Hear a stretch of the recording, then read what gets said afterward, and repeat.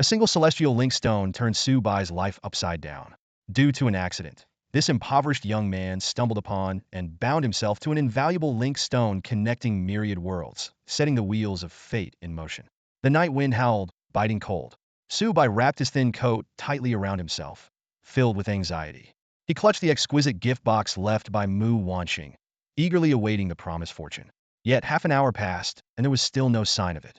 Growing increasingly anxious, Su Bai finally couldn't resist and opened the mysterious box. To his surprise, inside lay a dazzling gem, the size of a pigeon egg.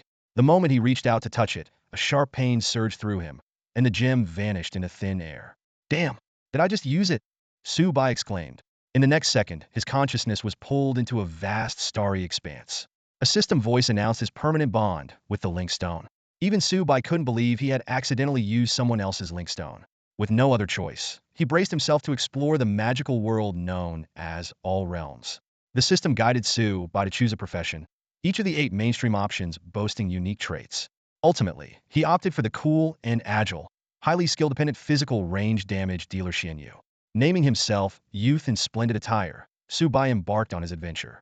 Suddenly, the system delivered shocking news. It had detected that Su Bai was bound to a rare celestial link stone. He was thunderstruck, his whole body trembling with excitement. The odds were even slimmer than winning a billion-dollar lottery. Opportunities to draw potential and special equipment followed. With trepidation, Su Bai seized this rare chance. The results were beyond his wildest dreams. The unparalleled Soul Sever potential and the special equipment Heaven and Earth Quiver both appeared. The Soul Sever potential could bypass a target's defenses, delivering instant kills. The Heaven and Earth Quiver provided infinite spirit arrows and could enhance permanent attributes by consuming skill books. These treasures seemed tailor-made for Su Bai, giving him a significant advantage in the game. Just as Su Bai was reveling in his luck, Mu Wanxing's call interrupted his thoughts. She mentioned that the link stone was only worth 200,000, causing Su Bai to secretly rejoice, knowing he had scored an incredible deal. He intended to haggle, but his phone died, missing the chance. Mu Wanxing sent a final message, stating she owed him a favor. Su Bai read the message with mixed emotions. He knew he had taken advantage of her, but the stroke of fortune was impossible to pass up. Clutching the link stone that had changed his destiny, Su Bai was too excited to sleep. He eagerly awaited the game's launch, ready to showcase his skills and transform his previously mundane 19-year life. Ding! Welcome to the multiverse. The newcomer protection server of the Xia Star is now officially open. Would you like to enter the game now? Su Bai eagerly chose yes. The moment he had been waiting for was finally here, and a surge of excitement filled his heart. Ding! You have been assigned to Mortal Village number 9527. This village hosts a total of 10,000 new players. A system notification sounded. The first player to reach level 10 and leave the village will receive an extra reward. As soon as the announcement ended, Su Bai found himself in a picturesque village filled with the sounds of birds and flowers. However, before he could take in the stunningly realistic environment, a sharp pain shot through his left foot. A hefty man, weighing over 200 pounds, had stomped on his foot and was pushing forward without a care. Get the hell out of my way! Don't block me from getting my newbie package from the village chief. The hefty man roared, like a moving mountain of flesh, bulldozing through the tightly packed crowd. Players were sent sprawling in all directions, creating chaos. Stop pushing, damn it! Everyone can get a newbie package. What's the rush? Who the hell just groped me? Hey, pervert. Why are you touching my butt? Watch it. I'm a person, not the floor. The village descended into chaos. With 10,000 players crammed into a small space, it was a madhouse. Su Bai found himself unable to move or breathe properly. The game had just launched, and the first 3 players to reach level 10 and leave the village would get extra rewards. Everyone was racing against time to get their newbie package from the village chief, making the scene even more chaotic. Realizing that simply getting a newbie package would waste a lot of time, Su Bai had a clever idea. He suddenly shouted, "Wow, there's a naked woman running around over there." But no one turned around. In a game where leveling up was the top priority, even the allure of a beautiful woman lost its charm. Seeing that his first ploy didn't work, Su Bai shouted again, "Look everyone, there's a golden boss at the village gate. Killing it will definitely drop epic gear." This time his trick worked. The crowd went wild. Where's the boss? Move, damn it. That boss is mine. The hefty man who had stomped on Su Bai's foot earlier, like a human bulldozer, shoved aside the surrounding players, creating a path toward the village gate. Seizing this rare opportunity, Su Bai quickly followed behind the hefty man, using the gap he created to rush to the village chief and successfully get his newbie package. Of course, he wasn't the only smart one. A few other clever players also took advantage of the situation to grab their packages and escape the crowded village. Who the hell shouted about a boss? There's nothing here. The hefty man cursed furiously upon finding no boss at the village gate. But with leveling up being the priority, he quickly began looking for monsters to hunt. Once out of the village, Su Bai couldn't wait to open his newbie package. He received a pair of grass shoes, a linen shirt, a wooden bow, and 1,000 wooden arrows. He quickly equipped these items and checked his character panel. Character: young warrior in fine clothes. Level 0. Experience 0 100. Realm mortal. Health 100. Hunger 40. Physical attack 11. Magic attack 2. Physical defense 7. Magic defense 0. Movement speed 10. Strength 5. Agility 5. Spirit 1. Constitution 5. Luck 0 increases fortune. The grass shoes and linen shirt added a total of 2 points to his defense, and the wooden bow increased his physical attack by 1 point. These attributes looked quite meager, but Su Bai didn't mind. He still had 2 powerful items: the soul reaping potential and the Chinquin quiver. It was time to go all out and start leveling up like crazy. Just outside the village gate, Su Bai spotted some level 1 toads, each as big as an adult rooster, wandering around the fields. Clutching his wooden bow tightly, his eyes gleamed with excitement as he prepared to embark on his adventure. Su Bai raised his wooden bow, knocked an ordinary wooden arrow, and with a swift whoosh, the arrow shot through the air. It flew like a bolt of lightning, piercing straight through the body of a toad monster. Ding! Congratulations on killing a level 1 toad. You have gained 5 experience points, the system notification sounded. Su Bai furrowed his brows. Just 5 experience points and no equipment drop, truly disappointing. What surprised him even more was that the 2 soul cleave chance had triggered on his very first shot. Looking around, Su Bai noticed more and more players emerging from the novice village. These level 1 toads were in limited supply and would soon become scarce. With such meager experience points, Su Bai lost interest and decided to seek out higher level monsters. Killing the toad was merely a test for his bow and arrow. As Su Bai was about to leave, a chubby player who had been acting quite arrogantly earlier approached him. This guy had struggled to kill a toad, and seeing Su Bai take one down with a single arrow, his eyes lit up. Bro, you can one-shot toads? The chubby player wore a smile and spoke with rare respect. How about adding me as a friend? We could team up? Su Bai replied coolly, no need. I prefer solo play. The game had just launched, and with his soul cleave and universal quiver, he had no interest in carrying others. The chubby player was persistent, still smiling as he said, can we at least add each other as friends? If you get any gear you want to sell, I promise to give you a good price. No thanks, I'm not into making friends, Su Bai responded curtly and walked away. Watching Su Bai's receding figure, the smile on the chubby player's face vanished, replaced by a look of malice. Damn it, acting all high and mighty, huh? You dare ignore us, H-Quinn? I'll get you when I have the chance, he muttered through gritted teeth. The chubby player had hoped to befriend Su Bai and have him help with leveling up. He hadn't expected Su Bai to refuse so bluntly. If he hadn't witnessed Su Bai's one-shot kill, he would have acted already, fearing he couldn't win. As the chubby player noted Su Bai's ID and prepared to continue hunting toads, 3 wooden arrows suddenly struck him, hitting their mark. Already at half health, he fell to the ground instantly. The surrounding players, just emerging from the novice village, were stunned. They hadn't expected player-versus-player combat so soon after the game's launch. It turned out Su Bai had seen the malice in the chubby player's eyes. Having spent 19 years being meek in reality, he decided to live freely and boldly in the game. The chubby player had not only previously stepped on him, but also harbored ill will when Su Bai refused to help.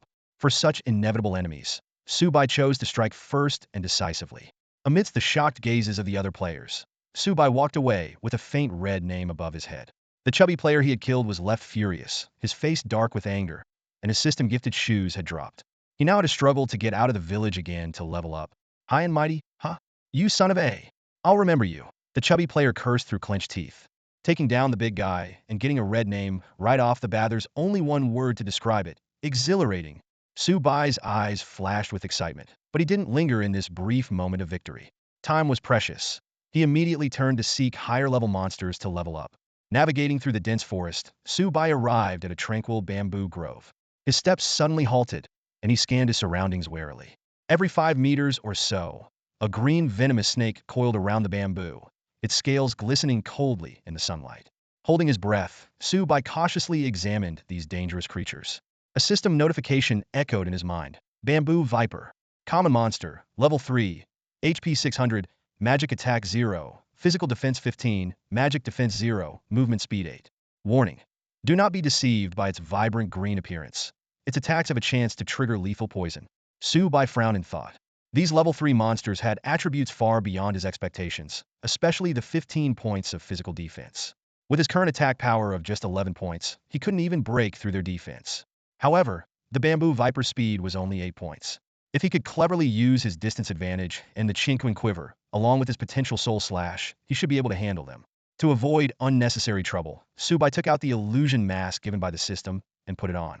Although this item wouldn't boost any of his attributes, it could hide his appearance and basic information, which was undoubtedly a form of protection in this unknown world. With the mask securely in place, Su Bai took a deep breath and drew a level 1 spirit arrow from the Chinquin quiver. Standing steadily 15 meters away from the nearest bamboo viper, he pulled back his wooden bow and aimed at the snake coiled on the bamboo. Whoosh!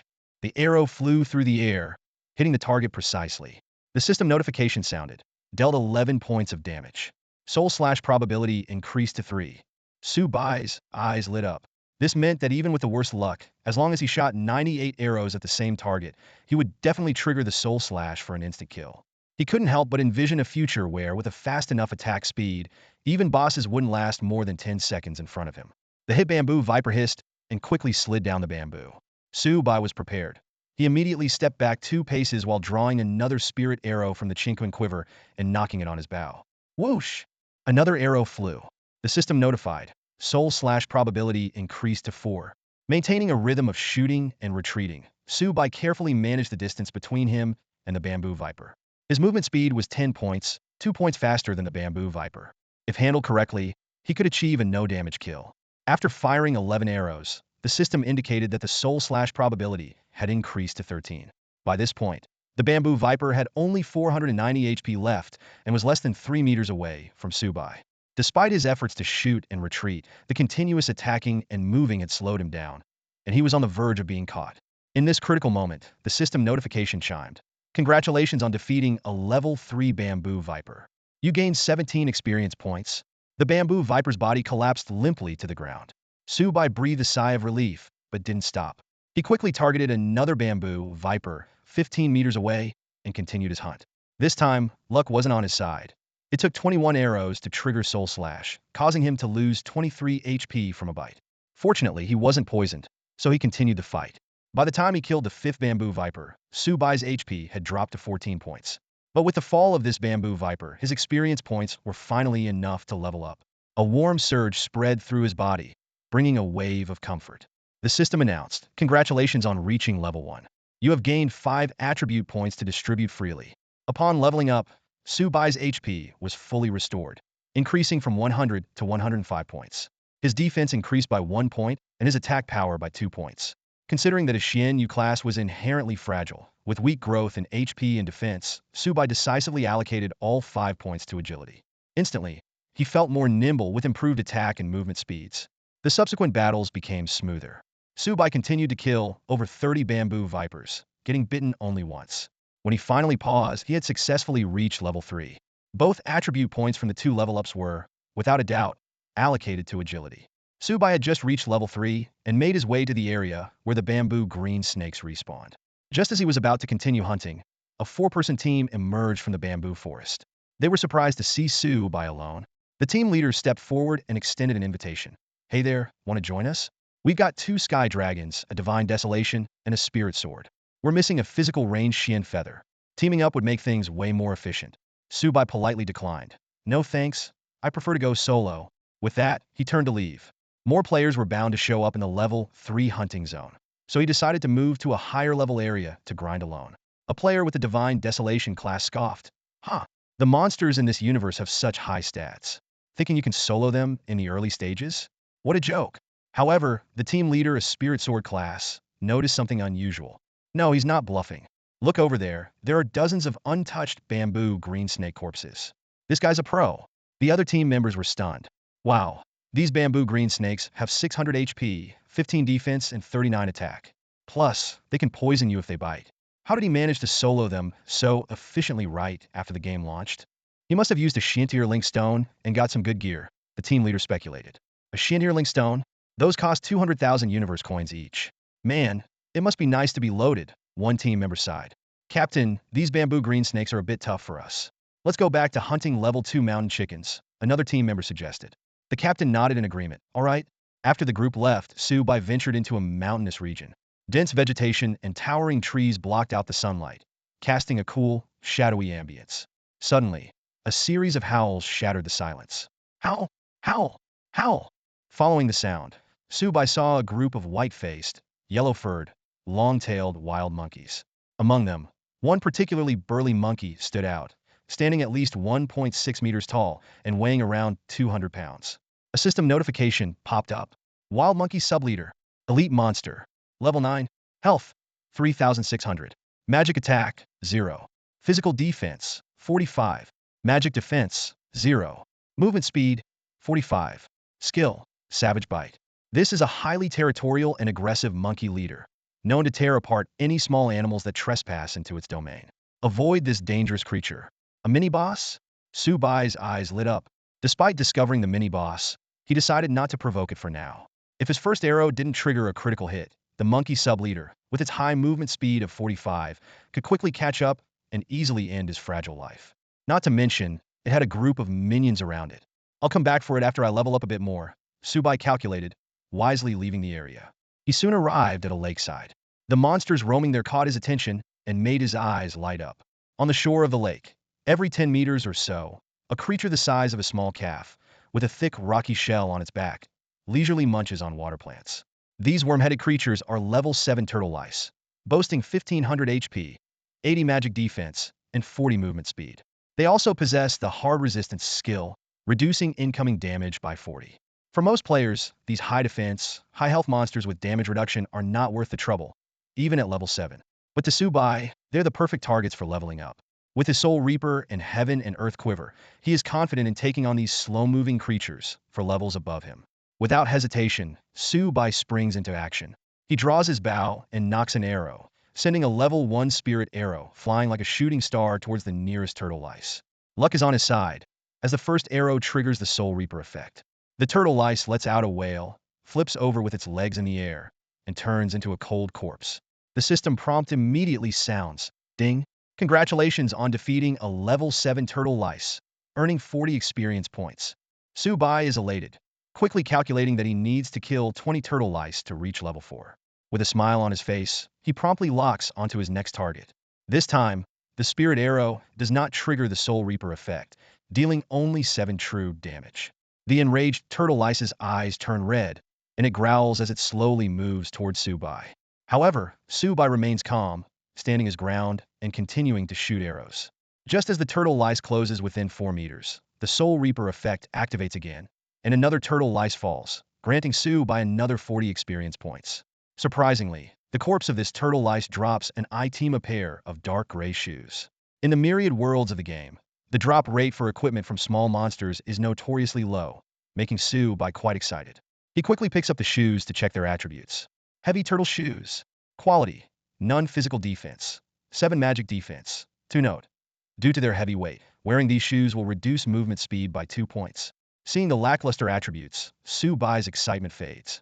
He has no intention of sacrificing 2 precious movement speed points for a mere 7 physical defense and 2 magic defense.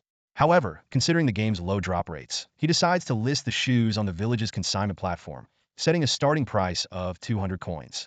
Though only visible to the 10,000 new players in the village, he hopes to fetch a good price to order some much-needed takeout. After listing the item, Su Bai returns to the battle. Meanwhile, other players in the game are also struggling to level up. Damn, the early stages of this game are a nightmare. Can't learn skills without leaving the novice village, and the monsters are so tough. I've been fighting frogs all this time and still haven't reached level 1. Phew, finally done with the frogs. Forming a level 1 Spirit Sword team, need a level 1 tank or a Tianlong. Long-range classes like Xianyu, Xingluo, and Miao Yin are also welcome. Let's team up to fight level 3 wild boars. Hey, I'm a Tianlong, just 5 frogs away from level 1. Can you save me a spot? Don't steal my frogs. I only need 5 more to level up. Feiwa Studio offers paid carrying services, farming level 3 wild boars efficiently. 2 spots left, 500 coins per hour. Hurry if you want in. The early stages of the game are a tough trial for all players. Even those who enter through the Xian level link stones, if they don't draw something useful, have no significant advantage and must endure this challenging period. Additionally, in-game items can only be purchased from NPCs using game currency, exacerbating players' struggles and eliciting plenty of complaints. Damn it, I've been farming for ages and haven't gotten a single drop.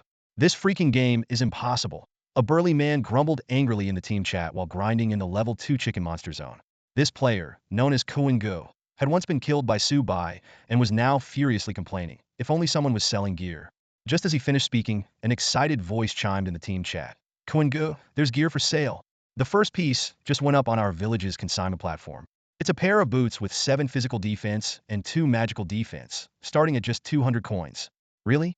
Let me see, Go said excitedly, clicking on the consignment platform. His eyes lit up as he calculated. If I wear these boots, my defense will be enough to withstand level 3 wild boars. I have to get this gear. Determined, Go placed a bid of 1,000 coins to test the waters. Meanwhile, in another part of the game, the leader of the Fei Hua studio also received the news. Captain, someone is finally selling gear, and the stats are decent. If you equip it, we can start farming level 4 monsters. The captain's eyes gleamed as he quickly checked the boot's attributes and unhesitatingly placed a bid of 1,500 coins. In fact, the boots that Su Bai had dismissed were now causing a stir among all the top players in the village, each eager to place their bids. Just then, Su Bai heard the system notification, ding, congratulations on reaching level 4. You have earned 5 attribute points to distribute freely. Just as he was about to allocate all 5 points to agility, another unexpected notification popped up. Ding! Your consigned item, Heavy Turtle Boots, has sold for 5,000 coins. After deducting a 30 transaction fee, 3,500 coins have been transferred to your linked personal bank account. What? They sold for 5,000? Su Bai exclaimed in disbelief. Who would buy such crappy boots? They must be a real sucker. What a generous soul. He quickly checked his bank account and saw the 3,500 coins had indeed been credited. Awesome. I just made 2 months' worth of salary in one go. Su Bai thought excitedly, though the 1,500 coin fee is a bit painful. With this unexpected windfall, Su Bai logged off and splurged on a luxurious 200 coin meal, scheduled for delivery at noon. He then swiftly logged back in, ready to continue his leveling spree. At the same time, Go, who had spent 5,000 coins on the heavy turtle boots, proudly announced to his team, let's head to the level 3 monster zone. If I run into that flashy Su Bai kid, he's dead meat. With his new gear, the 250-pound Go strutted around the game world like the village's top dog. His massive frame jiggled with every step, exuding an air of arrogance as he roamed the game world with newfound swagger. Upon reaching level 4, the experience required to level up doubles again. To reach level 5, Su Bai needs 1,800 experience points. This means he must kill 80 G turtles to level up again. Despite being at level 4, Su Bai, who has poured all his points into agility, still struggles to break through the G turtle's defense. Without triggering the Jean skill, it takes him over 5 minutes to kill a single G turtle. On a good day, he can trigger Jean in less than 10 arrows, but such luck is rare. Su Bai discovered that each time the Jean skill is triggered, it only increases his potential by 1 point. To level up Jean, he needs to trigger it a total of 10,000 times, which is undoubtedly a lengthy process. As the clock approached 11:30 a.m., Su Bai had lost count of how many G turtles he had slain. His level had already risen to 6, and his attribute panel displayed the following. Character: Xian Inu Ma Xiao Nian Shi. Level: 6340, 3600. Realm: Mortal. HP: 130. Physical attack: 23. Magic attack: 10. Physical defense: 13. Magic defense: 5. Movement speed: 27. Luck: 0. With one more level up, Su Bai would be on par with the G turtles. Although his attack power had increased only slightly and his defense remained weak, the full agility build had significantly boosted his attack and movement speed. During this time, Su Bai hadn't acquired any new equipment, only looting 3 level 1 rejuvenation pills. Each pill instantly restores 100 HP with a cooldown of 20 seconds. Despite the disheartening drop rates across all worlds, Su Bai's initial 10-slot inventory remained nearly empty, containing only these 3 pills. Having reached level 6, Su Bai had lost interest in hunting more G turtles. Just as he was about to finish off the last one, an unexpected event occurred. After the G turtle fell, a prompt sounded. Ding! Due to your extensive slaughter of G turtles, you have disturbed the G turtle subleader. It is about to appear, so be cautious. A boss? Su Bai's eyes lit up. At that moment, the calm lake surface began to churn, and turbulent water spread in all directions. Moments later, a massive figure emerged from the water. G turtle subleader, elite monster. Level 9. HP, 4000. Magic attack, 0. Physical defense, 85. Magic defense, 55. Movement speed, 20. This nearly 50-year-old G-turtle subleader usually lurked in the depths of the lake, only emerging when its kin were threatened, to eliminate any danger. Wow, this boss is intimidating, Su Bai marveled. The G-turtle subleader's stats even surpassed those of the wild monkey subleader he had encountered before. However, it had only 20 movement speed, while Su Bai's was now 27, giving him a glimmer of hope. More importantly, boss-level monsters guaranteed equipment drops, and equipment meant money. Su Bai acted decisively. While the G-turtle subleader was still partially submerged, he drew his bow and fired an arrow. The first arrow dealt only 5 damage, but the trigger rate for Jean put potential increase to 3. Remaining calm, he continued shooting. Before the G-turtle subleader fully emerged, Su Bai had fired 5 arrows, raising the Jean put trigger rate to 8. Roar! Once ashore, the G-turtle subleader raised its head, its cheeks swelling as it seemed to be preparing some sort of skill.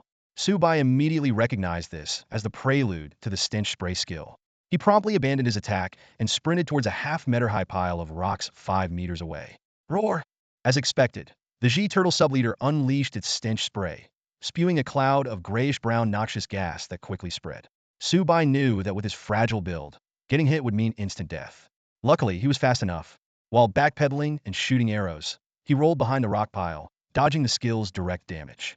Although he avoided the immediate harm, a stench worse than a cesspit followed, nearly suffocating him.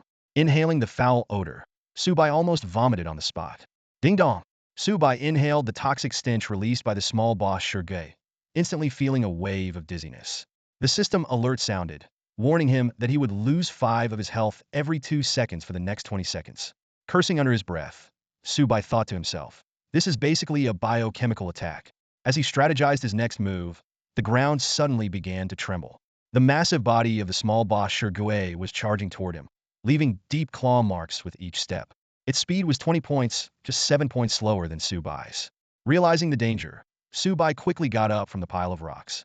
He retreated while drawing his bow and arrow, shooting at the small boss Su Bai. Su Bai knew he couldn't let this high-attack monster get close, or he might be killed in a single blow. In the ensuing battle, Su Bai kept running and shooting arrows, trying to maintain his distance from the small boss, Su Bai. After 20 seconds, the poison effect finally wore off, but Su Bai had lost 70 health points. For safety, he took out a precious level 1 rejuvenation pill and restored his full health. However, the small boss Su Bai seemed to have some hidden resistance, as the soul cleave probability had stacked up to 31 but still hadn't triggered. Seeing that it couldn't catch up with Su Bai, the monster's eyes glowed red again, and its cheeks puffed up, clearly about to release its stench spray skill. Cursing again, Su Bai hurriedly looked for something to hide behind. At this critical moment, he suddenly heard voices from other players in the distance. Having players approach at this juncture was definitely bad news. Su Bai's expression darkened as he launched a ranged attack while preparing to hide behind a tree to avoid the impending skill. Just then, Lady Luck finally smiled on him. The massive body of the small boss, Su Bai, suddenly froze. Before it could release its stench spray, its health dropped to 0, and it collapsed to the ground. The system alert immediately sounded, congratulating Su Bai on successfully defeating the small boss Su Bai in an overlevel challenge. He was awarded 10,000 experience points and 50 silver coins. A warm sensation spread throughout his body as Su Bai successfully leveled up to level 7. Next, a system announcement broadcasted to the entire village, declaring that the player, Xian Inu Ma Xiaonianshi, had successfully killed the small boss Su Bai, earning additional rewards. 10,000 experience points, 1 luck point, and a profession-specific ordinary weapon. This announcement caused an uproar in Newbie Village number 9527. The chat channel was flooded with messages of surprise, envy, and requests for guidance.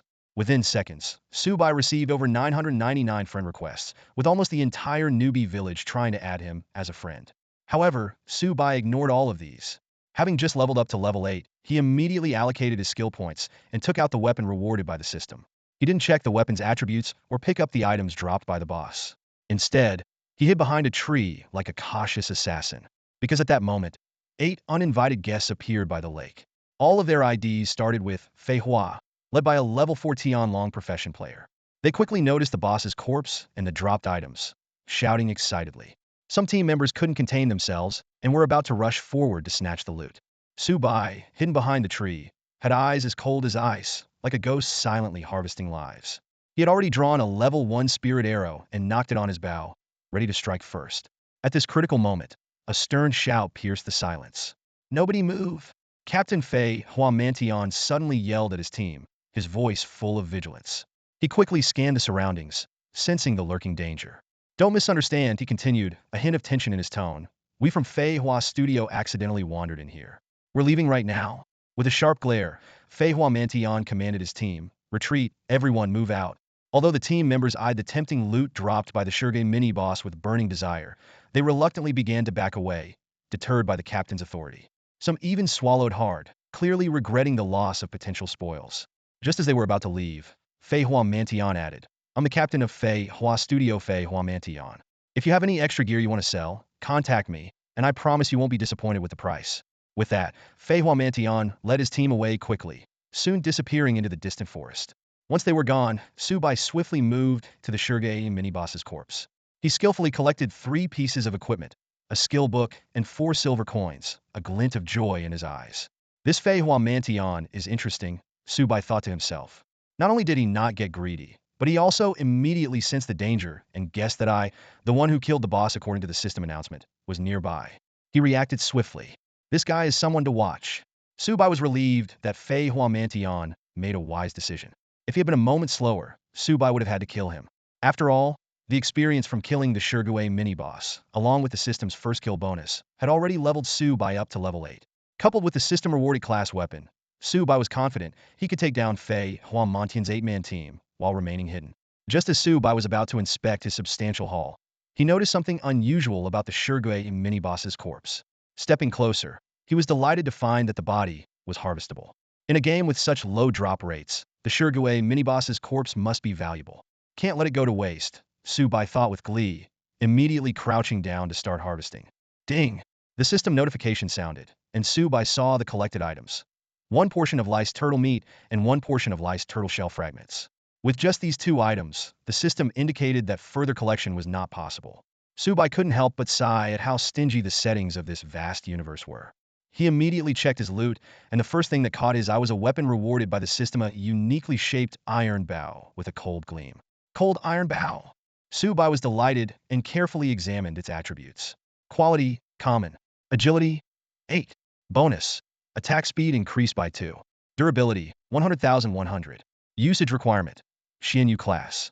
In the vast universe, common weapons are among the lowest quality gear, but they don't restrict equipment level, only class. Su Bai's eyes sparkled with excitement. This was definitely a divine weapon for the Xianyu class at this stage. Next, he checked the 3 other items dropped by the lice turtle mini-boss. 1. Stone Skin Gauntlets, no grade, physical defense 7, magic defense 3.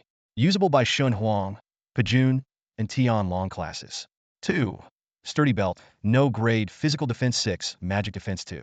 Usable by all classes. 3. Silver Necklace, no grade, physical attack 9, magic attack 6. Usable by all classes. Su Bai felt a bit disappointed.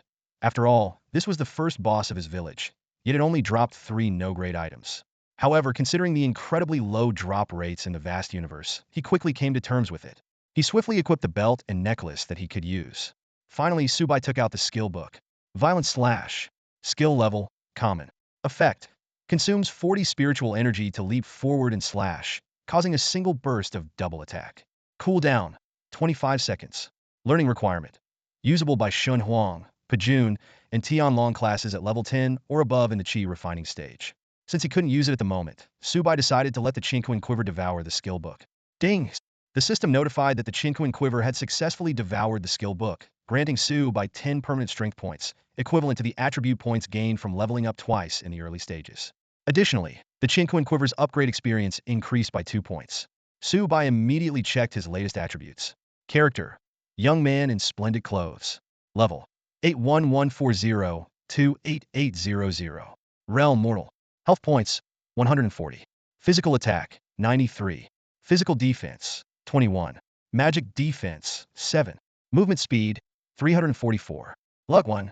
With the new equipment and the devoured skill book, Su Bai's attributes saw a significant boost, especially his attack power, which was nearing 100 points.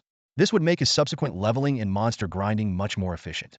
He intended to continue leveling up, but his growling stomach forced him to take a break. He listed the unused gauntlets on the consignment platform, opting for an auction mode with a starting price of 4,000 coins. Given that someone had previously spent 5,000 coins on a pair of worn-out shoes, Su Bai felt this price was entirely reasonable. After setting it up, Su Bai logged off decisively. He timed it perfectly. Soon after, the delivery guy arrived with his deluxe meal: half a salt-baked chicken, a bowl of farmhouse soup, a yam casserole, a plate of Shanghai greens, and 3 large boxes of white rice. Such luxurious treatment was something Su Bai could only afford to enjoy during holidays when he had a job. Starving, Su Bai couldn't wait to dig in. He first took a swig of the remaining cheap white liquor, then grabbed a chicken leg and started devouring it. Delicious. In less than 10 minutes, he had polished off the 4 dishes and 3 large boxes of rice. Satisfied, Su Bai let out a burp, feeling a warm comfort throughout his body. He deeply appreciated the wisdom of the old saying: with food in the belly, the heart is at ease. After a quick cleanup, Su Bai washed his face and took care of his personal hygiene, ready to get back online and continue his efforts. Just then, his phone rang. To his surprise, it was the landlord, Mrs. Fei. Hesitating for a moment, Su Bai decided to answer the call. A loud, lion-like roar erupted from the phone, nearly causing Su Bai's device to jump out of his hand. Su Bai, you wretch! It's past noon, and you still haven't paid the rent. Give me a straight answer. Now can you pay or not? The landlady's rough voice blasted through the speaker. Before Su Bai could respond, her tone suddenly shifted to a sickly sweet one. Bai, if you really can't pay, it's okay. You know how I feel about you. If anyone else dared to owe me half a month's rent, they would have been kicked out long ago, but you're different. She giggled. How about this? Clean yourself up, put on some nice clothes, and come over to my place for a candlelight dinner tonight. After that, no more rent. An image of the landlady, who weighed several hundred pounds and resembled a human-shaped sow, involuntarily popped into Su Bai's mind. Her slimy, creepy words sent shivers down his spine, and goosebumps erupted all over his body. Stop, stop, stop! Su Bai shouted in panic, his voice filled with terror. The rent is 600 a month. I owe you half a month plus interest, so let's call it 700. I'll transfer it to you right away. He quickly hung up the phone, as if listening for even one more second would contaminate him. Su Bai immediately opened WeChat and swiftly transferred 700 yuan to the landlady. However, she wasn't done yet.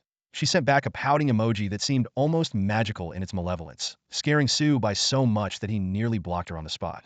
Damn it, it's all because of this naturally handsome face of mine.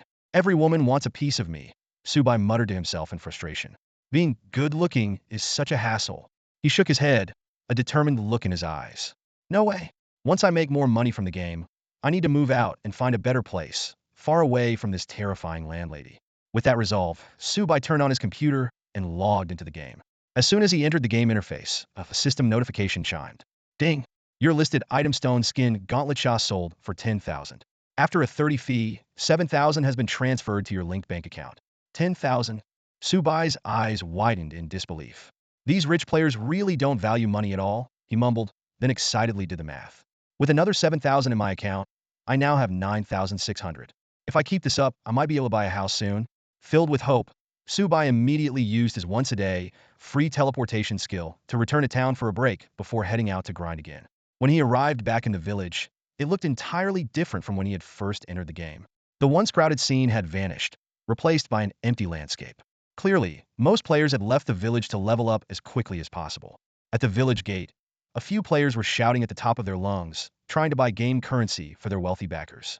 Damn it, the Xianyu class is so damn hard to play. I don't even have enough game currency to buy arrows. Can any big shot lend me some money to buy arrows? I promise I'll pay you back. I'm Zhou Baji, and my reputation is solid, one player wailed. Buying game currency at a high price. 200 yuan for 1 silver coin. If you have a lot, we can negotiate. We can use the platform or trusted transactions, another player shouted. 230 yuan for 1 silver coin. Contact me if you have any. We're from SH Coins Group. Buying game currency at 250 yuan for 1 silver coin. These shouts echoed one after another, reflecting how scarce game currency had become. The drop rate for game currency was as low as that for equipment, leaving many players without even a single copper coin. Especially for solo players who chose the Xianyu class, life was tough. After using up the 1,000 free wooden arrows provided by the system, they couldn't even afford to buy more arrows. Without arrows, Xianyu players had to punch monsters, making them so undesirable that not even dogs would want them in a party.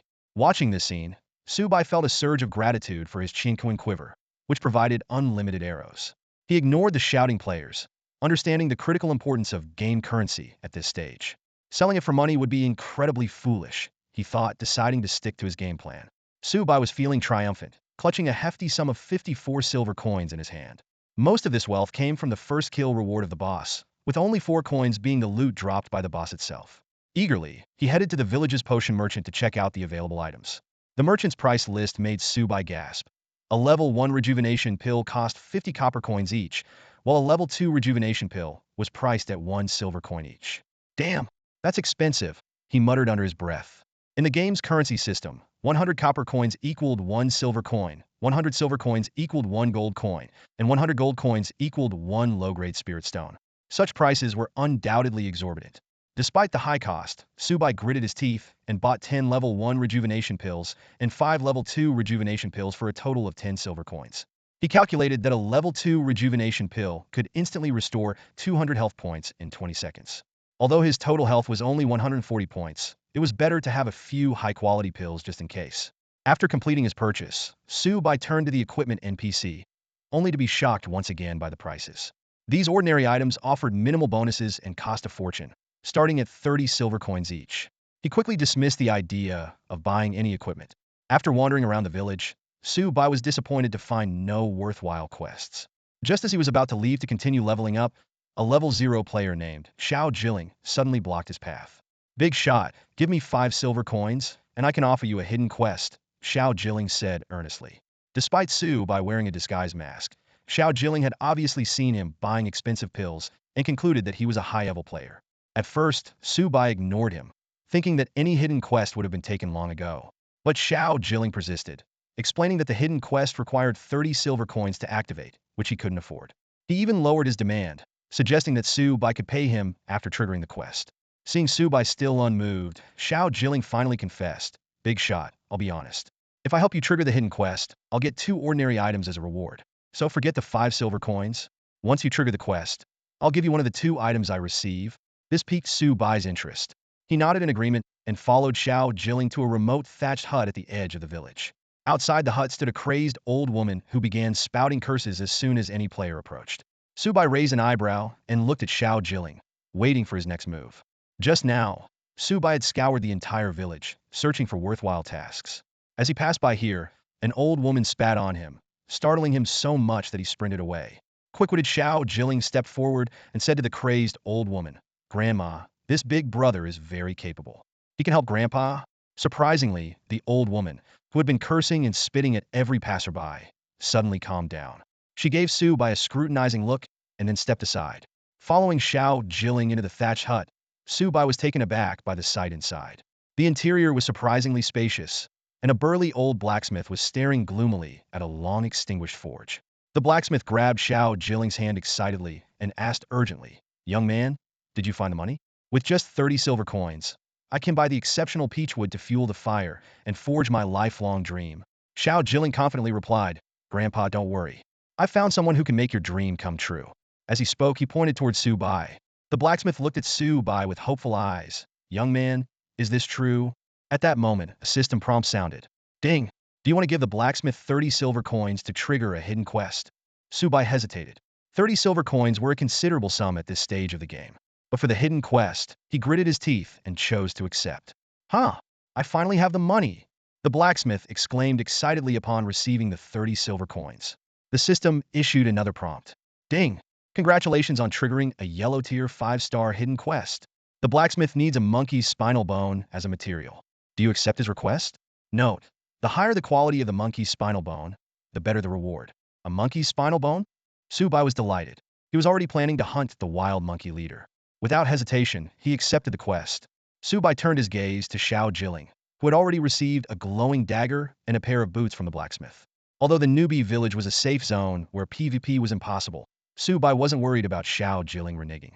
He was confident he could easily defeat him even outside the village. Besides, Xiao Jilling seemed smart enough to know that betraying Su Bai wouldn't be worth it. Sure enough, Xiao Jilling initiated a trade with Su Bai, offering him a pair of silver gray shoes engraved with peculiar patterns. As a Shadow Blade class, the dagger was what Xiao Jilling needed, so he chose to give the shoes to Su Bai. Su Bai accepted the trade, and the system immediately displayed the equipment information. Gale shoes. Quality, common. Health, 80. Physical defense, 10. Magic defense, 5. Agility, 10. Bonus. Movement speed increased by 30. Durability. 100,100. Requirement. Only for Xian Yu and Shadow Blade classes. Seeing the attributes of the shoes, even Su Bai couldn't help but be impressed. Not only did they offer substantial attribute boosts, but they also increased his movement speed by 30 points, which was exactly what he desired. He promptly swapped out his basic shoes for the Gale shoes. Instantly, he felt a significant enhancement in his overall stats. His health increased to 220, physical defense went up by 10 points, and his movement speed skyrocketed to 75, making him feel the wind as he walked. Master, can I add you as a friend? Xiao Jilling asked eagerly. Su Bai appreciated Xiao Jilling's character, finding him not only smart but also trustworthy. He nodded and accepted Xiao Jilling's friend request. Master, let's level up together sometime, Xiao Jilling suggested.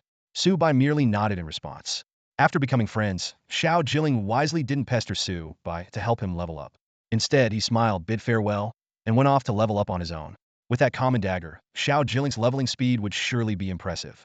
After Xiao Jilling left, Su Bai immediately set out to hunt the wild monkey leader and retrieve its spinal bone to complete the quest. The task prompt was clear. The higher the quality of the monkey's spinal bone, the better the reward. For Su Bai, the wild monkey leader was undoubtedly the best choice.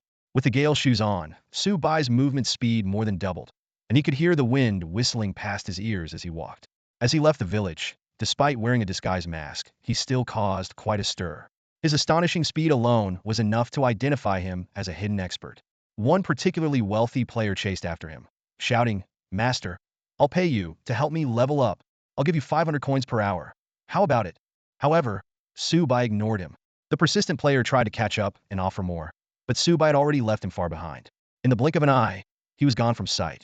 This time, Su Bai reached the forested hills in half the time it took him before. He cautiously scanned his surroundings, looking for any signs of the wild monkey leader. Although his target had yet to appear, a lone level 7 wild monkey caught his eye. Su Bai quickly assessed his opponent. 25 points of physical defense and 1,200 points of health. He decided to use this wild monkey as a test. With practiced ease, he drew a level 1 spirit arrow from his quiver, knocked it on his bowstring, and pulled it to full draw in one fluid motion. The entire process took just 1.5 seconds, significantly faster than his previous time of 2.2 seconds. Whoosh! The first arrow flew through the air, hitting the wild monkey with pinpoint accuracy. Before the monkey could react, Su Bai had already released his second arrow. This one struck the monkey right in the eye, causing blood to splatter. The monkey let out a painful scream and fell from the tree.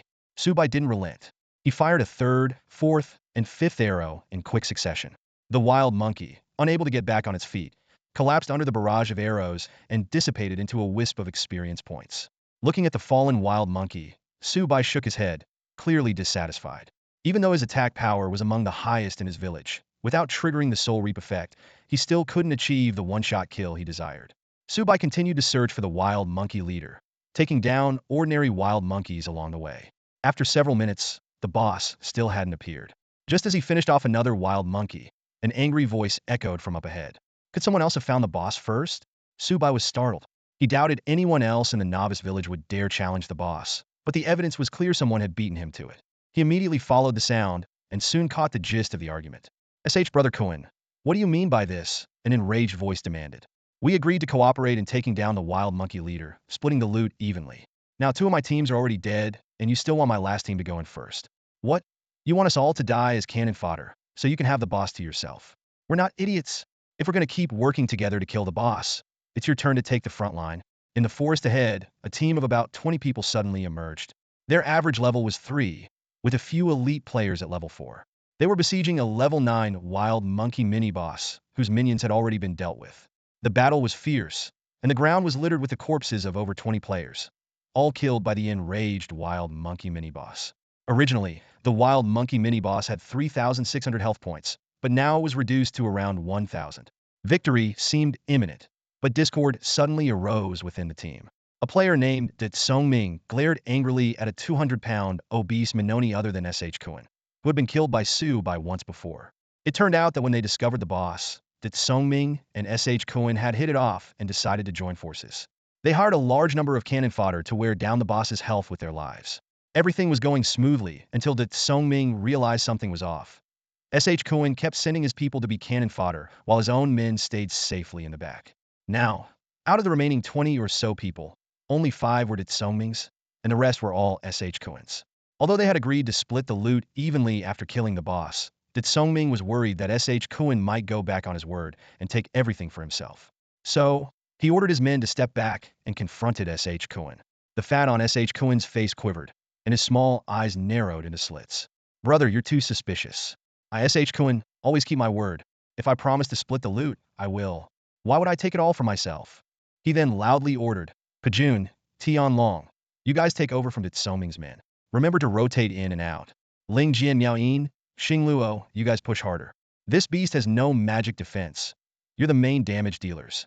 After that, SH Kuan glared viciously at a few Xianyu players. Useless bunch. You can't even break the wild monkey mini-boss's defense. Did I waste $300 each on you just to feed you? Your pay will be halved after we finish the boss. The Xianyu players were both angry and helpless. The wild monkey mini-boss had 45 points of physical defense, and there probably wasn't a single Xianyu player in the entire village who could break through it. SH Kuan walked over to Songming with a grin. Brother, are you satisfied with my arrangement now? Songming nodded, but his brow remained furrowed. We don't have enough tanks left. The remaining Pajun and Tian Long might not hold out until the boss goes down. As soon as he finished speaking, two Pajun tanks fell one after the other, one of them disemboweled by the wild monkey mini-boss's savage pounce skill. The scene was gruesome. Now, only one Tian Long tank was left, gritting his teeth and holding the line.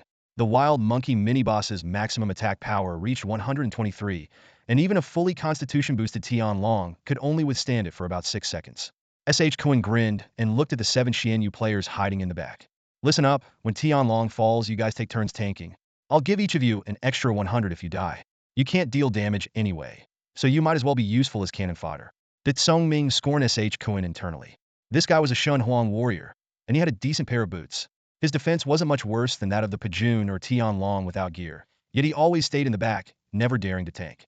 If SH Kuan had been willing to step up and coordinate properly, their casualties could have been at least halved, and the boss might have already been defeated. When the wild monkey mini-boss's health dropped below 500, SH Kuan's team was down to just 14 members. Big brain bro, I'm going in. If I die by accident, don't you dare hog all the loot, SH Kuan shouted, suddenly filled with bravado as he raised his wooden sword and prepared to charge at the wild monkey mini-boss. Big Brain looked at Kuan in surprise and replied, All right, go ahead. Big Brain, keep my promises. Even if you die, I won't take all the loot for myself. With that, he continued focusing on his ranged attacks, his spirit sword's basic attacks repeatedly hitting the mini-boss. The boss's health had dropped to around 400, and Big Brain calculated that in about 2 minutes, the wild monkey mini-boss would be defeated. Despite the heavy losses, taking down the boss would make it all worthwhile. After all, this was the second boss slain in their village, and there might even be extra system rewards. Just as Big Brain was lost in hopeful thoughts, he suddenly felt a sharp pain in his back. He turned around in disbelief to see SH Kuan relentlessly hacking at him with the wooden sword. The unexpected betrayal left Big Brain defenseless and in a dire situation. Idiot, you think you can share the boss with me? Dream on, SH Kuan sneered. Big Brain's face was filled with anguish as he collapsed to the ground. To his despair, even the weapon gifted by the system dropped from his inventory. After killing Big Brain, SH Kuan scanned the area, his eyes wide with anger as he announced loudly, Nobody mess with me. From now on, I'm in charge here. I'll double the rewards I promised if we kill the boss. Anyone who speaks up for that idiot is asking for death. SH Kuan's 5 loyal followers immediately became alert, glaring coldly at the others present. Nearly half of the remaining players were hired hands who didn't know Big Brain well. Those who were truly close to Big Brain had already died in the earlier battle and had yet to return. Although everyone was disgusted by SH Kuan's actions, those who were there for the money weren't willing to take risks. Seeing no one dare to speak up, SH Kuan grew even more smug and continued, Everyone, give it your all. When the boss's health is low, I'll deliver the final blow. If anyone tries to steal it, don't blame me for turning hostile. At that moment, an enraged shout echoed through the village chat channel. SH Kuan, you bastard. You backstabbed me? Fine, you treacherous dog, just wait. From now on, it's you or me in this game. Big Brain, who had been killed and sent back to the village, cursed furiously. SH Kuan was unfazed and responded in the chat. Idiot, you think you deserve to share the boss with me? I backstabbed you because you're worthless and stupid. Want revenge? I'll be waiting for you to make a fool of yourself. As SH Kuan boasted, the wild monkey mini-boss's health dropped to around 150. Seeing victory within reach, SH Kuan became even more arrogant. To him, everything was under control. SH Kuan, you dare betray my brother? I swear, we are now mortal enemies. A thunderous roar erupted from behind the crowd.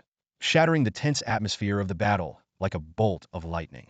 Before anyone could react, a sharp arrow whistled through the air, piercing the chest of a level 4 spirit sword wielder. The spirit sword user didn't even have time to scream before collapsing to the ground, disintegrating into a beam of white light.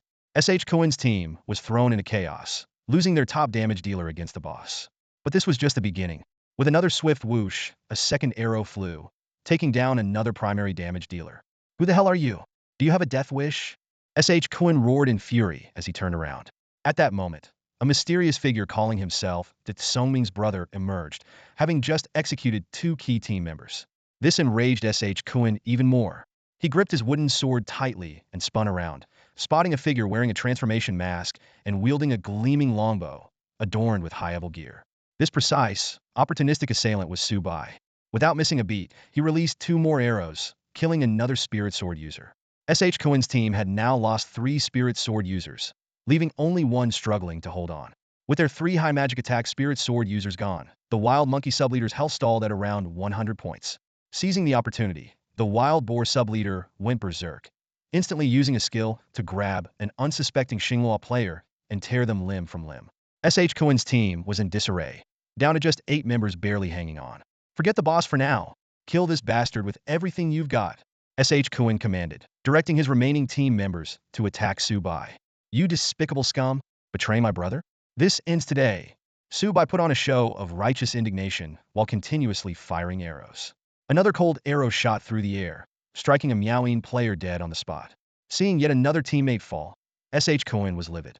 He charged at Su Bai with his wooden sword, intent on cutting him down. However, his attack only sliced through thin air. Miss! The system notification rang out as Su Bai had already shifted 2 meters away. The remaining team members launched a barrage of attacks, but most were easily dodged by Su Bai. Only 3 attacks managed to hit, and when the damage numbers appeared, everyone was stunned. Only the Spirit Sword user's attack barely penetrated Su Bai's defense. The others couldn't even scratch him. With a cold smile, Su Bai's bowstring twanged again, sending another deadly arrow that instantly killed the last Spirit Sword user. Meanwhile, the enraged wild monkey subleader charged into the battlefield, smashing an unprepared Xinghua player in a pulp with a single heavy punch. S.H. Cohen's team was down by 2 more members. Though the wild monkey subleader's health was just over 100 points, S.H. Cohen's team no longer had the strength to finish it off. Who the hell are you? S.H. Cohen bellowed, reedied and gnashing his teeth, as he chased Su Bai, determined to tear him apart. But Su Bai, seemingly toying with him, easily dodged and widened the gap between them. While retreating, he knocked another arrow and fired, claiming another life. Who am I? I am Songming's brother. Su Bai taunted as he continued to fire arrows, taking down 1 more team member. S.H. Cohen was trembling with rage, on the verge of exploding. Suddenly, a voice called out, Cohen, Xiaofeng says the one who killed him is Xian Inu Ma Xiao Nian Shi. It turned out that a team member killed by Su Bai had identified him through battle logs and informed the surviving members. No, my only identity now is Songming's brother, Su Bai righteously declared. You treacherous scum betrayed my brother. I'm here for revenge, and it's only right. With that, he released another arrow, sending another of S.H. Cohen's lackeys back to the respawn point. Xian Inu Ma Xiao Nian Shi, it's you again. I won't let you get away with this. S.H. Cohen snarled, his voice dripping with hatred. But in that moment of distraction, the wild monkey sub-leader silently appeared behind S.H. Cohen. He only had time for a single scream before the wild monkey sub-leader grabbed him and lifted him high above its head. With a thunderous crash, S.H. Cohen was slammed into the ground. This guy's got some defense, Su Bai thought, quickly taking out S.H. Cohen's remaining teammates. Meanwhile, the wild monkey sub-leader pounced on S.H. Cohen, its jaws snapping shut with a vicious bite. The gory scene was reminiscent of Sun Wukong's ferocious fight in Journey to the West, conquering the demons.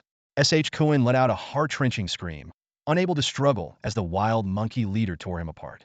Standing 15 meters away, Su Bai chuckled lightly, then his expression turned serious. He drew his bow and shot an arrow precisely at the blood-covered mouth of the wild monkey leader, instantly depleting its remaining health.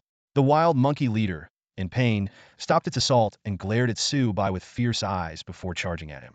Unfazed, Su Bai smirked and quickly released another arrow, striking the wild monkey right in its open, bloody mouth.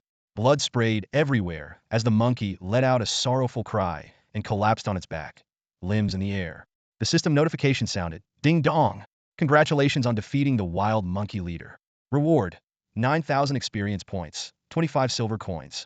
Although it wasn't the village's boss kill, which would have granted extra rewards, this haul was still quite profitable.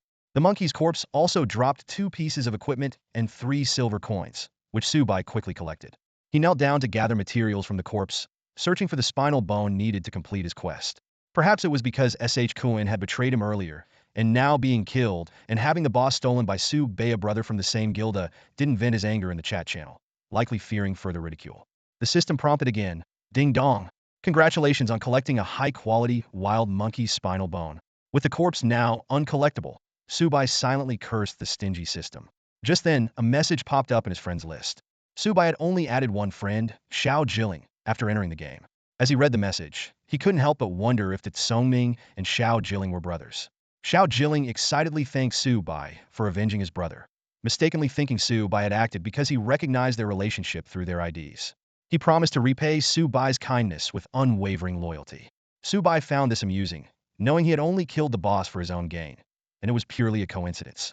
Xiao Jilling then asked if Su Bai could add his brother as a friend, mentioning that his brother wanted to send a big red envelope as thanks.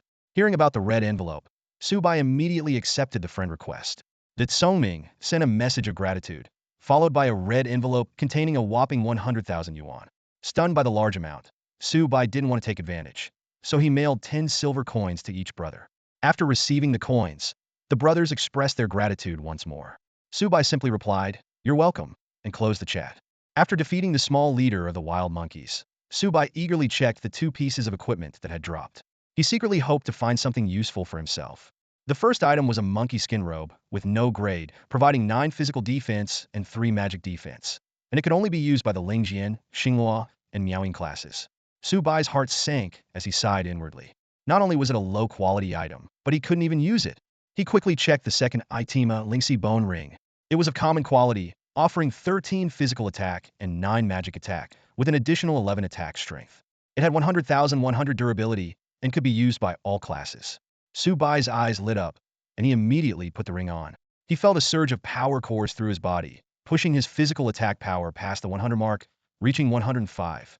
As for the unusable monkey skin robe, Su Bai decided to auction it off. He set the starting price at 10,000 gold coins, confident that there were plenty of wealthy players in the game. Although the 30 handling fee pained him a bit, he felt reinvigorated when he remembered the 109,600 gold he already had. He encouraged himself, "I've made tens of thousands just after entering the game. This game is full of endless possibilities." After listing the auction, Su Bai immediately returned to the village to turn in his quest. To avoid drawing attention, he had all his equipment before entering the village. At this stage, having a single non-system item was rare, let alone carrying a common quality cold iron bow. Inside a thatched hut, the old blacksmith was swinging a 100-pound hammer with a resounding clang, sparks flying everywhere as he forged some unknown treasure. "Sir, I brought the monkey spine you asked for," Su Bai said, handing over the monkey bone. The old blacksmith took it excitedly, praising him repeatedly. "Great. This is a rare monkey king spine. With this, I'm one step closer to my dream." The system notification sounded, indicating the quest was complete. Due to the exceptional quality of the monkey bone, the reward was increased by 15,000 experience points, 15 reputation points, and a common quality cloak. Just as Su Bai was wondering if the quest was truly over, the old blacksmith spoke again. "Young hero, I have another favor to ask. Could you find me some high-quality turtle shell fragments?" Su Bai's eyes lit up, and he immediately took out the turtle shell fragments he had obtained earlier from his bag. The old blacksmith saw them and was so excited he could hardly contain himself. "Wonderful. You truly are extraordinary, young hero. You've brought me everything I need." The system again indicated the quest was complete, with the reward increased by another 50. Su Bai leveled up directly to level 9, just one step away from level 10. The old blacksmith, now fully engrossed in his forging, paid no more attention to Su Bai. But Su Bai felt the quest might not be over, so he stayed to check his rewards. Common quality dashing cloak. 100 HP, 10 physical and magic defense, 10 physical and magic attack, and 2 luck. Usable by all classes. What thrilled Su Bai even more was the skill book he received. Earth Escape Technique. Usable at level 10. It allows the user to merge with the surrounding soil and move freely. Su Bai was overjoyed. This was the perfect skill for stealth, treasure hunting, and ambushes. Ding ding dang dang. The old blacksmith began to hammer with all his might, a fervent gleam in his eyes. Each strike was as thunderous as a storm, with a force that seemed to weigh 1,000 pounds. Su Bai stood nearby, his ears ringing, but he couldn't tear his gaze away. Though no new task prompts had appeared, he chose to stay and observe. Half an hour passed, and the old blacksmith had swung his hammer thousands of times.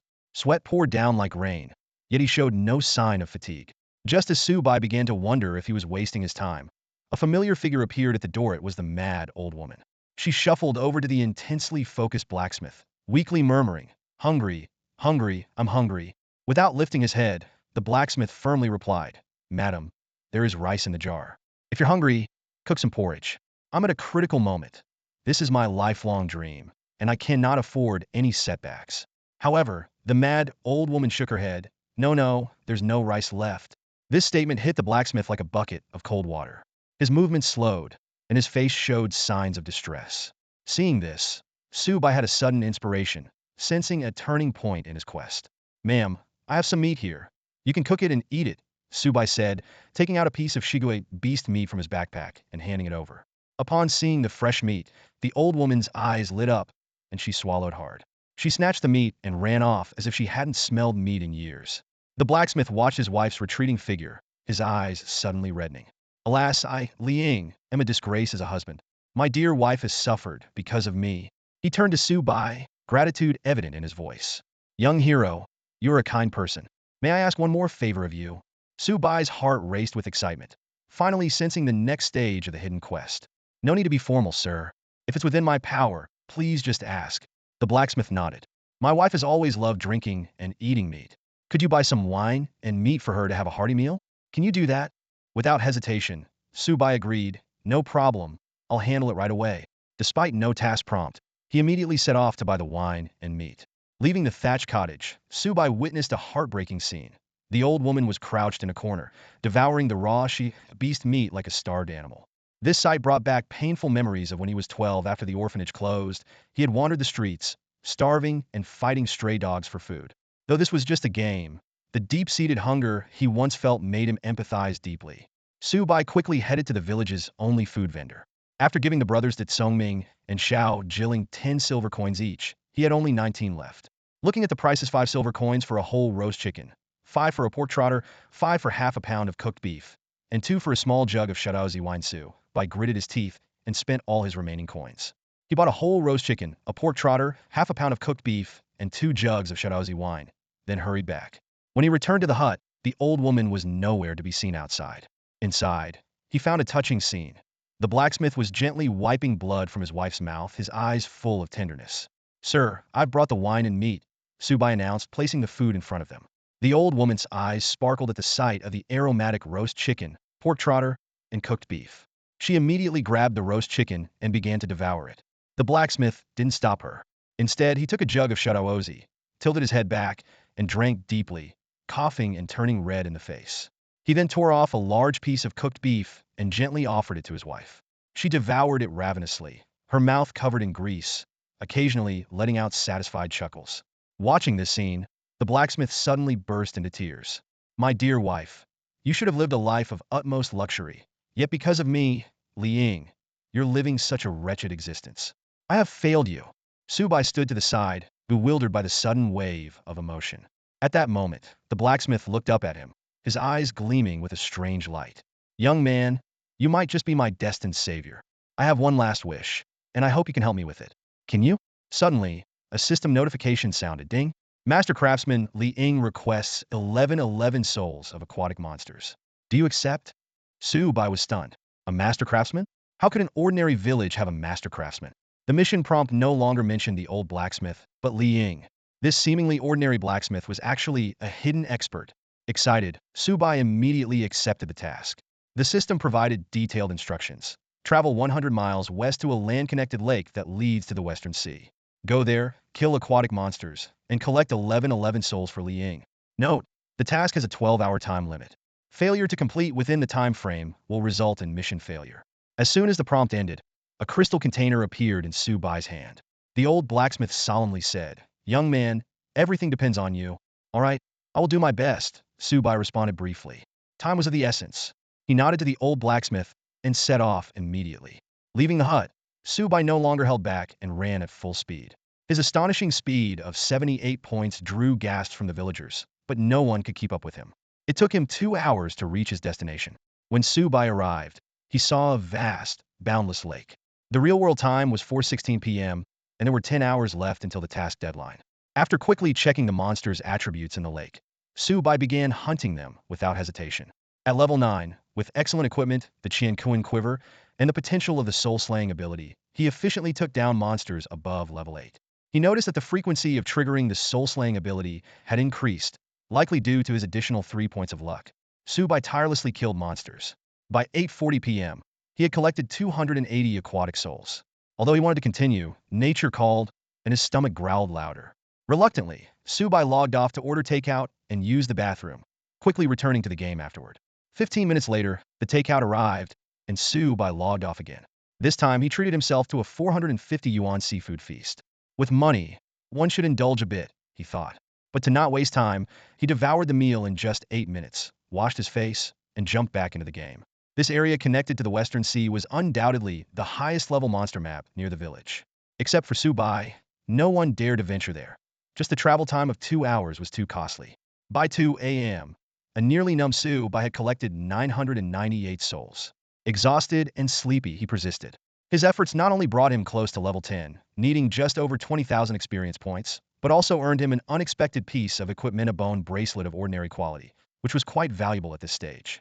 Finally, at 3 a.m., with the task deadline approaching, the container in Su Bai's hand emitted a brilliant light. He had collected 11 aquatic monster souls. He immediately used the Return to Town skill to go back to the village. Back in the village, even in the dead of night, it was bustling with activity. Many Night Owl players were leveling up, and others at the village entrance were loudly buying equipment and game currency. Su Bai headed straight for the old blacksmith's hut, eager to turn in the task, level up to 10, and leave the novice village. However, before he even entered, a pungent smell hit him. Pushing the door open, the scene inside jolted Su Bai awake. A bronze cauldron over 2 meters high had appeared on the forge. Flames roared beneath it, casting a red glow throughout the room. On the cauldron's exterior, for bloody handprints were clearly visible, unaffected by the high heat. On the ground, 2 bloodstained garments were neatly folded clothes that Su Bai recognized as belonging to the old blacksmith and his wife. "Old man?" Su Bai called out loudly, but only his echo answered him in the empty room. Gazing at the massive cauldron on the casting platform, Su Bai's attention was irresistibly drawn to the blood-stained clothes on the ground and the horrifying bloody handprints on the cauldron's surface. He held his breath, waiting, but no response came. A terrifying thought suddenly crossed his mind. Could the old blacksmith couple have jumped into the cauldron to commit suicide? After all, he had seen numerous scenes on TV where obsessed craftsmen ended up sacrificing themselves to their creations. At that moment, Su Bai noticed a piece of yellowed, wrinkled paper pinned under a stone on the dirty table. He carefully picked it up and read the simple message: "Throw the souls into the cauldron." Clearly, these were the old blacksmith's instructions. After a moment of contemplation, Su Bai took out a container holding 1,111 souls. He cautiously approached the cauldron's mouth and gently poured the souls inside. Suddenly, a system notification sounded. Ding! Congratulations on completing Li Ying's task. Reward: 50,000 experience points, 50 reputation points. Su Bai instantly leveled up to 10 and received a prompt that he could now find the village chief to leave Mortal Village. However, just then, a deafening roar erupted from the cauldron on the casting platform. The roof of the hut was blown off by a powerful surge of energy, and visible spiritual energy from heaven and earth rushed in from all directions. Inside the hut, the wind howled fiercely, causing Su Bai to stumble backward, barely able to keep his balance. Throughout Mortal Village, the weather abruptly changed. The chat channel was in chaos, with players reporting they couldn't enter the village, and even those inside were inexplicably teleported out. The commotion lasted for a minute before everything returned to normal, leaving all players baffled. Inside the hut, Su Bai witnessed the entire process. He saw the massive cauldron absorb countless amounts of spiritual energy before it began to dissolve and shrink. Eventually, it transformed into a black wooden box, 1.6 meters long and 30 centimeters wide. The box's surface was covered in strange Taoist runes, glowing with a mysterious light. Moments later, the glow vanished, and the box appeared to be an ordinary piece of decayed wood, floating in midair. Astonished, Su Bai stepped forward and gently touched the box. Suddenly, a jolt of pain like an electric shock made him quickly retract his hand. Simultaneously, the old blacksmith's voice echoed in his mind. requesting him to take this lifelong masterpiece to the Bodhi tree on the Immortal Mountain. A system prompt immediately appeared. Ding. You have triggered a Heaven Tier 9-star hidden quest. The spirit of the master craftsman, Li Ying, hopes you can fulfill his final wish.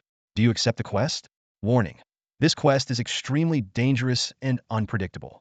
Failure may result in eternal damnation. Faced with this once-in-a-lifetime quest, Su Bai unhesitatingly chose to accept.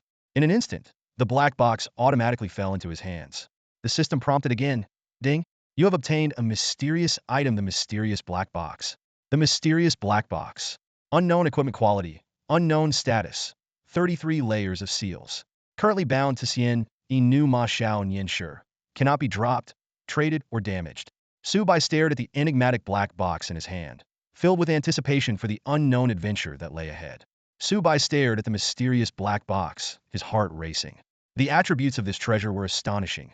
Strength, Constitution, Intelligence, Agility 100, Attack Power 10, Lifesteal 20, and all skill levels 1. Even more impressive was the Divine Gift Overlord ability, which automatically resisted control effects every 10 seconds. Just as Su Bai was reveling in excitement, the black box suddenly flew to his back and adhered tightly. A system notification sounded, announcing the successful equipment of the item, but also warning that it would siphon off 20 of his experience points. Despite feeling the pinch, Su Bai accepted this trade-off. Immediately after, an unrefusable quest appeared. Collect the true tears of the Ghost Bride within 30 days. Succeeding would lift one seal from the black box, while failure would cause the treasure to vanish, and an automatic failure of a heaven-ear hidden quest. Su Bai felt a surge of tension. He didn't want to lose this divine artifact, nor face the consequences of failing the mission.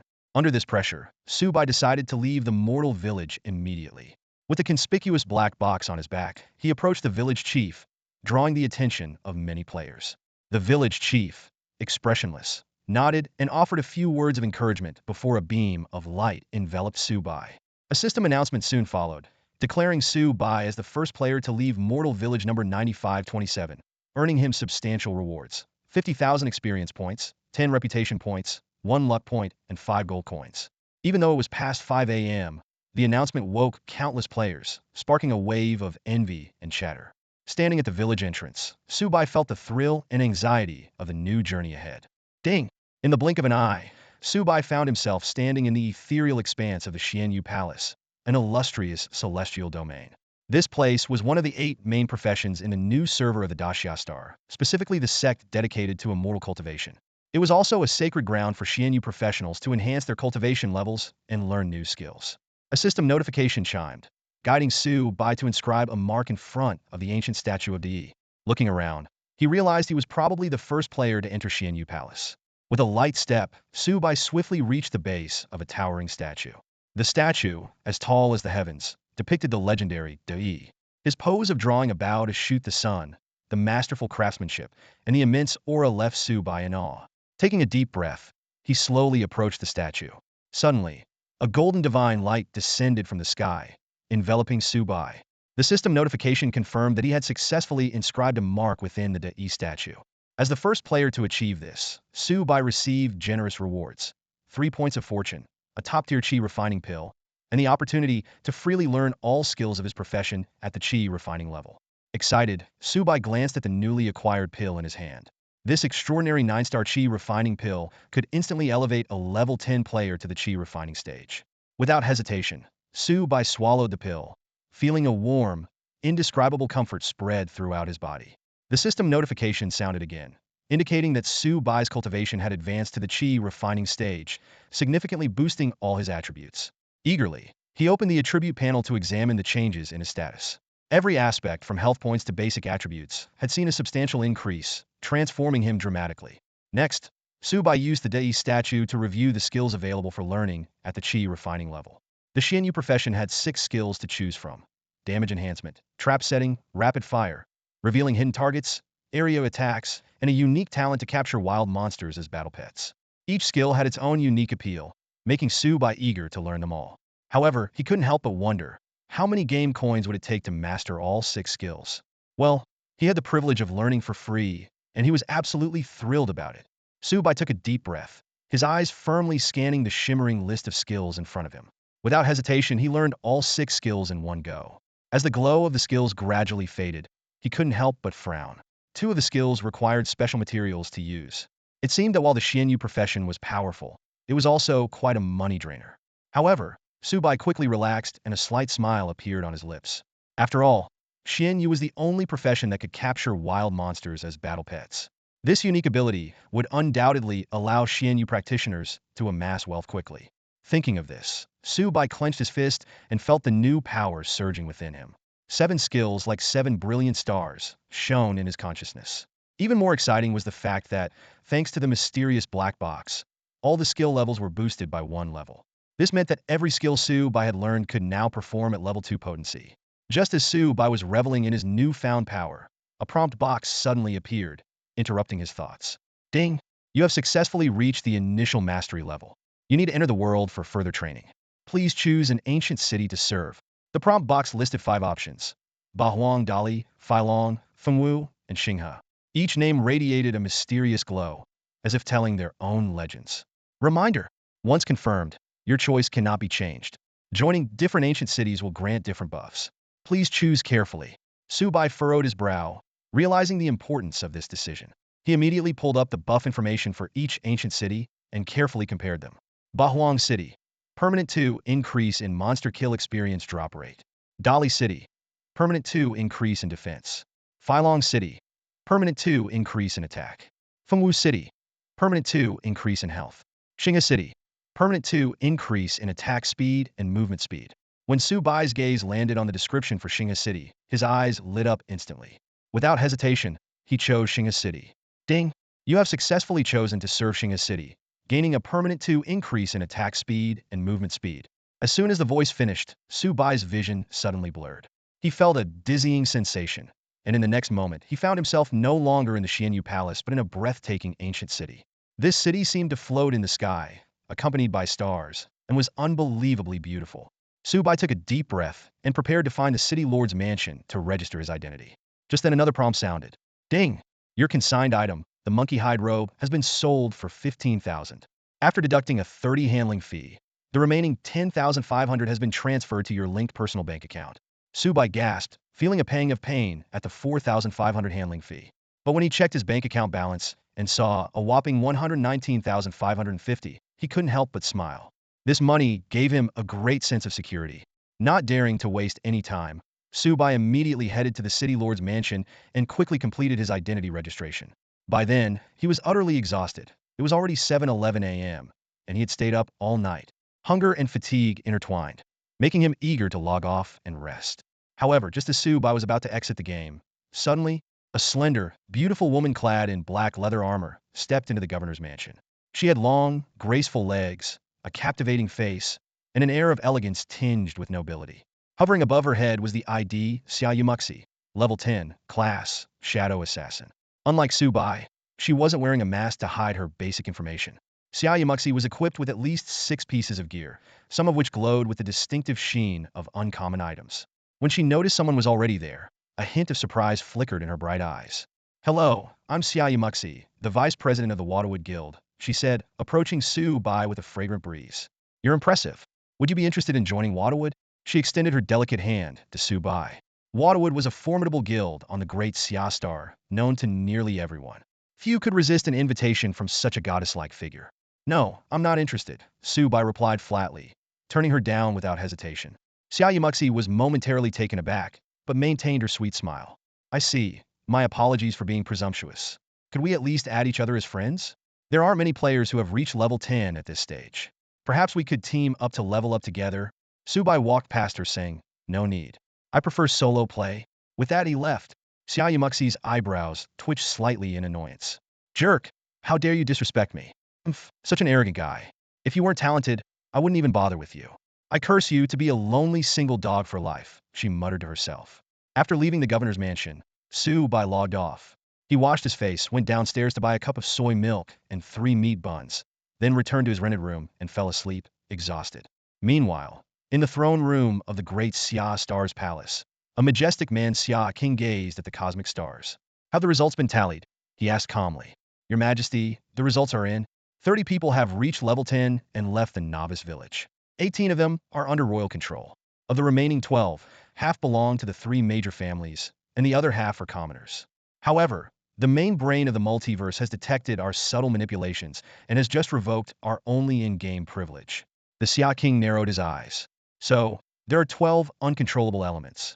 The arrival of the multiverse on our great Xia star is both an opportunity and a peril. Many star civilizations in the Cosmic Civilization Alliance have been annihilated by this game. We must not follow in their footsteps. Issue my decree. Use any means necessary to find and secure the 6 commoners. As for the 6 from the 3 major families, initiate top-secret surveillance. Report immediately if any of them show signs of being chosen by the immortals. Understood. Su Bai was jolted awake by the creaking of the bed next door. He shook his head and glanced at his phone. It was 4:35 p.m. He had slept almost the entire day. Damn!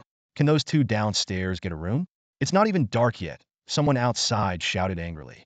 Every day at this time, making such a racket that the whole building can hear. Can't they be a bit more considerate and keep it down? Think about us poor single folks. The old self-built apartment Su Bai rented had 7 floors, with 10 units on each floor and terrible soundproofing. In Unit 404 on his floor lived a young couple whose daily entertainment sessions had become a torment for the other single tenants. Perhaps it was the shouting, or maybe the end of some activity, but room 404 finally fell silent. Su Bai shook his head. He was long accustomed to this. Now that he was awake, he got up, took a shower, and changed into some fresh clothes. Grabbing his fully charged phone, Su Bai was ready to head out for a good meal. However, as he stepped into the hallway, a sudden chill ran down his spine. At the entrance to the first-floor corridor stood a formidable figure there, landlady. Her wavy hair, barrel-like waist, and flamboyant outfit, which seemed ready to burst at the seams, created an unforgettable sight. Her imposing figure practically blocked the entire corridor. I've got some pork kidney stew and a few bottles of 1982 Dearbone wine at home. How about you join me for dinner tonight? She said, throwing him a flirtatious glance that made his hair stand on end. Ma'am, I can't accept your hospitality. Please, let me pass. I need to go out, Su Bai said, trying to stay calm, though the tension in his voice was evident. The landlady persisted. Don't you understand my feelings? I own several buildings, 5 or 6 cars, and over 30 shops. My savings are in the 8 figures. If you stay with me, all of this could be yours. Su Bai maintained a facade of integrity. Ma'am, you've got the wrong person. I'm an honest, hardworking young man who won't accept unearned luxuries. Please, let me through. He couldn't even look her in the eye, fearing her overbearing presence would ruin his appetite. Bai, unless you agree to come to my place for dinner, I'll block you here all night. You won't get past me, the landlady stubbornly declared. Exasperated, Su Bai asked, Ma'am, what exactly do you see in me? Tell me, and I'll change immediately. I don't care. If you don't come to my place for dinner tonight, you won't be able to leave this building, she demanded. Taking a deep breath, Su Bai thought, it's my damn charm. With no other option, he turned and vaulted over the second-floor railing, leaping down to the ground floor. With a loud thud, Su Bai landed but immediately cried out in pain. Ouch, damn it. Who the hell left a used condom here? He fell flat on his face. Bai, are you all right? How could you jump from such a height? Come, I'll take you to see a doctor, the landlady's voice echoed from above. Hearing this, Su Bai, despite his aching feet, rolled over and fled at an incredible speed, vanishing around the corner like a high-powered hovercar. 15 minutes later, panting outside a bustling mall, Su Bai dialed a number. Hello, is this the rental agency? I need a single apartment, something decent and ready to move into. Yes, I need it today. Money's not an issue. I'll pay extra. Call me when you have something. To avoid further harassment from his landlady, Su Bai decided to relocate immediately. After all, his rental place only had some old clothes and basic necessities. Seeing his phone, which had been charging all day but now showed a red battery level, he cursed under his breath, screw this, I'm getting a new one. He walked into a renowned electronics store and spent 28,000 yuan on the latest model, switching his SIM card on the spot. Looking at the stylishly dressed people around him, then at his own shabby appearance, Su Bai gritted his teeth and entered a clothing store, spending 50,000 yuan on 3 new outfits. Dressed in trendy new clothes, Su Bai's tall and sunny demeanor transformed, making him look like a young, handsome man who drew everyone's attention. As he left, a long-legged salesgirl shyly handed him a note with her contact info. Women will only slow me down, Su Bai thought, casually passing the note to a guy ogling some passing girls. Next, he spent 2,000 yuan at a high-end seafood buffet, enjoying a hearty meal. In a short time, he had spent 80,000 yuan but didn't care. Money comes and goes. My happiness is what matters, he mused. Just then his phone rang. The agent had found a top-notch apartment with great security and a community of young, wealthy residents. Thrilled, Su Bai added the agent on WeChat, signed the lease online, and paid a 30,000 yuan deposit and rent. With only 10,250 yuan left in his bank account, Su Bai wasn't worried. He planned to head to his new place and get back to work after his meal when he overheard excited chatter around him. Let's raise our glasses to congratulate our team captain for reaching level 10, becoming the 501st player to leave the novice village in all heavens and realms. Our captain is amazing. The entire hall erupted in cheers. The game All Heavens and Realms was immensely popular, and news of someone reaching level 10 and leaving the novice village sparked awe. Even the restaurant manager offered to waive their bill in exchange for a photo with the team captain. Given that over 1 billion players had initially joined the game, being in the top 1,000 was a remarkable achievement. Intrigued, Su Bai looked over at the captain, a young man with short hair, square face, and glasses, sporting noticeable dark circles under his eyes from 30-plus hours of non-stop gaming. Su Bai instantly recognized the man Fei Huaman Tian. They had crossed paths once in the mortal village. In the game All Worlds and Universes, players couldn't alter their appearances. Their avatars were modeled after their real faces. At that moment, a commotion erupted in the hotel lobby. Besides the manager, many excited people crowded around, eager to get Fei Huaman Tian's autograph and meet this gaming expert. Fei Huaman Tian gave a helpless smile, waving his hands. There's no need for this, everyone. I'm just an ordinary player who's had a bit of luck and worked hard. The game has just begun, and there are many better players out there. Who knows? Any of you here might surpass me one day. One of his friends couldn't help but boast. Captain, you're too modest. You're ranked 501st in the entire Desya Star server. In the future, you'll definitely be a force to be reckoned with in the game. How many people can be better than you? Exactly, Captain. There's no need for you to be so humble. You totally deserve everyone's admiration, others chimed in. Fei Huaman Tian shook his head, his expression serious. I'm not that exceptional. The one who first defeated the boss in Mortal Village is the real game master. His name is already listed among the top 10 in Xing'e City. It's a pity that even though we were in the same Mortal Village, we never got to meet him. Back then, Fei Huaman Tian had only speculated that Su Bai was nearby during the boss fight. He hadn't actually seen him. Even if he had, it wouldn't have mattered because Su Bai always wore a transformative mask. Hearing this, everyone fell silent, and the lobby grew quiet. Captain, are you talking about Xian Inu Ma Xiao Nianshi? Someone asked cautiously. Fei Huaman Tian nodded, his tone tinged with regret. Yes, he's the true master in this game.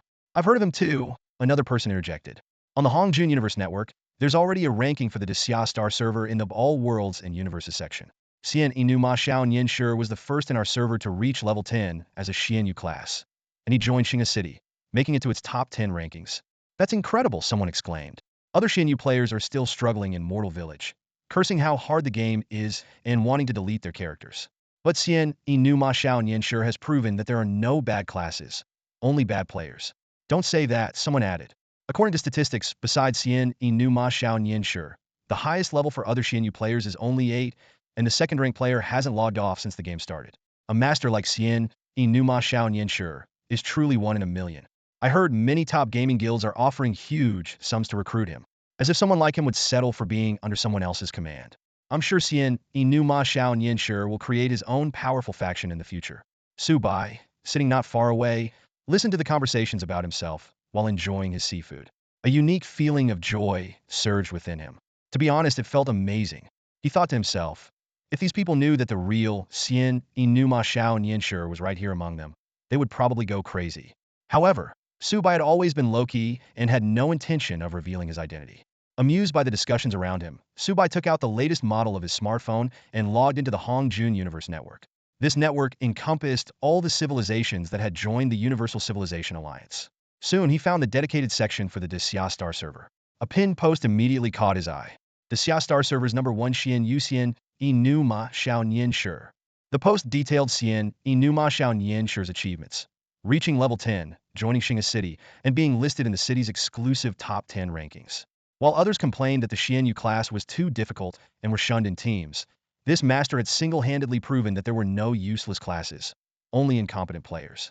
The post comments have surpassed 10 million, an astonishing level of popularity.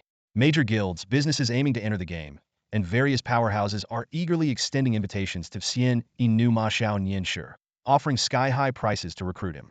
The most notable offer comes from someone named Wang, who has proposed an annual salary of 1 billion cosmic credits just to have Xian Inu Ma Xiao Nianshi as his personal game bodyguard. This comment alone has received an astounding 100 million likes. Su Bai was stunned when he saw this. He rubbed his eyes and repeatedly checked to make sure he wasn't dreaming. The fact that his in-game value had skyrocketed to such an extent left him feeling both excited and uneasy. In reality, he was an ordinary person with no power or wealth. Yet in the virtual world, he had become a celebrated figure. However, Su Bai quickly calmed down. He realized that being in the spotlight required caution. The higher one stands, the more careful one must be. If his real identity were exposed, the consequences could be dire. After lunch, Su Bai went to a high-end apartment complex, following the address sent by the agent. Before he even entered the community, several burly security guards in uniform had already fixed their eyes on him. Su Bai walked confidently towards the smart identity verification area and easily passed the facial recognition scan. Seeing this, the security guard's stern gazes softened instantly. Entering the community, Su Bai was amazed by the scenery. Carefully designed gardens, neatly trimmed lawns, uniquely shaped rock sculptures, and pavilions all showcased the high-end quality of the place. The patrolling security guards provided 24-hour protection to maintain the tranquility.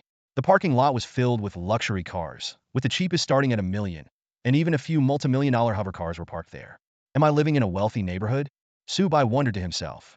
A few minutes later, he arrived at Building 8, Unit 2, Apartment 818.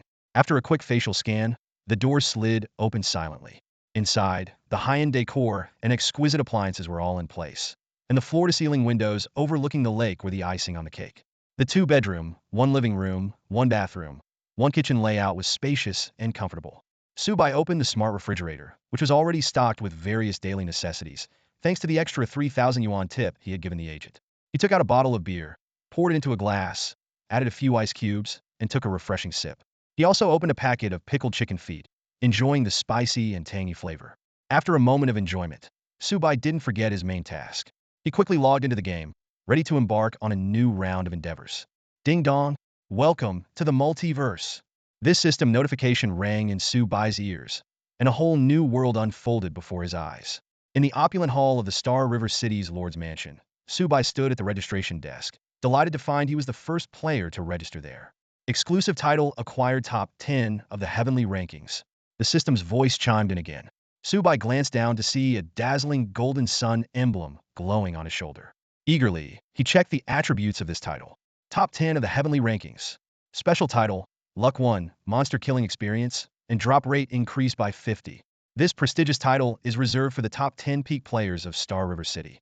It is reevaluated every 10 days and will automatically disappear if you fall out of the rankings.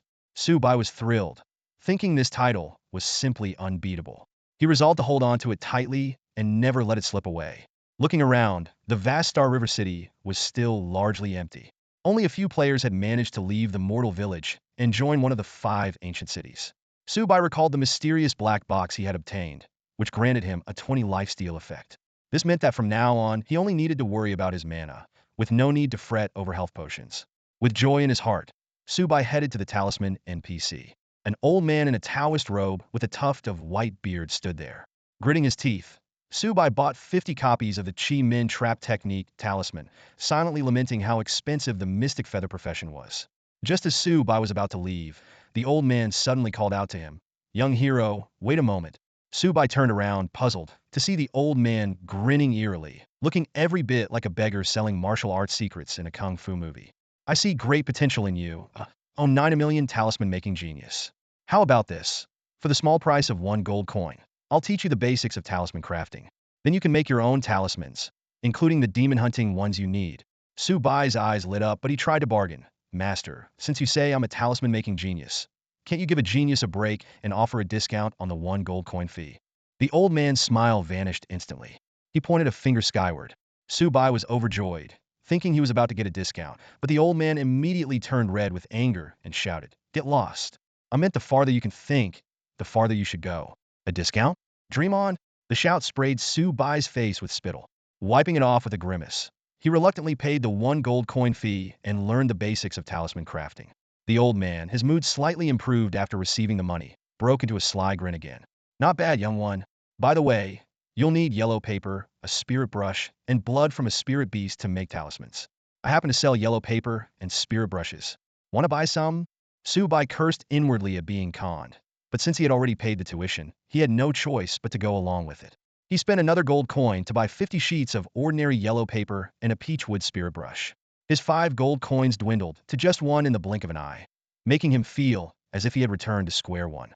Seeing this, the old man added, "Not bad, not bad. The more I look at you, the more I like you. Here's a free tip for being such a good customer. Head 100 miles east of the city, and you'll find the Fox Spirit Mountain. The fox demons there have highly spiritual blood, which will greatly increase your success rate in talisman crafting." Despite having mixed feelings about the old man, Su Bai thanked him politely. He knew that offending an NPC could lead to trouble, especially one as lifelike as this one, who might hold a grudge. Shortly after Su Bai left, a curvy, attractive woman approached the old man. Her ID read, "Xiaoyu Mushi. Grandpa, I'd like to learn talisman crafting," Xiaoyu Mushi said sweetly. The old man's eyes lit up. "Oh, such a lovely young lady wanting to learn talisman crafting. You got potential. Just give me 1 silver coin, and I'll teach you." 1 silver coin? That's so cheap. Thank you, Grandpa. Xiaoyu Mushi was overjoyed and immediately paid to learn talisman crafting. Xiaoyu Muxi managed to buy the same amount of talisman-making materials at a much lower price than Su Bai. After receiving a warning from the Whitebeard NPC, she immediately set off for Fox Spirit Mountain. As soon as Xiaoyu Muxi left, a handsome scholar with a pale face, dressed in white and holding a paper fan, suddenly appeared. Pointing his fan towards the sky, he questioned, "Old Taoist, why are you treating them differently? This goes against the rules set above."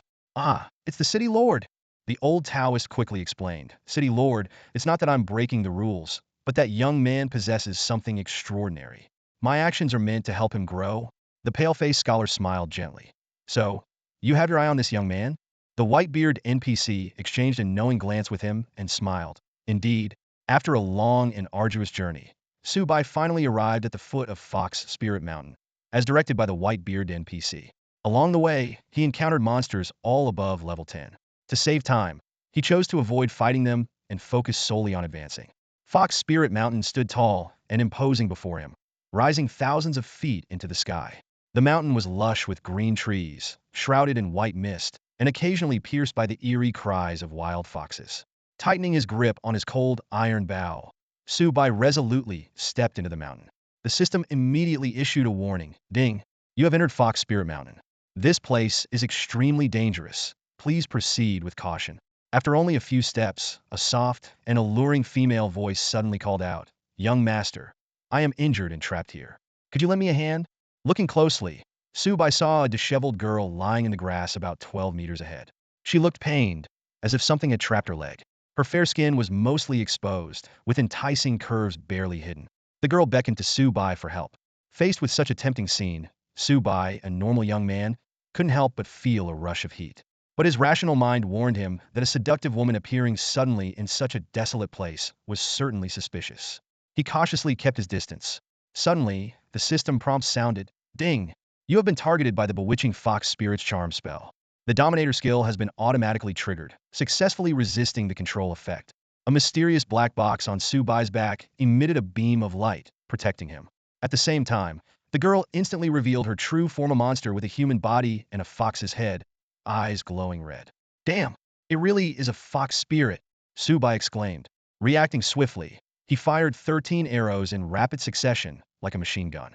The arrows whizzed through the air, hitting the fox spirit precisely, causing blood to splatter and eliciting a shrill scream.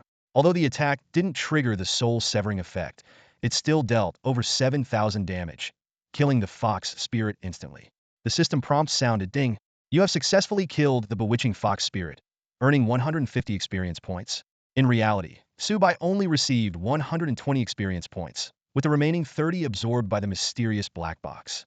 Su Bai hurried forward to inspect the fox spirit's corpse, but found that he couldn't collect any demon blood for talisman making. He only retrieved 2 copper coins from the body. "So poor," he muttered to himself, realizing not every fox spirit could provide demon blood.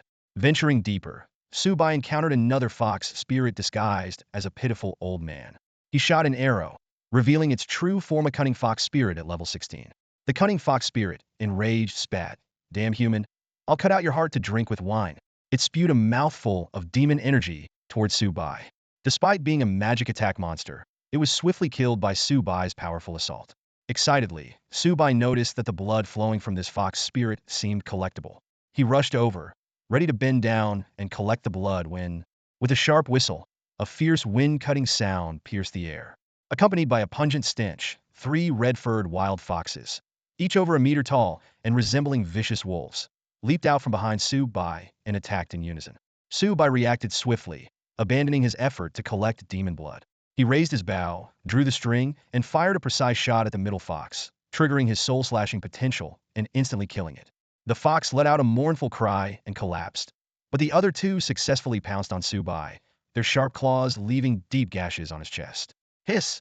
Su Bai took a sharp breath, the pain feeling incredibly real. Even at the lowest pain realism setting in the Myriad Worlds, it reached 40, but he quickly realized the damage wasn't significant. Huh? These red-furred foxes are physical attackers. Despite being a fragile Xianyu class, Su Bai had a physical defense of 186 points, making him a veritable tank. With that understanding, Su Bai decided not to dodge anymore. He stood his ground, rapidly drawing his bowstring and, under the assault of the two red-furred foxes, managed to swiftly kill them both. However, the three monsters only dropped a meager amount of experience and a few copper coins, which felt quite stingy. After dealing with the foxes, Su Bai returned to the corpse of the cunning fox demon to continue collecting demon blood. The system notification sounded, ding. Congratulations, you have collected 3 portions of spiritual chi refining realm fox demon blood. With the fox demon blood in hand, Su Bai immediately took out yellow paper and a spiritual pen to craft a demon hunting talisman. As a level 1 talisman, and given that Su Bai had just started learning talisman crafting, the system indicated his success rate was only 45. Despite the low probability, Su Bai decided to give it a try. The first attempt failed. The second attempt also failed, wasting 2 sheets of yellow paper and 2 portions of demon blood. Damn it. Am I really that unlucky? Su Bai cursed under his breath. Taking a deep breath, he started on the third attempt. This time, the system notification sounded. Ding. As the first player in Xinghe City to successfully craft a talisman, you have received a 1 luck value reward. Su Bai felt a surge of joy. This brought his luck value to 9 points, with 3 points coming from his equipment and titles. Over the next half hour, Su Bai successfully killed numerous fox demons and collected a significant amount of demon blood. Unfortunately, he hadn't encountered any capturable level 1 monsters. Just as he was considering changing locations, a pleasant female voice suddenly echoed in the Xinghe City public chat channel. It was Xia Yimuxi, the vice president of the Shuimu Nianhua Guild, who was looking to purchase demon hunting talismans. Su Bai's interest was piqued. Could she have encountered a capturable level 1 wild creature? It's worth noting that demon hunting talismans aren't sold by NPCs and must be crafted by players, with a very low success rate. More importantly, only players of the Xianyu class can use them to capture level 1 wild monsters as pets. As Su Bai pondered this, Xia Yimuxi sent another message. Shini Numa Xiaoyan sure, please accept my friend request. I need your help urgently. Su Bai was taken aback. This woman had specifically named him. Meanwhile, in a ravine map 5 miles away from Fox Immortal Mountain, Xia Yimuxi was leading 2 companions, hiding in the thick grass. The burly man beside her, Dongji Shuri, asked, Vice President, has Shini Numa Xiaoyan sure not accepted your friend request yet? Slightly annoyed, Xia Yimuxi replied, no, maybe he hasn't logged in yet? Their other companion, a woman named Xiao Liumo, silently observed the surroundings. She had fair skin, a stunning figure, and held a staff with a faint glow of a rare item, indicating she was a healer of the Xinghua class. The 3 of them waited cautiously, clearly in the midst of something important. As a top-tier healer, Xing Luo reaching level 10 so quickly is a testament to the remarkable skills of another key player in Shui Munyan Huaqiu Umo. At the bottom of the Abyss Valley, a rare level 1 wild creature, a young maba monkey, was tearing apart a small python. It had white fur on its face, black arms, legs, and tail. Despite its youth, its ferocity was evident. Not far away, a majestic adult maba monkey stood guard. This towering beast, over 2 meters tall, had black and white fur standing like steel needles. Its arms and tail whipped through the air, and the shredded corpse of a fierce beast on the ground silently testified to its savagery. Xia Yimuxi, Qiu Liumo, and Dongji Shiri crouched in the shadows, greed flashing in their eyes. If they could capture this young maba monkey, it might become the first pet in the Daxia Star server, with unimaginable value. However, without a level 10 Xianyu class present, they could only look on in frustration. What level is the highest Xianyu in Shui Munyanhua now? Qiu Mo asked. Level 8. He probably won't leave the mortal village until tomorrow, Xia Yimuxi replied helplessly. Dongji Shiri couldn't help but curse. At that moment, Xia Yimuxi suddenly exclaimed excitedly, Qingyi Numa Xiaoyan has accepted my friend request. The 3 of them brightened up immediately. Xia Yimuxi quickly contacted Su Bai, asking him to help capture this rare creature. However, Su Bai's terms left them stunned. 100,000 yuan, 5 game coins, and a piece of common gear for the Xianyu class, regardless of success. After some discussion, Xia Yumuxi reluctantly agreed to Su Bai's terms but added a condition. If the capture failed, they would only pay 1 game coin as a travel fee. Su Bai gladly accepted the proposal. He was secretly delighted, confident that with over 30 demon hunting talismans in his possession, success was almost guaranteed. This venture would not only earn him a handsome reward, but also net him a piece of gear, making it an extremely lucrative deal. Not long after, Su Bai easily found the destination by following the coordinates sent by Xia Yumuxi. He swiftly navigated through the forest and arrived at a hidden patch of grass. Xia Yumuxi and her 2 companions were hiding there, and they looked surprised to see Su Bai arrive so quickly. Little did they know, Su Bai was already near Fox Immortal Mountain, and with his incredible speed, he got there in no time. Without a word, Xia Yumuxi pulled Su Bai into the group. It was only then that Su Bai noticed the other 2 members, a burly level 10 warrior named Pajun and a stunningly beautiful level 10 sorceress named Xing Luo. Su Bai couldn't help but admire the power of their guild, Shuimu Nianhua, which could already form a formidable trio. Xia Yumuxi and the sorceress, Qiu Liumo, greeted Su Bai with polite nods. However, the warrior, Dongji Shiri, wore a scowl as if Su Bai owed him a great debt. Seeing Su Bai wearing a disguised mask, Dongji Shiri couldn't help but mutter under his breath, "Umph, hiding your face like a coward." Su Bai frowned, puzzled by Dongji Shiri's hostility. Just then, Xia Yumuxi sent a message in the team chat. "Keep it down. Our target is the little Maba monkey down there." Understanding the plan, Su Bai crept to the edge of the grass. Through the dense leaves, he saw a level 1 baby Maba monkey leisurely munching on snake meat. Suddenly, a loud noise came from the rocks ahead. Su Bai then noticed a ferocious boss Maba monkey not far away. No wonder Xia Yumuxi and her team were hiding so deeply. Xia Yumuxi continued to explain the plan in the team chat. "We'll distract the boss Maba monkey. You find a chance to capture the baby. I only have 4 monster hunting talismans, so you have 4 tries. Whether you succeed or not, retreat immediately after. We don't know the boss's attributes or level, so be very careful." She then traded the 4 talismans she had crafted to Su Bai. Although she didn't get the first crafting reward, she managed to keep pace with Su Bai. At this point, Dongji Shiri couldn't hold back and interjected with disdain. "Umph, be quick about it. Don't waste our time and precious talismans." Su Bai retorted without hesitation. "Why should you care how quick I am? Xia Yumuxi hired me, not you." Dongji Shiri's anger flared. "You bastard, demanding such a high price and now talking back to me? Do you want me to?" Su Bai cut him off. "Talking back to you? Who do you think you are? I agreed on the price up front. Xia Yumuxi, if you can't afford my fee, we can call it off." He made a show of returning the talismans to her. Sensing the tension, Xia Yumuxi quickly intervened. She sternly ordered Dongji Shiri to shut up in the team chat and gave him a warning look. Turning to Su Bai, Xia Yumuxi spoke sincerely. "Please don't misunderstand. I have no such intention. I guarantee that Shuimu Nianhua will pay you once the task is complete. Here's 1 gold coin for your trouble, regardless of success or failure." She then traded 1 gold coin to Su Bai. Although Dongji Shiri suppressed his anger, his hatred for Su Bai grew even stronger. He had never been so disrespected, especially as a core member of Shuimu Nianhua. Seeing Xia Yumuxi's genuine gesture, Su Bai's attitude softened. He nodded. "All right, let's continue." With Xia Yumuxi's command, Qiu Liumo cast a spell, enveloping the team in a warm glow.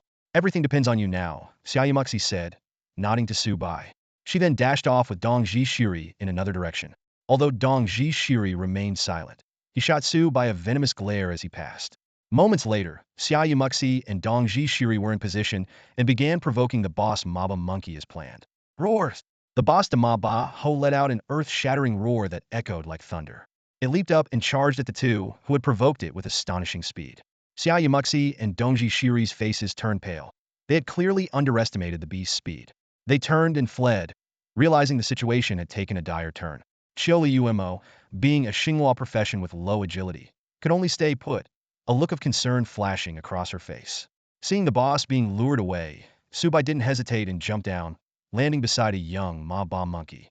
Though only level 1, the young monkey was fierce. It dropped the snake meat it was holding, eyes glaring with anger, ready to pounce. Without wasting any time, Su Bai activated his capture skill, equipped with a mysterious black box. A yellow rune circle enveloped the young monkey's head, causing it to panic and let out a sharp cry. Ding! Capture skill failed. After the first attempt failed, the young monkey broke free from the light of the rune, baring its teeth and claws as it lunged at Su Bai. Its attacks couldn't even scratch Su Bai's defenses. Unfazed, Su Bai took out another demon-hunting talisman and tried again. The second and third attempts also failed. Each failure made the young monkey more enraged. It even started climbing up Su Bai's leg, trying to bite his face. Su Bai chuckled inwardly. You want to ruin my handsome face? I make a living with this face. You little rascal. Just then, Xia Yumuxi's urgent voice rang out in the team channel. The boss is coming back. Be careful. Xini Nu Ma Xiaoyan Shi. If you can't do it, retreat. Dongji Shiri roared back in the channel. Retreat my foot. You have to capture it 4 times?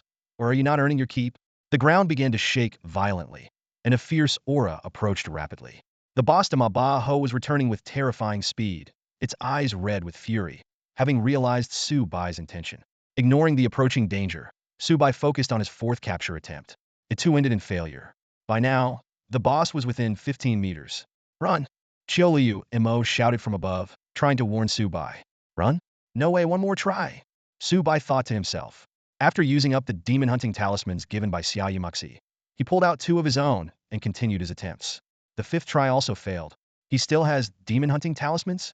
Chioliu Mo exclaimed in the team channel. Quick, help Xini Nu Ma Xiaoyan Shi by some time. He hasn't given up. Xia Yumuxi activated her absolute shadow profession sprint, dashing towards the boss like a streak of light, her dagger slicing a wound on its back. The boss roared in pain and turned to deliver a heavy blow. Seeing this, Dongji Shuri raised his shield and charged forward, activating his provoking skill. However, even the tankiest level 10 breaking army profession couldn't withstand the boss's strike. Dongji Shuri was sent flying over 5 meters, his health plummeting to near 0. Heal me quick! Dongji Shuri screamed in panic, his face turning green. At this critical moment, Su Bai's 8th attempt finally succeeded. Ding! Congratulations on successfully capturing the level 1 young Ma Ba monkey. As the first player in Xing'e City to capture a wild creature, you receive a 1 luck bonus. The young Ma Ba monkey transformed into a pet egg wrapped in runes. Xia Yumuxi and Xioliu Mo's eyes sparkled with joy at the sight. This success indirectly saved Dongji Shiri's life. Xioliu Mo's healing spell hadn't fully restored his health when the boss, about to strike him down, suddenly sensed its offspring being captured and flew into a rage. Roar! The boss de Ma Ba Ho's eyes turned blood red, its nostrils flaring with hot steam, like a beast unleashed from its cage, charging madly at Su Bai. Shiri, quickly provoke and block the boss, shouted the young man in a vibrant outfit as he swiftly retreated. Xia Yumuxi followed closely behind, launching a fierce attack at the boss de Ma Ba Ho, hoping to halt its advance.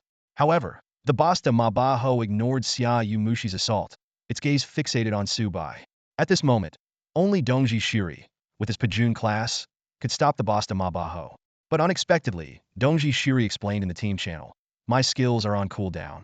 In reality, he simply didn't want to risk losing a level. Since their pet had already been successfully captured, letting Su Bai take the risk was the most cost-effective choice. Su Bai saw through Dongji Shiri's little trick, but merely smirked mischievously. He quickly turned and, with the fastest movement speed on the field and the support buff from Qioluo, UMO, sprinted towards the depths of the abyss. The boss de Ma Ba Ho couldn't catch up to him for the moment. Unable to keep up, Xia Yumuxi glared angrily at Dongji Shiri and demanded, Shiri, why didn't you stop the boss de Ma Ba Ho earlier? Dongji Shiri stammered, repeating his earlier excuse. I told you, Pajun's provoke skill is still on cooldown. But Xia Yumuxi, well-versed in skill cooldown times, didn't believe a word of it. Qioluo Umo calmly analyzed, forget it. Shiri may have been wrong, but after all, Xian Inuma Xiaoyan sure isn't one of us. Him dying once is better than Shiri dying. Besides, we paid him handsomely. 1 death isn't a big deal for him. Xia Yumuxi sighed softly. Although she agreed with Qioluo Umo's point, she couldn't help but feel a pang of guilt at the thought of Xian Inuma Xiaoyan sure potentially losing a level. But there was nothing she could do. Just then, a system notification sounded. Ding! Team member Xian Inuma Xiaoyan sure has left the team.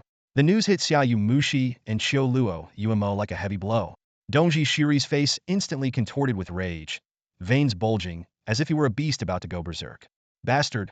Dongji Shiri roared. That scumbag took our gold coins, used our demon-hunting talisman, and dared to steal our pet. I swear I'll tear him to pieces. If Shui Munyanhua doesn't hunt him down until he deletes his account, I'll take his name.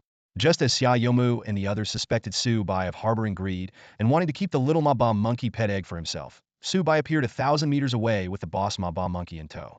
Boom! The ground shook and the trees quivered. The boss Ma Ba monkey's roar was deafening, and it chased Su Bai relentlessly, creating a whirlwind wherever it went. The commotion scared the low-level monsters in the vicinity, causing them to flee as if the apocalypse had arrived. Su Bai led the colossal beast to an open area, a slight smirk on his lips. He quickly left the party, calculating his chance to solo this rare boss. He had no intention of sharing this opportunity with Xia Yomu and the others, especially the irksome Dongji Shiri. Let's begin. Su Bai's eyes turned sharp, and his entire demeanor changed. Moving like lightning, he drew his bow and launched a fierce attack on the charging boss Ma Ba Monkey. 13 arrows shot out swiftly, striking the boss's chest like streaks of light. However, the boss Ma Ba Monkey only staggered slightly, causing Su Bai to frown and think, its physical defense is that high. With an attack power of 460, his damage output was surprisingly minimal, indicating that the boss Ma Ba Monkey had at least 400 points of physical defense. Moreover, its speed was astonishing. Su Bai had just finished using his skill and hadn't even had time to follow up with a basic attack before the ferocious boss was upon him. Staying calm, Su Bai rolled backward, narrowly avoiding the deadly strike. At that moment, the landmine he had previously set was triggered, and with a boom, the boss Ma Ba Monkey's legs were instantly mangled, enveloped in a halo of negative status effects. Although the effects were halved on the boss, it still successfully reduced its speed by 27 and caused 50 points of bleeding damage per second. Seizing this fleeting opportunity, Su Bai unleashed another skill. Cloud-piercing arrow. 8 energy arrows shot forth like a blossoming flower, all hitting the boss Ma Ba Monkey. Each arrow dealt over 300 points of damage, thanks to the cloud-piercing arrow's 1.5x armor penetration effect. Yet, the boss's health bar barely budged, still alarmingly long. Roar! Enraged by the heavy damage, the boss Ma Ba Monkey let out a furious roar. Its arms, as strong as iron, dug into the ground and lifted a massive boulder weighing 1,000 pounds. Damn, it's gonna crush me with that rock. Su Bai's scalp tingled, but he noticed that the activation probability of his soul-severing potential had stacked to 23. Gritting his teeth, he didn't retreat and continued to quickly draw his bow and shoot. 2 more arrows struck the boss's chest precisely, increasing the soul-severing trigger probability to 25. Boom! The giant boulder hurtled through the air, carrying a terrifying momentum. At the critical moment, Su Bai activated his earth walk technique, merging with the soil and burrowing 2 meters underground instantly. The boulder crashed into the ground, creating a half-meter wide and deep crater, but Su Bai remained unharmed. Hidden underground, Su Bai was pleasantly surprised to find that he could still clearly observe the situation above. The frenzied boss Ma Ba Monkey sensed his position and pounded the ground wildly. Su Bai patiently waited until the cooldowns for his lightning chain arrow and cloud-piercing arrow were over. He then quickly dispelled the earth walk technique and emerged from the ground 10 meters away. To be safe, he immediately set up a Chi Min trap under his feet. Roar! The boss Ma Ba Monkey roared thunderously upon seeing Su Bai and charged like a tiger, descending the mountain. Su Bai remained composed and decisively released the cloud-piercing arrow. 8 energy arrows all hit their mark, blooming in a burst of blood on the boss Ma Ba Monkey. The probability of triggering the Soul Sever skill increased to 33.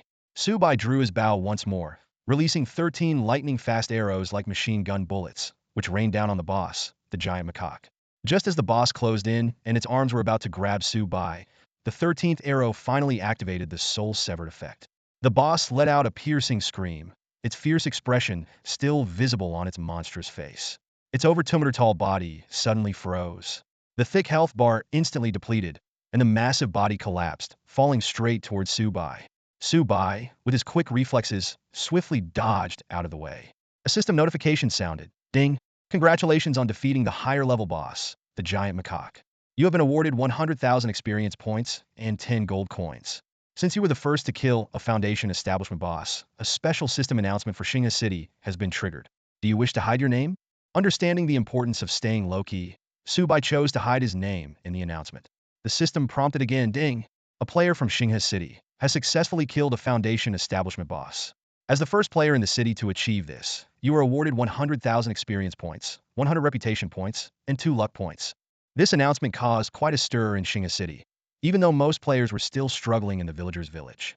The few powerful players already in Xinghe City were all shocked, speculating who could possess such strength. Meanwhile, Xia Yimuxi, Chiu Liumo, and Dongji Shiri were also stunned by the announcement. They exchanged glances and unanimously thought of one person, Su Bai. However, Dongji Shiri immediately dismissed the idea, believing that a fragile Xian, you couldn't possibly solo a Foundation establishment boss in just a few minutes. As the three discussed, Su Bai appeared, carrying a mysterious black wooden box on his back and holding a cold iron bow. He teased, "TKSK, hey, I kept sneezing on my way back. Who's been badmouthing me behind my back?" Dongji Shiri's face turned red with anger, and his hands trembled as he gripped his spear. Chiu Liumo quickly held him back, while Xiao Yumuxi greeted Su Bai with delight. Still fuming, Dongji Shiri angrily demanded to know how Su Bai had escaped the boss and insisted he hand over the pet egg. Hearing this, Su Bai instantly flew into a rage. He charged at Dongji Shiri like a whirlwind and delivered a resounding slap that sent him flying 2 meters. "God damn it. I've put up with your nonsense for long enough," Su Bai roared. "I'm a man of my word. If I wanted to keep the pet egg, would I even come back to you? Use your brain for once. Is that even possible?" The sudden turn of events left Xiao Yumuxi and Xiu Liumo in shock. They were about to intervene when they saw the usually hot-tempered Dongji Shiri uncharacteristically calm down. He got up, slapped himself, and sincerely apologized. "I'm sorry. I shouldn't have targeted you. I apologize." The unexpected reaction of Dongji Shiri left everyone present in shock. Su Bai's eyes widened, and Xiao Yumuxi and Xiu Liumo were equally stunned.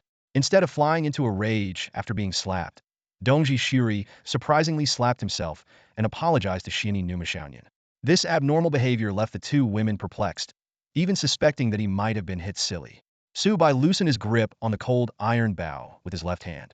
He had been ready to strike down Dongji Shiri if he acted up, but this unforeseen turn of events caught him off guard. He could only sigh and say, "Working with you really affects my mood. By the way, I need an additional reward equivalent to 4 demon hunting talismans." Pointing to Chiu Liumo, he added, "She can testify that I used 8 talismans to capture the little Maba monkey, but you only gave me 4. Chiu Liumo was momentarily taken aback, but then confirmed with Xiao Yumuxi. "That's right." Xiao Yumuxi immediately responded, "Okay, 1 demon hunting talisman is worth 50 silver coins, so that's a total of 2 gold. Let's complete the transaction now."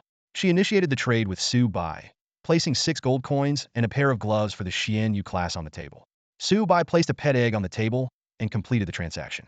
After receiving the pet egg, Xiao Yumuxi smiled excitedly and immediately transferred an additional 100,000 to Su Bai. Receiving 6 gold coins, a piece of equipment, and 100,000 in an instant, Su Bai couldn't help but feel a little thrilled. After collecting his reward, Su Bai said nothing more and turned to leave. Xiao Yumuxi and Xiu Liumo then shifted their attention to Dongji Shiri. Dongji Shiri explained, "Do you want to know why someone like me, who fears nothing, just backed down? Because the hidden expert who achieved the first kill of the Foundation establishment boss is him. I did a small hidden quest in Farron Village and acquired a special skill that allows me to view basic information of monsters and even players after being attacked. Shini Numashaunyan is already at level 12. Hearing this, Xiao Yumuxi and Xiu Liumo's eyes couldn't help but twitch. Shini Numashaunyan was only level 10 when he joined the team, and now, within a few minutes, he had already reached level 12. This confirmed that the player with the hidden name in the system broadcast was indeed him. Dongji Shiri continued, "Unless I am absolutely certain of defeating him completely, I won't provoke him again. Otherwise, our Shui Munyin Hua might end up with a formidable enemy.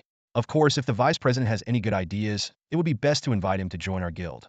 As long as he becomes a guild brother, the slap he gave me won't matter." Xiao Yumuxi walked over to Dongji Shiri, gently patted his shoulder, and praised, "Shiri, you truly are a valuable asset to our guild." She then turned to Chiu Liumo. "Sister Imo, the task of recruiting Shini Numashaunyan into our guild, I want to entrust it to you." However, Chiu Liumo shook her head. "I might not be able to do it. Perhaps only the guild leader or she herself can secure this rare talent for us." Xiao Yumuxi nodded. "All right, I will personally report this matter to the guild leader and her." Su Bai was unaware that his slap had led Dongji Shiri to confirm that he was the hidden expert who achieved the first kill of the Foundation establishment boss. After leaving Xiao Yumuxi and the others, Su Bai found a secluded spot to tally his gains. Despite 20 of the experience being absorbed by the mysterious black box after killing the boss Maba monkey, he still leveled up twice, reaching level 12. The boss dropped 21 silver coins and 2 pieces of equipment. Su Bai first examined the gloves given by Xiao Yumuxi. Scale pattern gloves. Quality, common. Health 50. Physical defense 9. Magic defense 4. Bonus, attack speed 2. Durability, 100,100. Usage requirement, Juing, Xinyu, and agility-based hidden classes. Not bad, especially the 2 attack speed boost. Su Bai immediately equipped them, feeling a slight increase in his attributes. He then began to inspect the equipment dropped by the boss Maba monkey. For Foundation establishment level boss, it only dropped 2 items. Still, it's unlikely that any of these items would be below common grade. A flicker of anticipation flashed in Su Bai's eyes as he quickly inspected the loot. The first item was a weapon named Water Song Sword. This common-grade spirit sword emitted a faint blue glow, with water-like patterns faintly visible on the blade. Su Bai carefully examined its attributes and found that not only did it have an impressive magical attack bonus, but its overall stats even surpassed his beloved cold iron bow. Though it was only a common-grade item, its value at this stage was undoubtedly extraordinary. Su Bai's attention was then drawn to the last piece of equipment, a black and white leather light armor. When he saw its attributes, he couldn't help but gasp. Spirit monkey leather armor. Extraordinary quality. Su Bai exclaimed excitedly, his fingers trembling as he touched the soft leather. This piece of equipment not only provided substantial defense bonuses, but also came with a gale effect, making it perfect for agility-based classes. Without hesitation, Su Bai took off his pitiful initial system outfit and donned a smooth-feeling spirit monkey leather armor. Instantly, he felt a change in his demeanor, as if he had transformed from a street beggar into a wealthy young master. Eagerly checking his attribute panel, Su Bai's eyes widened. His health points, spirit points, and various defense stats had all seen significant boosts. Despite being a fragile Xianyu class, his current attributes were now unquestionably top-notch among all classes. Awesome! Su Bai couldn't help but exclaim. He knew that a large part of this incredible attribute boost was thanks to that mysterious black box. With his new gear equipped, Su Bai opened the trading platform of the multiverse. After leaving the mortal village, he now had access to the entire Daxia Star server's trading information. Browsing through the myriad of purchase requests, Su Bai couldn't help but marvel at the gathering of elites and wealthy tycoons. Some were offering 500,000 coins to buy various common-grade weapons, while others were willing to pay 1 million for weapons above common grade. Su Bai calculated that his Water Song sword was probably worth at least 500,000. Thinking about this number, he felt a bit dizzy. What once seemed like an astronomical figure was now within his grasp. Continuing to browse the trading platform, Su Bai noticed an ongoing auction for a common-grade bracelet, the Sharp Bracelet. This item not only provided a considerable attack bonus, but also increased attack range. As the auction neared its end, the price had already soared to 200,000 coins. Su Bai was tempted but could only watch helplessly as it was won by a player named Windrider for 250,000 coins due to his lack of funds. Out of curiosity, Su Bai checked out this player's information and discovered that they were one of the top 10 players in the 8 Desolation City rankings, specializing in the Spirit Sword magic class. Spirit Sword? Su Bai's eyes lit up, thinking about the Water Song sword he had just acquired. He immediately sent a friend request to the player. In no time, the application was approved. A message popped up on Su Bai's game interface. The top player of the entire server, Xianyu Xian Inu Ma Xiao Nianshi, had added him as a friend. Su Bai felt both surprised and honored. Almost simultaneously, a voice message came through. The cheerful voice of Feng Qi Yunfei Yang rang in his ears. Hey buddy, anything you need help with? Su Bai didn't waste any words and directly sent a screenshot of the Shui Yin magic sword's attributes. The sword's stats glittered on the screen, clearly an exceptional piece of equipment. The next moment, Feng Qi Yunfei Yang sent a video call request. When Su Bai answered, a middle-aged man's face appeared on the screen. His features were striking, indicating he must have been quite handsome in his younger days. Wow, the man exclaimed. As expected of the top Xianyu, you managed to get such an amazing magic sword. He paused briefly before continuing. The market price for an ordinary weapon is 500,000. If you sell it to me directly, I won't let you take a loss. How about 600,000? Su Bai chuckled. If I put this weapon up for auction, the final price would definitely exceed 600,000. He paused, a sly glint in his eye. To be honest, I've had my eye on that sharp bracelet you just bought. 600,000 plus that bracelet. And the sword is yours. Feng Qi Yunfei Yang's eyes widened. Wow, you're really trying to get something out of me, aren't you? But Su Bai just grinned mischievously. Once this sword goes up on the auction platform, there's no guarantee such a fine weapon will end up in your hands. Feng Qi Yunfei Yang gritted his teeth. All right, deal, but I have one small condition. Let's hear it. Of course, I won't let you help for nothing. Feng Qi Yunfei Yang explained. You can choose either a commission or 20 of the treasures from the hidden treasure quest. Hearing this, Su Bai's eyes lit up. He was no longer the Su Bai who couldn't even afford rent. Deal. I'll take 20 of the items from the hidden treasure quest. Feng Qi Yunfei Yang laughed. Great, it's a deal. To Su Bai's surprise, Feng Qi Yunfei Yang immediately transferred 600,000 and mailed the sharp bracelet. This level of trust made Su Bai feel a warm sense of appreciation. Not wanting to betray that trust, Su Bai promptly sent over the Shui Yin magic sword. The transaction was completed, and both parties were extremely satisfied. At 7:30 p.m., Su Bai wrapped up his busy day. He logged off to have dinner, took a shower, and enjoyed a chilled bottle of soda. Glancing at the time, he quickly logged back into the game. The sight of Xing'a City made Su Bai's eyes light up. Once empty and desolate, the streets now had a scattering of players. Although the number was small, it breathed life into the virtual city. Some players had already surpassed level 10, breaking free from the constraints of the mortal village. Looking around, Su Bai realized he was still an anomaly at level 12, with no hidden quests or bosses to farm. He had painstakingly accumulated over 30,000 experience points throughout the day, two-thirds of which had been fed to that mysterious black box. The 200,000 experience points required for level 13 still seemed a distant goal. Despite wearing a disguise mask that hid his appearance and basic information, Su Bai's high-end gear and the conspicuous heavenly top 10 emblem on his shoulder attracted quite a few glances. Some players couldn't resist the urge to approach him. Feeling the pinch of the initial 10-slot inventory space, Su Bai found an NPC to expand his inventory. He gritted his teeth and spent 3 gold coins to increase it to 30 slots. Only 10 slots for 1 gold coin? The system is really greedy, Su Bai muttered to himself. Just as he was lamenting the system's greed, a voice chat request from Feng Qi Yun Fei Yang popped up. You can come to Bahuang City now. Coordinates 897,948. Oh, and the teleport fee across the ancient city is 1 gold coin. Do you have it? What? The teleport fee is that high? Su Bai asked in surprise. Don't worry about it. Feng Qi Yun Fei Yang replied cheerfully, promptly sending Su Bai a 5,000 yuan red envelope. According to the current game currency exchange rate, 1 gold coin was worth exactly 5,000 yuan. Su Bai hesitated. He needed gold coins more than cash. After all, he already had 710,000 yuan in his account, which was quite comfortable.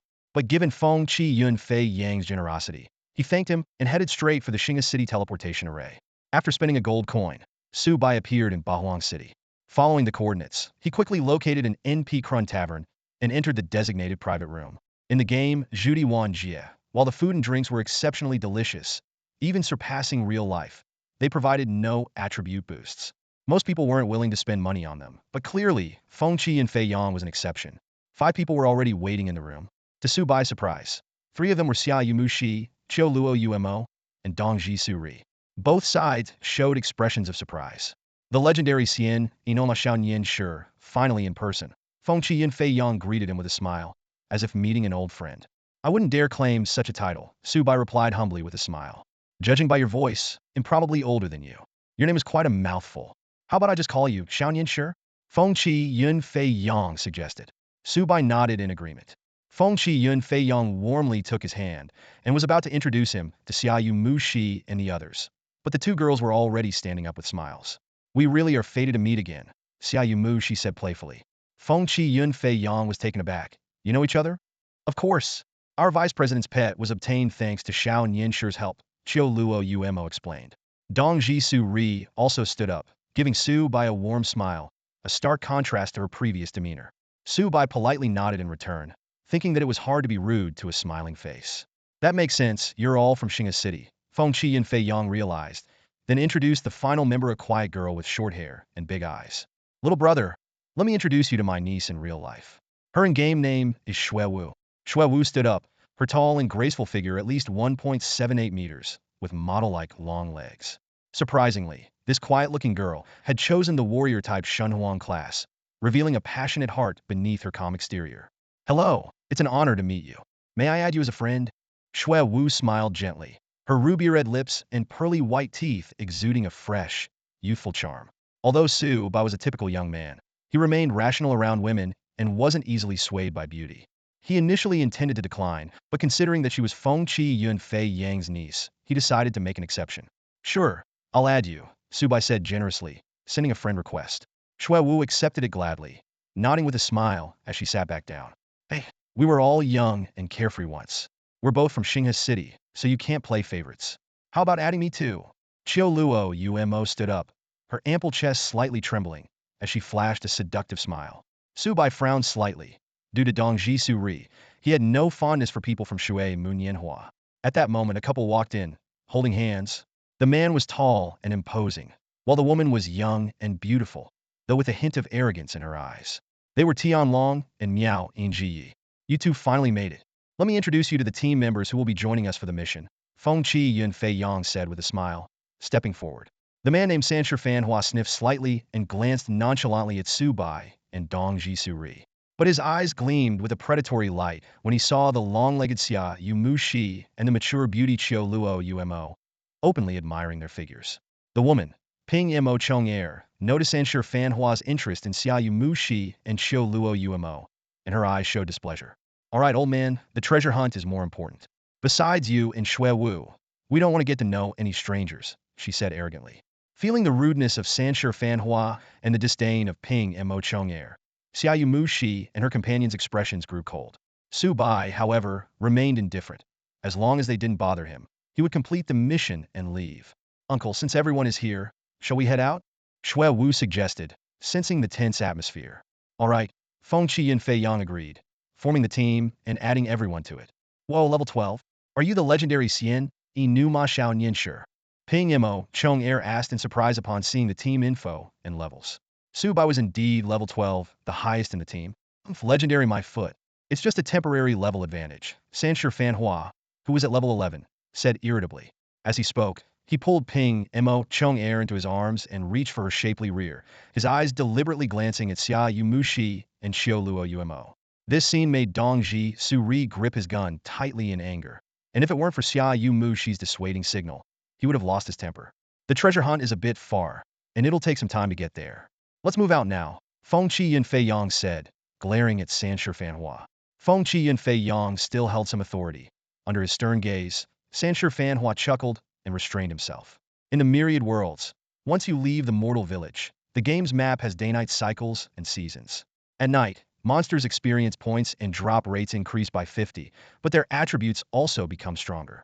Leaving Ba Huang City, it took Su Bai and his team nearly 3 hours just to get close to the mission site. The nighttime monsters were numerous and aggressive, attacking players on sight. This top-tier team had to battle monsters while traveling, which took up much of their time. Suddenly, from the eerie, dark forest ahead came a woman's wailing, as chilling as a ghost's cry. It was so terrifying that a timid player traveling alone might be scared to death. The mission prompt says the entrance to the treasure cave is in this haunted forest's Yinming tomb. We need to kill the night crying woman here to get the key to the Yinming tomb, Feng Qi and Fei Yang said excitedly, pointing towards the source of the ghostly wails. Su Bai, who had been silent, perked up at this. Haunted forest, night crying woman, Yinming tomb? He wondered if the true tears of the ghost bride he was searching for might have clues here. As the group stepped into the ghostly forest, a chilling cold instantly swept through them, causing everyone to shiver. The eerie wails echoed among the trees, as if countless tormented souls were crying. Dongji Shiri led the way, with Shiwu right behind him. Xia Yumuxi hovered around Su Bai, Feng Qi and Fiyang, Chilo Yimuo, and Ping Mo Chonger. Sishi Fanhua brought up the rear, his sinister eyes occasionally glancing at Xia Yumuxi and Chilo Yimuo. Su Bai pondered silently. In the game, the Pajun class excels in physical defense, while the Tianlong class is unmatched in magical defense. As he was deep in thought, Xia Yumuxi's pet, a small horse monkey, suddenly bared its teeth and let out an angry howl toward the sky above them. Monsters incoming! Right above us! Xia Yumuxi shouted warily. No sooner had she spoken than a bone-chilling wail descended from the sky. Everyone froze, and a confused status icon appeared above their heads. The system notification sounded. Ding! You have been confused by the night wailer's ghostly sound and cannot react for 3 seconds. Feng Qi and Fei Yang and the others turned pale. Before they could react, 8 figures descended from the sky night wailers, with waxen faces, disheveled hair, and clad in white. As the group faced imminent danger, Su Bai, protected by a mysterious black box, avoided the ghostly confusion. He quickly unleashed a cloud-piercing arrow, sending a fan of radiant energy arrows at the 8 night wailers. 2 arrows triggered the soul-severing potential, instantly killing 2 night wailers, while the remaining 6 were pushed back. Su Bai frowned, noting the night wailer's formidable defenses. He then cast a lightning chain arrow, targeting 1 night wailer with a fierce assault. Although the first 6 arrows dealt minimal damage, the 7th arrow triggered soul-severing again, taking down another night wailer. As the 3-second confusion wore off, the rest of the team regained their mobility. Feng Qi and Fiyang gave Su Bai a thumbs up, praising, "Kid, if it weren't for your quick action, we'd be in deep trouble." With that, he immediately targeted a night wailer, unleashing a powerful fire spell. Dongji Shuri, wielding a shield, bravely charged into the midst of the remaining 5 night whalers, activating his Pajun taunt skill to draw their aggro. He also captured the night whaler's attribute information and shared it with the team. Night whaler low-level ghost. Level 17. Realm Chi refining stage. HP 5500. Physical defense, 260-40 damage reduction. Magical defense, 150. Skill, ghostly whale confusion. The attribute information revealed that these night wailers were the spirits of innocent women who had died with grievances. Refusing to reincarnate, they turned into wandering ghosts, venting their resentment on anyone they encountered. Understanding the night wailer's attributes, Su Bai realized why his physical attacks were so ineffective. The other team members also sprang into action. Xiaoyumuxi, Dongji Shiri, and Xiuwu, all physical attackers, found their damage against the night wailers equally limited. Particularly Dongji Shiri, the tank with full vitality points, could barely inflict 10 points of damage per hit. Sishi Fan Hua used an area attack skill, dealing over 130 points of damage to each of the 5 night wailers. As a Tianlong class, he was a tank too, but with dual proficiency in both physical and magical attacks. He couldn't resist taunting Dongji Shiri, who scowled in response. Chili Yumuo focused on healing Dongji Shiri, while Ping Mo Chonger began casting buffs for the whole team. Although the Miao Yin class's healing wasn't as strong as Xing Luo's, their excellent support and debuffing abilities were second to none. Ding! Su Bai instantly felt a warm surge throughout his body, boosting all his attributes by 10. His health shot up to 2,300, attack power to 556, physical defense to 280, and magic defense to 86. The effect of Miao Yin's buff was truly astonishing. Once the team stabilized their formation, the remaining 5 Nightcry women were quickly dealt with, dissolving into experience points in the air. Despite it being the night period with a 50 boost to experience and drop rates, only a few copper coins were dropped with no equipment. Su Bai couldn't help but curse the abysmal drop rates of the Myriad Worlds in his heart. At that moment, Sancher Fanhua suddenly fixed his gaze on Su Bai and said, "Hey, fresh clothes gallant, I'll give you 50,000 bucks if you answer a question for me." As soon as he spoke, the entire team's attention was drawn to him. The Nightcry women have 5,500 health and physical damage reduction. How did you manage to one-shot 2 of them with a single skill? Sancher Fanhua pressed on, recalling the moment of crisis when Su Bai had astonishingly killed 2 Nightcry women instantly with a cloud-piercing arrow. Not only Sancher Fanhua, but others like Feng Qi and Fei Yang were also curious. Sancher Fanhua continued to tempt. Just answer the question, and the 50,000 bucks are yours. What? Is it not enough? Shui Wu immediately stood up and glared at Sancher Fanhua, saying, "Fanhua, everyone has their secrets. It's rude to pry into other secrets. Know your limits." Sancher Fanhua laughed and defended himself. "Haha, Shui Wu, I'm just joking. Fresh Clothes Gallant is the top Xinyu player. He's magnanimous and surely won't mind, right?" Su Bai sneered in response. "Oh really? How about I give you 50,000 bucks, and your woman spends a night with me? You're so generous. I'm sure you wouldn't mind, would you?" Ping Mo Chong Air was instantly furious. "Bastard, you're talking nonsense. What do you take me for?" Sancher Fanhua, however, revealed a sinister smile, took a few steps forward, and suddenly shoved Ping Mo Chong Air towards Su Bai. She screamed, about to fall into Su Bai's arms, but he deftly sidestepped, letting her fall to the ground. Sancher Fanhua said coldly, "You want to play with my woman? No need for 50,000 bucks. Just tell me your secret for killing the monsters, and she's yours for the night." Ping Mo Chong Air, fallen on the ground, lost her arrogance, her eyes reddening with anger as she glared at Sancher Fanhua. Su Bai coldly smiled. "Sorry, I have a cleanliness obsession. I don't touch things others have used." Sancher Fanhua's eyes turned icy. "Are you messing with me?" The atmosphere in the team instantly grew tense. As the team leader, Feng Qi Yun Fei Yang finally stepped forward, his face dark, and shouted, "Enough. I called you here to do a mission, not to put on a drama. From now on, anyone who causes discord is disrespecting me. Anyone who disrespects Feng Qi Yun Fei Yang can get lost immediately." His gaze was fixed on Sancher Fanhua, as all the discord had been stirred up by him. Sancher Fanhua coldly glanced at Su Bai, then stepped forward to pull Ping Mo Chong Air up from the ground. She angrily shook off his hand and glared at Su Bai with resentment. The scene became awkward, with only Dong Ji Su Ri secretly pleased, feeling a sense of satisfaction seeing Sancher Fanhua humiliated. After this farce, the team's atmosphere dropped to freezing point, with everyone focusing on finding the Nightcry women in the Ghost Forest, hoping to quickly get the key to the Yinming tomb. Finally, at 11:41 p.m., they succeeded. Despite the late hour, the team remained energetic. Feng Qi Yun Fei Yang picked up the key and suggested, "Let's all log off for a 10-minute break, then enter the Yinming tomb together." Any objections? Considering they had been online for several hours continuously, everyone needed a short break to rest, grab a bite, and take care of biological needs. Everyone agreed to the proposal. As the others logged off one by one, Su Bai was also preparing to exit the game. At that moment, Sancha Fan, with only players still online in the game, called out to Su Bai, who was about to leave. In the prime of youth, Sanchafanua's voice carried a hint of arrogance. I can tell you're a rare talent. How about working for me? Name your terms. He continued, his tone exuding confidence. Trust me. If you work for me and become a friend of the Beiching family Beiching, Huayu won't regret this choice. Don't rush to refuse. I'll give you 3 days to think it over. Before Su Bai could respond, Sanchafanua's figure vanished from the game. Su Bai stood there, stunned, with the conversation echoing in his mind. Beiching Hua? The young master of the Beiching family. One of the 3 major superfamilies on the Summer Star, second only to the royal family? Even as an ordinary person, Su Bai was not unfamiliar with the Beiching family. This family's influence extended across various industries on the Summer Star. New energy, electricity, mining, real estate. Even the high-end apartment Su Bai was currently renting was a minor asset of the Beiching family. Beiching Hua, the playboy frequently seen in online news. No wonder Su Bai found Sanchafanua somewhat familiar. However, what surprised Su Bai was that even someone with such an illustrious background seemed to hold Finky Unfeeing in some awe.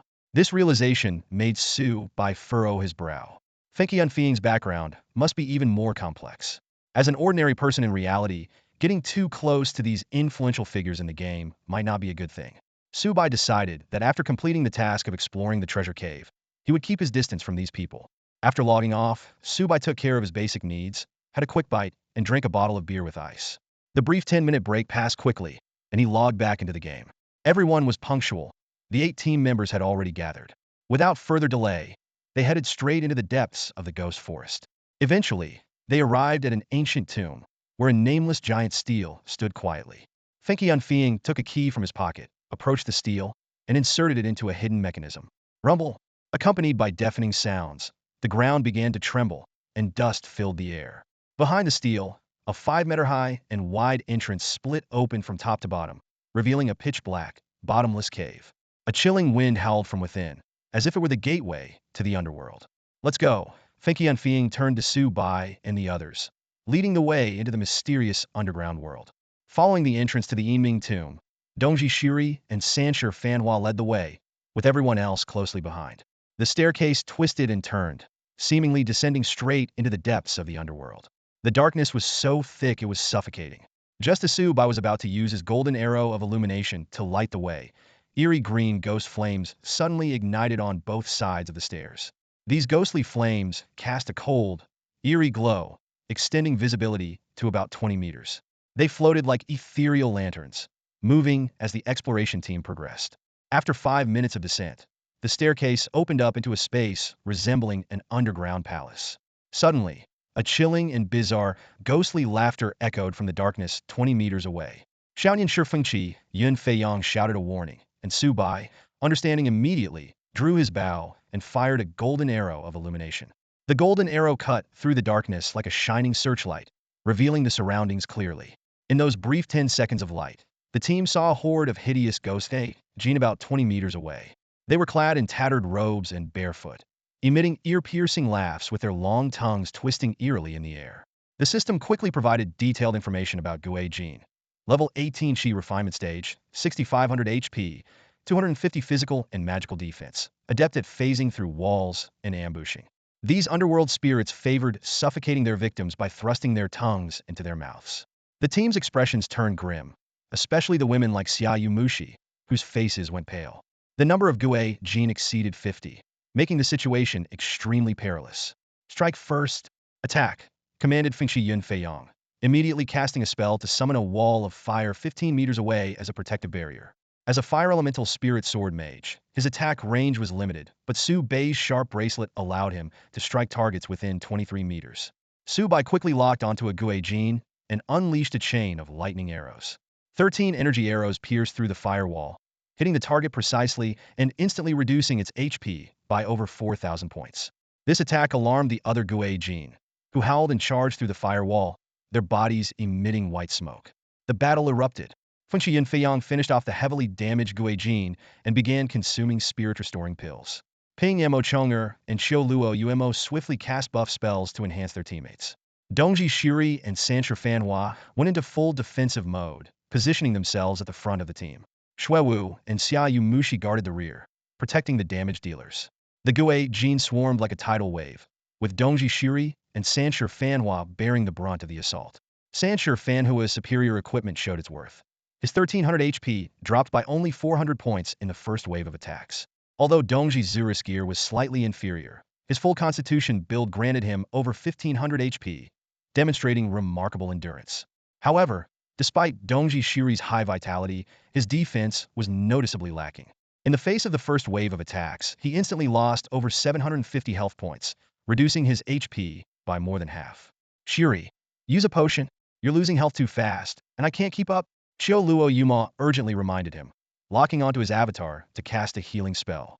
Seeing this, Xiaoyu Mu she immediately commanded, "Little guy, go up and help share the load." Her pet, a small horse monkey named Baba, quickly rushed to the front lines. This level 8, 1.5-meter tall creature bravely attracted the attention of two Gue Jin. "They're under too much pressure. Protecting the rear is up to you now," Shui Wu said, gripping her heavy sword and swiftly moving to reinforce the front line. Facing the swarming Gue Jin, Su Bai unleashed his full firepower. He raised his hand and fired a cloud-piercing arrow, sending 8 energy arrows flying through the Gue Jin in front of Dongji Shiri and Sancher Fanhua. Each arrow dealt over 1,000 damage, creating a spectacular scene as numerous Gue Jin screamed in agony. 3 of the arrows triggered the soul-slaying effect, instantly killing 3 Gue Jin. The cloud-piercing arrow is my strongest AoE skill right now. It seems the potential soul-slaying effect has a high trigger rate on non-boss monsters. Bosses might have hidden resistances, Su Bai thought to himself, maintaining a steady 1-euro per skinned attack rhythm. Even without triggering soul-slaying, he could consistently deal 270 damage per shot, with critical hits reaching over 500. Feng Qi Yun Fei Yang, another main damage dealer, used his water chant sword to deal over 300 damage with each fire-based skill. He adeptly finished off the Gue Jin that Su Bai had weakened. With their seamless cooperation, the number of Gue Jin quickly dwindled, turning into experience points. The situation temporarily stabilized as Dongji Shiri and Sancher Fan Hua continuously consumed health potions, with Qiu Luo Yuma and Ping Mo Chong Air providing sustained healing support from the rear. Just as Xiaoyu Mu she was considering whether to leave Su Bai's side to increase her damage output, 3 Gue Jin suddenly used a skill to bypass the front line and head straight for the back. Xiaoyu Mu she showcased her skills as the vice president of Shui Mu Nianhua, quickly activating sprint to intercept them. Her dagger struck the backs of the 3 Gue Jin with deadly precision. The injured Gue Jin immediately targeted her. However, Xiaoyu Mushi's defense was far inferior to that of the frontline tanks. With only 650 HP, she was on the verge of collapse after taking 2 hits and hurriedly took a rejuvenation pill. Su Bai reacted the fastest, instantly releasing his lightning chain arrows, whose cooldown had just reset, to take down one of the low-health Gue Jin attacking Xiaoyu Mushi. He followed up with a normal attack that luckily triggered the soul-slaying effect, instantly killing another. The remaining Gue Jin was no longer a threat, and Xiaoyu Mushi handled it with ease. She flashed a grateful smile at Su Bai, her eyes sparkling with joy. "Ha! Asking you to help me with this quest was a wise choice. Otherwise, there's no way we could have cleared this treasure cave today." Feng Qi Yun Fei Yang exclaimed excitedly. Su Bai continued attacking, while joking, "Old man, verbal praise is nice, but real rewards are better. How about giving me an extra share of the loot from the treasure cave? I'll take 30 instead of 20. Feng Qi Yun Fei Yang snorted. "Guwen, I can give you more money, but an extra share of the treasure? No way. I have money, but I won't give up more of the treasure." Su Bai chuckled, silently acknowledging the old man's wealth. He wasn't greedy and had only been joking. He didn't need extra compensation. With Su Bai's powerful support, the group of Gue Jin fell within 8 minutes, turning into experience points. While clearing the battlefield, the usually quiet Shui Wu suddenly exclaimed, "There's a piece of equipment." She shared a screenshot in the team channel. It was a pair of non-graded boots. Though their attributes were average, they were a valuable find in the current scarcity of equipment. Feng Qi Yun Fei Yang, who had already purchased a pair of common-grade boots, suggested that Qiu Luo Yuma and Ping Mo Chong Air roll dice to decide who would get the boots. Qiu Luo Yuma won with a roll of 66 against Ping Mo Chong Air's 65, claiming the boots. Ping Mo Chong Air stomped her feet in frustration. After distributing the loot, the group took a short break before moving on. They defeated 3 more waves of Gue Jin and arrived at a chamber resembling a sacrificial altar. In the center floated a Nanmu coffin, with several white-robed, ghostly figures kneeling below, holding human skin oil lamps, motionless. Feather-clad ghost. Elite ghost. Level 19. Realm. Chi refining stage. HP 11,000. Physical defense 350. Magic defense 300. Skills. Ghost pounce recovery. These were elite ghosts from the underworld, devout servants of the first layer guardian of the Yinming tomb, Wang Xiang. Only by defeating them could they gain the right to challenge Wang Xiang. Just as Feng Qi Yunfei Yang was about to discuss tactics, Su Bai interrupted. I'll handle 2 feather-clad ghosts. The other 2 are yours. Before anyone could react, Su Bai had already locked onto the 2 leftmost feather-clad ghosts and drawn his bow. No way, are you kidding me? That's 4 mini-bosses. Feng Qi Yunfei Yang's eyes widened in disbelief. The rest of the team looked equally shocked, but Su Bai didn't hesitate for a second. He raised his hand and unleashed a cloud-piercing arrow. The arrow tore through the air with a force that could shatter stone, hitting the 4 feather-clad ghosts dead on. Damage numbers popped up above their heads. All over 400. The previously dormant mini-bosses were suddenly agitated, turning towards Su Bai with menacing, demonic expressions. Their eyes glowed with a malevolent light, locking on to Su Bai as their target. Yet, Su Bai remained unfazed. He quickly laid down a Qi Min Dunjia trap at his feet, then raised his frost iron bow again, aiming a lightning chain arrow at one of the ghosts. The sound of the bowstring vibrating was like the rapid fire of a machine gun. By the time the 9th arrow hit its mark, the soul-reaping effect was triggered. A system notification sounded. Ding! Congratulations to team member Xian Inu Ma Xiao Yin Shi for killing the feather-clad ghost with 100 personal damage contribution. You have earned 50 experience bonus and 10 reputation points. With just 2 skills, Su Bai had taken down one of the mini-bosses, leaving everyone else stunned. But there was no time to dwell on it, as the remaining 3 ghosts charged at Su Bai with ferocity. Feng Qi Yunfei Yang quickly snapped to action, shouting, Quick, Shuri, Fanhua, each of you take 1 ghost. Dongji Shuri and Sanshi Fanhua immediately raised their shields and charged, intercepting 1 ghost each. That left only 1 ghost rushing towards Su Bai. Staying calm, Su Bai continued to draw his bow, firing arrow after arrow at the approaching ghost. By now, the soul-reaping trigger chance had stacked to 17. The ghost suddenly used its ghost pounce skill, transforming into a gust of dark wind and surging forward. Su Bai quickly fired another arrow and then raised his frost iron bow defensively. Boom! The powerful dark wind collided with Su Bai, sending him flying back as if hit by a frigid wave. Pain surged through his chest. It wasn't that Su Bai didn't want to dodge. The ghost speed and lock-on skill made it impossible to avoid. The ghost damage was so high that only Su Bai, Dongji Shuri, and Sanshi Fanhua could withstand a few hits. However, the ghost also triggered Su Bai's Qi Min Dunjia trap, falling into a slowed state. Being a ghost, it didn't bleed, but the slowdown was significant.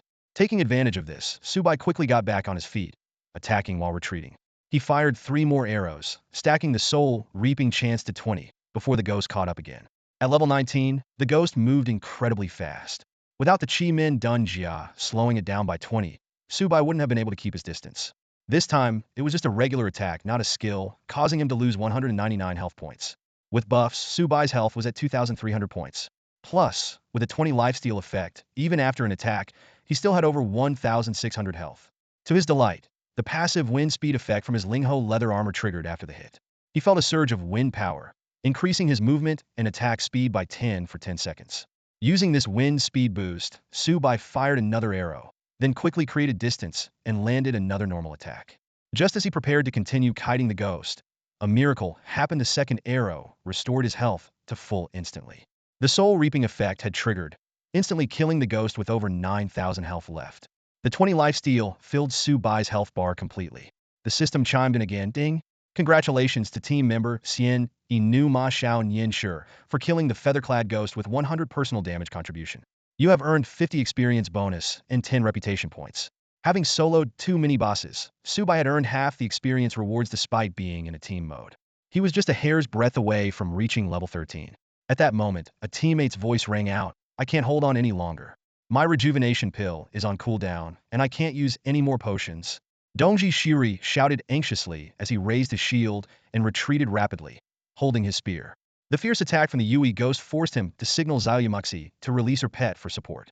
On the other side of the battlefield, Sancho Fanua was also struggling. If it weren't for Shiwu intermittently taking turns to share some of the damage, he wouldn't have been able to withstand the Yui ghost's onslaught. The issue wasn't that Sancho Fanua wasn't tough enough, it was that the healing couldn't keep up with the damage output. Denai Kilomo was focused on healing Dongji Shuri, and relying solely on the support healer meowing wasn't enough to bridge the gap. Just as everyone felt overwhelmed, Su Bai arrived in the nick of time. His lightning chain arrow had just finished cooling down, and he immediately targeted the Yui ghost that had nearly killed the little horse monkey. Lady Luck smiled upon him, and before the skill ended, it triggered the Soul Sever effect, instantly killing the Yui ghost that still had more than half its health. The system notification chimed. Ding. Congratulations to team member Zainina Mashaunian for dealing 75 of the damage and killing the Yui ghost. You have earned 40 experience and 5 reputation points. Another chime followed. Ding. Congratulations on leveling up and earning 5 attribute points to allocate freely. With 40 of the experience, Su Bai instantly leveled up to 13. Wow, you're amazing. We've been fighting for so long, and your single skill did more than all of us combined. Fenki and Fiyang gave Su Bai a thumbs up, while Zayumuxi and Kilomo's eyes sparkled with admiration. Even Dongji Shiri couldn't help but be impressed. With the third Yui ghost down, only one enemy remained. The pressure on the team lessened significantly, and they focused all their firepower. Dongji Shiri and Sanchifanua took turns tanking the damage, gradually stabilizing the battle. However, Su Bai's luck seemed to run out. The last Yui ghost did not trigger the Soul Sever effect. It took the entire team 2 more minutes to reduce its health to 1/3. Just as victory seemed within reach, a chilling crack echoed from the airborne Namu coffin. With a loud thud, the coffin lid was violently thrown off. A terrifying ghostly creature, resembling a demonic child with a black-red body, sharp claws, large ears, and long arms, flew out. The ghost moved with incredible speed, landing between Kiluomo and Pingmapet the moment it broke free. It swiped its claws, and Pingmapet couldn't react in time. His chest was pierced instantly, blood gushing from his mouth and nose. The fragile Miaoyin was killed instantly, dropping a pair of pants as she fell. The system immediately provided information about the new enemy. Wangxiang, high-level ghost. Realm, foundation level. HP, 40,000. Physical defense, 600. Magic defense, 450. Skills, Soul Drain, Netherclaw. As the final guardian of the first layer of the Yiming tomb, this high-level ghost will tear apart any intruders. The sudden appearance of the boss Wangxiang caught everyone off guard, and the crucial rear-line support Pingmapet was killed instantly. The Yui ghost isn't even down yet, and the boss Wangxiang is already here? Sanchifanua, go tank it and buy us some time. Dongji Shiri, keep the Yui ghost occupied. Fenki and Fei Yang shouted urgently. Let's focus fire on the Yui ghost first, then deal with the boss Wangxiang. But dealing with a level 21 Foundation Realm boss was no easy task. After killing Pingmapet, it swiftly chased after Kiluomo, raising its claw for a fatal strike. In a desperate move, Zayumuxi leaped in front of Kiluomo, stabbing her dagger into the boss's chest. However, her attack couldn't penetrate its defense, and she fell dead before hitting the ground. With her death, her pet little horse monkey vanished instantly. Damn it! Fenki and Fei Yang roared, quickly unleashing a powerful fire attack on the boss Wangxiang, trying to draw its aggro. If Kiluomo were killed, losing their main healer would mean the entire team would be doomed. Boss Wangxiang's magic defense is as high as 450 points. Even the powerful skill Wind and Clouds can only inflict a little over 100 points of damage on it. For a boss with 40,000 health points, this damage is negligible. In this critical moment, Sancher Fan Hua decisively made his move. He activated the Heavenly Dragon Buddha Might skill, successfully drawing the boss's attention. However, a single claw strike from boss Wangxiang caused Sancher Fan Hua, who had the highest defense, to lose over 600 health points, instantly reducing his HP by half. His face turned pale, clearly shocked by the sudden massive damage. Su Bai calmly observed the battle, and then focused his attention on Yu Igue. He unleashed the lightning chain arrows once again, which had just come off cooldown. This time, the power of 13 arrows was enough to kill Yu Igue, even without triggering the soul reaping effect. Yu Igue let out a shrill scream before collapsing, granting Su Bai a significant amount of experience and 5 reputation points. However, amidst this brief victory, a chilling system notification sounded within the team. Ding! Teammate Sanchi Fan Hua has fallen. The ferocity of boss Wangxiang exceeded everyone's expectations, and even the most resilient Sancher Fan Hua lasted less than 4 seconds. The team was immediately reduced to 5 members. Dongji Shiri, although not fully recovered, gritted his teeth and raised his shield, bravely charging at the boss. But boss Wangxiang quickly used the Netherclaw skill, and the already weakened Dongji Shiri fell instantly, costing the team another member. Chioluo Yuma had not yet mastered the resurrection skill and was unable to save her fallen teammates. In the current situation, no team member could withstand the boss's attacks, rendering her support role almost negligible. Retreat! We can't handle this boss. Abandon the mission. Shui Wu shouted calmly, grabbing Chioluo Yuma's hand to pull her back.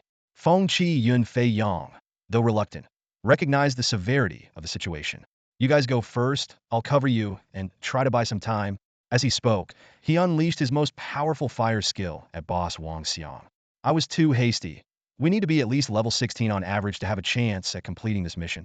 Just as everyone was intimidated by boss Wang Xiang's power and preparing to abandon the mission, Su Bai's lips curled into a slight smile.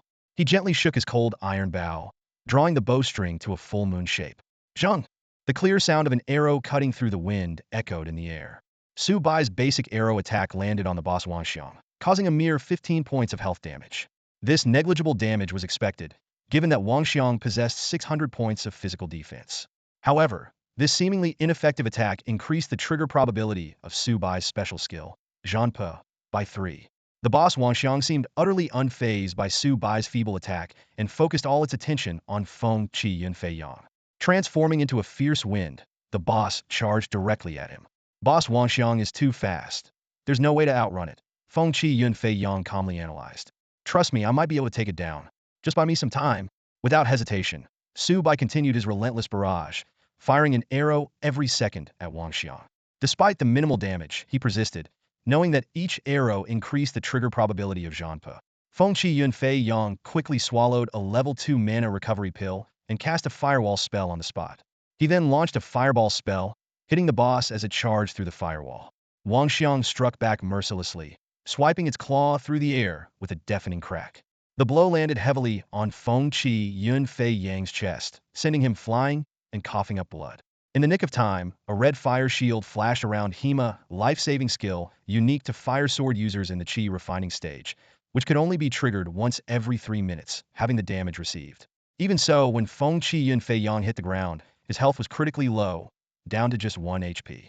Seeing this, Xue Wu and Qiu Luo Umo, who were about to flee, gritted their teeth and turned back. Qiu Luo Umo immediately cast a healing spell on Feng Qi Yunfei Yang, while Xue Wu, like an elven warrior, leaped into the air and slashed at Wang Xiang's head with her greatsword. Unfortunately, her attack couldn't break through the boss's defense either. Taking advantage of his teammates distracting the boss, Su Bai continued his precise shots, raising the Zhanpe trigger probability to 9. Although his cloud-piercing arrow skill had cooled down, he hesitated to use it, fearing it would attract the boss's aggro. At this moment, letting his teammates continue to draw the boss's attention to buy more time to stack Zhanpe's probability was the wisest choice. When the trigger probability reached 12, the situation suddenly worsened. The graceful Xue Wu's health hit 0, and she fell in a pool of blood, even dropping her greatsword. Although Feng Qi Yunfei Yang's health was fully restored, he had placed all his hopes on Su Bai and could only continue bombarding the boss with powerful fire spells. A wicked smile appeared on Wang Xiang's grotesque face as its ghostly form turned into a shadow, slicing through everything in its path and instantly appearing in front of Feng Qi Yunfei Yang. This was another of Wang Xiang's skill soul reaver. Shit! Feng Qi Yunfei Yang managed to shout before he fell, dropping a pair of ordinary boots. Ugly freak! Come at me if you dare! Qiu Luo Umo shouted provocatively while attacking Wang Xiang. Although her damage was minimal, she succeeded in diverting the boss's attention. By now, Su Bai's continuous attacks had raised the Zhanpe trigger probability to 24. He cursed internally, damn it. Every time we face a tough boss, Zhanpe's trigger probability becomes ridiculously hard to activate. I wonder if high-level bosses have a natural resistance to it. At 28, the voluptuous Qiu Luo Umo also fell before Wang Xiang. Even in her final moments, she managed to cast a buff on Su Bai, making her last effort count. Despite Su Bai's attacks being as effective as a mosquito bite, he was the only one left standing on the battlefield. Wang Xiang's gaze fixed on the seemingly insignificant, yet tenacious archer, slowly closing in. The boss, Wang Xiang, fixed its cold and ruthless gaze on Su Bai, making him feel a chill down his spine. However, Su Bai remained calm. After shooting a normal arrow, he decisively used his skill, lightning chain arrows, as soon as its cooldown was up. 1.5 seconds later, 13 energy arrows whizzed through the air, all hitting their target. The soul-severing chance increased to 42, but it still didn't trigger. Su Bai cursed under his breath, but there was no time to think. The boss, Wang Xiang, had closed the distance in an instant, its terrifying claws swinging towards him. Instead of dodging, Su Bai released a close-range arrow storm. 8 fierce energy arrows hit their mark, raising the soul-severing chance to 50. Boom! Su Bai felt a sharp pain in his chest as he was knocked back 4 meters away, losing more than half of his 2,300 HP soul-severing chance. 51. Wang Xiang let out a ghostly wail as it was hit by the mystical trap technique, reducing its speed by 26. But as a Foundation establishment boss, its speed was still terrifying. Just as Su Bai released his second arrow, the boss closed in again, swinging its claws heavily. Su Bai bit into a level 2 rejuvenation pill, enduring the attack while releasing another arrow. He was sent flying once more, his HP dropping below 1,000. One more hit, and he would be done for. Damn it, trigger already! Su Bai got up, drawing his bow again. The soul-severing chance had increased to 55. A fierce wind swept over him as Wang Xiang used a skill this time. Trigger already! Su Bai roared internally, activating his earth travel technique and burrowing into the ground. The system notification chimed. Ding! Congratulations, player Xian Inuma Xiao Nianshi, for successfully killing boss Wang Xiang with 99 personal damage contribution. You have earned 50 experience reward, 100 reputation points, and 1 luck point. Ding! Congratulations on reaching level 14. You have earned 5 attribute points to freely distribute. Finally it triggered. Su Bai, hiding underground, let out a sigh of relief. This boss, Wang Xiang, had indeed been tough, forcing him to use all his trump cards. The previously quiet team chat erupted with excitement. The fallen members, Feng Qi Yunfei Yang and others, cheered enthusiastically. Well done, Xiao Nianshi. Uncle's gonna give you a bonus, yes, 1,000,000 more. You're amazing. How did you do it? Awesome, you've done it again. Haha, I knew it. Arshinga City's top Xian, you would turn the tide. You really have some skills. Honestly, you're the first person I've admired in this game. In response to everyone's excitement, Su Bai simply sent a smiley face emoji in the team chat and added, "Wait for me in the city, I'll be right back." They had all died and could only respawn in Bahuang City, which meant it would take 3 hours to run back. It was already around 3 a.m., so returning wasn't feasible. After emerging from the ground, Su Bai quickly cleaned up the battlefield, picking up the equipment dropped by his teammates to return to them later. The boss Wang Xiang and 4 feathered ghost mini-bosses had dropped 6 pieces of equipment, 78 silver coins, and 2 skill books. After collecting everything, Su Bai attempted to gather resources. While the 4 feathered ghosts yielded nothing, Wang Xiang provided 2 items, a crystal emitting dark mist and an unidentifiable jade block. System notification. Yin Ming Crystal. Durability 33. The holder can use this crystal to teleport into the Yin Ming tomb at night. Ghost Jade. Quest item. The Ghost Jade was likely what Feng Qi Yunfei Yang needed. The Yin Ming Crystal, on the other hand, made Su Bai's eyes light up, and he quickly stored it in his inventory. After clearing the area, Su Bai looked at the cracked passage on the altar, the entrance to the second level of the Yin Ming tomb. He decided to solo it tomorrow night, and then chose to return to the city. Feng Qi Yunfei Yang and others were waiting in Bahuang City. Seeing Su Bai appear, they eagerly approached him. Su Bai returned the equipment dropped by his fallen teammates. Besides the Yin Ming Crystal, he traded all other items to Feng Qi Yunfei Yang. Despite losing a level, Feng Qi Yunfei Yang couldn't stop smiling. He patted Su Bai on the shoulder and gave him a thumbs up, saying, "Classy." He then publicly shared the information on the 6 pieces of equipment and 2 skill books in the team chat. Breeze Staff Extraordinary. Spirit 20, Constitution 20, Healing Effect 20, Skill Cooldown Reduction 15. Durability 100,100. Requirement. Level 10 Chi Refining Realm Xing Luo, Miaoyin. Rage Demon Necklace Extraordinary. Physical Attack 45, Magic Attack 45, Strength, Constitution, Spirit, Agility 15 each, 10 Armor Penetration. Durability 100,100. All classes. Feathered Ghost Shoulders Common. Ghostly Belt Common. Yin Ming Gloves Common. Yin Ming Boots Common. Skill Books, Blazing Fury, Piercing Arrow. The sudden appearance of 2 extraordinary pieces of equipment, for ordinary items, and 2 skill books left everyone present feeling parched with excitement. All eyes instinctively focused on the Breeze Staff and the Berserk Necklace. These 2 items were undoubtedly worth over 1,000,000 and were rare, sought-after treasures in the current market. Su Bai handed all these exceptional items to Feng Qi Yunfei Yang without batting an eye, an action that immediately changed how everyone viewed him. The 4 female players, Shui Wu, Xiaoyu Mushi, Qiu Luo Umo, and Ping Mo Chong'er, looked at Su Bai with newfound admiration. It wasn't just his incredible strength being able to solo the boss Wang Xiang, but also his personal charisma that captivated them. They knew that if they had the ability to solo a boss and were as crucial to the team as Su Bai, they might not be as generous in distributing all the loot. This act also made Sanshi Fan Hua see Su Bai in a new light. He secretly resolved to recruit Su Bai into his ranks, making him a valuable ally in the game. Sanshi Fan Hua's purpose for entering the world of Zhutian Wanjie was similar to Feng Qi Yunfei Yang's, both carrying special missions. Feng Qi Yunfei Yang looked around and proposed, "Xiao Nianshi has made significant contributions to our team. I suggest he gets first pick of 2 items. Any objections? Shui Wu smiled and nodded in agreement, and Xiaoyu Mushi and the other 2 also voiced their approval. Even Sanshi Fanhua and Ping Mo Chong Air supported the suggestion. Feng Qi Yun Fei Yang sincerely turned to Su Bai and said, Xiaoyan Shi, you've done a great job. Pick whatever you want, no questions asked. Su Bai grinned and unhesitatingly chose the Berserk necklace and the skill book Piercing Arrow. These were items he could use immediately. He quickly replaced his old bone necklace, and his attributes saw a significant boost. His actual health soared to 2270, his attack power reached 588, and his physical defense climbed to 268. If not for the lack of damage reduction skills from Pajun and Tian Long, his otherwise fragile Xian Yu profession's defense would surpass even some tank classes.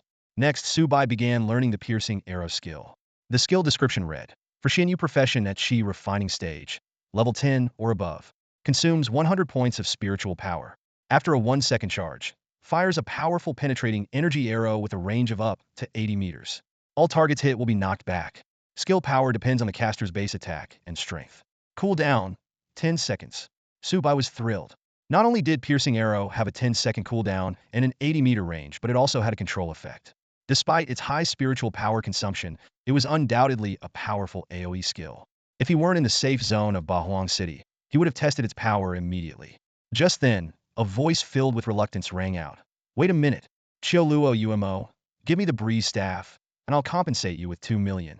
It turned out that the other extraordinary item, the breeze staff, could only be equipped by the Xing Luo and Miao Yin professions. The ownership of this item was decided by a random roll between Ping Mo Chong Air and Chiu Luo Umo Ping Mo Chong Air. Having bad luck, lost to Chiu Luo Umo again. If it were any other item, she would have accepted the loss. But the breeze staff was possibly the only extraordinary weapon in the game, capable of creating a super Xian Yin or Xing Luo. Unwilling to let it go, Ping Mo Chong Air offered 2 million to buy it. Chiu Luo Umo refused without hesitation. Sorry, 2 million is a lot, but I'm not selling the breeze staff. She then stepped forward to receive the staff from Feng Qi Yun Fei Yang. Sanshi Fan Hua cursed Ping Mo Chong Air under his breath, calling her useless, and then looked at Chiu Luo Umo with a smirk. Hey beautiful, interested in working for me? Chiu Luo Umo's face turned cold as she curtly replied, not interested. She reached out to take the breeze staff. Sanshi Fan Hua chuckled mockingly. If you're not interested, then this staff isn't yours. Xiaoyu Mushi and Dongji Suri immediately became alert, glaring at Sanshi Fan Hua and asking, what do you mean by that? Sanshi Fan Hua casually smiled and initiated a voice call. Once connected, he spoke. Xing Er, it's me, Bei Cheng Hua. You still owe me a favor, right? Today, you can repay it. This statement was like a stone thrown into a calm lake, creating ripples that reflected on the faces of Xiaoyu Muxi, Dongji Shuri, and Xing'e, making them instantly serious. After Sanshi Fan Hua finished speaking, Chiu Yumo's communication device rang abruptly. As she answered, her radiant smile slowly faded, replaced by a grim expression. After hanging up, she glared at Sanshi Fan Hua and said through gritted teeth, fine, the Qingfeng staff is yours. This scene left Su Bai astonished. The influence of Sanshi Fan Hua seemed far beyond his imagination. Just a single call could make Chiu Luo from Shuimu Nianhua obediently give up the Qingfeng staff. Su Bai was also curious about whom Sanshi Fan Hua had contacted. Sanshi Fan Hua's gaze shamelessly lingered on Chiu Luo's ample chest as he said in a peculiar tone, if you really like this Qingfeng staff, why not leave Shuimu Nianhua and join me? Stick with me, and the staff is yours, plus anything else you want. How about it? Chiu Luo coldly refused without hesitation. No need, I will never leave Shuimu Nianhua. Seeing how much Sanshi Fan Hua valued Chiu Luo, Ping Mo Chonger, standing nearby, looked displeased. Sanshi Fan Hua shrugged and smiled. Oh well, if that's the case. He then casually tossed the Qingfeng staff to Ping Mo Chonger. As the team leader, Feng Qi Yun Fei Yang didn't comment on this, as it was Chiu Luo's decision. After distributing the loot, Feng Qi Yun Fei Yang addressed the group. Wait here for a bit. I need to turn in the achievement quest for exploring the treasure cave. The rewards will be shared according to our agreement. The ghost jade that Su Bai had given him was crucial for completing the quest. Not long after, Feng Qi Yun Fei Yang returned, looking disappointed. It's a shame we only cleared the first level. The quest reward was minimal. I got 100 gold coins. He then distributed the coins according to their prior agreement, giving Su Bai 20 gold coins and the rest to Xiaoyu Muxi and Sanshi Fan Hua. At this stage of the game, in-game currency was extremely scarce. Even for the wealthy players, gold coins were the most sought after. Su Bai was quite satisfied with the 20 gold coins and grew more eager about exploring the Yinming tomb. He planned to solo the second level the next night, anticipating many surprises. It was already 4 a.m., and everyone prepared to log off. Sanshir Fanhua approached Su Bai and whispered, "Remember our 3-day agreement. Don't disappoint me." Then, he called out to Ping Mo Chong after logging off, "Clean yourself up and come to my room." He even made a teasing gesture towards Xia Yumuxi and Xiao Lu Umo. Before Dongji Shiri could react, Sanshir Fanhua had already logged off. "Bastard, what a jerk! I'll get him someday," Dongji Shiri cursed angrily. Xia Yumuxi and Xiao Lu Umo, suppressing their displeasure from Sanshir Fanhua's behavior, smiled at Su Bai. "Hope we can team up again in the future." Su Bai gave a calm nod in response. Suddenly, a system notification sounded. "Ding. You have received a 1 million transfer from Fengqi Yunfeiyang." Su Bai looked at Fengqi Yunfeiyang in surprise. "Don't look at me like that," Fengqi Yunfeiyang explained. "Without your help today, I wouldn't have completed the quest. This 1 million is a token of my gratitude." A fragrant aroma wafted over as Shui Wu approached with a bright smile. "My uncle is a super rich guy, making tens of thousands in seconds. You might as well accept his money." Fengqi Yunfeiyang's mouth twitched. "You brat. What are you saying? Am I just a cash cow to you?" Shui Wu looked at him earnestly. "Aren't you?" This left Fengqi Yunfeiyang fuming, ready to teach his niece a lesson. "Let's level up together sometime." "I'm logging off, Bai," Shui Wu said cutely to Su Bai before logging off. "Uncle, you won't have more tasks for me after giving me 1 million, right?" Su Bai joked once it was just him and Fengqi Yunfeiyang. "Do I seem like that kind of person?" "It's purely a thank you," Fengqi Yunfeiyang said, his tone turning serious. "By the way, did Sanshir Fanhua say something to you in private? I know his personality arrogant, self-centered, but it's all a facade. Deep down, he's shrewd and strategic." Fengqi Yunfeiyang patted Su Bai's shoulder. "I can tell you don't want to get too involved with us after today. If you want to keep things simple, my advice is never take off your illusion mask in the game. Your talent will make it hard to stay low-key. The protection mechanisms in the multiverse are unbreakable. As long as you keep the mask on, no one can find you in reality. Because of me, you got involved with Sanshir Fanhua. So whatever he said to you, just follow your own will. I won't let him bother you. Alright, this old man needs some rest. Remember to consider selling any good items to me first," Fengqi Yunfeiyang added with a wink before logging off. Watching Fengqi Yunfeiyang log off, Su Bai smiled. He sensed that Fengqi Yunfeiyang hoped he would join him as a trusted ally, but wouldn't force him. Su Bai didn't dwell on it. The future was uncertain, and for now, he just wanted to enjoy the game, make money, and collect rare items. Available balance: 1,710,200. Su Bai stared at his phone screen, feeling dazed by the number in front of him. In just a few days, the game All Worlds had completely changed his fate. He put down his phone, took a deep breath, and soaked in this new reality. No longer confined to his shabby rental apartment, the 1.71 million yuan windfall opened a new door for him. Su Bai walked into the bathroom, letting the hot water wash over him, as if washing away the hardships of the past. A simple dinner of instant noodles with sausage served as a celebration meal. Su Bai held a beer, standing on the balcony, gazing at the bustling cityscape at 4 a.m. A gentle breeze brushed his face, and a smile crept onto his lips. Returning to his warm and cozy bedroom, Su Bai hugged his phone and fell into a deep sleep, as if to clear away all his past fatigue. At 3 p.m., the shrill ring of his phone jolted Su Bai awake from his dreams. The name on the screen made him instantly alert. It was his annoying ex-landlady. Su Bai decisively hung up, but she persistently called again and again. Reluctantly, he answered.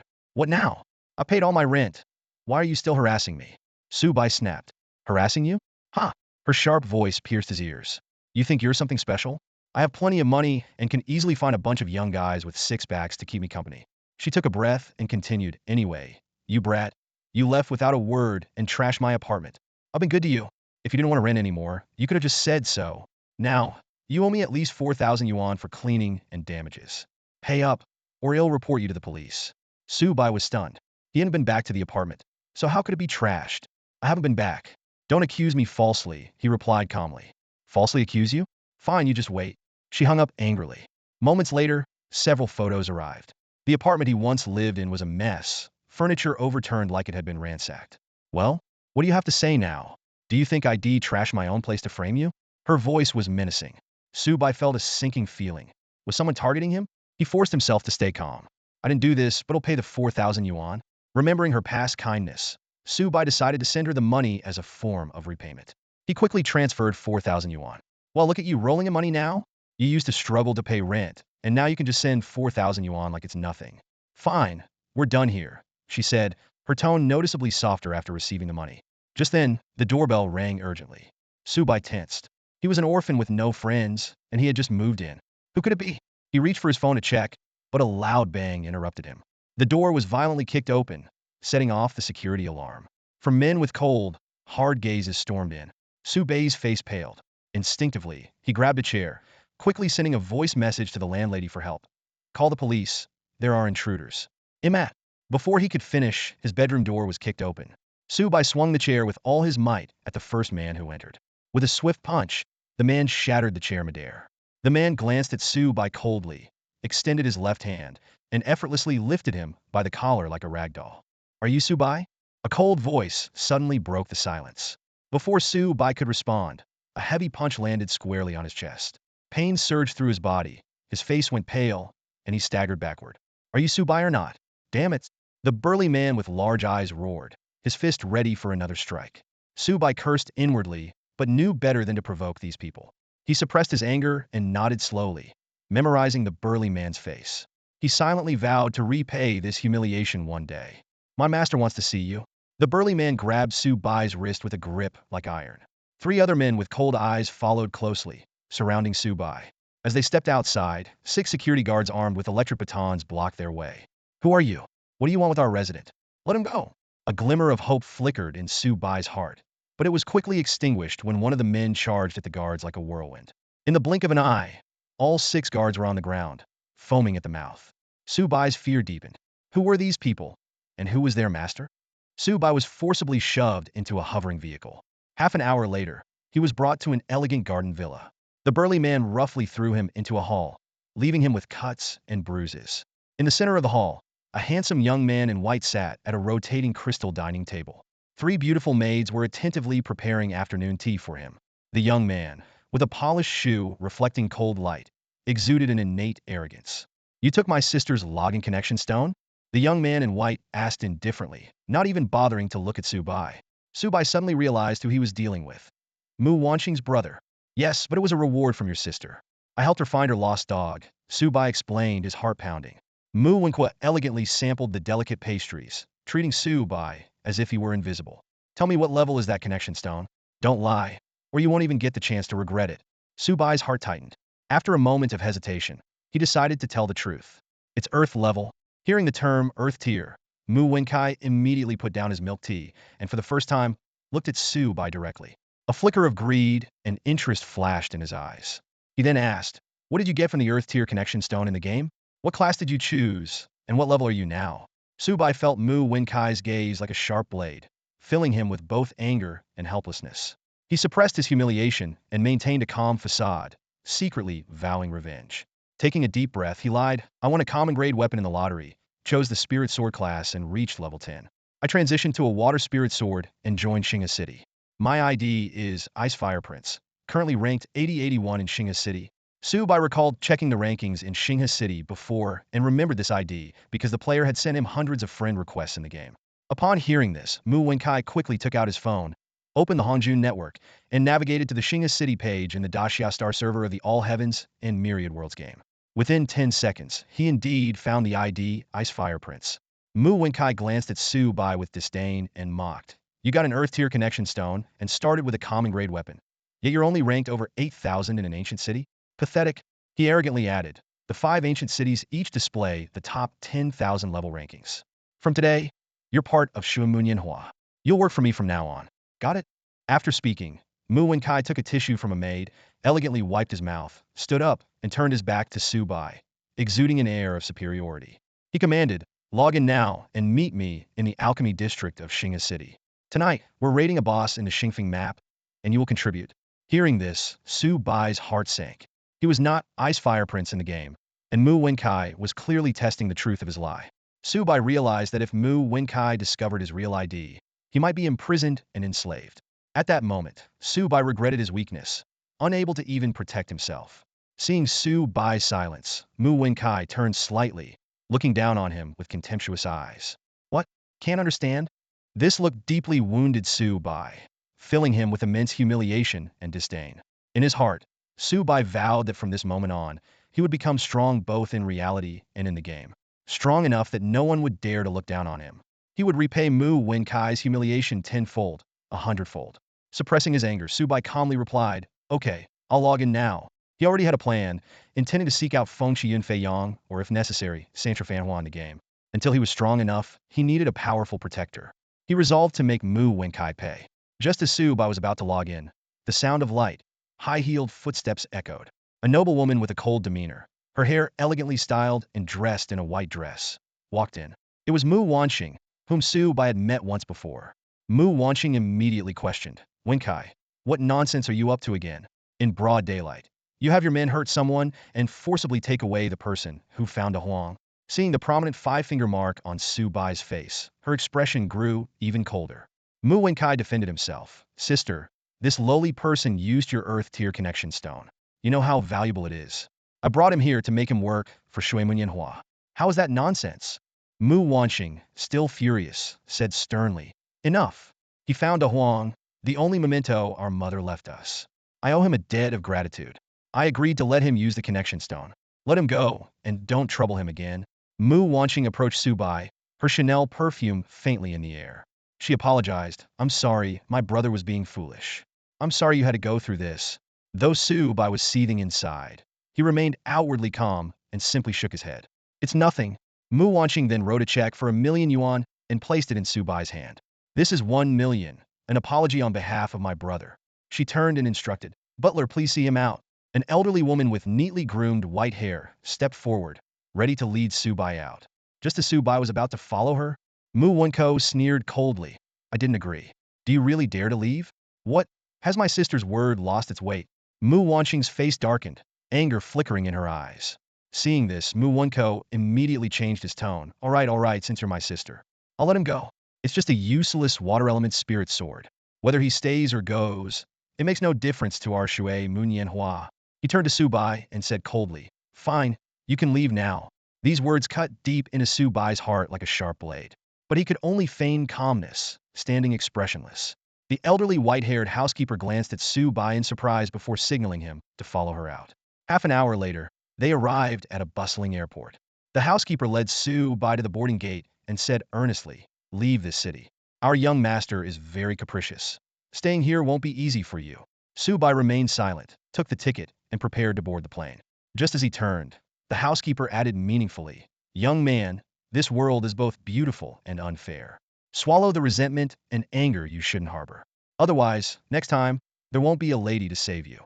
To our young master, you're nothing more than an ant. I know this wounds your pride, but one must have self-awareness." With that, the white-haired housekeeper turned and left. Su Bai's left hand clenched tightly, his fingernails digging into his palm, blood staining the $1,000,000 check. At that moment, his phone buzzed, and a message from an unknown number appeared. "Hand over the million that's not yours. And come see me online. From now on, you'll be my dog. Not everyone qualifies to be Mu Wenko's dog, understand?" Seeing this provocative message, Su Bai took a deep breath and clenched the crumpled $1,000,000 check even tighter. "Be your dog." He laughed bitterly. "Huh, the Mu family. How impressive you are. Mu Wenko, how impressive you are. I, Su Bai, will remember today." Su Bai decisively discarded the ticket the housekeeper had bought for him and went to purchase a ticket to another city. By 5 p.m., he had exited QZ Airport and checked into a shady motel that didn't require identification as quickly as possible. Lying on the shabby bed, Su Bai's eyes burned with the flames of revenge. "Mu Wenko, in reality, I might be an ant in your eyes for now, but in the game, I can become the formidable demon king you look up to. You want to farm bosses? Well, they'll be right there to help you." With boundless resentment, Su Bai closed his eyes, and his consciousness instantly entered the realm of Myriad Worlds. In the game, within the bustling city of Xinghe, the once sparsely populated streets had become crowded just 3 days after the server launch. The streets were now teeming with players. Suddenly, a haughty voice echoed through the premium chat channel, instantly capturing everyone's attention. "Shui Munyanhua is recruiting heroes," the voice declared. "Applicants must be at least level 10 and possess no fewer than 4 pieces of equipment. Those accepted will receive generous benefits. Additionally, we plan to conquer the Xingfeng map tonight. Please do us a favor and avoid lingering there." Despite the polite tone, the message carried an unmistakable air of authority. Shui Munyanhua, one of the renowned gaming guilds, had chosen Xinghe City as its base of operations. Although they hadn't yet acquired the official guild establishment token, their veteran core boasted over 50,000 members, including 5,000 signed core members. Mu Wenqua, the de facto leader of Shuemu Nianhua, stood in the heart of Xing'e City. As an 11th level Xinhuang class player, he was already equipped with 9 pieces of gear, his weapon gleaming with exceptional quality. His handsome appearance and commanding presence made him stand out in the crowd. Around him, over 100 players stood in orderly ranks, each 8-person team meticulously balanced in terms of class composition. Mu Wenqua surveyed the area, a frown forming on his face. Ah, too scared to show up. Ignorant fools. Spread the word. From now on, anyone who encounters Binghua Gongzi in the game is to kill on sight. He turned to the large man with big eyes beside him. Ada, are the 20 teams ready? Ada, a Tianlong class player who had previously slapped Su Bai, responded, the 16th team still needs 1 Lingjian DPS. Mu Wenqua snorted. Tell Xia Yamaxi to send another Lingjian. Can't reach her. Ada shook his head. They just entered a dungeon. Just a pretty face, Mu Wenqua sneered. My sister gave her the vice president position, and she has more power than I do. Hire a Lingjian DPS then. Tonight's raid must succeed. The Xingfeng map reportedly has a foundation establishment stage boss. We must secure it. Moments later, Mu Wenqua led a grand procession of 160 players out of the city gates. As they passed, other players stepped aside, as if witnessing the march of royalty. Mu Wenqua reveled in the awestruck gazes directed at him. Just as they exited the gates and Mu Wenqua was about to order an increase in pace, 2 swift, chilling arrows whistled through the air. The arrows sliced through the crowd with precision. One struck his left eye, and the other pierced his forehead. Mu Wenqua's triumph was abruptly cut short, his arrogant expression freezing in an instant. Mu Wenqua's face still bore an expression of confidence, but it froze in an instant. His health bar emptied in a flash, and his body fell stiffly among the 100-man group. This sudden turn of events left everyone stunned. By the time they reacted, Mu Wenqua was already lying dead like a lifeless dog, having dropped a pair of boots. His level 11 status instantly dropped to level 10. 23 meters away, hidden in the grass on the left, a Xianyu player wearing a disguise mask watched coldly. He raised his hand again, charged for a second, and then unleashed a cloud-piercing arrow. Buzz! The sound of a thunderous storm exploded in the air. A powerful energy arrow flew from Su Bai's bowstring, as if it could split mountains and rocks. Boom! The energy arrow tore through the 100-man group like a hurricane. The first to be hit, Ada had his head explode on the spot, becoming a headless corpse flung backward. The dozen or so people standing too close behind him were also pierced by the arrow, their flesh and blood splattering. This single arrow killed 18 people, creating an extremely bloody scene. Su Bai's name turned bright red, marking him as a severe offender. After releasing the cloud-piercing arrow, Su Bai quickly turned and disappeared into the grass. Only then did the others react, furiously raising their weapons and chasing after him. In the all-chat channel of Xing'e City, Mu Wenqua's furious roar echoed. Shini Numashaoyan, what do you mean by this? We have no grievances, yet you ambush me. Are you declaring war on Shuemu Nianhua? This shout immediately drew the attention of countless onlookers in Xing'e City. One of the top 10 players, Shini Numashaoyan, had actually taken down Mu Wenqua, a high-ranking member of Shuemu Nianhua. There must be a major drama unfolding. Su Bai spent 20 silver coins to respond in the all-chat channel. Shuemu Nianhua is nothing. I've been leveling up in Xingfeng map since the day I joined Xing'e City. You think you can just shout in the all-chat and make people vacate Xingfeng map for you? Did I agree to that? At the respawn point, Mu Wenqua was so angry that his face twisted. Shini Numashaoyan's words were a direct slap in his face, showing no respect for Shuemu Nianhua. He responded forcefully, listen up, Shini Numashaoyan, Shuemu Nianhua is taking over Xingfeng map tonight. I'm heading there with my people right now, let's see what you can do about it. Mu Wenqua quickly returned to the city gate and retrieved the dropped boots. Learning that his men had failed to catch Su Bai, he cursed, useless bunch. At this time, a large crowd of onlookers had gathered at the city gate. Someone whispered, look, Shini Numashaoyan is really tough. He killed Mu Wenqua, and now Mu Wenqua doesn't even dare to leave the city. Such comments made Mu Wenqua grit his teeth, but he also realized the terrifying strength of Su Bai's attacks. Mu Wenqua ordered, Ada have all the shadow assassins in our group scout 20 meters around us in stealth. If you spot Shini Numashaoyan, strike first. He stood at the core of the 100-man group, surrounded by 5 breakers and 5 heavenly dragons forming a human shield. 100 meters from the city gate, Mu Wenqua taunted again in the all-chat channel. Shini Numashaoyan, where are you now? I'm taking my people to Xingfeng map. Let's see if you dare to show your face. As soon as he finished speaking, a figure with a bright red name suddenly appeared in the middle of the group. Su Bai used earthwalking technique to appear mysteriously, like the Grim Reaper descending. Without hesitation, he raised his hand and unleashed a cloud-splitting arrow. The chilling sound of bowstrings cutting through the air was followed by 8 energy arrows, thundering like a storm, exploding in the midst of Mu Wenkuei's team. Instantly, the crowd erupted in screams and wails. Not even Mu Wenkuei, surrounded by 5 breakers and 5 dragon tanks for protection, was spared. Su Bai appeared like a phantom, unleashing an area attack that instantly killed over 40 people. The fallen bodies still bore expressions of terror, and their dropped equipment scattered everywhere. Mu Wenkuei's face turned ashen as he crashed heavily onto the cold ground. This strike not only demoted him back to level 9, but also caused him to lose 2 precious pieces of equipment. Mu Wenkuei never imagined that a high-profile Xuanyu player with a red name could infiltrate their team so stealthily and unleash an attack with the power of an explosion. Su Bai's onslaught didn't stop. After decimating over 40 people, he immediately followed up with a recently recharged piercing arrow. By the time Mu Wenkuei's team reacted, the piercing arrow had already completed its 1-second charge, exploding like dynamite at close range. Buzz! The energy arrow of the piercing arrow shot forth like a raging dragon, accompanied by a tempestuous roar. This single arrow claimed another 26 lives, each struck down and transformed into a corpse. In just 2 skills, Su Bai had taken nearly 70 lives, and his name above his head was now a deep, ominous red. Damn, you arrogant brat, the survivors roared in fury. The remaining 87 were both terrified and aware that this was their best chance to eliminate hemofragile Xuanyu player daring to appear in the center of the enemy ranks. Players from the Shenhuang, Breaker, and Dragon professions yelled in unison, activating their charge skills and rushing at Su Bai with their weapons. Even those from the Lingjian, Xuanyu, Miaoyin, and Xinghua professions locked onto Su Bai, launching their attacks.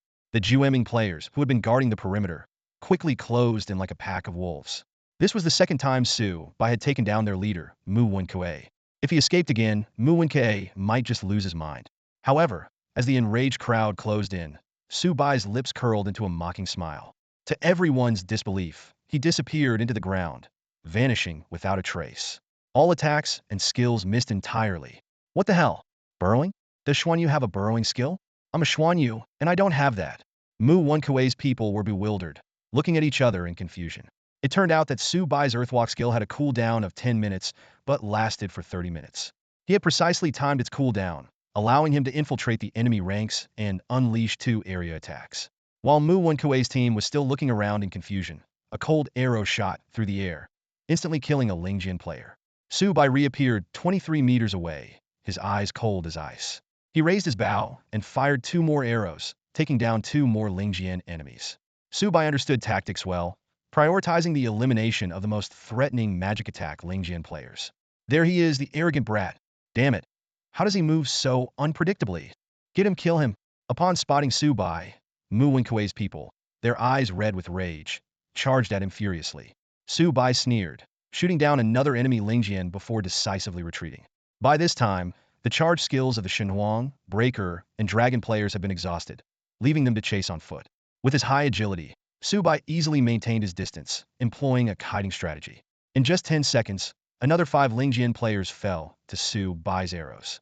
By now, the enemy had lost all their Lingjian players, leaving only short-range melee fighters and the Miaoyin, Xinghua, and the invisible Jueming players. All Miaoyin apply slow and debuffs on him. Bring his speed down, roared the burly man Ada.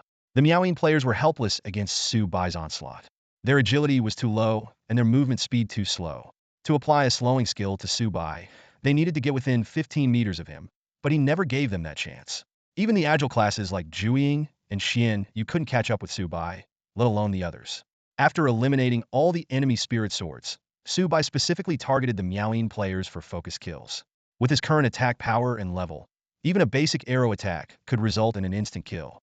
After taking down one Miaoyin, Su Bai's piercing arrow skill cooled down, and his cloud-piercing arrow was about to be ready. He quickly retreated 5 meters, stopped, and drew his cold iron bow to full tension. The burly man with big eyes shouted in fear, "Watch out, it's that skill again." He then dived into the bushes. The next moment, the air was torn by a thunderous, ripping sound. The energy arrow of the piercing arrow skill cut through everything, exploding in the midst of the approaching enemies. This time, the enemies were prepared and scattered in advance, so the damage wasn't as devastating as before. Still, the immense power and penetration instantly killed and flung away 7 enemies. Just as Su Bai released his piercing arrow, 2 figures emerged from the air, 2 invisible Jueying players from the enemy side. Sharp cold light aimed straight at Su Bai's chest. The burly man, shouted excitedly, "Nice, take him down," but the result left him stunned. The attacks of the two Jueying players landed on Su Bai, but didn't break his defense at all, as if they were merely scratching him. To much surprise, the two Jueying attackers suddenly showed expressions of pain, their feet suffering from severe injuries. They had stepped into a Chi-Men trap.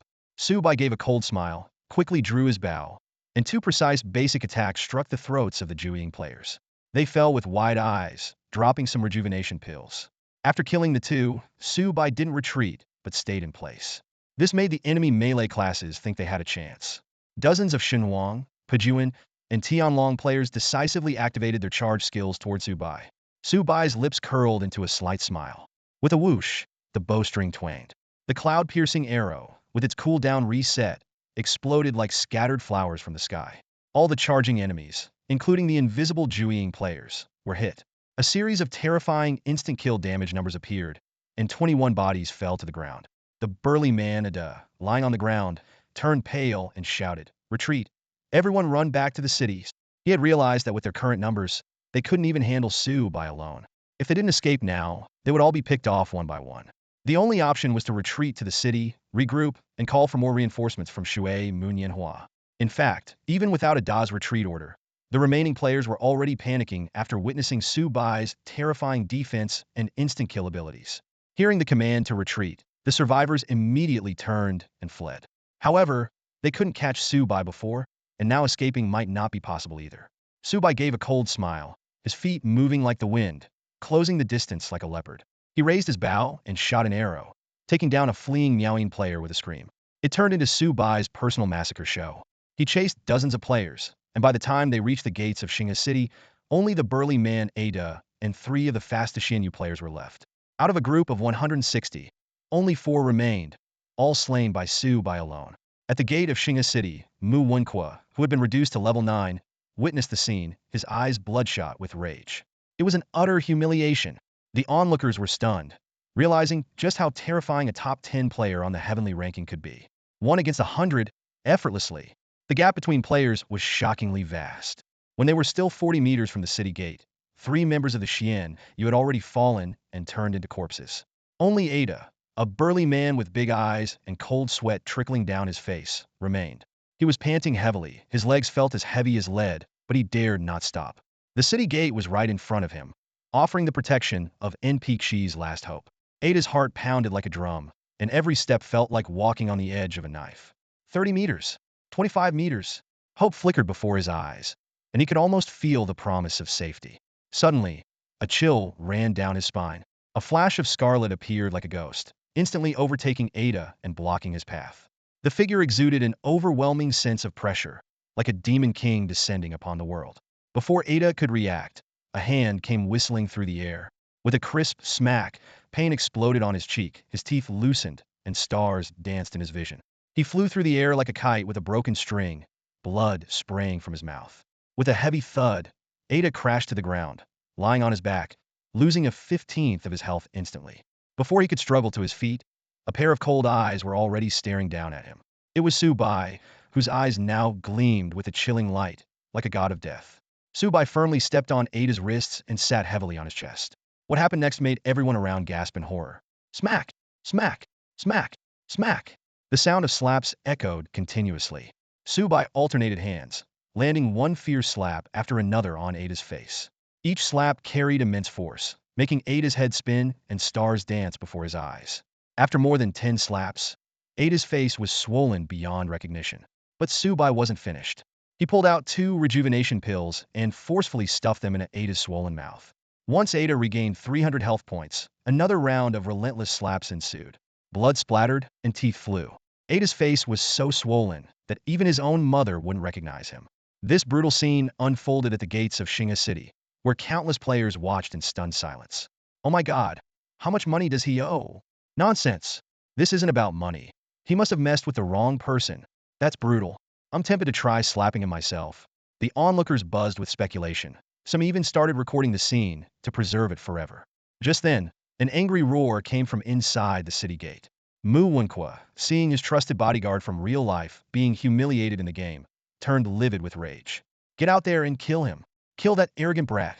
Anyone who kills him once gets 500,000. I swear. Mu Wenqua's bounty was like a bombshell, causing an uproar in Xing'a City. Countless players, eyes gleaming with greed, rushed towards the city gate. Seeing the commotion, Su Bai sneered and looked down at the barely breathing Ada. He lifted his foot and stomped heavily on Ada's groin. A blood-curdling scream pierced the sky. Ada's face, already unrecognizable, contorted in agony.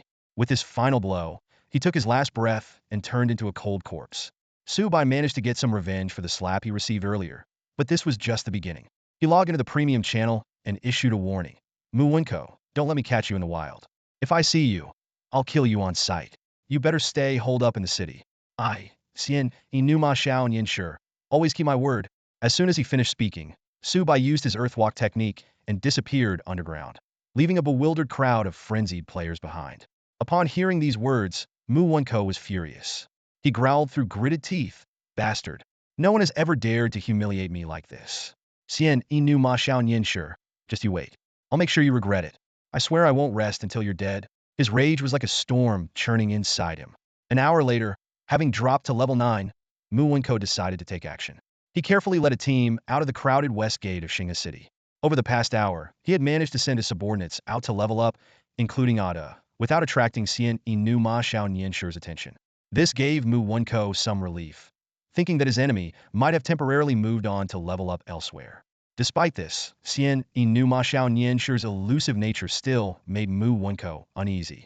He longed for revenge, even fantasizing about skinning his foe alive, but Su Bai's earthwalk technique was even more troublesome than invisibility, leaving him with no way to strike back. Reluctantly, Mu Wenko had to abandon his plans for a large-scale retaliation. Once outside the city, Mu Wenko mingled with the crowd, his nerves constantly on edge, fearing Su Bai might suddenly appear. His fears quickly became reality. A sharp whistle of an arrow pierced the air, and before Mu Wenko could curse, he was shot in the head and fell to the ground, unwilling to accept his fate. It turned out that Su Bai had been waiting in the shadows for Mu Wenko to leave the city. He swiftly took down Mu Wenko and his team, collected their dropped items, and used Earthwalk to vanish once more. This time, Su Bai was truly leaving. He planned to head to the Yiming tomb to level up and clear his red name status, not wanting to waste any more time on Mu Wenko.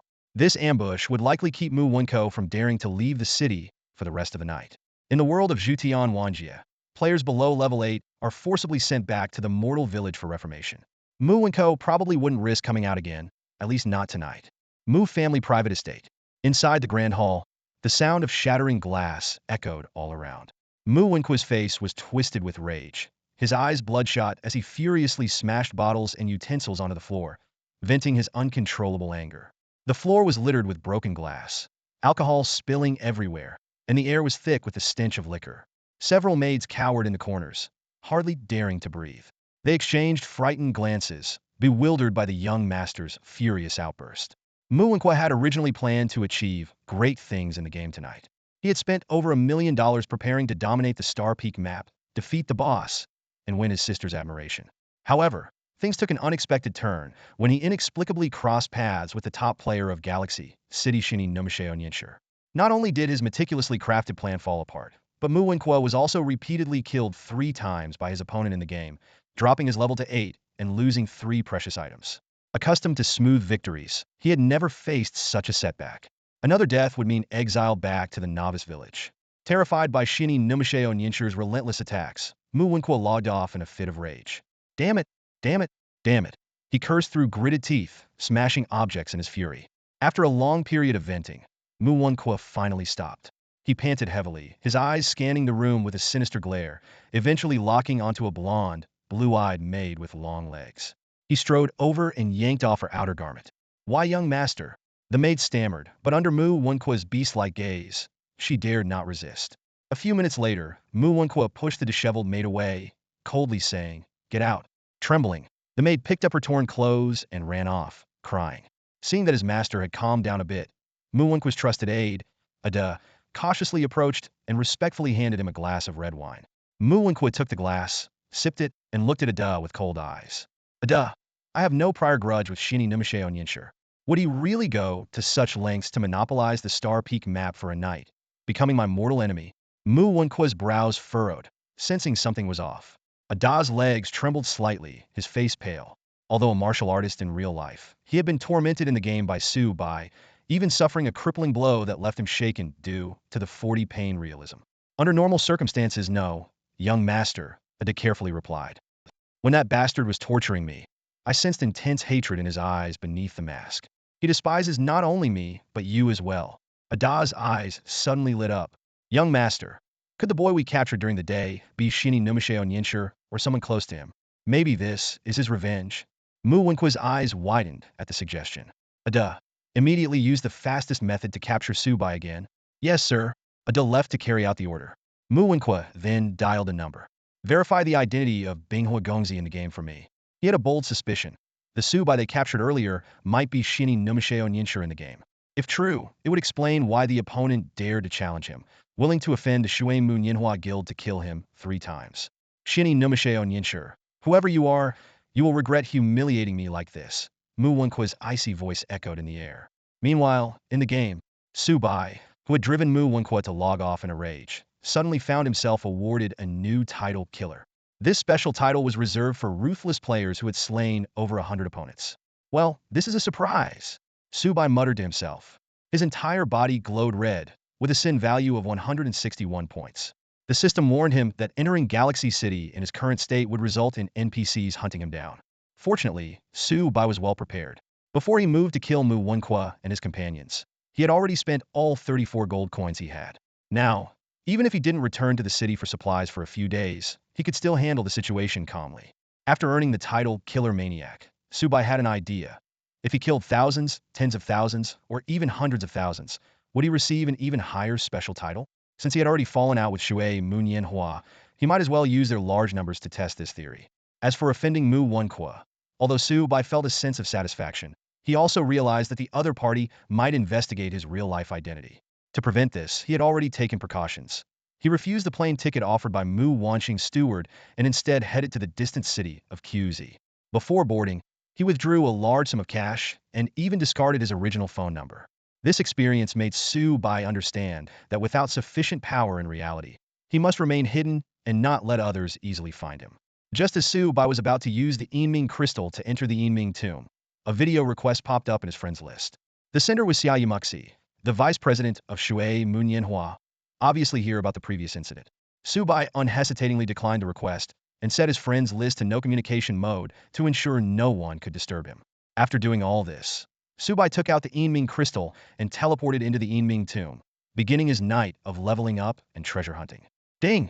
You have entered the second level of the Yinming tomb, the system notification sounded. As the first player to enter here, you automatically accept the special hidden quest, The Secret of the Ancient Nine Nether. Please clear the second level and enter the third level within 12 hours to obtain clues about the secret of the Ancient Nine Nether. Receiving a hidden quest unexpectedly, Su Bai felt a surge of joy. Hidden quests often meant generous rewards. The second level of the Yinming tomb resembled a vast, eerie, endless underground palace. The walls on both sides were engraved with vivid images of demons and ghosts, and every 10 meters, a cluster of ghostly green flames barely illuminated the surroundings. In the dead silence, Su Bai's footsteps were clearly audible. After cautiously advancing over 100 meters, Su Bai suddenly heard chewing sounds coming from the darkness ahead. He alertly set up a Qi Min Dunjia trap under his feet and shot a revealing golden light arrow toward the source of the sound. The light revealed a carved wall cavity. Inside, on a stone bench, lay a black, fur-covered, decayed wooden coffin. Below the coffin, 8 humanoid creatures with rotting skin and crawling with maggots were fighting over a large centipede. This is too gross. Su Bai couldn't help but mentally complain. The system notification popped up. Green-faced ghost. Terrifying ghost creature. Realm. Foundation establishment. Level 20. Health 12,000. Physical defense 350. Magic defense 280. Skill Demon Spit. The green-faced ghosts from the second level of the Yinming tomb have been wandering here for countless years. They view all living beings with flesh and blood as targets of attack. Su Bai was astonished. The ordinary monsters on the second level were already at the Foundation Establishment realm, with attributes stronger than the ordinary small bosses at the Qi Refining realm. The 8 green-faced ghosts, startled by the revealing golden light arrow, turned simultaneously. They had no eyeballs, only maggots wriggling in their eye sockets, making them especially horrifying. With a ghostly wail, they charged at Su Bai. Strike first! Su Bai decisively acted, piercing cloud arrow. The air exploded with energy like a roaring dragon, forming a whirlwind that shot out. With a hum, the 8 green-faced ghosts were pierced through, flew back to the wall, and exploded into a mess of maggots and flesh. Ding! Congratulations on successfully killing 8 green-faced ghosts, gaining 2,400 experience points and 8 silver coins. Su Bai was overjoyed. One skill had triggered a soul-slaying effect, instantly killing the 8 green-faced ghosts and earning a large amount of experience. What excited him even more was that each green-faced ghost rewarded 1 silver coin. This place was a money-making paradise. It seemed a skill book had dropped on the ground, but it was covered by the rotting flesh and maggots of the green-faced ghosts. Although Su Bai felt disgusted, he decided to pick it up for the rare opportunity. However, just a few steps forward, with a loud bang, the black, decayed wooden coffin suddenly shattered. A zombie with black pupils, a white face, fangs half a finger long, and covered in dense white hair fell out. A zombie too? Su Bai quickly checked its attributes. System notification. White zombie. Terrifying abnormality. Realm. Foundation establishment. Level. 21. Health. 20,000. Physical defense. 430, 20 damage reduction. Magic defense. 450, 40 damage reduction. Skills. Corpse poison. White zombie pounce. The terrifying white zombies from the 2nd level of the Yinming tomb are immortal and exist outside the 6 realms. They draw power from resentment and feed on blood, hunting all intruders until death. Damn, a mini-boss already? Su Bai's eyes lit up as if he had seen a peerless beauty. Awesome, I love it. To Su Bai, a boss meant guaranteed equipment drops, which translated to lots of money. How could he not be excited? A thick, foul-smelling white mist spewed from Bai Zhang's mouth and nostrils. Su Bai decided to take the initiative. He quickly distanced himself to 23 meters, tightly gripping his cold iron bow, and unleashed a series of lightning arrows.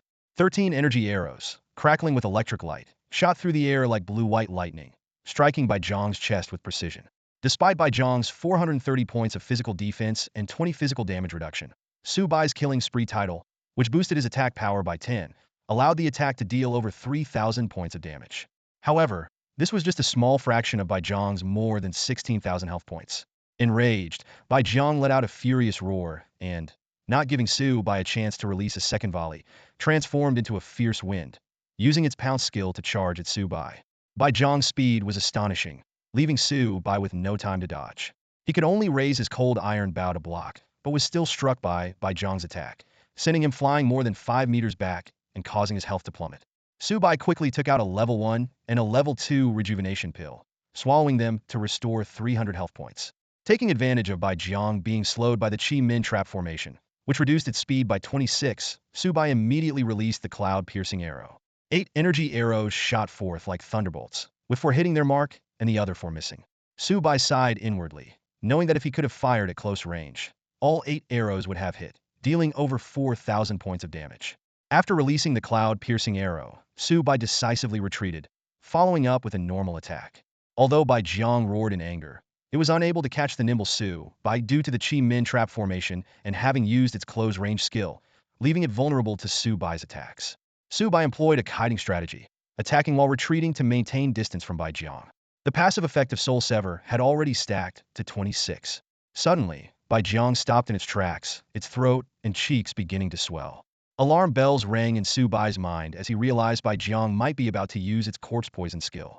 As expected, Bai Zhang bared its fangs and shot a foul, black liquid like an arrow. In the nick of time, Su Bai didn't dare take any chances and immediately used Earth Walk, burrowing into the ground.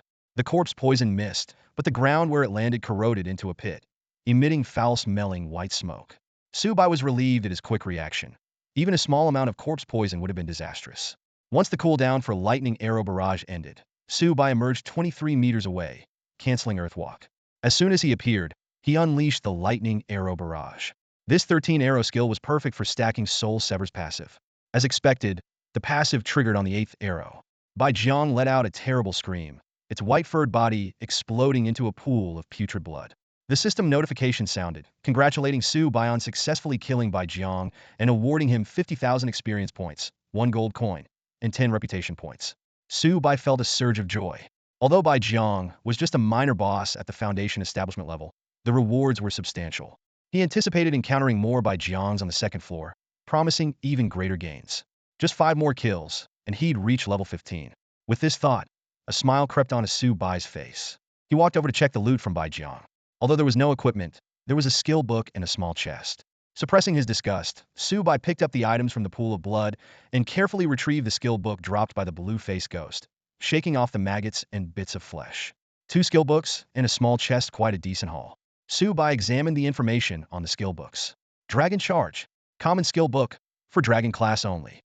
Shadow Step, common skill book, for shadow class only. The Netherworld treasure chest. Su Bai's eyes instantly lit up with a blazing intensity, his entire body trembling as if electrified. This was a treasure guaranteed to provide a component of his profession's extraordinary set, a godsend in the current scarcity of equipment. Taking a deep breath, Su Bai's fingers trembled slightly as he clicked the open button. The system notification promptly sounded. Ding! You have successfully opened the Netherworld treasure chest and obtained one of your profession's set components, Netherworld Feather Ring. Netherworld Feather Ring. Part of the Netherworld Feather set. Bound, non-tradable, non-droppable, non-destroyable. Quality, extraordinary. Attack, 51. Strength, 28. Agility, 30. Bonus, increases attack speed by 10. Durability, 100,100. Usage condition, bound youthful brilliance. Hint, collect more set components to activate hidden attributes. Impatiently, Su Bai put on the Netherworld Feather Ring, feeling the surge in his stats. His base attack power skyrocketed to 695, and with the 10 bonus from the killer title, his hidden attack power reached an impressive 765. His agility also soared to 248, significantly boosting his attack and movement speed. Amidst his excitement, Su Bai didn't forget to deal with the 2 skill books he had obtained. Although of ordinary quality, they still provided decent attribute boosts when fed to the Chinquan quiver. 8 strength and 8 agility. Advancing about 100 meters further, Su Bai discovered another stone cave. Drawing from his previous experiences, he quickly prepared for battle. He first laid down a trap using the strange gate formation under his feet, then drew his bow, aimed at the 8 blue-faced ghosts inside the cave, and released a piercing cloud arrow. Although the soul-severing effect didn't trigger this time, Su Bai's reaction was impeccable. As the blue-faced ghosts struggled to regain their footing, he immediately locked onto one and unleashed the lightning chain arrow. The combo of the 2 skills nearly incapacitated the target. Utilizing the passive ability of his profession, the Greedy Wolf style, which deals 30 extra damage to non-player targets, he quickly finished off the first blue-faced ghost. Leveraging his high movement speed, Su Bai maintained a safe distance of 18 meters from the blue-faced ghosts, effectively dodging their demonic spit attacks. In less than 3 minutes, all the blue-faced ghosts fell to Su Bai's arrows, contributing 2,400 experience points and 8 silver coins to his earnings. Just as Su Bai was about to catch his breath, a white zombie suddenly burst out of a coffin, exuding a fierce aura. However, Su Bai, ever prepared, immediately launched the lightning chain arrow. Unexpectedly, the 4th arrow triggered the soul-severing potential, instantly killing the white zombie. The system notification chime began. Ding! Congratulations on successfully killing the white zombie, earning 50,000 experience points, 1 gold coin, and 10 prestige. The white zombie dissolved into a puddle, leaving behind a skill book and another Netherworld treasure chest. Su Bai swiftly collected his spoils, feeding the skill book to the Chinquan quiver, which this time granted an 8-point boost to his constitution. Holding his breath, Su Bai opened the Netherworld treasure chest once more. Ding! You have successfully opened the Netherworld treasure chest and obtained one of your profession's set components, Netherworld Feather Bracelet. Netherworld Feather Bracelet. Part of the Netherworld Feather set. Bound, non-tradable, non-droppable, non-destroyable. Quality, extraordinary. Attack 50. Strength, 27. Agility, 29. Bonus, increases attack speed by 10. Durability, 100,100. Usage condition, bound youthful brilliance. Hint, collect more set components to activate hidden attributes. Excitedly, Su Bai put on the Netherworld Feather Bracelet, and the system immediately notified him. Ding! You have obtained 2 pieces of the Netherworld set, activating the first hidden potential, increasing attack speed and movement speed by 5. This unexpected joy fired up Su Bai's enthusiasm. Without even pausing to rest, he continued his search for the next target. He was determined to complete the Netherworld set before the night was over. Just as Su Bai was reveling in the thrill of farming the Nether set on the 2nd level of the Nether Tomb, a battle video on the Daxia Star server forum of the All Realms exploded onto the scene like a bombshell, instantly igniting the entire community. The eye-catching title read, First Xianyu takes on 100, silencing Xie Mu Nianhua, who still dares to call Xianyu the game's useless tailender?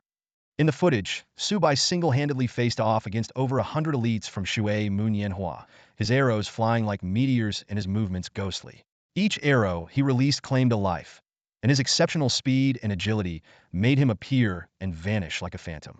Even more astonishing was his ability to burrow underground to dodge attacks, a skill that even the Shadow class could only dream of. The moment the video was uploaded, it caused an uproar. The views and comments surged by the hour, quickly surpassing the 1 billion mark.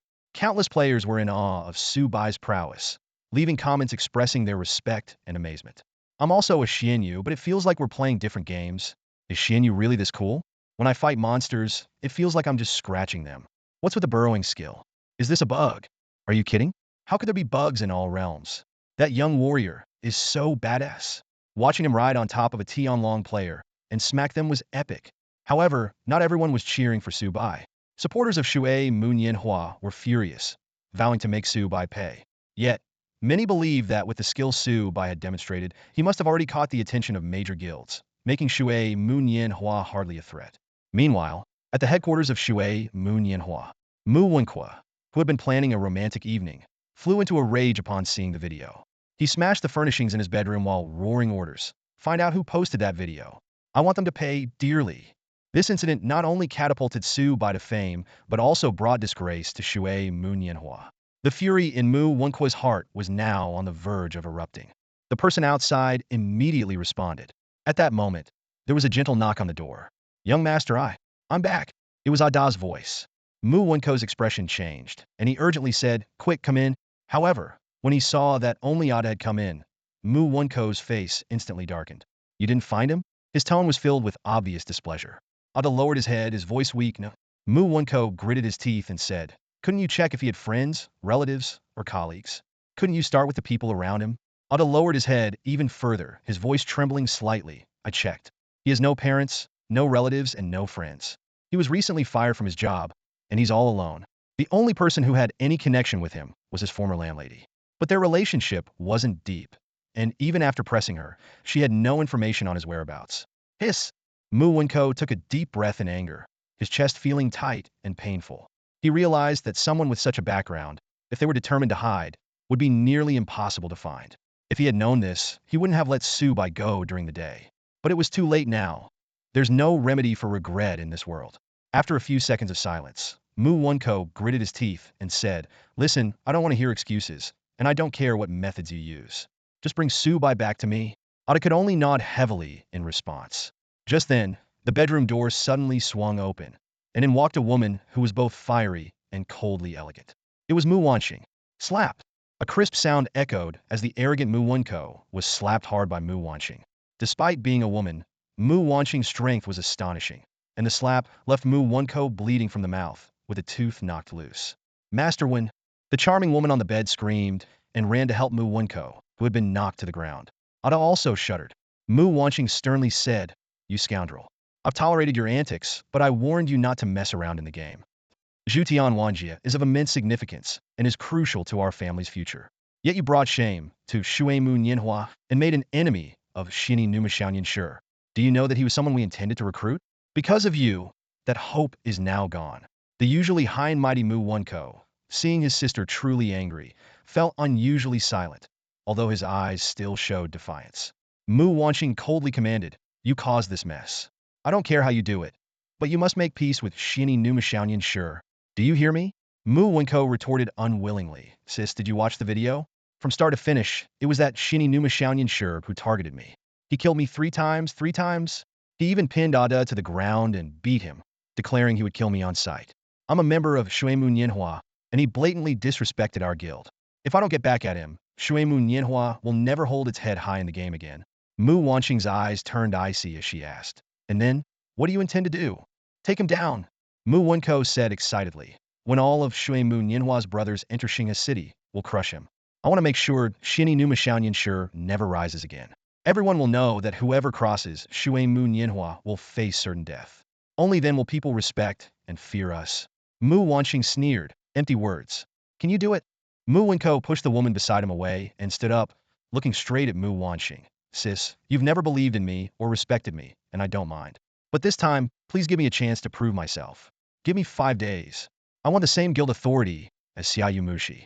If I can't take down Shini Numashaoyan Shi in 5 days, I'll do whatever you say from now on. Mu Wanxing raised an eyebrow. Are you sure? Sure. Upon hearing this, Mu Wanxing turned and left. As she reached the door, she said, I'll give you control of a guild no less powerful than Shui Mu Nianhua for 5 days. If you can't solve the problem within 5 days, then just accept your fate as a spoiled heir.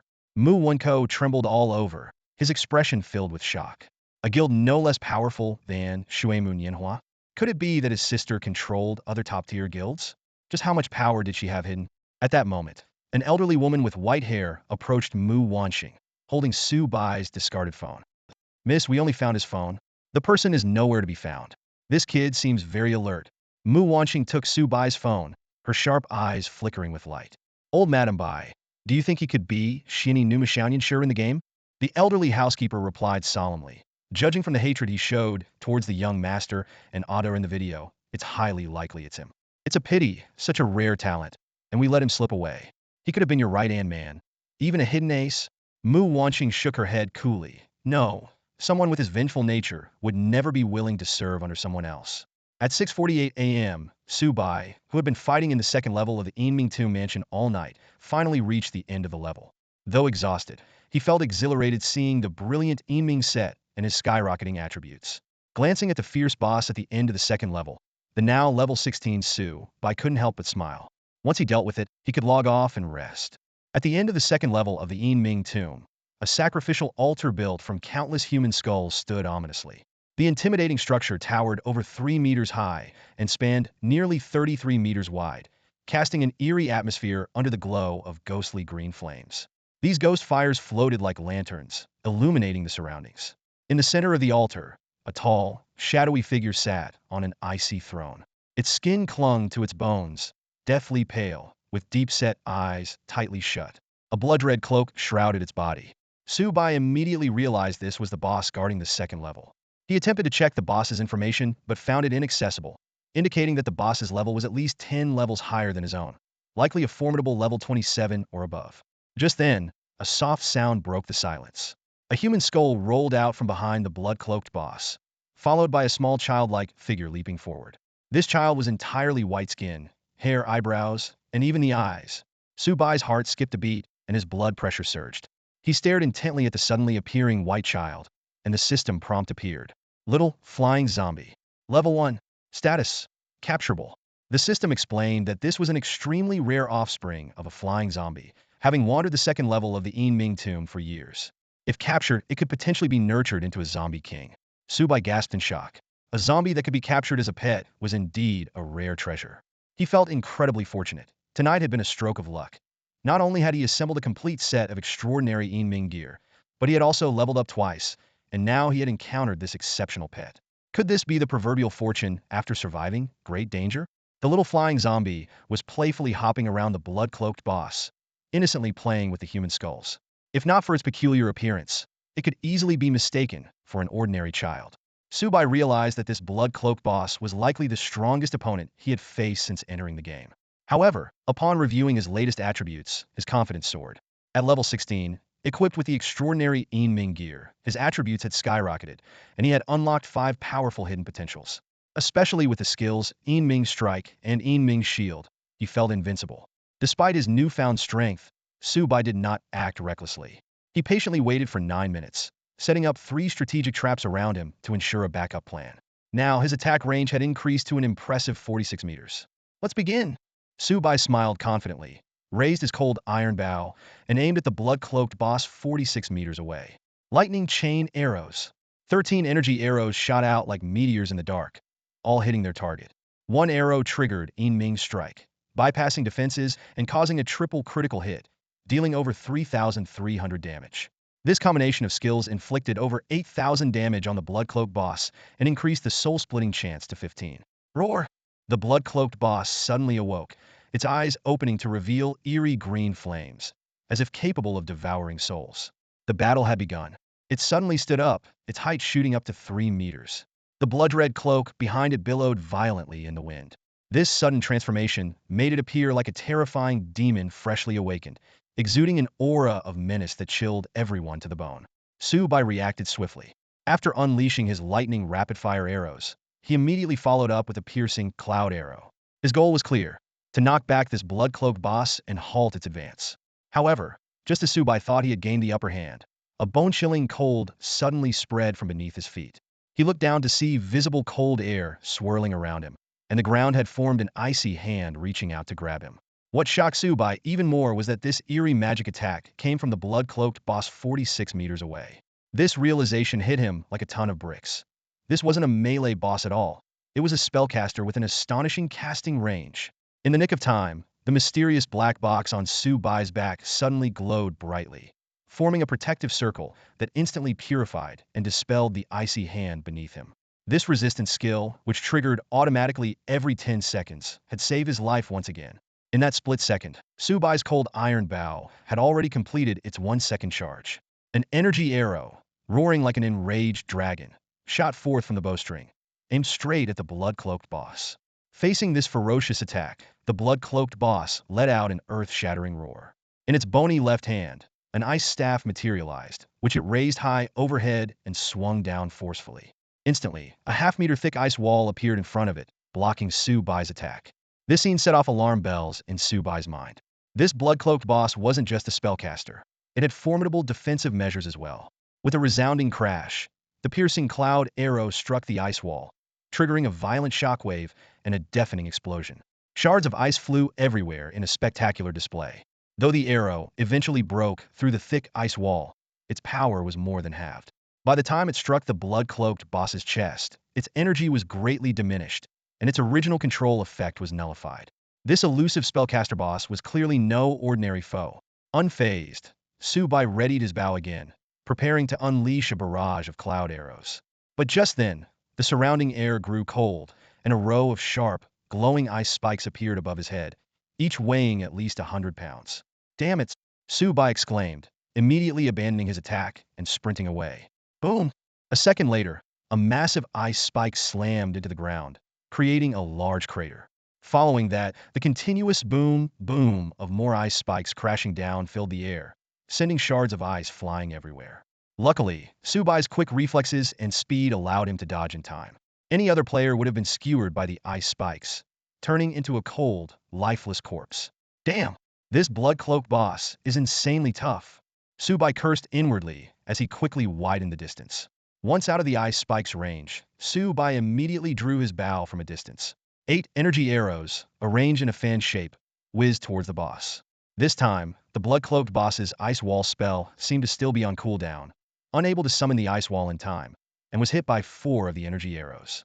The chance of triggering Soul Cleave increased to 20, and the blood-cloaked boss's health bar dropped by 1/30. While this spellcaster boss had terrifying attacks and long reach, its only apparent weakness seemed to be its relatively low health and defense. However, the blood-cloaked boss did not retreat after this attack. As Su Bai released another normal arrow, the boss raised its ice staff and pointed it lightly.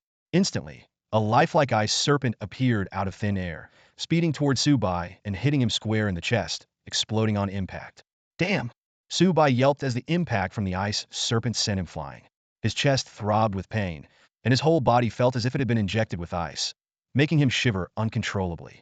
A system notification chimed in. Ding! You have been attacked by the terrifying snow demon spell, losing 2,400 health. Movement speed and attack speed decreased by 30 for 15 seconds. The sheer power of this attack set off alarm bells in Su Bai's mind. With his 3999 health, another hit like that would likely be fatal. The level 1 and 2 healing potions attached to his normal attacks were insufficient to recover from such massive damage, like trying to douse a fire with a cup of water. Realizing the dire situation, Su Bai decisively abandoned using potions. As he got up, he quickly fired another normal arrow in retaliation. The chance of triggering Soul Cleave rose to 22. But just as the arrow left the string, a chilling sensation crept over Su Bai.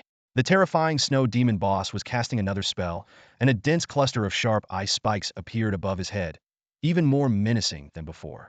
This time, with his movement speed reduced by 30, Su Bai knew that dodging this lethal attack by maneuvering was no longer an option. In a moment of crisis, Su Bai could only use his earth movement technique to burrow underground just in time. Thud, thud, thud ice spikes rained down, barely missing him. With his heart pounding, Su Bai realized he was facing a magic-wielding boss, the terrifying snow demon. Su Bai's carefully prepared tactics were rendered useless in an instant. The 3 trigram hidden trap spells he had set up became mere decorations. This long-armed boss could attack from a distance while standing on a human bone altar, never triggering the traps. Hiding underground, Su Bai silently waited for the 30-second cooldown of his lightning arrow barrage to finish. However, the 10-minute cooldown of the earth movement technique put him in a dilemma. He couldn't stay hidden for long, or the boss would reset after a minute and regain full health. Suddenly, Su Bai felt the surrounding earth and stone turning bone-chillingly cold. To his horror, he realized the ground was rapidly freezing, threatening to entomb him in ice. He scrambled to move underground, narrowly escaping being frozen. Through the ground, Su Bai saw that the terrifying snow demon seemed to be exhausted, panting heavily and leaning on its frost staff. The opportunity had come. The cooldown on his lightning arrow barrage had just finished. Su Bai emerged, fired a regular arrow, and immediately followed with the lightning arrow barrage. The snow demon roared in fury, swinging its staff to cast an ice serpent spell once more. Su Bai managed to release only the 9th arrow before being struck, the explosion of the ice serpent sending him flying and interrupting his skill. In the nick of time, his underworld shield activated, absorbing the fatal blow. But Su Bai was already too weak to withstand another attack, and he felt a sense of impending doom. Just then, the system notification sounded. Ding! Congratulations on successfully killing the terrifying snow demon. You have been awarded 300,000 experience points, 5 gold coins, and 100 reputation points. It turned out that Su Bai's 10th arrow had triggered the Reaper effect. The three-turtle snow demon let out a mournful wail before its massive body dissolved into snow and ice, vanishing into the air. The corpse dropped a pile of silver coins and several pieces of equipment, one of which stood out a metallic bow with a ghostly, cold gleam. A weapon drop? And it's a bow! Su Bai nearly jumped for joy, his face lighting up with a victorious smile. Su Bai dashed towards the loot dropped by the fearsome snow demon boss like an arrow released from a bow, swiftly collecting everything into his inventory. His eyes were immediately drawn to a unique treasuria sleek, silver-white bow. This bow, named Frost Moon Arc, emitted a chilling aura with a faint white mist swirling around it. Su Bai carefully examined the bow's attributes. Exceptional quality, 40 strength, 45 agility, and a special effect called Frost Veil, which reduces the target's attack speed by 30 and movement speed by 20 for 10 seconds upon hit. The effect is halved for bosses and cannot stack. The bow required a level 10 or higher Chi refining stage Xian you class to wield, with a durability of 100,100. To Su Bai, the Frost Moon Arc was practically a divine weapon. Equipped with it, he could easily kite any short-range player to death. He couldn't put it down and immediately replaced his old cold iron bow. Once equipped, his base attack power soared to 1467, making him a formidable force in the current stage of the game.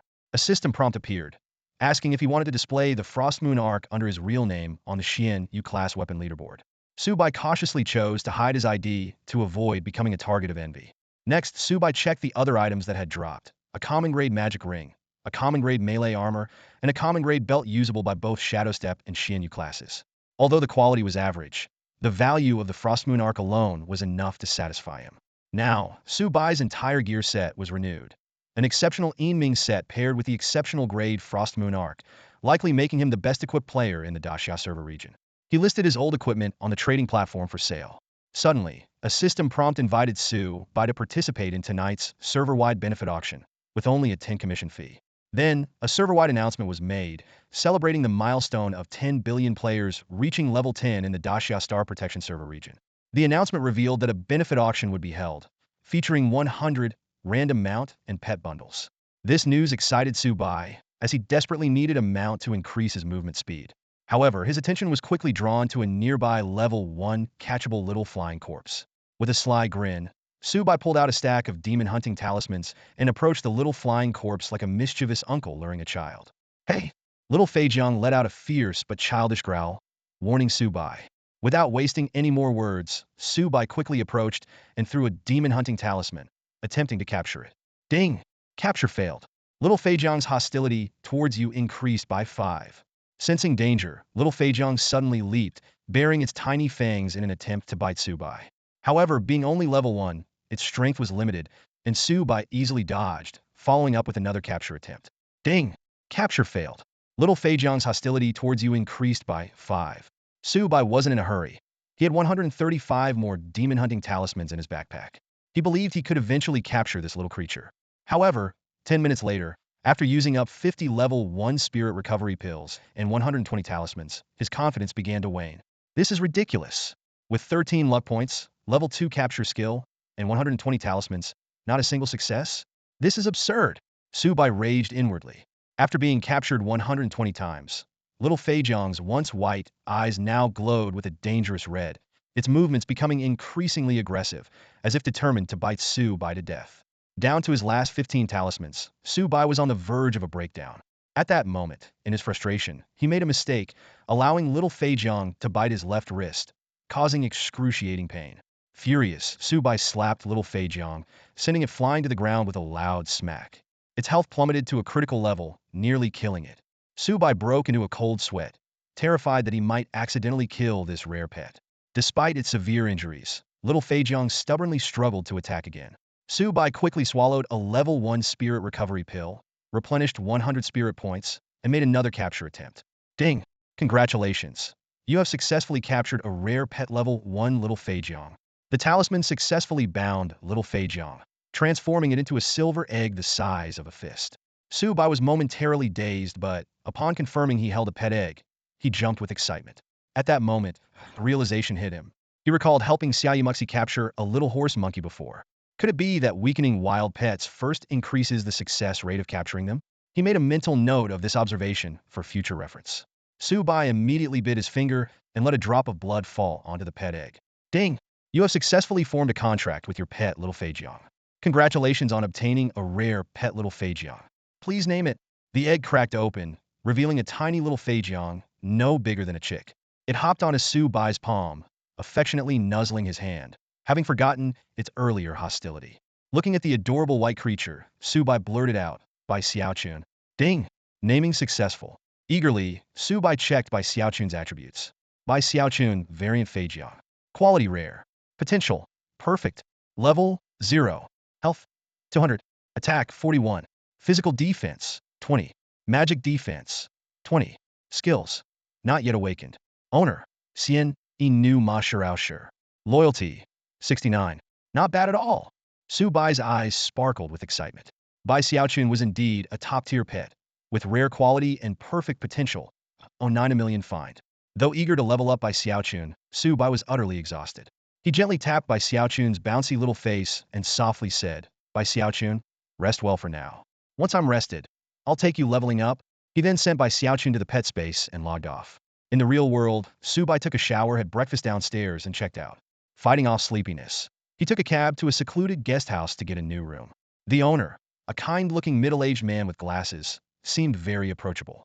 Su Bai took out 1,500 yuan in cash, asking the owner to buy some cheap clothes from street vendors, offering the extra as a tip. However, the owner insisted on returning 1,000 yuan, saying 500 yuan was more than enough to buy several sets of clothes. Touched by the owner's honesty, Su Bai accepted the 1,000 yuan back and thanked him. He thought to himself that this honest man might make staying here for a while a good idea. He had no idea how long he had been asleep. Su Bai was awakened by the tantalizing aroma of food wafting through his dreams. The scent of authentic cured pork, Hunan chili peppers, and fresh bamboo shoots intertwined, making his mouth water. As a seasoned foodie, Su Bai could guess the dish combination just from the enticing smell. Rubbing his sleepy eyes, he glanced out the window. The sky was darkening, suggesting it was late afternoon. Slept the whole day? Huh, Su Bai muttered to himself. Not having a phone is really inconvenient. I need to find a way to get a new one. Just then, a gentle knock on the door was followed by the voice of the bespectacled old man. Xiaohua, are you awake? I left some clothes for you outside the door. Change and freshen up, then you can come out for dinner. Su Bai felt a warmth in his heart, surprised that this guest house even provided meals. All right, thank you, uncle, he replied, getting up to fetch the clothes. 3 sets of new clothes, complete with inner and outer layers. Though inexpensive, they carried the scent of sunshine and cleanliness. Su Bai realized that the old man had not only bought the clothes, but had also washed and dried them.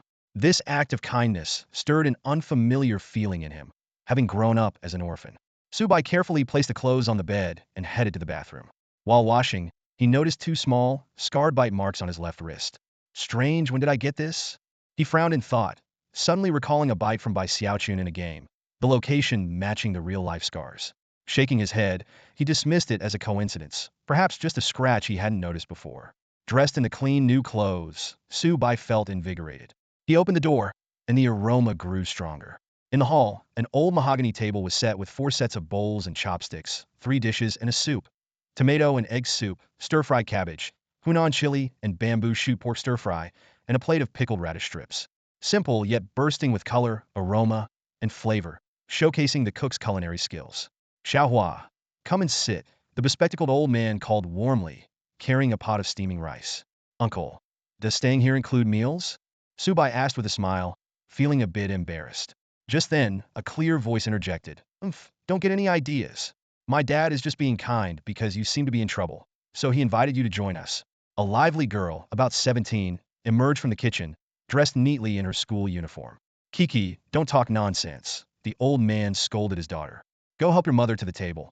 Su Bai then noticed the slap mark still on his face, and combined with his accent and simple luggage, he did indeed look like someone who had fallen on hard times. Feeling awkward, he said, Uncle, I should probably eat out. The old man quickly stopped him. Don't mind Kiki. The food's already made. Refusing to eat would mean you don't respect me. Or are you afraid I've poisoned it? At that moment, Huang Kiki wheeled out a middle-aged woman. She wore a gentle smile and said softly, Young man, it's just a meal. If you don't mind, please join us. Our guest house rarely has visitors, so make yourself at home, the middle-aged auntie said with a warm smile, her wrinkles smoothing out. Huang Kiki pouted impatiently. Hurry up and sit down to eat, or my parents will blame me for talking too much. Her eyes darted restlessly towards the dining table. Su Bai was enthusiastically pulled to the table by the bespectacled uncle.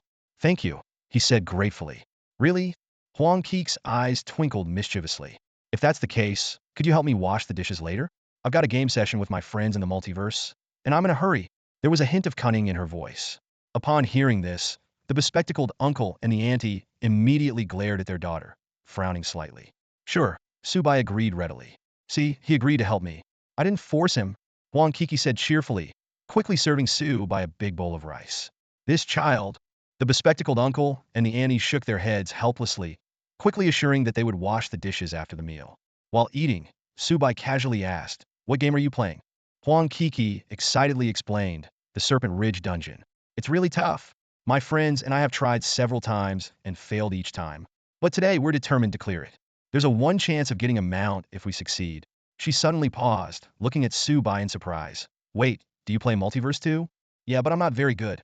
I'm still in the beginner's village, Su Bai replied casually, secretly amused. Huang Kiki's interest was piqued.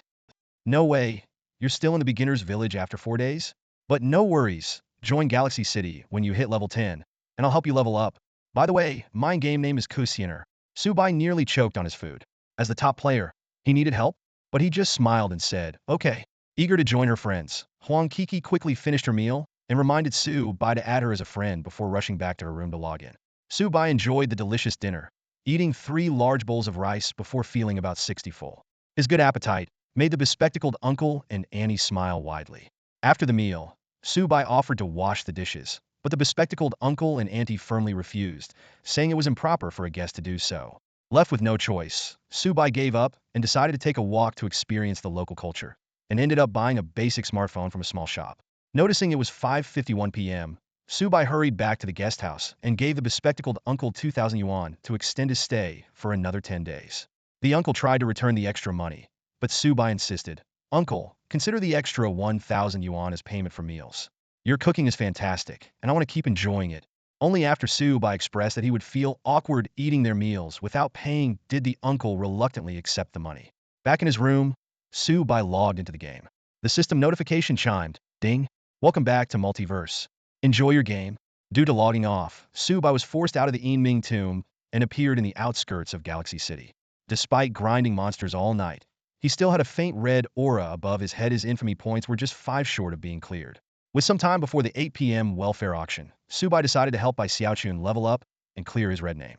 He headed to a remote area on the map, leveling up by Xiaochun while checking the details of the auction. Tonight's event included 100 limited edition mounts and pet packages, plus some special items. However, bidding could only be done with in-game currency, not real money. Realizing this, Su Bai quickly checked his balance. 23 gold, 91 silver, and 88 copper. Su Bai opened the chat channel of Xinga City, and the scene before him made him frown. The entire channel was flooded with frantic messages about buying game currency, as players were making their last preparations for the upcoming auction. In the market, the value of a silver coin had been inflated to 500 yuan, and a gold coin had reached a staggering 50,000 yuan. Are these people crazy? Su Bai muttered to himself as he opened his friends list. Dozens of unread messages popped up, most of them from Xiaoyu Mushi. She was anxiously asking about the grudge between Su Bai and Mu Wenqua, discussing the possibility of mediation, and revealing a bombshell. The Shuemu Nianhua Guild had already kicked Mu Wenqua out of the management team earlier that morning. Su Bai raised an eyebrow, somewhat surprised. Such a large guild had actually removed Mu Wenqua because of him? If this were true, he wouldn't target the members of Shuemu Nianhua for the time being. Without replying to Xiaoyu Mushi, Su Bai checked the messages from Feng Qi Yun Feiyang uncle. The uncle praised Su Bai's feat of single-handedly challenging over 100 members of Shuemu Nianhua and expressed his willingness to help Su Bai deal with Mu Wenqua. Su Bai understood clearly that this was both a gesture of goodwill and an attempt to recruit him indirectly. Not wanting to become anyone's subordinate, Su Bai decided to change the subject. He quickly typed a message. Uncle, I have 2 great items to sell. Are you interested? He then sent screenshots of the cold iron bow and sharp bracelet. Almost immediately after sending the screenshots, a video call request popped up. Su Bai answered, and Feng Qi Yun Feiyang uncle's voice came through, full of disbelief and excitement. Kid, you're willing to sell such great items? However, when he saw through the video that Su Bai was wearing the incredibly cool Yiming set and had the dazzling frost moon bow on his back, the uncle's voice suddenly rose. Damn, where did you rob a boss? What's with all this extraordinary gear? My god! The Daxia Star Protection server had just been launched 4 days ago. In this new game world, even a common piece of equipment could elevate a player to a comfortable status, while those with extraordinary gear were considered wealthy elites. However, in just 1 day, Su Bai's gear underwent a dramatic transformation. When Feng Qian Feiyang saw Su Bai again, his eyes widened in astonishment. Su Bai's equipment had upgraded from ordinary gear to a set of dazzling, extraordinary items, akin to divine artifacts at this stage of the game.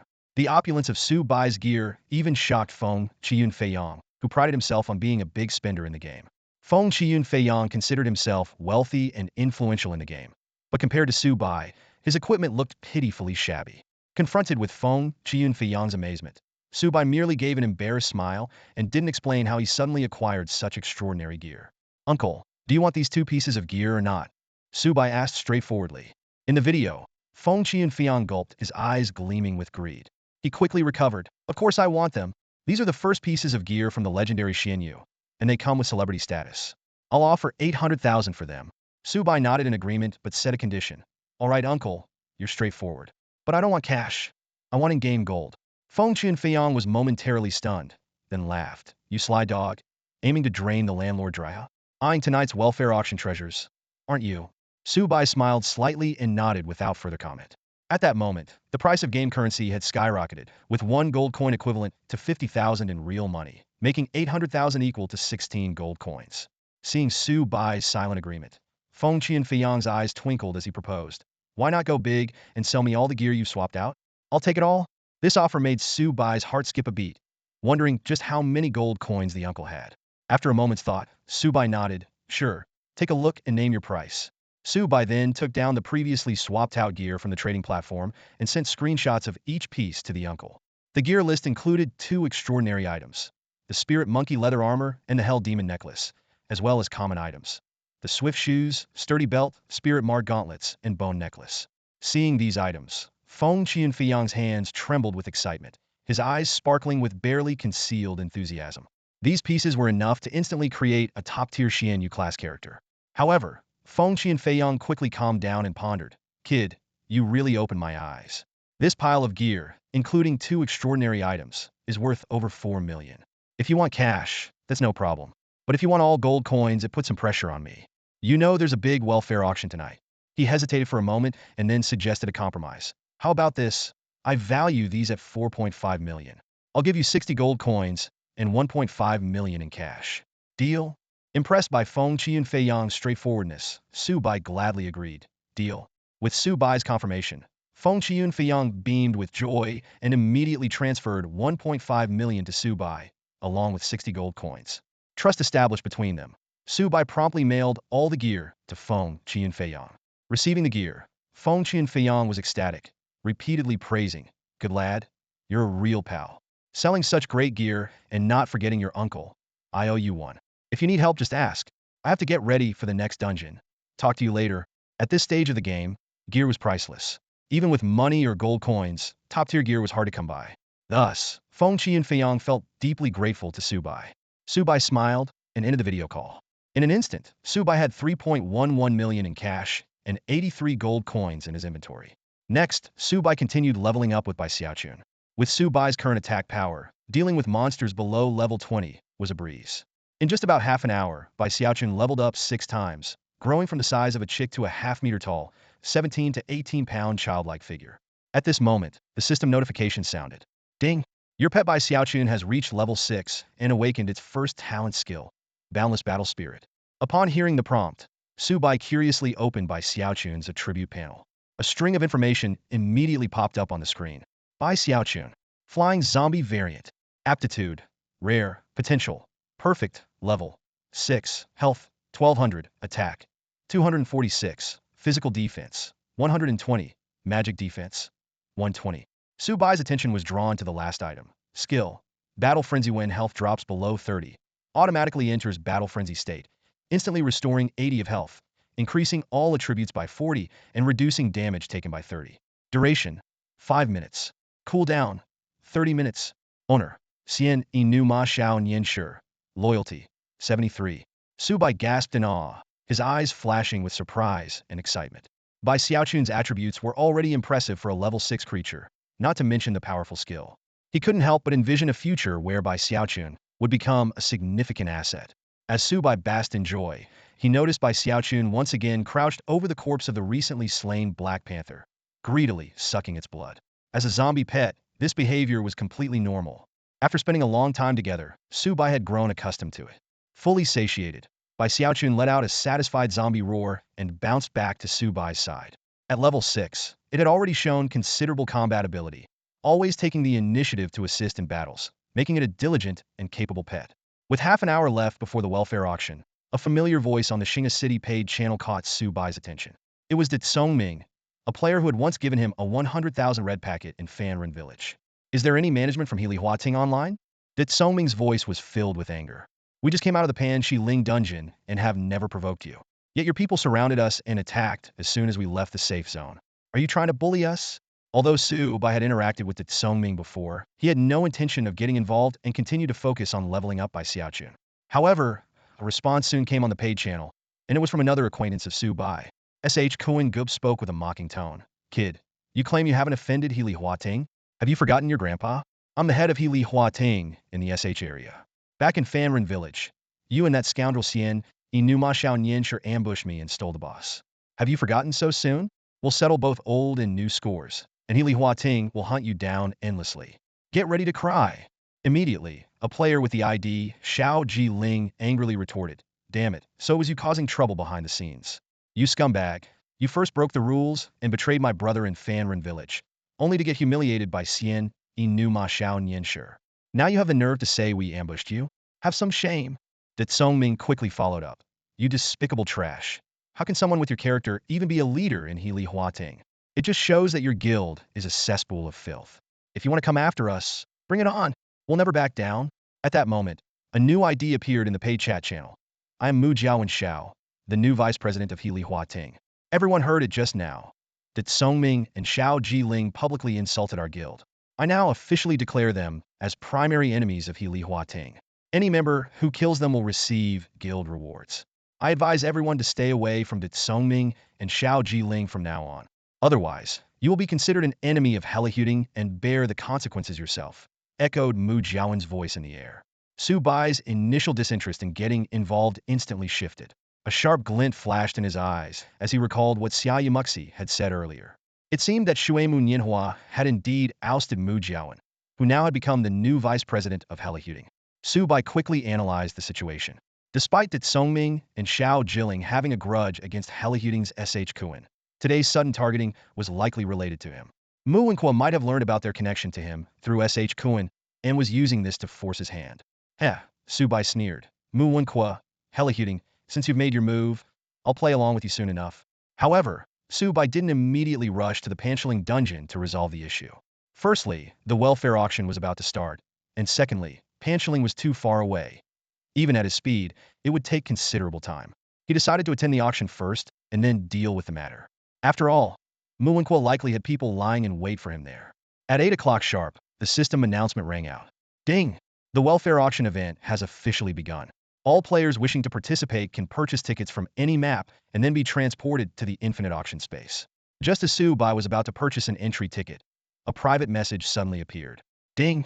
As a VIP guest of the auction, player Shini Numashani Anshi, you do not need to buy a ticket and can directly enter your exclusive VIP room. Would you like to enter now? Ha! What luck! Saving a silver coin is like saving 500 bucks. Su Bai agreed without hesitation. In an instant, his figure vanished from where he stood and was transported to an incredibly luxurious VIP room.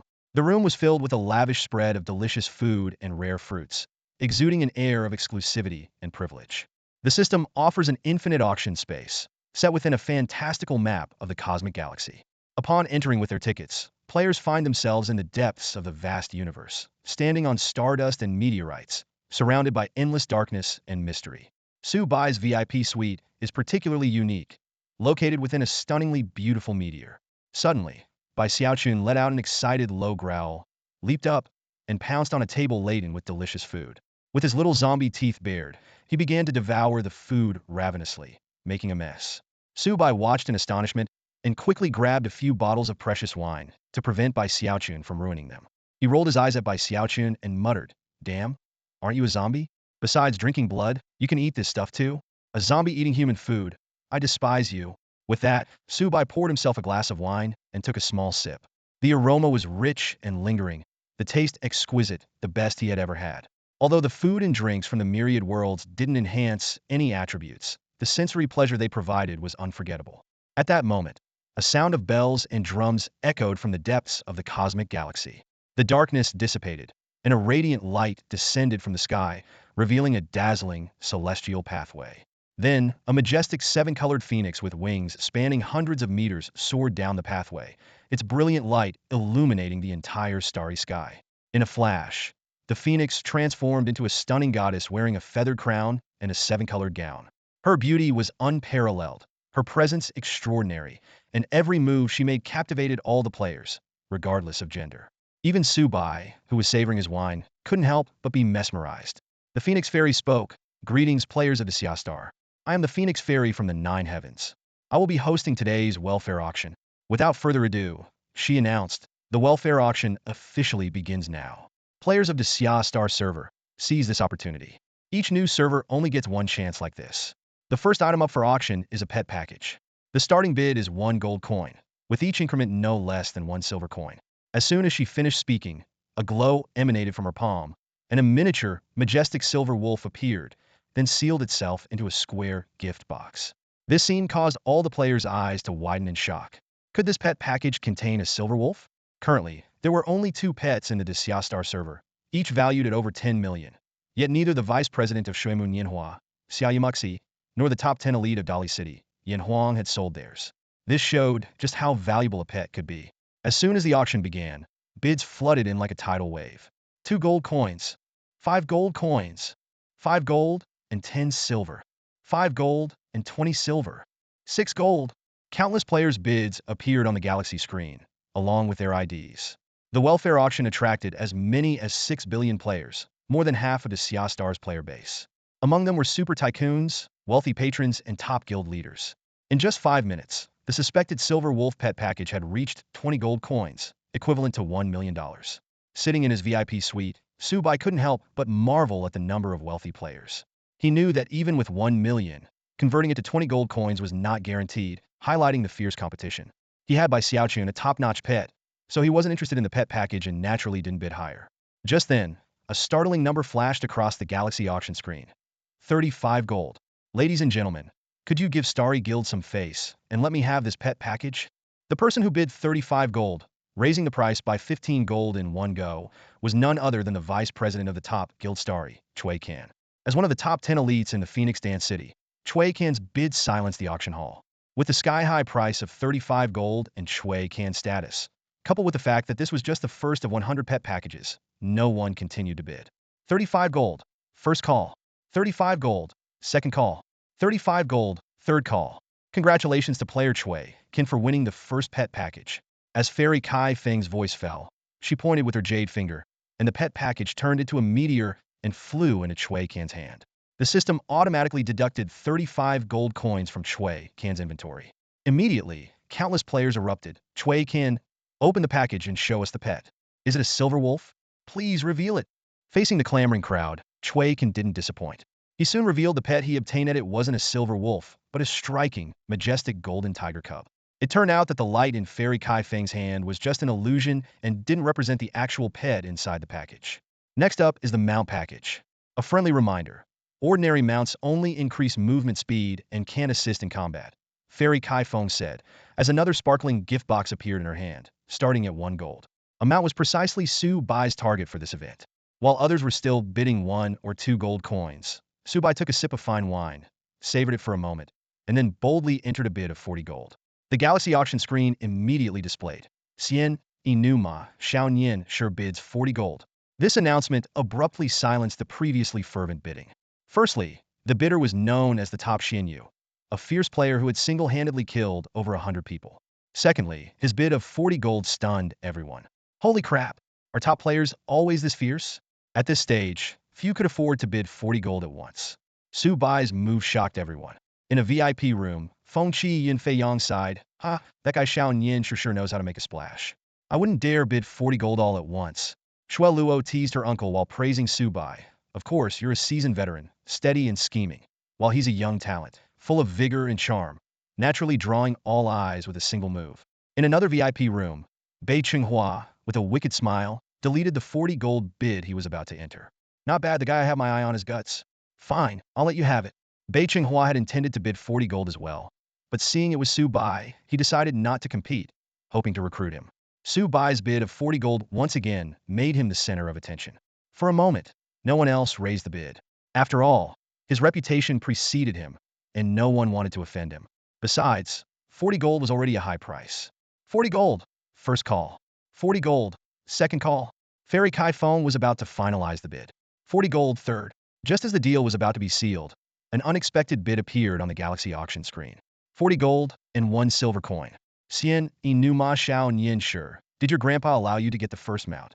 S.H. Kuan-ji's mocking tone came through, with a minimum increment of 1 silver coin.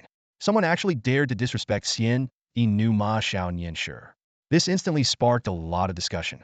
However, players in Galaxy City knew a bit more, as S.H. Kuan-gu had recently insulted Xian, Inuma Xiao Nian sure in a paid channel and was currently besieging 2 of his friends in the Pan Snake Ridge dungeon.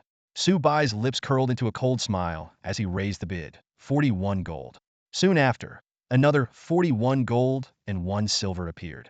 The bidder was still S.H. Kuan-gu. Su Bai's smile grew colder, 45 gold. He raised the bid by 4 gold at once, showing both his wealth and his anger. Wow, 45 gold. That's rich. But if you think that's enough to get the first mount, you're wrong. 45 gold and 1 silver coin. Mu Wenqi joined in, taunting Su Bai. The intense atmosphere in the auction hall was palpable. Damn it, 50 gold. Today, I must get the first mount. Do you 2 clowns think you can compete with me? Are you even qualified? Su Bai angrily raised the bid to 50 gold and even typed his insult into the Galaxy auction screen, showing everyone that he was truly furious. 50 gold. This was an astronomical price, far exceeding the normal value of a mount, even if it was the first one. Being publicly insulted in front of over 60,000 people, Mu Wenqi couldn't stand it. He was determined to mess with Su Bai today.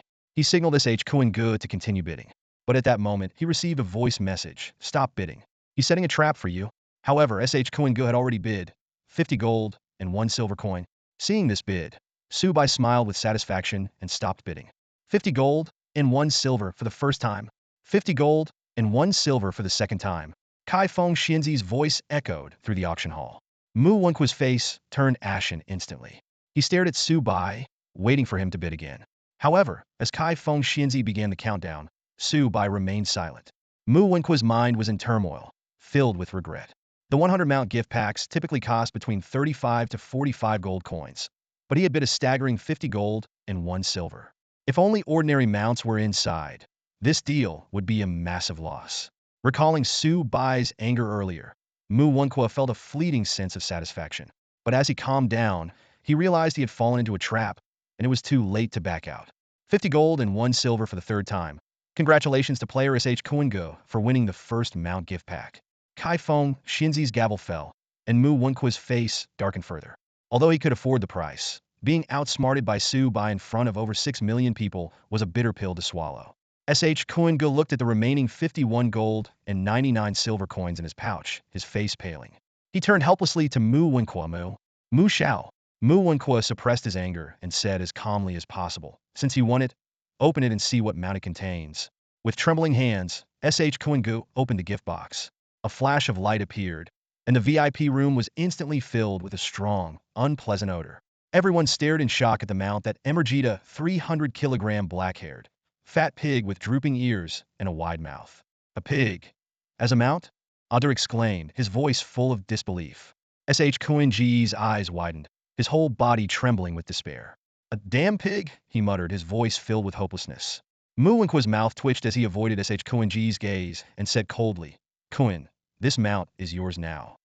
Kuan-gu wanted to say something, but seeing Mu Wenqua's grim expression, he swallowed his words. This meant Mu Wenqua wouldn't cover the 50 gold and 1 silver coins. He had spent a fortune only to end up with a pig that no one would dare ride, with no one to share his frustration with. Meanwhile, unaware of Kuan-gu's plight, Su Bai was having a brief voice chat with Feng Qi Yun Fei Yongdaxu. Kai Feng Xinzi soon began auctioning the third item common grade weapon called the Jingke Spear, listed by a player on the trading platform. This weapon was suitable for Shenhuang, Pejuan, and Tianlong classes, making it highly sought after in the current market. The bidding started high and quickly reached 21 gold, equivalent to 1.05 million in-game currency. This was a price usually reserved for extraordinary gear, but being a weapon, it was in high demand. Just as the bidding began to slow, Mu Wenqua made his move, bidding 22 gold. As a Shenhuang class player, he had been eyeing this weapon for a long time. However, Su Bai immediately countered with 22 gold and 1 silver, deliberately adding 1 silver to provoke Mu Wenqua. This move made Mu Wenqua's face darken again. "You arrogant brat," Mu Wenqua cursed, "I'll bid 23 gold. Let's see if you have the guts to keep going." Despite his outward anger, Mu Wenqua was inwardly smirking. He had just been tricked by Su Bai and was itching for revenge. If Su Bai dared to add 1 more silver, Mu Wenqua would back out, letting Su Bai suffer the consequences. After all, the Jingke Spear, while a weapon, was only common grade, and 23 gold was already exorbitant. Unexpectedly, Su Bai fell silent. As Kai Feng Xinzi confirmed the bid for the third time, the common grade Jingke Spear was finally won by Mu Wenqua for a steep price of 23 gold. Crash! In the VIP room, Wenqua Mu shattered a wine glass on the spot. Glass shards flew everywhere, and wine spilled all over the floor. He had thought he could turn the tables and make Su Bai spend more gold coins, but once again, he had dug his own grave. Ding! The system notification sounded. Player Wenqua Mu has damaged a jade wine glass. A fine of 2 gold coins will be imposed. Wenqua Mu froze with the jade wine bottle he was about to smash suspended in midair. He felt as if he had been crushed, pain searing through every organ in his body, nearly causing internal injuries from sheer rage. Finally, he set the bottle down heavily and muttered a curse through gritted teeth. The welfare auction continued. In the following rounds, Su Bai no longer actively placed bids. However, whenever Wenqua Mu showed interest in an item, Su Bai would appear and outbid him by just 1 silver coin. This behavior made Wenqua Mu want to throttle him on the spot. Wenqua Mu tried to turn the tables by bidding slightly higher on items he didn't need, hoping to lure Su Bai into overbidding. However, Su Bai seemed to read his mind and didn't fall for the trap. An hour later, 99 out of 100 mount and pet bundles had been sold, with only 1 of each remaining. The highest auction price had been 40 gold coins, with an average price of 35 gold coins. A cute girl named Xiuwu, who was a hall master of the Endless Myth, one of the 3 major gaming guilds in Daxia Star, had managed to snag 2 pets and 2 mount bundles at the lowest prices of 30 and 31 gold coins respectively. Few dared to compete with her. In contrast, the first mount bundle sold for a staggering 50 gold and 1 silver coin, making Wenqua Mu and Kuan grumble in frustration. The final combined mount and pet bundle started at a bid of 2 gold coins. The auctioneer, Kai Feng Xinzi, smiled enchantingly, and as soon as she spoke, bids started pouring in. The price quickly soared to 50 gold coins. At that moment, Su Bai made a decisive move, raising the bid to 60 gold coins in one go. In the VIP room, Wenqua Mu sneered, thinking that the bastard had finally taken the bait. He immediately raised the bid by 1 silver coin. Without hesitation, Su Bai upped the bid to 70 gold coins. His voice carried a hint of mockery. "Oh, look who's back for more. Think you can play this game with me?" Despite being furious, Su Bai managed to restrain himself from calling Mu Wenqua a clown. Having been burned a few times before, Mu Wenqua was much calmer this time. He hesitated for a few seconds before raising the bid by 1 silver coin, bringing the price to 70 gold and 1 silver. Mu Wenqua sneered and taunted. Your glory days won't last long. Your two friends are still trapped in Serpent Ridge. Being your friend is truly miserable. They go out to level up and end up getting ambushed. Watching your friends get surrounded and killed, and you don't even dare to make a sound. They must be blind to befriend someone like you, right? Although this was a charity auction, it had now become a battleground for Su Bai and Mu Wenqua. Su Bai responded with a cold smile, not backing down, a loser who got kicked out of the guild after I killed him. Too scared to leave the city to level up at night. And you have the nerve to mock me? Where's your face?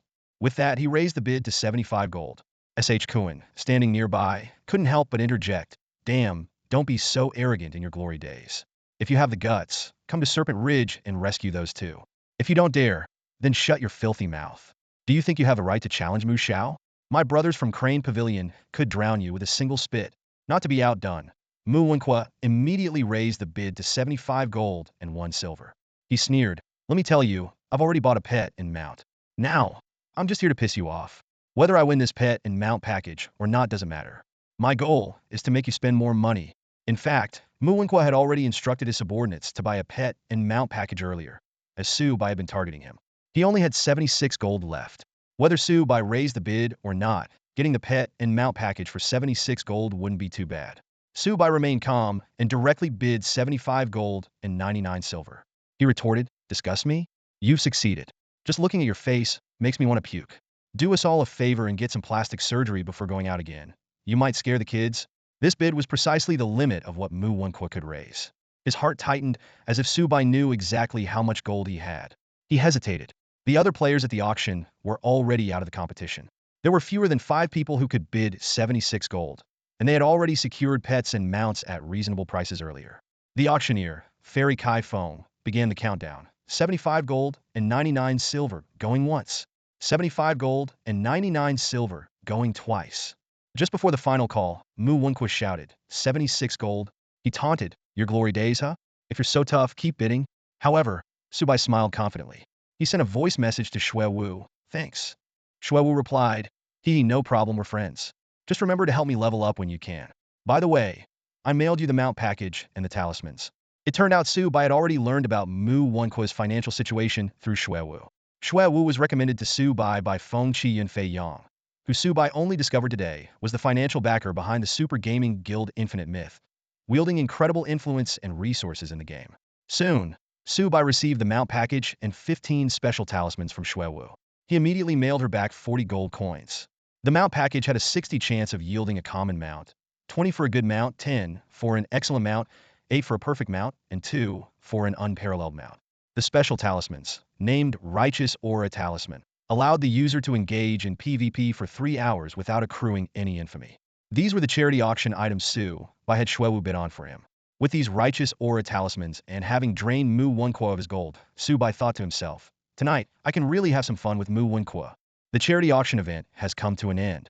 As soon as Kai Feng Xinzi finished speaking, her delicate figure, as beautiful as a celestial being, transformed into a dazzling phoenix with rainbow-colored feathers. With a powerful flap of her wings, she soared into the sky and disappeared into the heavens. Following her departure, an invisible force transported all players out of the auction space. A system notification chimed. Ding! Due to the Xia Star server reaching over 100 pets and mounts, the personal pet and mount leaderboards have officially been launched. Players were thrilled to discover a new leaderboard interface. Driven by curiosity, everyone eagerly clicked to check it out, including Su Bai, who couldn't resist seeing if his pet by Xiaochun had made the list. The top 10 legendary pets leaderboard appeared, and to Su Bai's delight, Bai Xiaochun was indeed listed. Even more surprising, Xiaoyu Mushi's seemingly ordinary macaque had also made the cut. With 13 points of luck in mind, Su Bai eagerly checked his mount. Accompanied by a heart-stirring screech, the system's notification followed. Ding! You have obtained a perfect grade Mount Lei Yin, a magnificent bird covered in blue lightning, with a phoenix's head and a serpent's tail, and 4 flame-like claws, its wingspan exceeding 3 meters, appeared beside Su Bai. This was his dream mount, the perfect grade Lei Yin. The system chimed again. Ding! Your Mount Lei Yin has entered the top 10 legendary mounts leaderboard. Overcome with excitement, Su Bai quickly examined Lei Yin's attributes. Not only was it a perfect grade flying mount, but it also increased movement speed by 300 and could assist in combat while being ridden. With a piercing cry, Lei Yin's blue lightning blazed like fire, sparks flying everywhere, making it extraordinarily radiant. Despite its fierce appearance, the bird was affectionate towards Su Bai, allowing him to stroke its head while its three lightning flame tails wagged like a dog's, seeking his favor. Eager to experience the thrill of flying, Su Bai stored by Xiaochun in the pet space and leapt onto Lei Yin's back. The system immediately notified him that he was in riding mode, with a 300 increase in movement speed, and warned that he could be forcibly dismounted if struck by a powerful attack. Take off! Su Bai commanded with excitement. Lei Yin let out a long cry, its lightning-charged wings flapping powerfully, generating a torrent of electrifying air currents. With a single leap of its fiery claws, it lifted off the ground, ascending to a height of 20 meters in just 3 seconds. The wind rushed past him, and Su Bai felt an unprecedented sense of freedom and exhilaration. He directed Lei Yin to climb higher, soon reaching over 80 meters. The view from above filled him with awe and excitement. However, just as he was about to break the 100-meter mark, the system suddenly issued a notification. Ding dong! A sudden alert sounded in Su Bai's ear, interrupting his enthusiasm for flying. Warning! Those below the Qi refining stage cannot withstand the violent air currents at 100 meters altitude. For your safety, please control your flight height appropriately. Su Bai frowned slightly and thought to himself, there's such a restriction? It seems I can only fully enjoy the view from 100 meters up after breaking through to the foundation establishment stage. But for now, flying at over 90 meters is good enough. He lightly patted Lei Yin's neck and issued a new command. Full speed ahead. Let's see how fast you can go.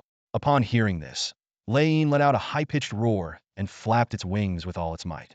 The wings, formed from condensed lightning, gleamed with dazzling blue light, propelling them forward like a blue meteor. This is amazing! Su Bai couldn't help but shout, his excitement uncontrollable. This feels 100 times more thrilling than a roller coaster. As Su Bai was immersed in the exhilarating experience of high-altitude flight, a provocative voice echoed in the paid chat channel of Shinga City. Hey, you coward! Where are you hiding now? S.H. Kuen's voice was dripping with sarcasm. What? You don't dare come to help your friends Dat Songming and Xiao Jiling. They've been trapped by us for over an hour, too scared to leave the safe zone outside Panshu Ridge. He continued to taunt. Xiao Jiling thought he could sneak away because he's an assassin, but we killed him twice. He's lost all his gear and is down to just his underwear. You were so cocky at the endless auction, weren't you? Now you don't even dare to make a sound? Pathetic. And to think you're one of the top 10 players in Shinga City. I despise you. As soon as S.H. Kuen finished, Mu Jia when Xiao joined in the mockery. Weren't you the one who said you'd kill me every time you saw me? I'm right here at the Panshi Ridge dungeon, watching my men toy with the Songming and Xiao Jiling. Come and get me. If you don't, I'll look down on you. This string of provocations immediately caught the attention of countless players in Shinga City.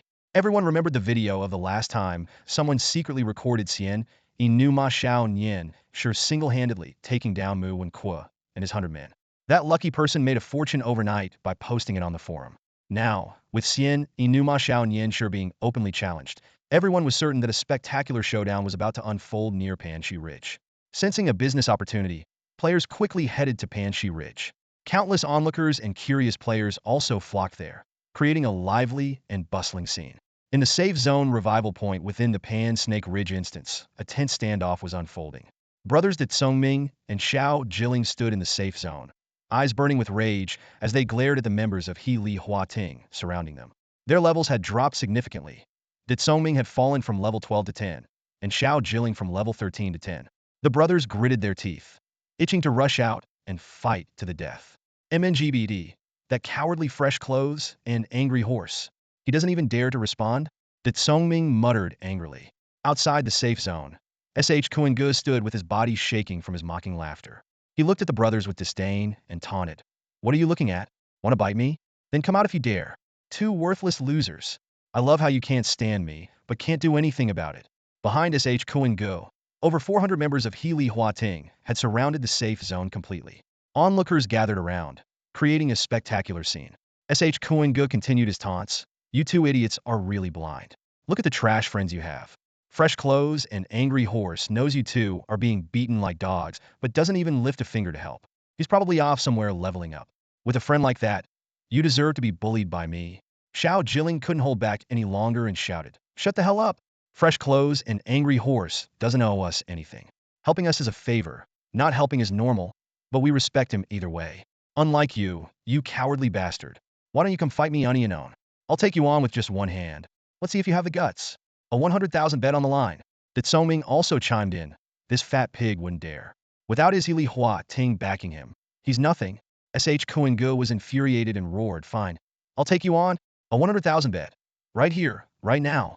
Xiao Jilling was surprised but quickly agreed. "All right, everyone here is a witness. Whoever backs out is a coward. Let's do this."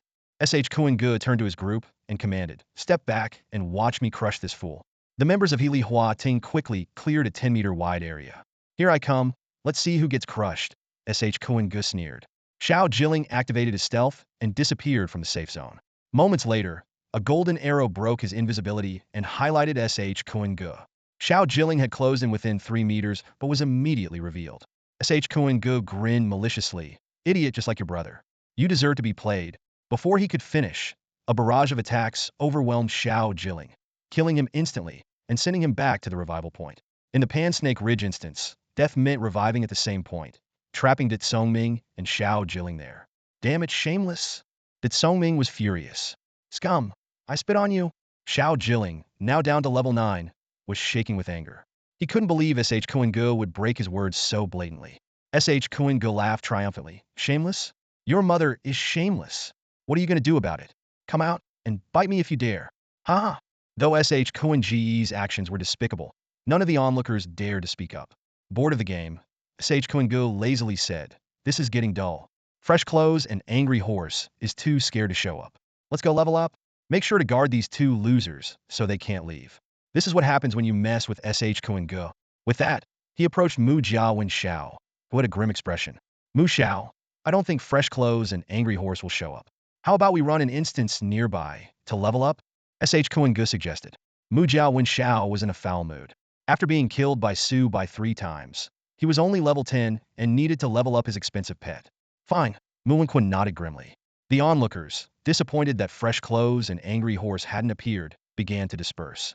It seemed the anticipated showdown wouldn't happen. Just as everyone thought Su Bai wouldn't show, a sharp cry pierced the sky.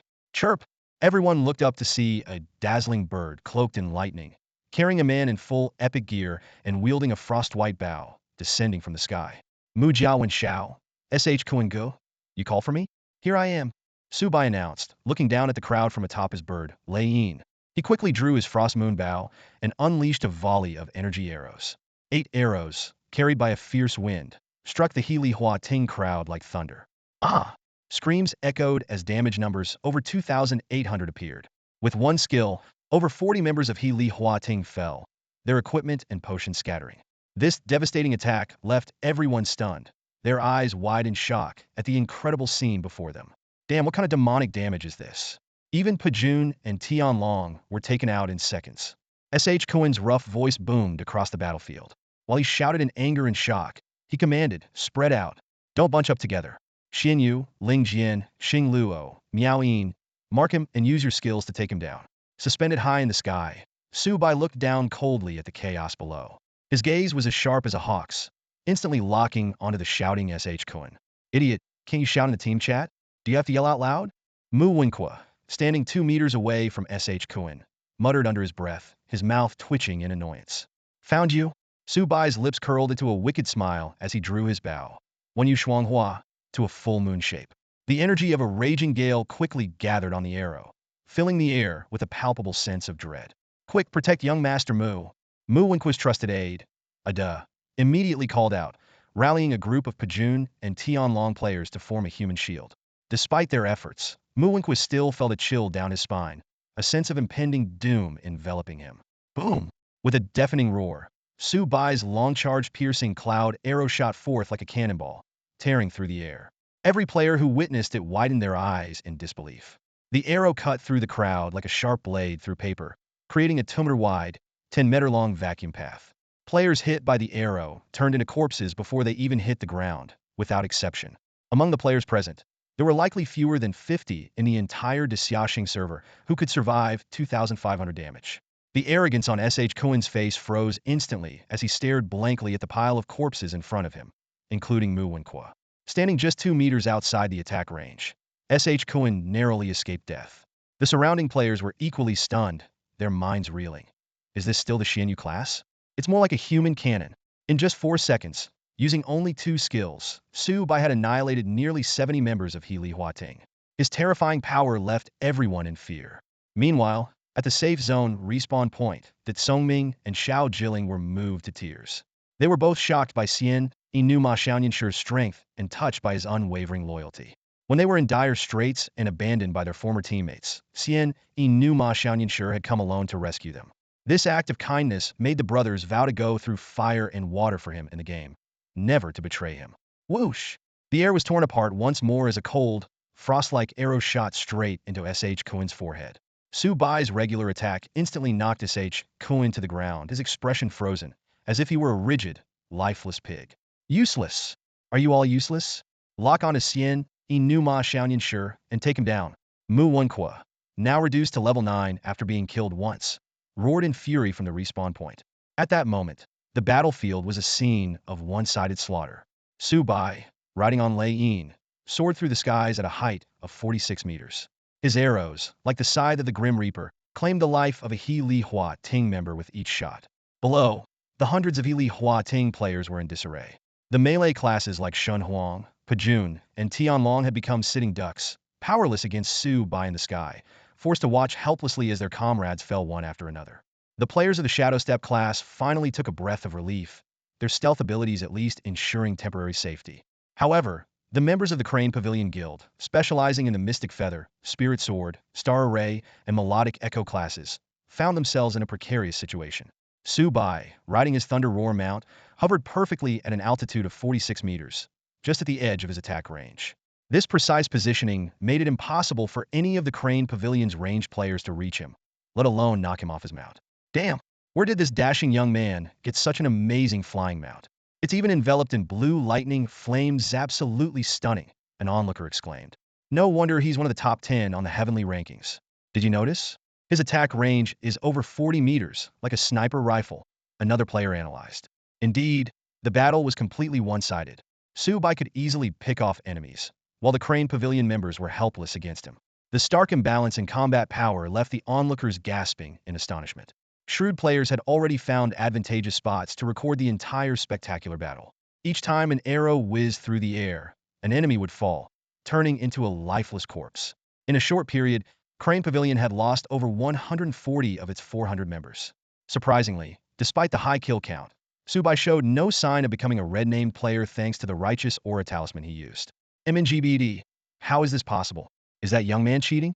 Not only does he have a flying mount, but he also boasts long-range attacks and terrifying power.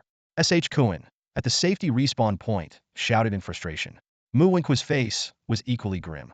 Taking this opportunity, that Songming taunted S.H. Kuin gleefully. S.H. Kuin, you coward. Weren't you acting all high and mighty just now? Why are you hiding in the safe zone now? Isn't Crane Pavilion supposed to be a top-tier guild? How can one guy wipe out hundreds of your members, and you're too scared to even step out of the safe zone? It's laughable. You might as well rename your guild to Turtle Club.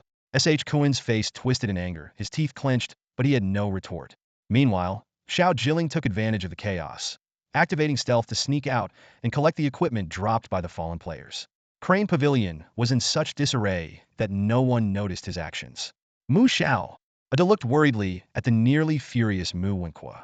Mu Wenqua took a deep breath, forcing himself to calm down. I underestimated him. I didn't expect him to get a flying mount. Our previous strategy is now useless. His anger gradually faded, replaced by a resolute calm. Kuin, tell the brothers to retreat. No more pointless deaths. Ada informed the 1,000-man squad ambushed 10 miles away to disband and go level up. I'll admit defeat today, but it doesn't matter. I can afford to lose once, twice, even 3 or 4 times. But you, young man in bright clothes, once I get an opportunity, you'll be finished for good. Let's see what happens. Mu Wenqua knew that with Su Bai's flying mount, he was no longer a match. Even mobilizing more people would be futile, as no one could reach him. Though it pained him, this was the harsh reality. Mu Wanqing had given him 5 days. Today was just the first. He had 4 more days to figure out a way to counter the young man in bright clothes. He was determined to find a solution. Suddenly, Mu Wenqua walked to the edge of the safe respawn point, looking up at Su Bai in the sky, and shouted, Su Bai. Su Bai paused slightly upon hearing the shout, but continued expressionlessly chasing down the fleeing Crane Pavilion members on his Thunder Roar mount. Mu Wenqua continued to call out, probing while closely watching Su Bai's expression. Letting you go that day might have been the biggest mistake of my life. Mu Wenqua tried to provoke Su Bai with a contemptuous tone. I've turned you into a stray dog. I know you hate me, but so what? In reality, You don't even dare to go home. To avoid me, you've left the city you grew up in. Keep hiding, stay hidden forever, stay far away from me. Don't let me find you, because if I do, you'll regret ever being born. He paused for a moment before continuing his taunts. That's enough for today. I'm logging off to have some fun with women. Kill as much as you want. With over 10,000 people in Healy Huating, let's see how many you can take down. Exhaust yourself to death, you bastard. Huh? Mu Wenqua's intention was to provoke Xian Inu Ma Xiao Nianshi into revealing if he was indeed Su Bai. But he was disappointed. From beginning to end, Su Bai didn't respond. He just tirelessly hunted down one player of Healy Huating after another, like a relentless ghost. This left Mu Wenqua unable to confirm Su Bai's true identity. However, one thing he was certain about. This Xian Inu Ma Xiao Nianshi definitely knew the Su Bai who was captured by Ida that day. And that was enough for him. Seeing that he couldn't extract any useful information, Mu Wenqua logged off in anger. By this time, Su Bai had already decimated the 400-plus members of Healy Huating, leaving only about 100 who managed to escape. The rest were killed at the safe respawn point by Su Bai. The fear he instilled was so great that none of the 300-plus players dared to leave the safe zone. Mu Wenqua logged off to sleep with a beauty, leaving behind a chaotic battlefield. The situation had completely reversed. Initially, over 400 members of Healy Huating were surrounding and taunting De Tsongming and Xiao Jiling. Now, De Tsongming stood alone outside, cursing at the hundreds of Healy Huating members. Kuan-gu and the remaining players of Healy Huating were furious, but they didn't dare make a move. Xian Inu Ma Xiao Nianshi, like a god of death, stood above them. Anyone who dared step out of the safe zone would surely die under Su Bai's arrows. The tables had turned, and no one was more infuriated than Kuan-gu. Thinking about how Mu Wenqua had logged off so leisurely while he endured humiliation, he cursed under his breath, "Damn it, I'll log off and find some girls too." Seeing Mu Wenqua and Kuan-gu both log off, Su Bai lost interest in staying to guard the remaining small fry.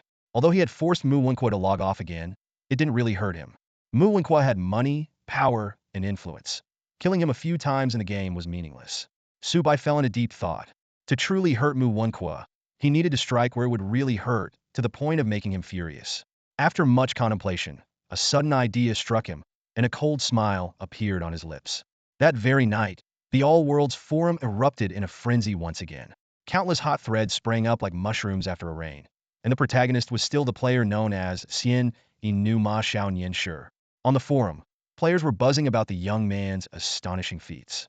Not only had he acquired the rare flying mount, Thunder Roar, but he had also single-handedly decimated members of the top guild, Healy Huating, making them flee and not dare to step out of the safe zone. This news caused an immediate sensation, drawing massive attention from players everywhere. The game had been live for just 4 days, yet a single player could suppress an entire top-tier guild with his individual strength.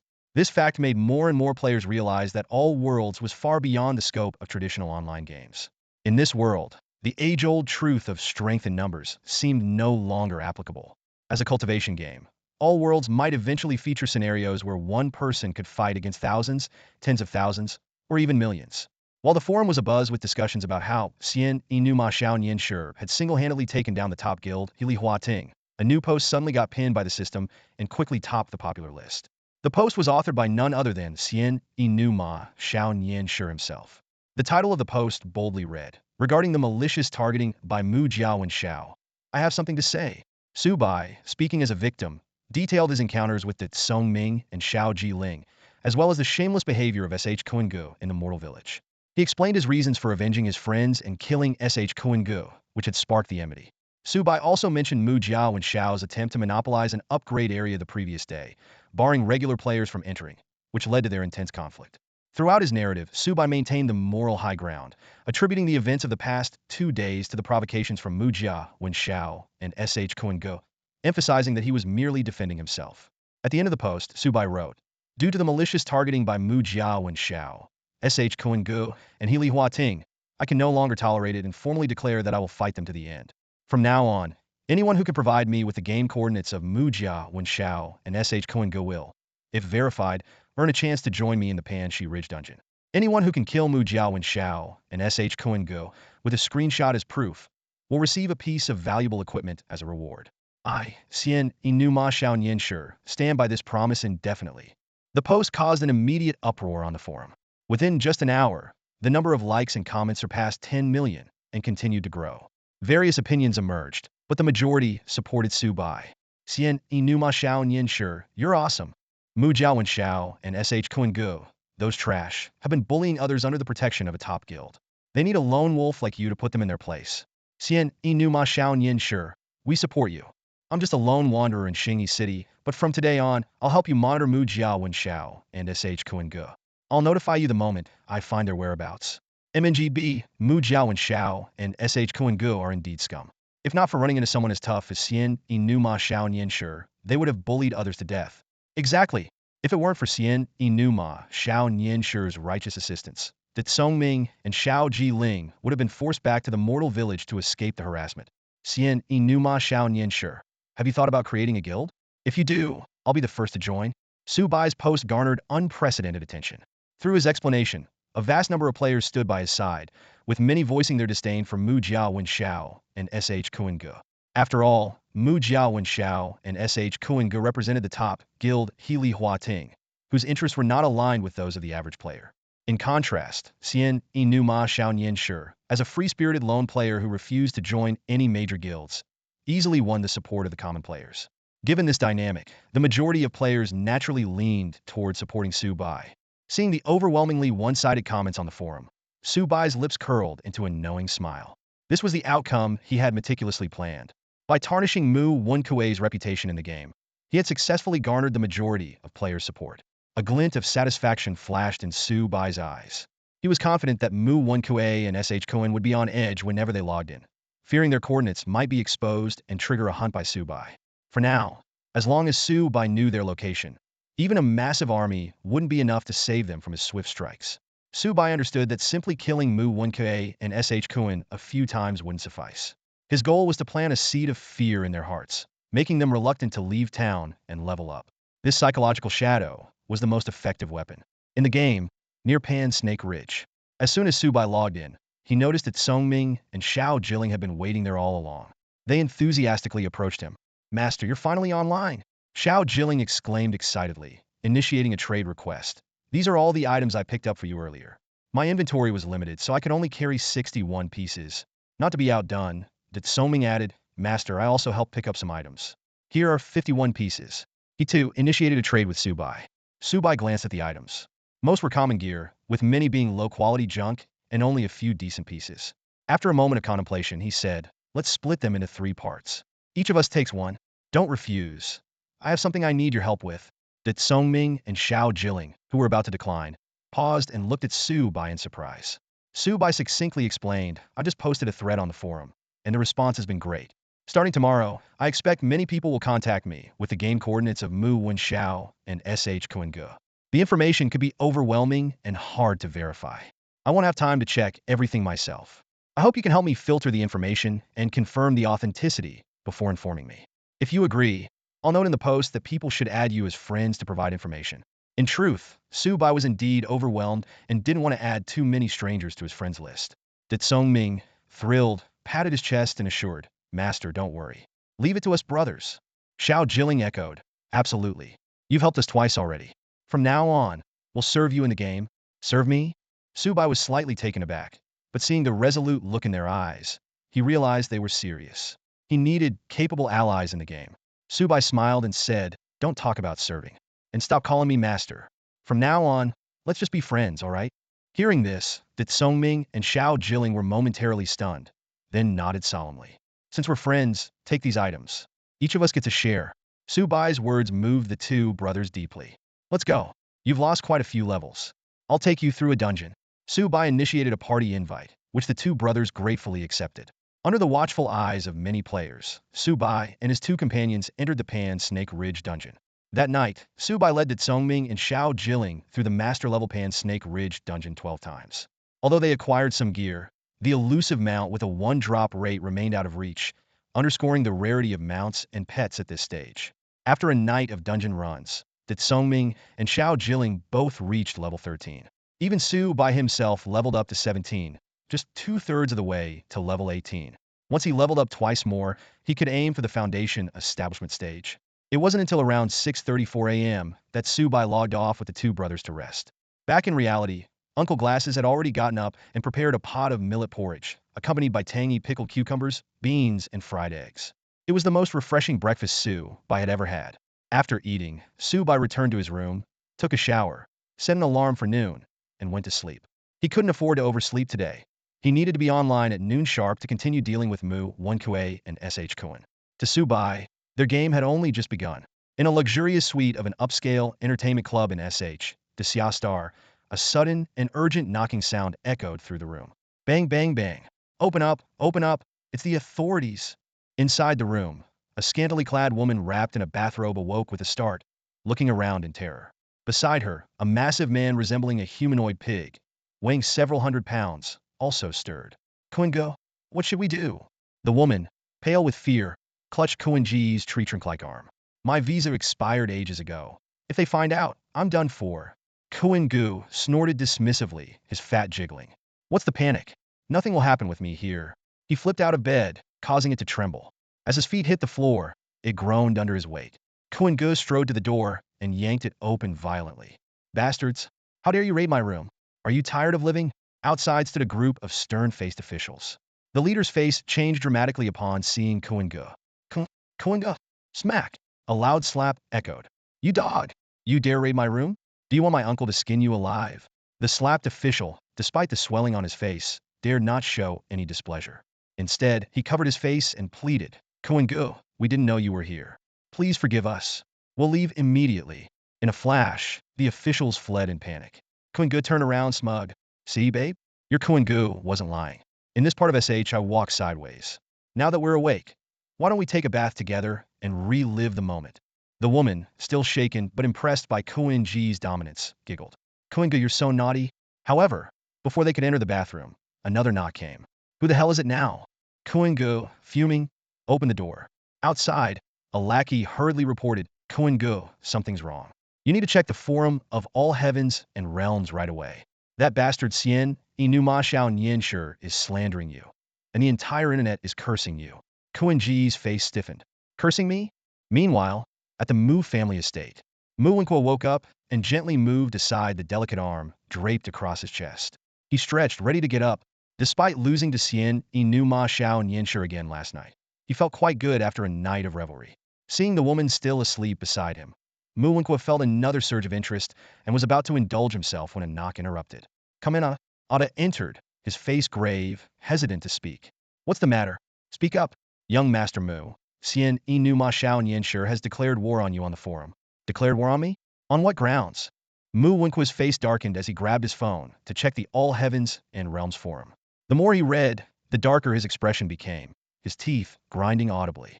Finally, in a fit of rage, he smashed his phone to the ground. Crack! The sound of the phone breaking startled the woman awake. Young Master Mu, you're so bad. I'm not even ready yet, she teased, thinking he wanted to continue their morning fun. Ready for what? Mu Wenkuo, seething with anger, slapped her off the bed. Get out! Terrified and tearful, the woman fled the room. That Xian Inuma Xiao Nianshur is vicious. Using this tactic against me, Mu Wenkuo gritted his teeth. Oughta hire online trolls to attack Xian Inuma Xiao Nianshur on the forum. Also, post under my name. 5 million reward for anyone who can kill Xian Inuma Xiao Nianshur in the game. Anyone who kills him once gets 5 million from me. The rise of the young prodigy, Xian Inuma, sparked a storm.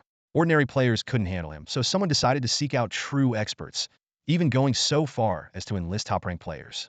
A post, under the name of Wen Xiao from the Mu family, quickly went viral on the forum, attracting countless eyes. At the same time, the forum was flooded with professional trolls, fabricating stories to tarnish Xian Inuma's reputation. But the most captivating part was the sky-high bounty offered by Wen Xiao. 5 million as a reward for finding a true gaming expert to take down Xian Inuma, with the promise of further rewards upon success.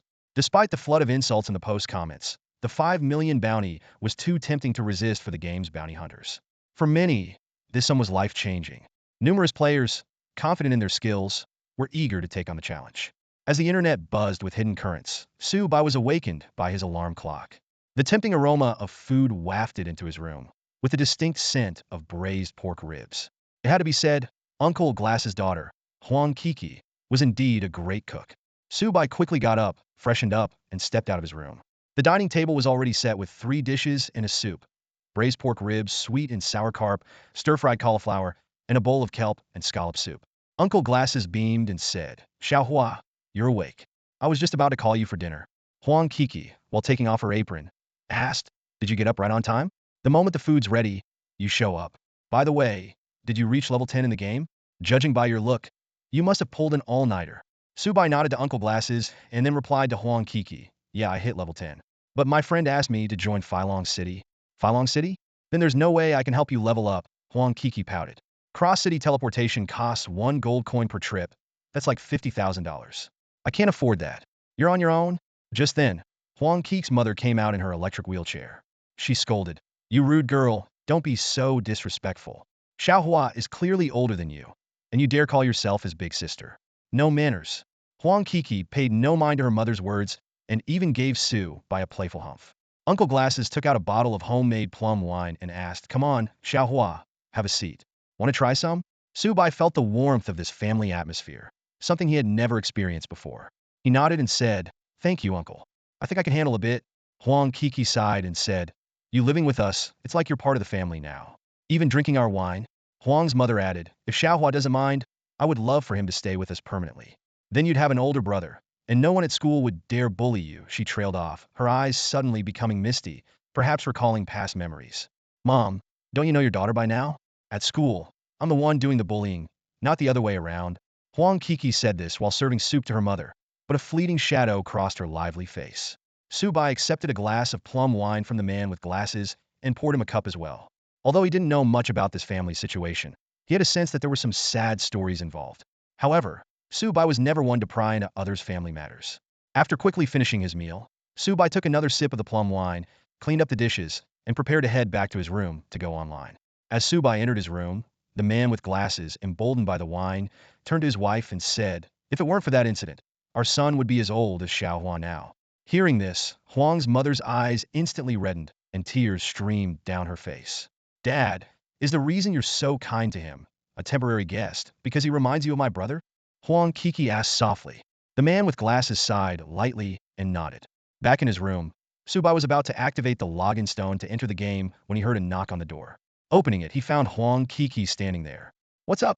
Do you need something?" Su Bai asked. Can you do me a favor?" Huang Kiki asked quietly. "What is it? Tell me." "This Sunday, our school is having a talent show, and I'd like you to come watch me perform." "Because?" Su Bai interrupted her directly. "Sure, I'll be there on time." Huang Kiki seemed surprised by Su Bai's quick agreement. Her big eyes blinked. "Thank you," she hesitated before continuing. "Actually, there's a boy at school who's been bothering me. I don't want to get into a relationship. I heard he's planning to give me flowers and confess his feelings during the show." Su Bai gave her a bright smile. "Got it. Don't worry, I'll be there." Huang Kiki immediately smiled brightly. "Thank you. By the way, what's your in-game name and profession?" "Last night, I was lucky enough to see the legendary player Xian Inuma Xiao Nian sure single-handedly take down the top guild, Li Huating. He was so cool. I was nearby and managed to pick up several pieces of equipment. I thought maybe you could use some of it, and I can mail it to you." Su Bai was momentarily stunned, not expecting Huang Kiki to have been there last night. But with so many people around, it was understandable he hadn't noticed her. "I'm a Xian class. I'll add you as a friend in the game later." Su Bai didn't reveal his in-game ID and had no intention of actually adding her. He wanted to keep his identity as Xian Inuma Xiao Nian sure a secret for now. "Wow, you're also a Xianyu. Xian Inuma Xiao Nian sure must be your idol. He's the top Xianyu in the entire server," Huang Kiki said excitedly, showing a bit of a chatterbox tendency. "Yes, sort of." Su Bai felt a slight headache. "I have a friend waiting for me in the game to level up together. If I don't log in soon, I'll be late." Hearing this, Huang Kiki smiled. "Okay, go ahead and play. Don't forget to add me as a friend. My name is Kusian Air in the game. By the way, what do you want for dinner?" "Yesterday's stir-fried bacon with green peppers and bamboo shoots was pretty good," Su Bai replied. "All right, I'll make that for you tonight," Huang Kiki said, then closed the door for Su Bai. Su Bai immediately logged in, finding his friends Tsong Ming and Xiao Ji Ling already online. They quickly messaged him. "Big bro, someone named Bing Huagongzi provided info that Mu Wenxiao and SH Koengu are leading several hundred-man teams to level up in the Ian Renfa map. We've confirmed it. It's true." Su Bai replied instantly. "Okay, I'll go check it out now." He thought to himself, Bing Huagongzi was the fake identity he had made up in front of Mu Wenqua. He didn't expect it to actually lead to Mu Wenqua's whereabouts. Without hesitation, Su Bai summoned his mount, Lei Yin, and jumped onto its back. "Let's go, target." Ian Renfun. Lei Yin let out a roar, its wings creating strong currents of air, leaving a trail of lightning and fire as it swiftly flew towards the horizon. Meanwhile, in the ruined Fin map, Mu Wenqua asked while killing monsters, Ada, how many experts have you contacted? Ada nodded excitedly. Mu Xiao, 18 top-tier experts have agreed to help us take down Xian, Inuma Xiaonian Sure. There's also a super top-tier expert who wants 1 million to personally face him. 1 million? Who dares ask me for 1 million? Mu Wenqua frowned. Yan Huang, ranked in the top 10 of the Tianbang list in Dali City, Ada replied. Hearing the name, Mu Wenqua's expression changed slightly. Agree to it. I'll pay 1 million, but only if you can kill Xian, Inu Ma Xiaonian Sure. Ada quickly nodded. Got it. S.H. Kuan-gu immediately chimed in flatteringly. Mu Xiao, you're incredible. Xian Inu Ma Xiaonian sure doesn't know what's coming. With Yan Huang's help, plus the other experts and our thousands of Li Huating brothers, I'd like to see how Xian Inu Ma Xiaonian sure plans to survive this time. Ha! Mu Wenqua enjoyed the flattery, a smug smile appearing on his face. Mu Xiao, Kuan-gu, and their brothers were leveling up in the east when they stumbled upon a boss whose level couldn't be determined. Suddenly, an excited subordinate came running to report. Boss! Mu Wenqua and S.H. Kuan-gu's eyes lit up with excitement upon hearing this. A boss whose level couldn't be identified was at least in the Foundation establishment realm, and it had the potential to drop extraordinary gear. Mu Wenqua immediately ordered, Kuan, inform all the brothers leveling up nearby to head east. We must take down this boss. He then turned to Ada, mobilize 500 more brothers from Li Huating as a backup force. Foundation establishment realm bosses were extremely rare. Once killed, they wouldn't respawn for at least half a month and at a random location. Encountering such a boss was a tremendous opportunity. 15 minutes later, in the canyon on the eastern side of the Yinren Fen map, a thunderous, beastly roar echoed through the canyon. Standing in the center was a gigantic creature at least 10 meters tall, covered in red fur, with a wide mouth, sharp teeth for clawed paws, and a tail that looked like it was on fire. This was the boss they had discovered. Hong Ho. S.H. Kuan-gu shouted, Go! Attack! Pajun, Tian Long, get in there! Xing Luo, give it all you've got. Keep an eye on the front line's health, especially Ada. Miao Yin, take turns applying debuffs on Hong Ho. Xian Yu Ling Jian, attack with full force. Shen Huang brothers, join in. Mu Wenqua wasn't idle either. He released his pet blue lion to assist from the side while he stayed back, leaving the command to S.H. Kuan-gu. Hong Ho was ferocious, and within a short time, it had already decimated a third of the 400-man teams Mu Wenqua had brought. Except for the well-equipped Tian Long class Ada, who could withstand 3 hits with his pet's help. No one else could last more than 2 seconds under Hong Ho's onslaught. Mu Xiao, this Hong Ho is too strong. It might be close to the Enlightenment Realm, level 30, S.H. Kuan-gu shouted. It said Enlightenment Realm bosses have a chance to drop guild establishment tokens. Hearing this, a glint of ambition flashed in Mu Wenqua's eyes. Currently, no guilds had been truly established in the Daxia Star server because of the lack of guild establishment tokens. If they could obtain one from Hong Ho, it would be a golden opportunity to make a name for themselves. However, reality was harsh. Hong Ho was overwhelmingly powerful. Over 100 had fallen, but its health had only dropped by 5%. Suddenly, Ada screamed in terror, Run! Hong Ho is about to use a skill. As he spoke, he raised his Buddhist shield and fled with his pet. Hong Ho roared towards the sky, raising its 4 paws as its entire body ignited with fiery, violent energy. As it slammed its paws into the ground, the canyon shook as if in an earthquake. The terrifying energy spread out like a volcanic eruption. After a thunderous explosion, a 20-meter radius around Hong Ho became a vacuum, littered with the bodies of players, all of them dead. Damn, that's insane! S.H. Kuan-gu exclaimed in shock from a distance. Mu Wenqua was initially stunned, but then overjoyed. Kuan, call more people, get more brothers here, he said excitedly. This Hong Ho is very likely an Enlightenment Realm boss. If we take it down and get a guild establishment token, Li Huating will be famous throughout Daxia Star. Upon hearing Mu Wenqua's voice, S.H. Kuan's face lit up with excitement. He quickly began to rally more troops. All Shenhuang professionals, charge with me. Ada also let out a roar filled with urgency. Under the devastating blow from the boss Hong Ho, all the tank classes except for Ada had perished. At this moment, only the Shenhuang warriors could substitute for the roles of Pejuan and Tian Long. S.H. Kuan confidently assured Mu Wenqua, Young Master Mu, 2,000-man teams will arrive here within 10 minutes. 10 minutes? Mu Wenqua frowned, his gaze fixed on boss Hong Ho. It could take down a Shenhuang warrior with a single slap, leaving only about 200 people standing. Whether they could hold out for 10 minutes was uncertain. After a moment of contemplation, Mu Wenqua issued new orders to Ada, who had just retreated to heal. Apply pressure on them. Everyone must arrive within 8 minutes. No one has yet defeated an Enlightenment level boss, and the first kill has a higher chance of dropping the guild creation token. We cannot afford to fail. He added, oughta get in touch with Yin Huang. He'll give him an extra 2 million to quickly come and help us kill Boss Hong Ho. Oughta nodded in agreement, understood. As Mu Wenqua was fully focused on Boss Hong Ho, Su Bai had already arrived silently on his thunder roar mount. Suddenly, a thunderous roar echoed across the sky. Thunder Roar's imposing and cold figure appeared in midair, surrounded by blue lightning, instantly drawing everyone's attention. Mu Wenqua and his group, who were attacking Boss Hong Ho, immediately noticed Su Bai's arrival. Damn it, it's Xian, Inuma, Xiao Nian Shi. S.H. Kuen's face turned pale, and Mu Wenqua's expression darkened. Su Bai did not attack immediately, but observed Boss Hong Ho from above.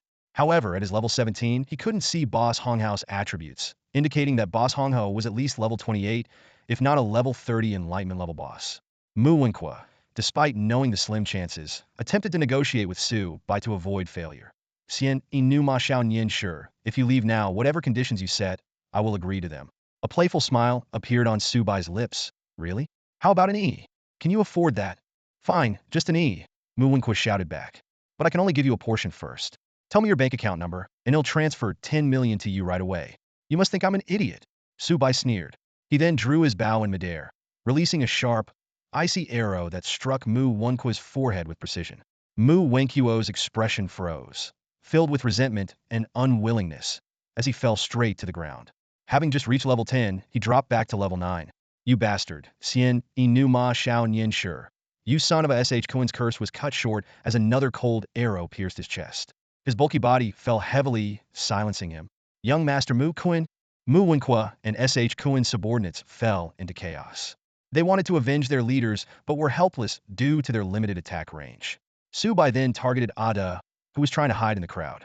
An arrow was shot, but was blocked by Ida's summoned Buddha shield. As a Tianlong professional, Ada had maxed out his points and had damage reduction skills, making it hard for Su Bai's regular attacks to kill him instantly. Quick, heal me, Ada gritted his teeth. Xian, Inuma Xiao Nian Shi, you won't be cocky for long. Our 2,000-man army will arrive soon. His lost health was quickly restored by the Xinghua healers behind him. Su Bai sneered. 2,000 people? Not enough for me to kill. He drew his bow again, shooting 3 arrows in quick succession, all aimed at Ada. Damn it! Fear filled Ada's eyes. Despite the constant healing from dozens of Xinghua, they couldn't save him. He finally fell to the ground with a thud. At that moment, Boss Hong Ho roared again, unleashing its previous devastating move. Its 4 massive claws slammed down, instantly killing over 30 members of Healy Hua Ting. Mu Wenqua, S.H. Kuen Gu, and Ada were all killed one after another. On the battlefield, the terrifying boss, Hong Ho, was wreaking havoc. Above, a young warrior, dressed in splendid attire, loomed ominously like a harbinger of doom, threatening everyone below. The remaining 100 or so members of Healy Hua Ting lost their morale and scattered in panic. After taking down the 3, Su Bai paused his killing spree and set his sights on the 10-meter-tall boss, Hong Ho. He quickly drew his bowstring, and a rapid volley of arrows shot out with a whistle. 13 energy arrows streaked through the sky like meteors, hitting Hong Ho's head in just 1.5 seconds. However, despite Su Bai's 1470 attack power and partial armor penetration, the damage inflicted on Hong Ho was minimal. This puzzled Su Bai, making him wonder about the boss's high defense. Yet, he noticed that the probability of triggering his soul cleave ability had increased to 15 after the lightning-fast volley. Originally chasing down the fleeing members, Hong Ho immediately turned towards Su Bai after the fierce attack, its eyes gleaming with malice. This was not only because Su Bai's attack was the most lethal, but also due to the slowing effect of his weapon, Wan Yu Shuanghua. A thin layer of frost had formed on Hong Ho, noticeably reducing its attack and movement speed. Su Bai remained calm, thinking that Hong Ho was likely a melee-type boss and that he should be safe at 46 meters in the air. He drew his bowstring again and let another arrow fly. Suddenly, the ferocious Hong Ho froze mid-attack as if it had been hit by a stunning spell, yet it did not fall. Su Bai was both surprised and delighted. He hadn't expected Soul Cleave to trigger so quickly. However, he didn't smile because Hong Ho, despite suffering fatal damage, still stood firmly, and he hadn't received any kill rewards. Just as Su Bai was in a daze, a system notification sounded. Ding dong. Boss Hong Ho's near-death triggered its innate skill, Rebirth on the spot. Immediately, Hong Ho let out a deafening roar. Roar! Its blood red for suddenly grew longer, thicker, and more vibrant, as if drenched in blood.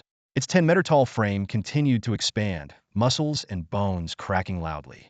In an instant, Hong Ho transformed into an 18-meter-tall, terrifying prehistoric beast. Witnessing this, Su Bai was shocked, but even more certain that Hong Ho was definitely a level 30 Enlightenment Realm boss. Suddenly, with a gust of wind and the ground shattering, the 18-meter-tall Hong Ho leaped towards Su Bai with incredible speed. In the face of this colossal beast, Su Bai and his mount, Lei Yin, seemed like ants. With a thunderous crash, Su Bai felt excruciating pain all over, and Lei Yin let out a wail as they were knocked out of the sky by Hong Ho. At the last moment, Lei Yin's body erupted with lightning and fire, counterattacking with a force like a thunderbolt, dealing significant damage to Hong Ho. Howl! Hong Ho howled in pain, suffering heavy damage from Lei Yin's electric attack and losing over 2,000 health points. The giant beast crashed to the ground, creating a large crater and crushing 7 or 8 members of Healy Huating. A system notification immediately followed. Ding dong. Your mount status has been interrupted and cannot be ridden for 20 minutes. Su Bai hit the ground, his 4,009 health points instantly reduced by 2,000. Hong Ho's attack was devastating. Anyone else would have been instantly killed. Seeing Su Bai fall, the previously fleeing members of Healy Huating excitedly shouted, "He's down. Brothers, now's our chance to avenge Mu Xiao and Kuan Ge." With murderous intent, they quickly surrounded Su Bai. At that moment, Su Bai shouted, "Bai Xiaochun, come out!" Su Bai swallowed a level 2 rejuvenation pill, instantly restoring 200 health points. Without hesitation, he summoned Bai Xiaochun, his level 13 skeletal mount. The skeleton let out a ghastly wail, its legs propelling it like an arrow released from a bow, leaping into the air and charging straight at an enemy Shenhuang warrior. Although Lei Yin couldn't serve as a mount for the time being, its combat prowess as a perfect grade steed was undeniable. Su Bai directed Lei Yin to fight alongside Bai Xiaochun, creating a seamless offensive and defensive synergy. Su Bai raised his bow and shot an arrow, hitting an enemy's vital spot with pinpoint accuracy. As the enemy fell, Su Bai felt over 500 health points surge into his body, far more effective than the rejuvenation pill. The boss Hong Ho struggled to its feet, its enormous body resembling a moving mountain, its fierce eyes locked onto Su Bai. However, its entire form was still shimmering with frost and lightning effects left by Wen Yushuanghua and Lei Yin. Seizing the opportunity, Su Bai quickly drew his bowstring and released an arrow that pierced through the air, striking Hong Ho. Ding! Soul Severance trigger rate increased to 3. The system notification made Su Bai's expression tighten. Clearly, after Hong Ho's skill resurgence, the previously accumulated soul severance probability had been reset. Time was of the essence. He needed to resolve this major threat quickly, especially with Mu Wenqua's reinforcements potentially arriving at any moment, not to mention the interference from He Li Huating's agents on the scene. Hong Ho roared furiously, its massive body charging at Su Bai once more, each step causing the ground to tremble. Despite the dual slowing effects of Wen Yushuanghua and Lei Ting, its speed was still impressive, though about 30 slower than before. Thanks to his full agility build, Su Bai had a slight speed advantage. He quickly employed the Chi Min trap technique, firing 2 arrows in succession before turning to flee. Boom! Hong Ho missed its target and stepped into one of Su Bai's traps, further reducing its speed by 27. With a slight grin, Su Bai kept shooting arrows while retreating, continually increasing the soul severance trigger probability. However, at that moment, 4 hidden shadow assassins suddenly appeared, launching a surprise attack on Su Bai. Unexpectedly, Su Bai seemed unscathed. The 4 assassins from He Li Huating were stunned, unable to believe what they were seeing. Su Bai turned and fired an arrow, precisely killing one of them. After absorbing over 500 health points, he swiftly created distance, moving with the speed of the wind. At that moment, a massive red shadow suddenly loomed over, crushing the 3 remaining players of the Shadow Squad into pulp. The enormous body of Boss Hong Ho landed with a thunderous impact, causing the ground to quake. Su Bai's pet, Bai Xiaochun, and his mount, Lei Yin, showcased their incredible prowess. Bai Xiaochun darted through the enemy ranks like a white lightning bolt, having already taken down 7 opponents. As a top-tier pet, its strength far surpassed that of ordinary players. Lei Yin transformed into a nimble magic sword, unleashing continuous lightning attacks that perfectly complemented Bai Xiaochun, exponentially increasing their power. Together, they effectively held off numerous He Li Huating members, creating precious space for Su Bai. Seeing his pet and mount perform so impressively, a slight smile appeared on Su Bai's lips.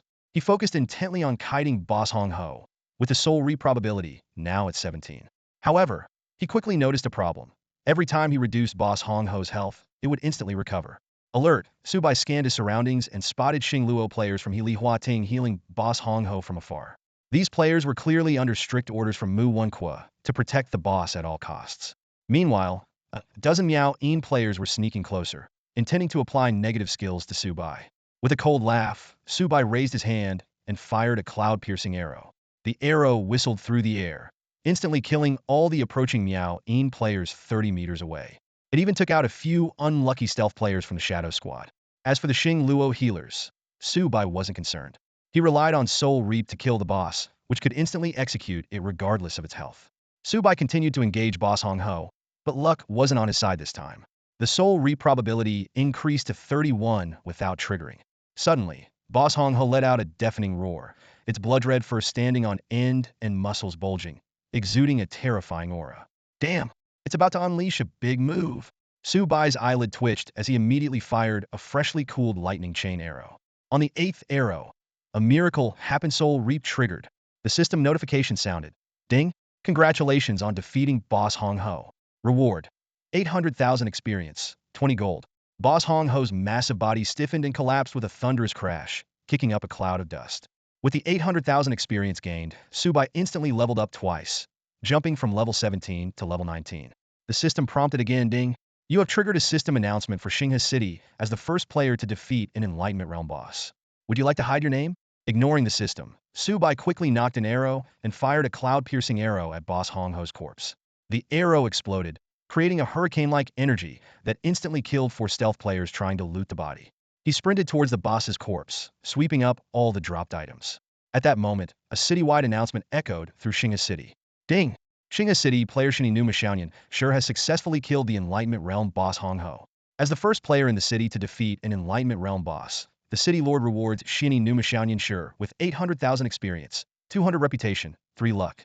Additionally, the title of Demon Slayer is bestowed. This announcement was like a bombshell, causing an uproar in Xinghe City.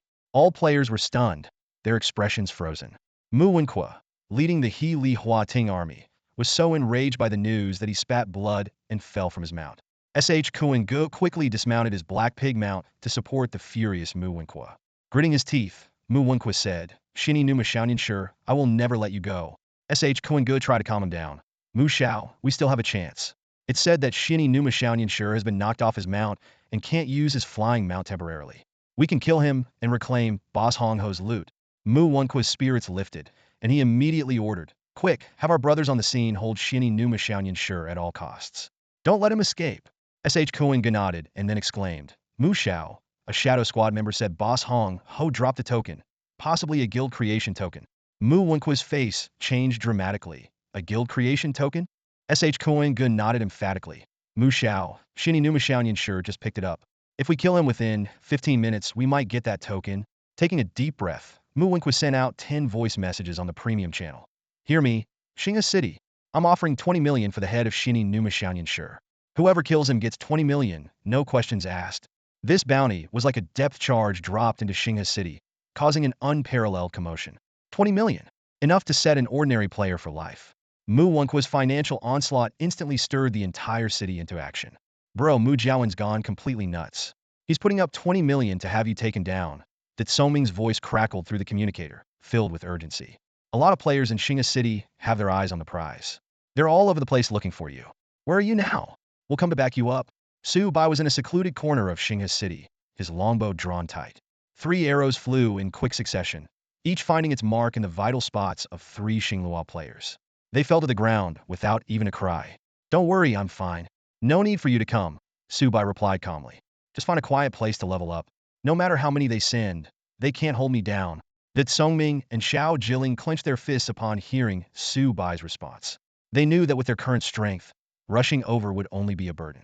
They exchanged a glance, a shared resolve forming in their hearts. To help Su Bai, they needed to create a powerful guild. Little did Su Bai know, his casual remark had planted the seed of a formidable guild in the brothers' minds. The battle continued. Within a minute, only about 30 members of the Helihuting Guild managed to escape. The rest were picked off by Su Bai. He glanced at his kill count, 998. Just 2 more to reach 1,000, and he couldn't help but wonder if a new title would be unlocked. Surveying his surroundings, Su Bai saw his pet Bai Xiaochun still at half health, its battle frenzy skill already triggered. In this fierce fight, Bai Xiaochun had secured 17 kills, significantly contributing to Su Bai's tally. Su Bai's mount, Lane, though of perfect grade, was not a pure combat pet. It was now critically low on health and unable to continue. Su Bai sent it back to the mount space to recover. Suddenly, Bai Xiaochun leapt to Su Bai's side. Now at level 13, it stood 1.65 meters tall, its snowy white fur radiating a chilling aura. Its white eyes looked at Su Bai, filled with a sense of accomplishment. Go ahead, the blood of this boss is your reward, Su Bai said. Bai Xiaochun let out an excited cry and immediately pounced on the corpse of the boss, Hong Ho, greedily sucking its blood. Su Bai didn't idle either. He began to harvest the massive corpse. The system notifications came in rapid succession. Ding! You have collected 5 units of high-quality demon blood. Ding! You have collected 4 units of high-quality demon blood. Ding! You have collected a high-quality demon core. A demon core? Su Bai examined the dragonized, fiery red bead in his hand, feeling the intense heat it radiated. The system prompt appeared. Hong Ho Demon Core. Quality I. An essential ingredient for crafting foundation establishment pills. A key ingredient for foundation establishment pills? Excellent. Su Bai thought pleased. In the Myriad Worlds, advancing in cultivation wasn't just about leveling up. It required consuming high-quality pills.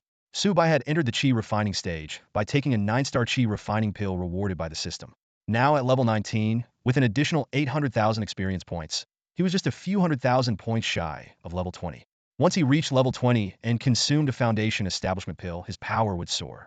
The appearance of the Hong Ho Demon Core was timely indeed. Just then, Bai Xiaochun, who was happily sucking blood, suddenly leapt up and stood protectively in front of Su Bai, growling low in the direction ahead. Sensing danger, Su Bai quickly stowed the Hong Ho Demon Core and fired a concealment-piercing golden arrow towards the direction Bai Xiaochun was warning about. The golden light illuminated the scene 40 meters ahead. A player clad in impressive gear stood there, accompanied by a sinister PETA skeletal creature walking upright, its crimson eyes gleaming with menace, and a tuft of white flame burning behind its skull. Tisk, TSK, as expected of the top Shinyu. You've discovered my presence so quickly. A figure quietly appeared in front of Su Bai. The newcomer had hawk-like eyes, a hooked nose, a high forehead, and a confident smile on his lips. His entire body was adorned with extraordinary gear that shimmered with a superior glow, especially the silver spear in his hand, whose sharp tip glowed with a faint green light. Clearly not an ordinary weapon. Beside him stood a skeletal pet, its red eyes burning with white flames, exuding a dense aura of malevolence, glaring at Bai Xiaochun with intense hostility. Whoa, hold on a second. The newcomer raised his hand in a gesture of calm, his voice tinged with unhidden arrogance. Don't misunderstand me. It's not that I look down on you. I just want to see if you're worth my effort. Just as Su Bai was about to strike first, the newcomer revealed his information. ID, Yin Huang. Level, 17. Class, Shun Wang. Affiliation, Dali City. Title, one of the top 10 elites of Dali City. Pet, Gravedigger, also top 10 elite level. Despite being a Xinhuang warrior, Yin Huang could bring his pet into stealth, undoubtedly marking him as a top-tier player. At that moment, a system notification sounded. Ding! You are under attack by player Yi Xiaoquangren. A swift figure suddenly assaulted Su Bai from behind. It was a level 15 elite shadow assassin. The opponent had timed his attack perfectly, striking decisively while Su Bai's attention was on Yin Huang.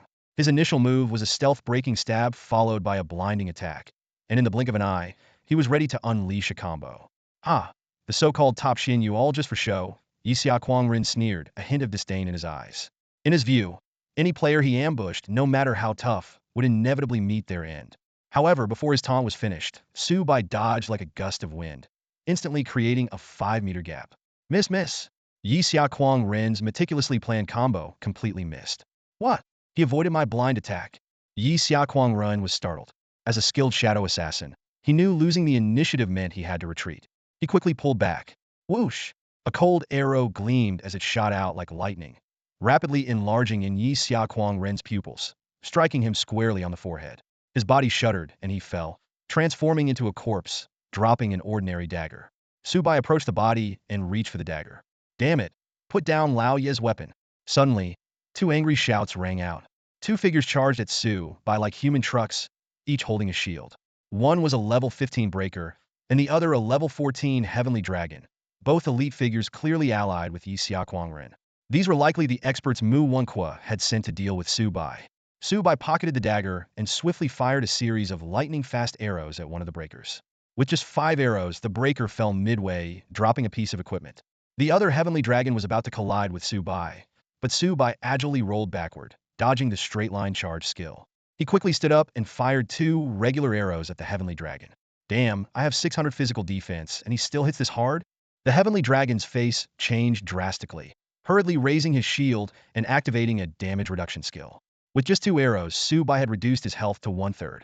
As Su Bai was about to fire a 3rd arrow, a spell suddenly hit him. It was a slow spell from a Miaoyin, reducing his attack speed and movement speed by 50 for 5 seconds. This caused Su Bai's 3rd arrow to land just a bit slower. Simultaneously, a healing spell restored 600 health to the heavenly dragon. The heavenly dragon also consumed a level 2 rejuvenation pill, recovering another 200 health, preventing Su Bai from landing a killing blow. Immediately after, fire and water spells struck Su Bai like swords. 2 more elite enemies appeared, both Lingjian class. Additionally, a Xian Yu's lightning arrow struck Su Bai. Damn, how does a fragile Xian Yu have such terrifying defense? The 2 Lingjian and 1 Xian Yu who attacked Su Bai were all dumbfounded. Su Bai quickly raised his bow and fired an arrow. Despite the slowed speed, a cold star flashed and hit the enemy Miaoyin accurately. Life steal, 708. The Miaoyin who had weakened Su Bai screamed and fell. Ding! Player Xian Inuma Xiao Nian Shi has achieved 1,000 kills, earning the new title Killing King. Killing King grants Frenzy. When activated, increases attack speed, and movement speed by 20 and ignores many control effects, but increases damage taken by 20. Lasts 15 seconds. Cooldown, 15 minutes. Demon Slayer. Special title. When activated, doubles monster experience and drop rates. Upon reaching 1,000 kills, Su Bai earned the new title, Killing King, alongside the Demon Slayer title from defeating the boss Red Howler. The Killing King title came just in time. As Su Bai was about to activate it, the enemy Heavenly Dragon, now fully healed, charged at him with renewed vigor. Roar! Bai Xiaochun let out a corpse howl, rushing forward to intercept the Heavenly Dragon's control skill. Surprisingly, Bai Xiaochun's strength was higher than the Heavenly Dragon's, sending the latter flying instead. Nice job! Su Bai gave a thumbs up, then drew his bow and with a swift motion, took down the enemy's only high-level star Luo. His lost health was instantly restored. Ding dong! Su Bai was hit by Night Frenzy Mage's Water Seal spell, rendering him unable to use any skills for 3 seconds. This silencing spell, cast by an enemy Water Spirit Sword, hit its mark precisely. Although the mysterious black box could resist control effects once every 10 seconds, it had already protected Su Bai from Night Frenzy's blinding control earlier and couldn't activate again this time. Su Bai remained calm. He hadn't even activated his Frenzy Kill title special skill. His basic attacks were already powerful enough. The slow effect previously applied by the enemy's Miaoyin had dissipated, restoring his normal attack speed. Swish, swish, swish. Su Bai quickly locked onto 2 enemy spirit swords and fired rapid shots within 2 seconds. Sensing the danger, the 2 spirit swords immediately activated their shield skills, hoping to have the damage received.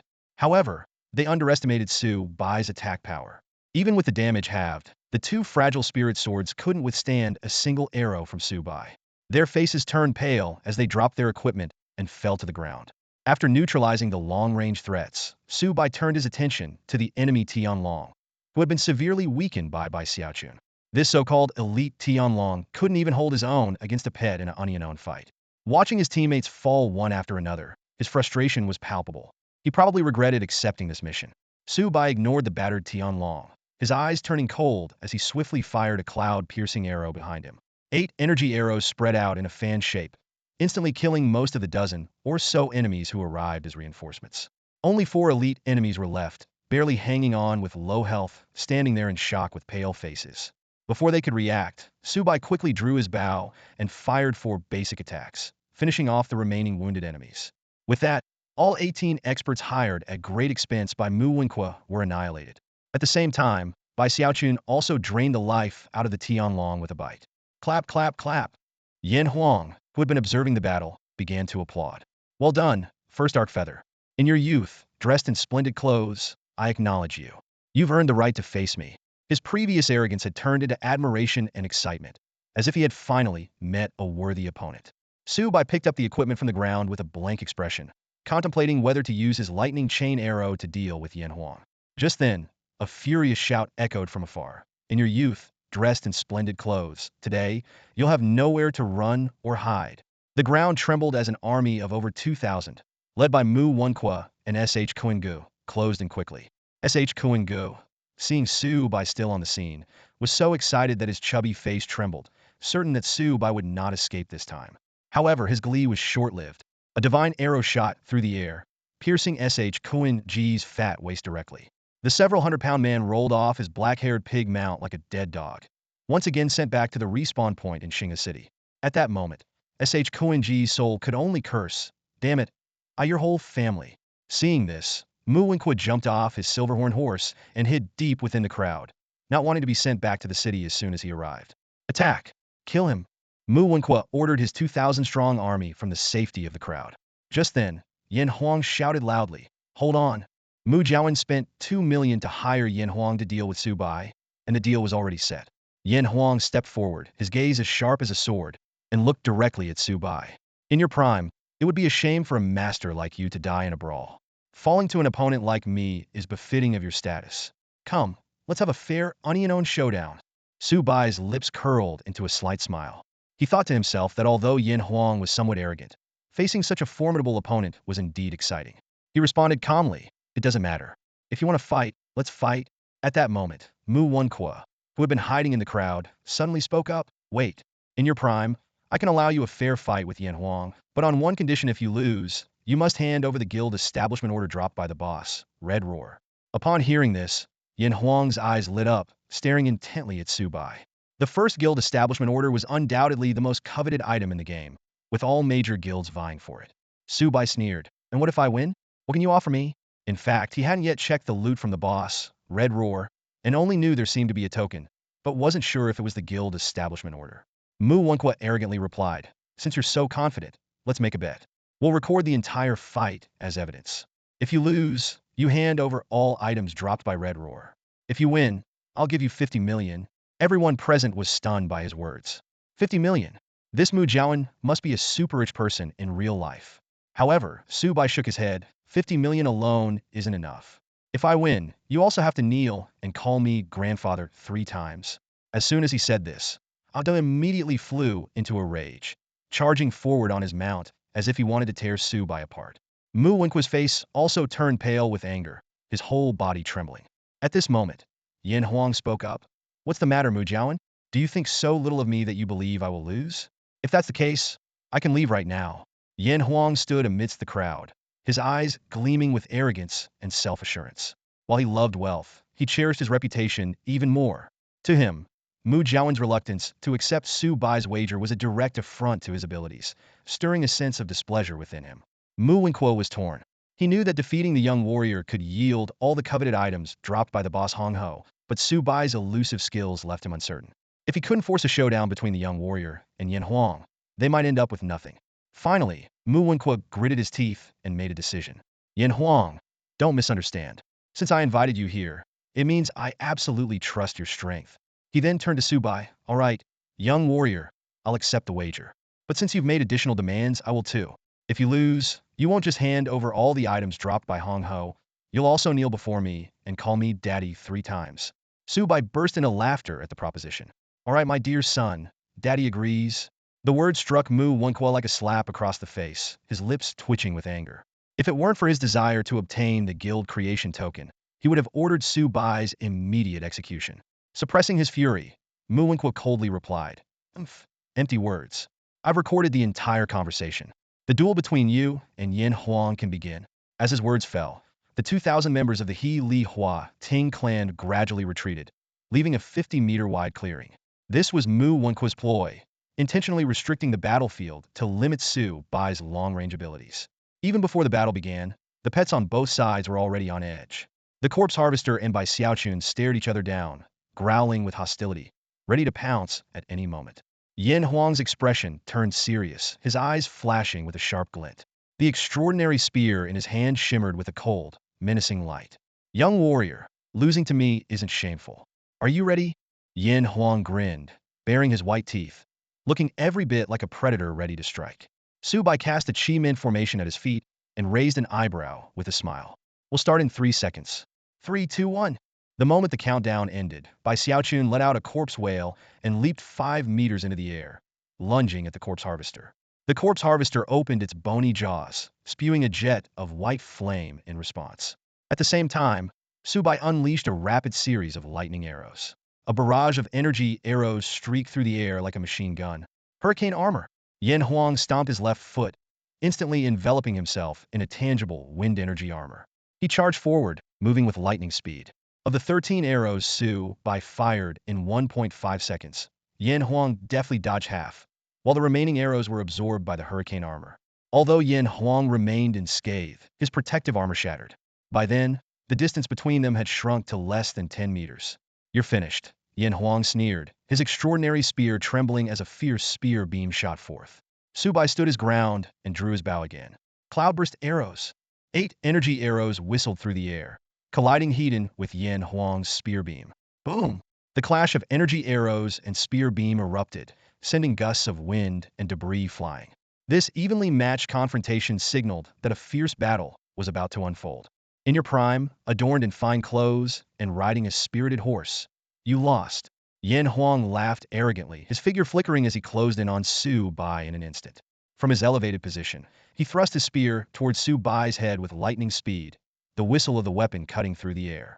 As an elite warrior of Shen Huang, Yan Huang was supremely confident in his close combat skills, convinced that no ranged hero could survive in such a situation. Mu Wenko, witnessing the scene, couldn't contain his excitement and shouted, "Great! Beautiful! Take down that arrogant bastard! Get ready to kneel before me and call me daddy! Haha!" However, in the face of such peril, Su Bai's expression remained calm and composed. He swiftly raised his bow and fired 2 arrows. Just as he was about to use the star shift skill he had awakened at level 10, Su Bai's expression suddenly changed. Yan Huang's face had turned ghastly after the second arrow. The once confident Yan Huang froze midair. His assassination attempt halted abruptly. With a heavy thud, he fell at Su Bai's feet, his spear clattering to the ground, and a belt emitting an extraordinary glow burst from his body. The corpse digger, which had been fiercely battling by Xiaochun, let out a mournful wail and was forcibly sent back to its pet space. Its master had fallen, triggering the automatic confinement of the pet. The scene plunged into a dead silence. Over 2,000 pairs of eyes witnessed the entire event, yet not a sound was made. Even a pin drop could be heard. Mu Wenko's smug expression froze instantly, his eyes bloodshot, looking as if his soul had left his body. Even Ada couldn't believe what he was seeing, his voice trembling as he stammered. How could this happen? Yan Huang lost? Su Bai calmly picked up the extraordinary belt that Yan Huang had dropped. Turning to face Mu Wenko, a playful smile curled on his lips. Though his voice carried a teasing tone, it echoed powerfully in the air. Come on, grandson, kneel down and call me grandpa 3 times. This statement was the final straw that completely broke Mu Wenko. He spat out a mouthful of blood, his vision darkened, and he fainted in the game from sheer anger, promptly being forced offline. The rapid turn of events left the members of Healy Huating stunned. The young man, who was seemingly destined to lose, unexpectedly turned the tables, resulting in the well-equipped Yan Huang falling dead. The vice president Mu Jiawen was so shocked by this drastic turn of events that he vomited blood and fainted in the game, leading to a forced logout. The 2,000 members of Healy Hua Ting exchanged bewildered glances, unsure of what to do. Ada, eyes bloodshot with rage, felt an overwhelming hatred towards Su Bai. He leaped off his mount, biting his lip until it bled, and knelt heavily on the ground, his voice hoarse. Young man, you've won. Mu Shao is unwell, so I kneel in his place to fulfill the bet. Ada then shouted loudly, Grandfather, grandfather, grandfather. Before he could finish, an arrow whizzed through the air and pierced his body. Su Bai, expressionless, said, You are not Mu Jiawen. You cannot take his place. Ada's soul returned to the team, and he roared, Attack! Kill him!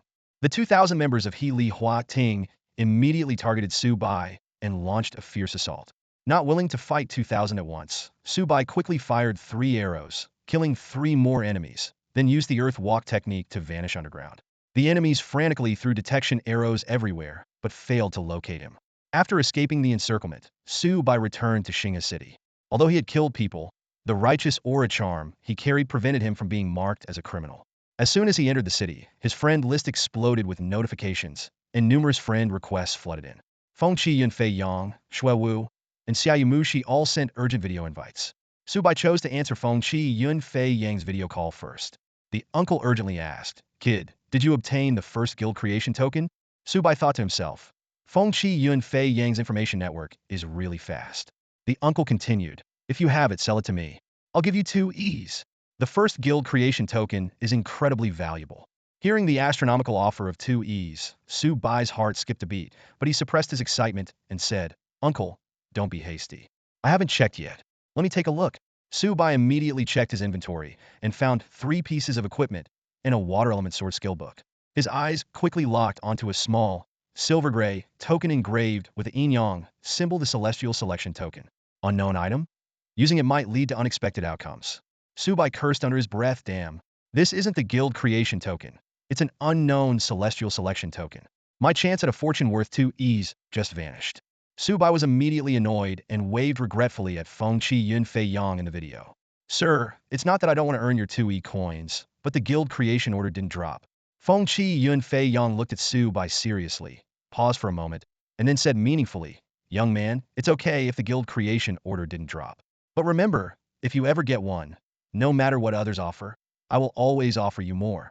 Hearing this, Su Bai felt slightly displeased. He could sense the underlying implication that Feng Qi Yun Fei Yang didn't trust him and thought he was lying to get a higher price. Su Bai's voice turned cold. All right, I got it. He then hung up the video call. At that moment, Shui Wu sent several voice messages. Wow, you were amazing. You were the first to kill the Enlightenment realm boss and defeated Yan Huang, one of the top 10 in Tianbang of Dali City. You're totally famous now. By the way, don't mind my uncle. I'll believe you. If you say the guild creation order didn't drop, then it didn't. He's just obsessed with creating the first guild in the game. I'm planning to stay up all night. If you have time, can you help me level up? Shui Wu was straightforward. She had helped Su Bai a lot during the endless auction. Su Bai replied, we'll see. If I'm free tonight, I'll find you. Shui Wu immediately sent a smiling face emoji. Okay. After finishing the conversation with Shui Wu, Su Bai glanced at the messages from Xiaoyu Mushi. She was also asking about the guild creation order.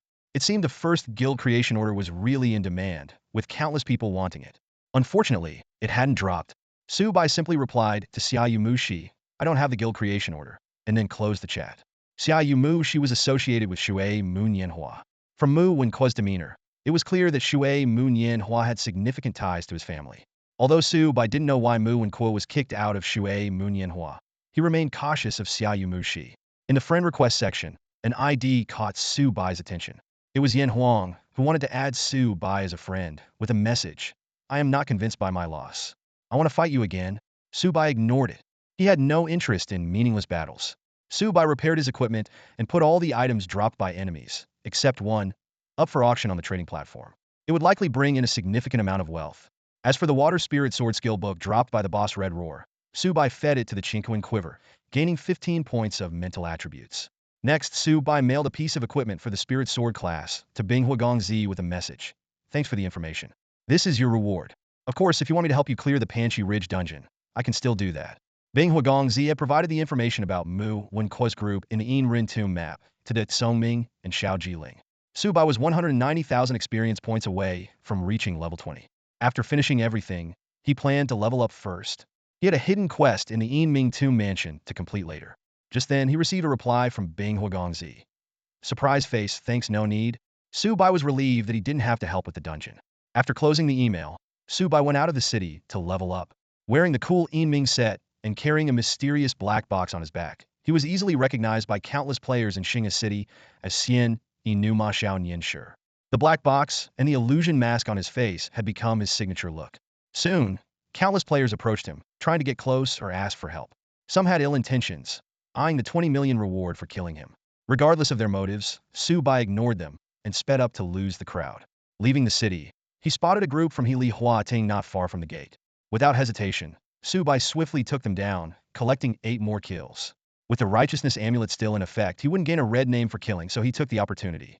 This scared other Heili Huating members, who were about to leave the city, into staying put, fearing Su Bai might take them down too.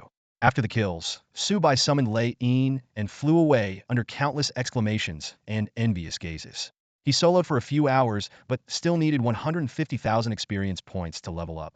Without boss kills or good quests, leveling was slow, especially with the mysterious black box sharing his experience. Su Bai was ready to log off. The bespectacled uncle had already called him twice for dinner. It felt nice to have someone care and call him for meals. Just as he was about to log off, he remembered the Xian Xian token. Its description said it would trigger unexpected events.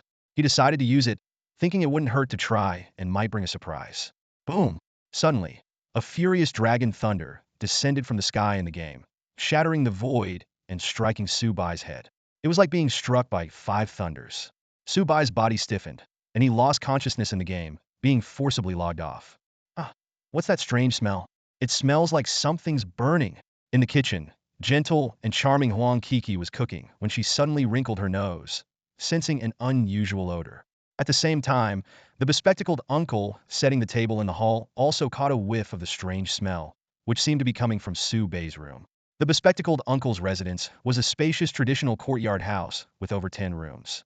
His own quarters were on the east side, and in the center of the courtyard stood a century-old tree planted by his ancestors. The west side had been partitioned into a separate building used as a guest house. "Dear, could it be a fire?" asked Huang's mother nervously from her electric wheelchair. Hearing this, the bespectacled uncle couldn't contain himself any longer and rushed towards Su Bai's room. Xiaohua, what's going on in there? What's that burning smell?" he shouted while knocking on the door, fearing that something terrible had happened to Su Bai. But there was no response from inside. Suddenly, the bespectacled uncle noticed wisps of black smoke seeping out from under the door. Panic set in, and he quickly pulled out a spare key to unlock the door. As soon as it was open, a thick cloud of acrid smoke hit him, making his eyes water. Xiaohua. Ignoring everything else, he covered his nose and dashed into the room. Sure enough, the room was on fire, and the bed was engulfed in flames. Even more terrifying was that Su Bai lay motionless, his body charred black, showing no reaction to the fire, as if struck by lightning and turned into a piece of charcoal. With bloodshot eyes, the bespectacled uncle, disregarding the intense heat, rushed to Su Bai's side, trying to pull him out of the flames. Ah!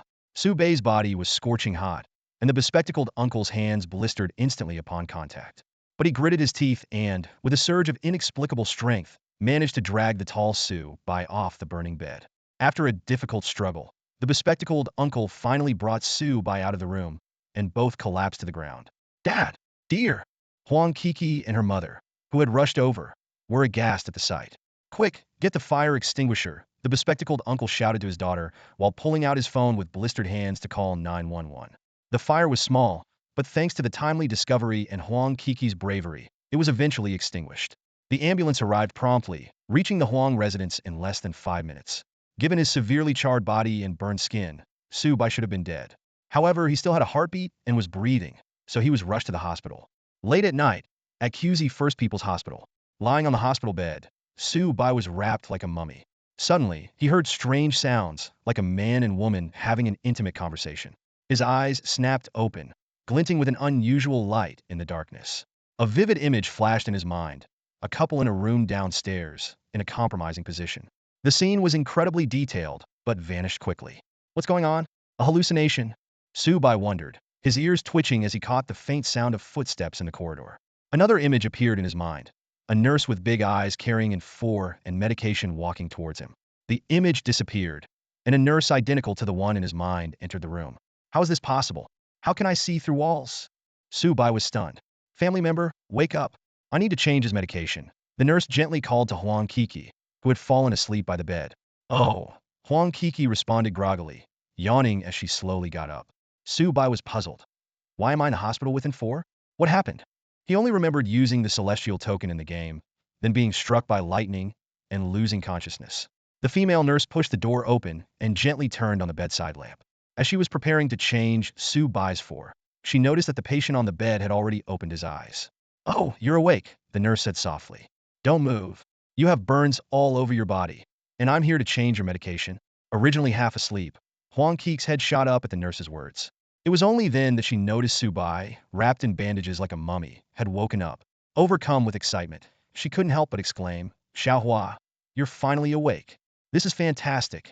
You've had us all worried sick, especially my dad." Huang Kiki's tone suddenly turned reproachful. "It's all your fault. If you want to play games, just play games. Why did you have to mess with fire? You nearly burned yourself to death, and even burned down a room in my house." "Shoo." The nurse immediately gestured for silence, signaling Huang Kiki to quiet down. Realizing she had been too loud, Huang Kiki obediently closed her mouth, but she couldn't help glaring at Su Bai with a mixture of joy and reproach. After finishing the medication change and giving a few brief instructions, the nurse left the room. Huang Kiki quickly moved to Su Bai's bedside and quietly explained the whole situation to him. Hearing Huang Keek's account, Su Bai's eyes became vacant. He had been struck by lightning in a game, and his real-life body had caught fire?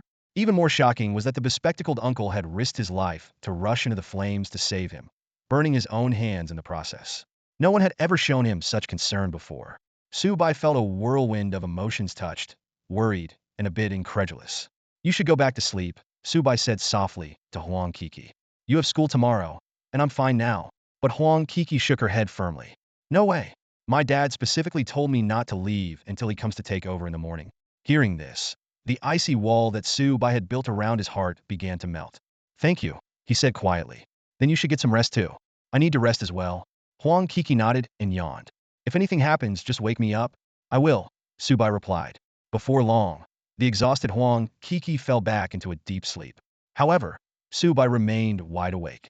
Despite Huang Keek's account of him being critically injured with severe burns, he felt an unprecedented sense of well-being, with no discomfort at all. This bizarre sensation left him puzzled, his mind swirling with questions. Even more astonishing, Su Bai felt a warm, gentle flame burning in his lower abdomen, continuously sending waves of warmth throughout his body. As this warmth spread, it brought an indescribable comfort. Gradually, he was amazed to discover that he could control this warm flow within his dantian. When the warmth reached his eyes, the darkness of the night suddenly became clear. As more warmth gathered, Su Bai's vision even penetrated the walls, allowing him to see everything outside the room. This sudden ability to see through objects and in the dark left him utterly shocked. Su Bai continued to explore this newfound ability, realizing that he could now see through objects clearly within a 10-meter range, though anything beyond that was still a challenge. When he retracted his vision, he could see his own body through thick bandages. His skin was as white as snow, resembling that of a young woman, without a trace of burn marks. When he unintentionally glanced at the sleeping Huang Kiki, he could even see the color of her underwear. The sudden image startled Su Bai, causing the warmth in his dantian to become chaotic, and the ability to see through objects vanished immediately. This was simply unbelievable. Su Bai realized that through the game Zhutian Wanjie, he had gained unexpected superpowers after being struck by lightning in real life. The warmth in his dantian felt like the chi of an immortal cultivator from fantasy movies, enabling him to perform extraordinary feats. Besides the abilities to see through objects and in the dark, Su Bai speculated that his physical strength might have also increased, possibly even enough to fight someone skilled in martial arts.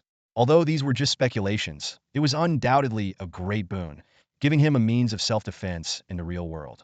Despite his unprecedented physical condition, Su Bai knew he had to stay cautious and not let anyone know about this secret.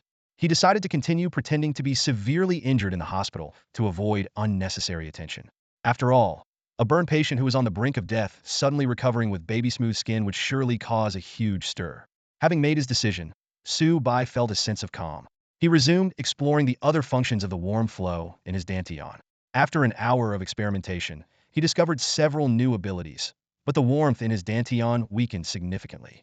Perhaps due to overuse, Su Bai felt exhausted and quickly fell into a deep sleep. The next morning, Su Bai woke up feeling refreshed, even earlier than Huang Kiki. He was thrilled to find that the warmth in his dantian seemed to have grown stronger overnight. Could it be that using these abilities regularly, like cultivation, would allow the warmth to grow continuously? Su Bai pondered excitedly. Suddenly, he sensed that the uncle was coming, bringing some rice porridge. This sense brought a wave of gratitude and guilt to Su Bai's face. Sure enough, not long after, the uncle with bandaged hands walked into the ward, carrying the porridge. Seeing Su Bai awake, the uncle hurried over with joy in his eyes. Xiaohua, you're awake. This is wonderful. Huang Kiki also woke up and said, Dad, you're here. Brother Xiaohua woke up last night. I'm starving. Did you bring anything good to eat? With red eyes, Su Bai looked directly at the uncle. Uncle, I'm sorry. As an orphan who had never experienced familial love, Su Bai was deeply moved by the uncle treating him like his own son. Xiaohua, you have nothing to apologize for. You should be sorry to yourself. Never play with fire again. It's too dangerous, the uncle said earnestly. Su Bai nodded okay. Then he added, Uncle, I burned your house and made you cover my medical bills. That's not right. I need to repay you. Kiki, when you come by this afternoon, can you bring my phone too? Huang Kiki agreed, but the uncle shook his head. These are minor matters. Your recovery is the most important right now. Kiki had to go to school, so she left after eating some porridge. The uncle, looking exhausted with bloodshot eyes, fed Su Bai a bowl of porridge. While chatting, the uncle eventually fell asleep, resting his head on the bed. Taking this opportunity, Su Bai carefully placed his bandaged left hand on the uncle. The warmth from his dantian immediately began to flow, slowly moving through Su Bai's hand. Using his vision ability, Su Bai was astonished to see the uncle's burn injuries healing at an incredible rate. In just a few minutes, the uncle's burns were completely healed. Not only that, but his sleeping face also looked much more peaceful. Su Bai slowly retracted the warmth, smiled at the sleeping uncle, and then activated the login connection stone in his mind, entering the game. Upon entering the game, Su Bai found himself at the spot where he was struck by lightning yesterday. He immediately opened his attribute panel, hoping to see changes from gaining superpowers. However, the data on the panel showed almost no difference. Character: Shini Numashani Anshi. Level: 19. Experience: 8531401000000. Realm: Chi Refining. Attribute boost: 30. Health: 4029. Mana: 3000. Physical attack: 1480. Physical defense: 485. Magical defense: 253. Movement speed: 425. Strength: 213. Agility: 347. Spirit: 245. Constitution: 198. Luck: 16. Reputation: 715. Disappointment was written all over Su Bai's face as he closed the attribute panel. Having not logged in last night, he had accumulated a lot of information. That Songming and Xiao Jilling suggested forming a guild and wanted Su Bai to be the leader. However, Su Bai preferred to go solo and politely declined, but he did offer to help if needed. Shualuo sent a message tinged with a bit of resentment, asking why Su Bai hadn't contacted her last night. Su Bai explained, I had some things to take care of last night and couldn't log in. If I'm free tonight, let's level up together. It was a little past 7 a.m., and there were few players online. Su Bai was only 150,000 experience points away from level 20. To make up for lost time, he decided to focus on leveling up. Although the Yinming tomb was the best choice, it was only accessible at night, so Su Bai had to grind in the wild for now. By noon, Dat Songming and Xiao Jilling had logged in. Despite feeling disappointed about Su Bai declining the guild leader position, they assured him that they would still follow his guidance once the guild was established. Su Bai was non-committal, but asked them to gather information on wild bosses so he could attempt to get a guild creation token by defeating one. During this time, Xiao Jilling twice found the coordinates of SH Kuingu and informed Su Bai. Sticking to his relentless pursuit of enemies, Su Bai rode his Thunder Roar mount and precisely killed SH Kuingu twice in the crowd. This infuriated SH Kuingu, who no longer dared to level up outside the city and resorted to staying in Xing'a City, cursing Su Bai's ancestors. As for Mu Wenqua, he had been missing since yesterday.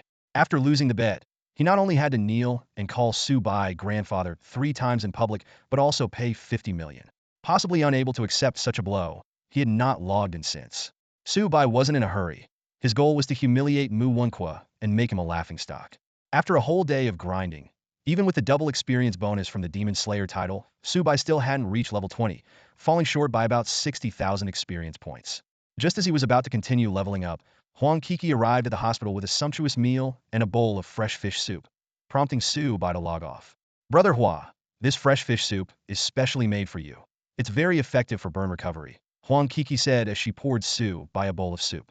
Uncle Glasses chuckled. Xiao Hua, drink more of it.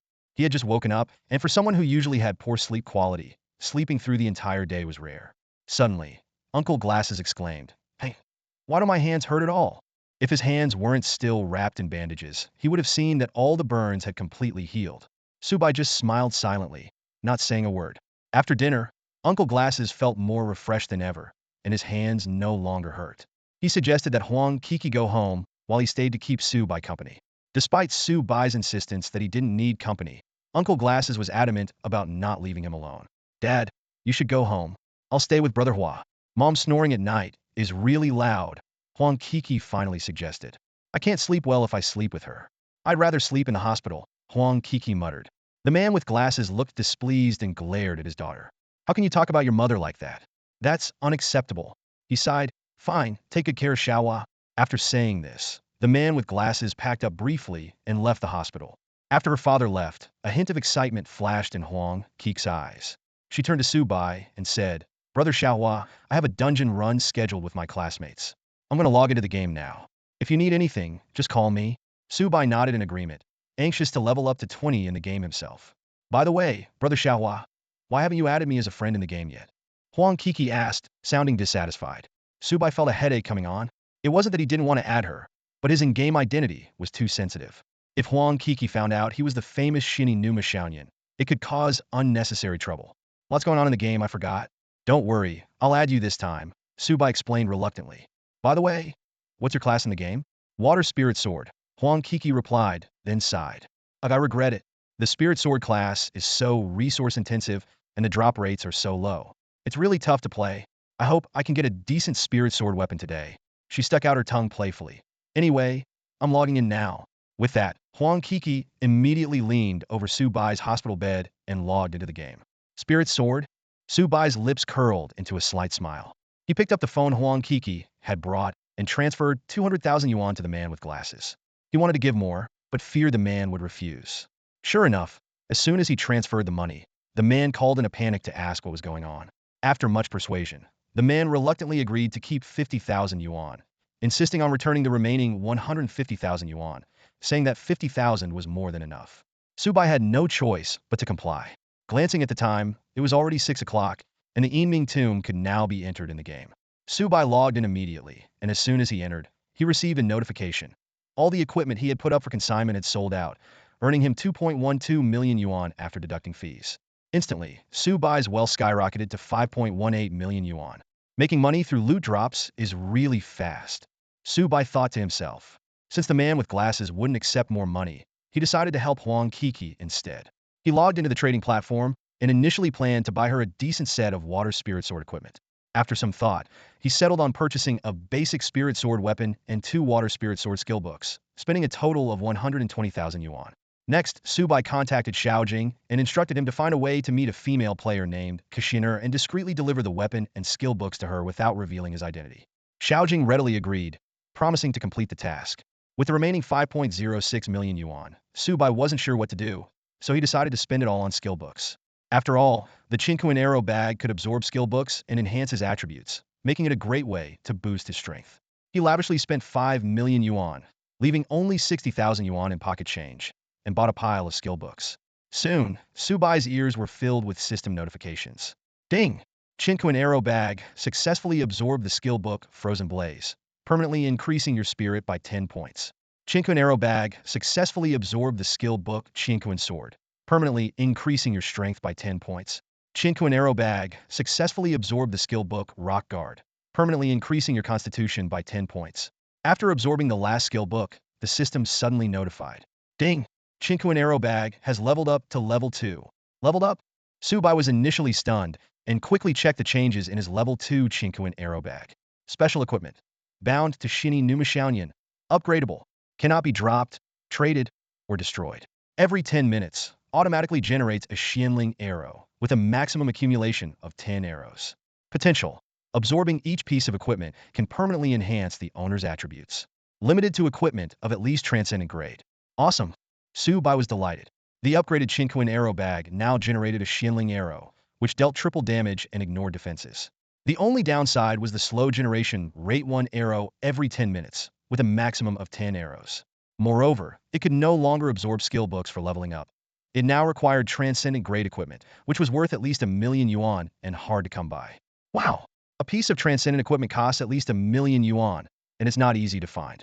The Qinquan arrow bag's appetite is getting bigger, Su Bai thought to himself. But with my strength, as long as I can farm more bosses, absorbing transcendent equipment won't be a problem. It just means fewer opportunities to make money. After absorbing a large number of skills, Su Bai's attributes skyrocketed. His HP reached 6981, Spirit 4888, Attack 1981, Physical Defense 877, and Magical Defense 566. With such attributes, he resembled more of a tank than a fragile archer, boasting both high attack and defense, making him nearly perfect. If others saw this, their eyes would probably pop out in shock. Feeling pleased, Su Bai closed the attribute panel. Just as he was about to take out the Yiming crystal to explore the Yiming tomb, he received a voice message from Xiaowu. It's so hard to meet you. Great God. Can you help a girl level up tonight? Xiaowu's voice was sweet and pleasant. Although Su Bai was somewhat reluctant, as he wanted to solo the Yiming tomb, he was a person who always repaid his debts. He still owed Xiaowu a favor, and favors had to be returned. The Yiming crystal allowed the team leader to invite teammates to teleport together. So, Su Bai sent a team invite to Xiaowu. He didn't invite De Kongming and Xiaojing, not because he didn't want to take them along, but because the monsters in the Yiming tomb were too high level. Without excellent equipment, they wouldn't stand a chance. Su Bai could only ensure his own safety and couldn't take care of De Calming and Xiaojing. Therefore, he could only bring Xiwu along. Ding dong, you have entered the third level of the Nether Tomb. This is an extremely dangerous area. Proceed with utmost caution. As soon as the system notification ended, another message echoed in Su Bai's ears. Ding dong. The white, ghostly fire ahead might be related to the ancient secrets of the 9 netherworlds. It is recommended to approach and investigate. Su Bai glanced around, noticing that the third level of the Nether Tomb was like a labyrinth with a complex layout. The atmosphere was filled with an overwhelming sense of desolation, as if no one had set foot there for 1,000 years. At that moment, Shui Wu spoke up beside him. Wait, the Nether Tomb? Shui Wu asked in surprise. Isn't this the map we explored together last time? How did you manage to bring me back here? Shui Wu was tall, with a short, sharp haircut that highlighted her spirited demeanor. She wore a mix of extraordinary and common warrior armor, which made her look both formidable and stylish. Her bright, curious eyes sparkled as she looked at Su Bai, akin to a child eager to explore the unknown. Su Bai replied casually, after our last mission, I was lucky enough to receive another quest here, so I could re-enter. With that, he started walking towards the white, ghostly fire ahead. When Su Bai reached out to touch the ghostly fire, an intense, bone-chilling cold surged through him, making him recoil instantly, as if he had touched ice from the 9 netherworlds. Ding dong! You have obtained a fragment of the ghostly fire map, which might be significantly related to the ancient secrets of the 9 netherworlds. Collect more fragments for potential surprises. As the system notification sounded, the white ghostly fire transformed into a palm-sized, bizarre ancient map, seemingly made from human skin, and appeared in Su Bai's hand. This quest is really stingy, Su Bai muttered, completing the first stage and getting a new clue, but no rewards at all. He stored the ghostly fire map fragment in his bag and decisively said, let's start leveling up. With that, Su Bai summoned by Xiaochun and turned to Shui Wu. Shui Wu straightened her armor, confidently assuring, leave it to me. Even though you're helping me level up, as long as I stand, not a single monster will harm you. She then summoned her Peta Snow White Eagle that seemed to be forged from ice, exuding a chilling aura. This snow eagle was also a top-ranked pet with formidable strength. It spread its icy wings and flew into the darkness ahead to scout the way. Hearing such determined words from a beautiful woman, Su Bai couldn't help but smile inwardly. He said nothing more and simply followed Shui Wu. Thus, the two of them, along with their pets, began exploring the third level of the Nether Tomb. About a minute later, a painful cry from the snow eagle echoed from the darkness ahead. Screech. It seemed to have encountered an attack. However, instead of panicking, Shui Wu's eyes lit up with excitement. She exclaimed, there's a wild treasure chest ahead. It turned out that Shui Wu's snow eagle could share its vision with her. Despite being attacked, it had clearly seen the situation ahead. Shui Wu quickly captured the view through her pet and shared it in the team chat, her face flushed with excitement. A yellow tier chest, Shui Wu explained excitedly. A precious yellow tier chest, very rare, and it can yield unexpected treasures. In the Myriad worlds, wild treasure chests were categorized into 4 tiers: heaven, earth, black, and yellow. Even the lowest yellow tier chest was extremely rare in the wild, more precious than level 1 wild creatures. No wonder Shui Wu was so thrilled. Seeing the chest in the screenshot, Su Bai's eyes also gleamed with interest. But when he noticed the group of formidable monsters guarding the yellow tier chest, he realized that obtaining it wouldn't be easy. Ahead, a treacherous stone bridge spanning 300 meters hovered over a dark abyss, ending in a deadened alley.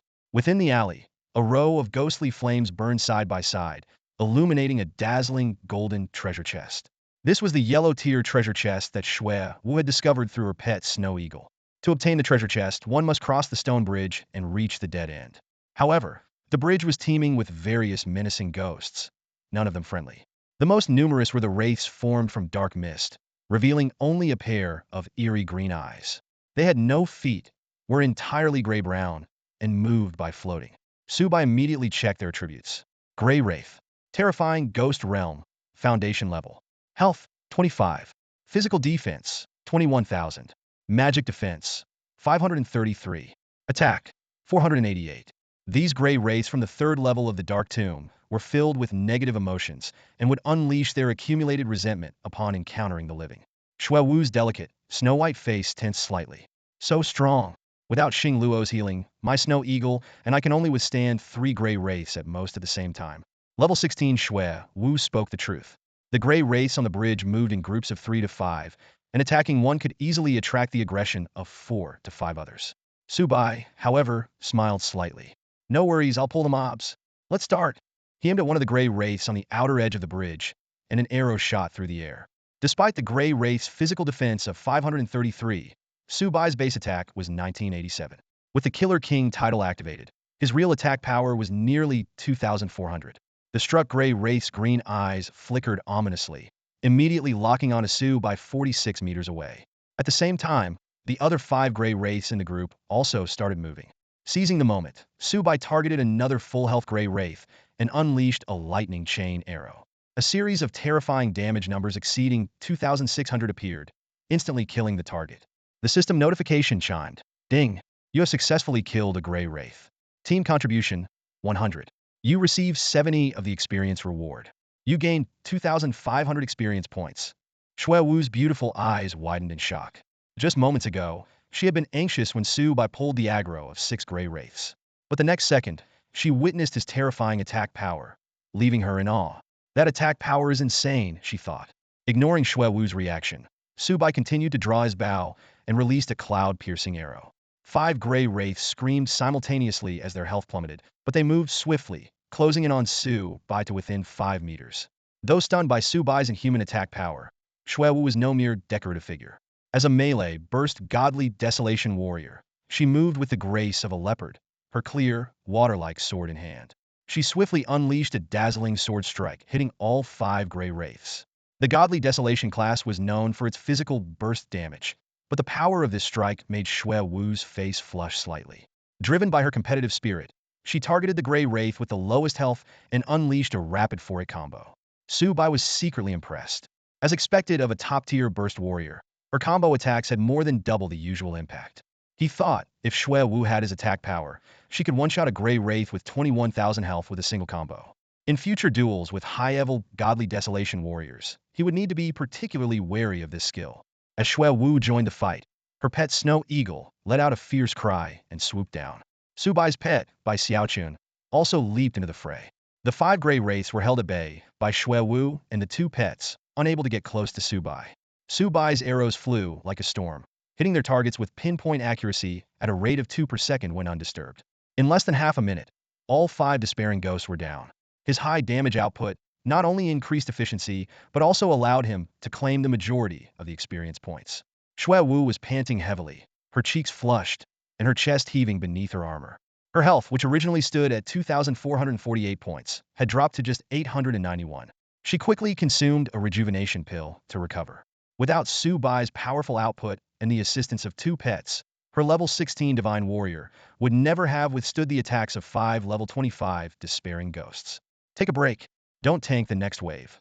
Let more monsters come. I can handle it, Su Bai said, moving forward to lure more enemies. Hearing this, a stubborn glint flashed in Shui Wu's watery eyes. Even though Su Bai was helping her level up, she refused to be a mere tag-along. This time, Su Bai only lured 4 despairing ghosts. The first one was killed before it even got close.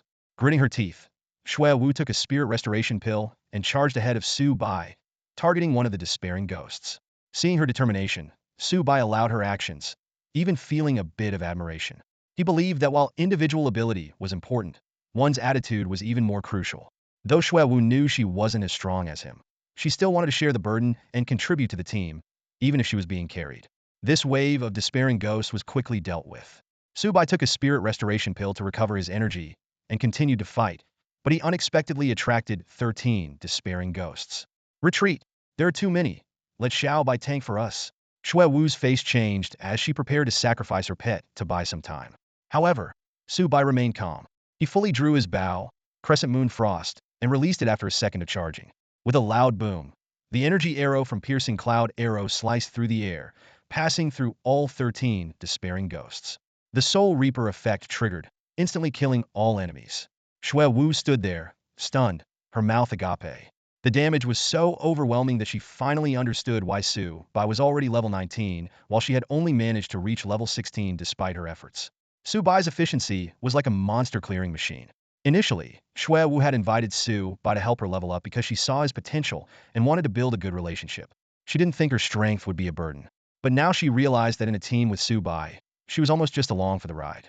Ignoring Xue Wu's thoughts, Su Bai continued to push forward after instantly killing the 13 despairing ghosts.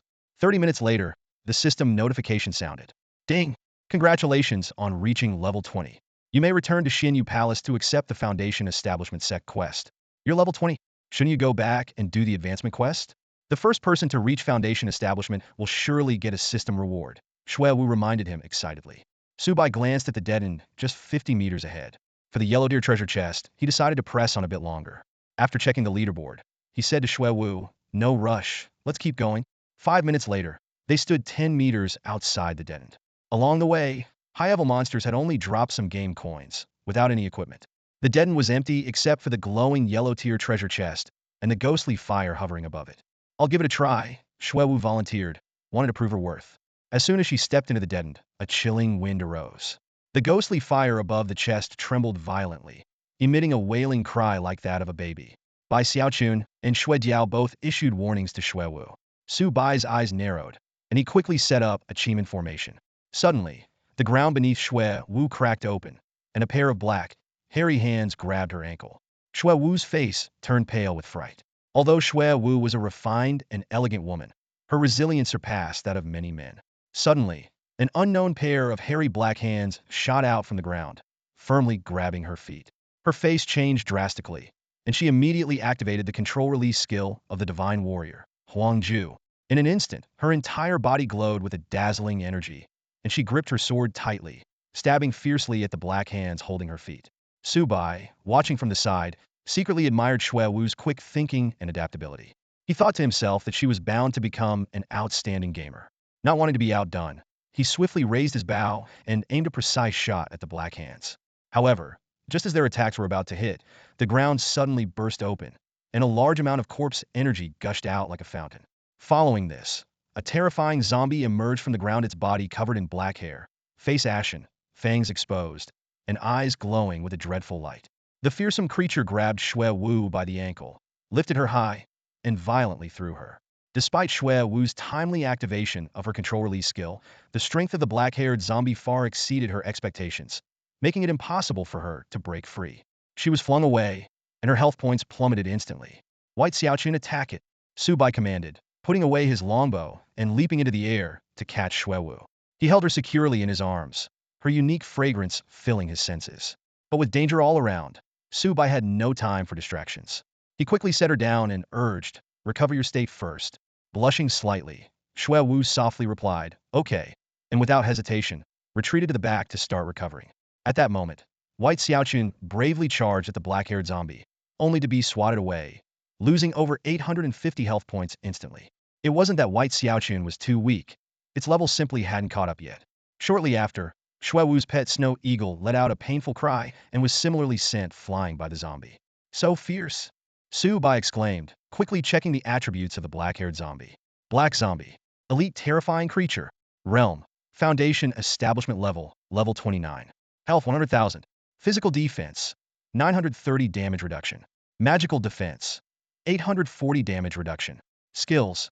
Blood-sucking aura. Flying corpse drop. Description. A terrifying black zombie from the 3rd level of the Yinming tomb. Immortal and undead.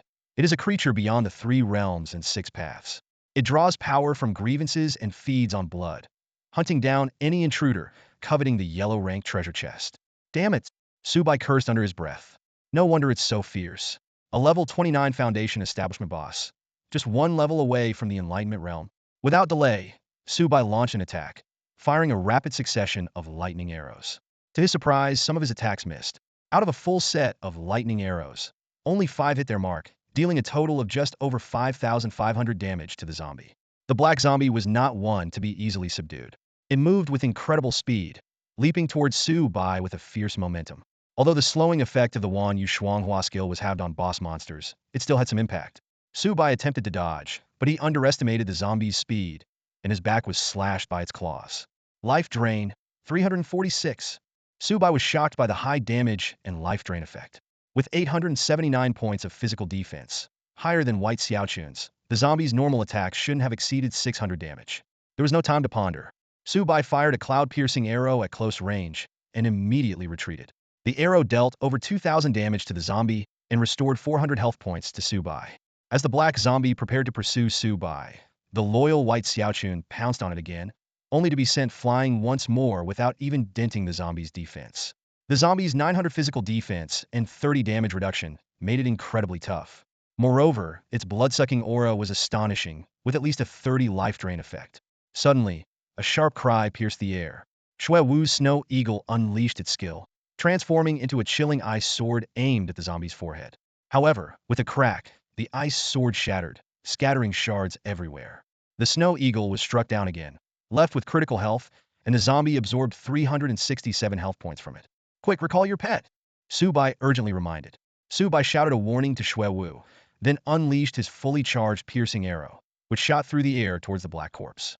Shui Wu quickly realized the black corpse's high blood-sucking ability and decisively recalled her near-death snow sculpture into the pet space to prevent it from becoming a blood source for the enemy. The piercing arrow whistled through the air, striking the black corpse and sending it crashing into a deadened wall with a furious shriek. Su Bai absorbed 450 health points from the hit, then immediately followed up with basic attacks. Enraged, the black corpse's fur stood on end as it spewed a foul stench, instantly activating its corpse dive skill. In a flash, the black corpse lunged like lightning, catching Su Bai off guard and sending him flying along with his bow. His chest felt like it was about to explode, his bones seemingly shattered. At the critical moment, Shui Wu leaped forward, grabbing Su Bai and rolling with him to disperse the impact. Su Bai's health plummeted to 991, while the black corpse had already regenerated to full health. Su Bai and Shui Wu exchanged glances, her cheeks flushing as she quickly looked away. Su Bai gave a brief thanks and immediately stood up to draw his bow again. However, out of 2 arrows fired, only one hit, slightly increasing the soul-severing probability to 9. Facing the charging black corpse once more, Su Bai resolutely stood his ground and fired 3 arrows, 2 of which hit, raising the soul-severing probability to 11. Just as the black corpse's claws were about to clutch Su Bai's throat, Bai Xiaochun intervened with Star Shift, swapping places with Su Bai. Although Bai Xiaochun took a heavy hit, he instantly entered a battle frenzy state, restoring his health to 80 and significantly boosting all attributes. He and the arriving Shui Wu launched a counterattack, buying time for Su Bai.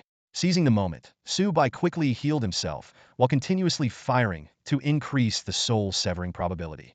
The black corpse, sensing that Su Bai was the greatest threat, relentlessly pursued him. Su Bai was hit again, leaving his health dangerously low. In the nick of time, Su Bai unleashed lightning chain arrows, hitting the black corpse with 8 arrows and reducing its health to just over 80,000. Enraged, the black corpse began charging another skill. Su Bai's heart pounded as he prepared to use earth walking to evade. But at that moment, the soul-severing effect triggered. The black corpse froze, then collapsed heavily to the ground, dissolving into a pool of black corpse water. A system notification announced Su Bai's successful kill and the rich rewards he earned. Su Bai exhaled deeply, quickly gathering the dropped equipment and scrolls. Finally, Su Bai's eyes gleamed as he looked at the tantalizing yellow-tier treasure chest. To open it, he needed 100 reputation points and 2 gold coins. Without hesitation, Su Bai paid the cost, eagerly anticipating the treasures within. Ding dong! The system notification sounded. Congratulations on successfully opening the yellow-tier treasure chest and obtaining a special Item 5 Elements Mystic Cauldron. Su Bai was slightly taken aback, his eyes falling on the massive object that had suddenly appeared before him. It was a bronze cauldron over 2 meters tall, with a greenish hue as if covered by a thick layer of patina. The cauldron stood on 3 legs, its surface engraved with intricate patterns and symbols, exuding an ancient and mysterious aura. The lid was perfectly sealed, but upon closer inspection, it seemed it could be opened. Did this really come from a yellow-tier treasure chest? Looks like an alchemy cauldron, Shui Wu said as she gracefully walked up to the cauldron, her eyes wide with curiosity. Although Su Bai had taken most of the experience from defeating the black zombie boss, this battle had also leveled Shui Wu up to level 17. Su Bai scratched the back of his head, unsure of the cauldron's purpose. He thought to himself, this cauldron is so huge. It's going to take up a lot of space in my inventory. With a sense of curiosity, Su Bai reached out to touch the 5 Elements Mystic Cauldron. The moment his fingers made contact, a sharp pain shot through him, and blood oozed out, quickly absorbed by the cauldron. As if activated by the drop of blood, the mysterious runes on the cauldron's surface began to glow with a crimson light. In an instant, the entire cauldron was transformed. The patina vanished, and the cauldron turned a vibrant red, emitting an even more enigmatic aura.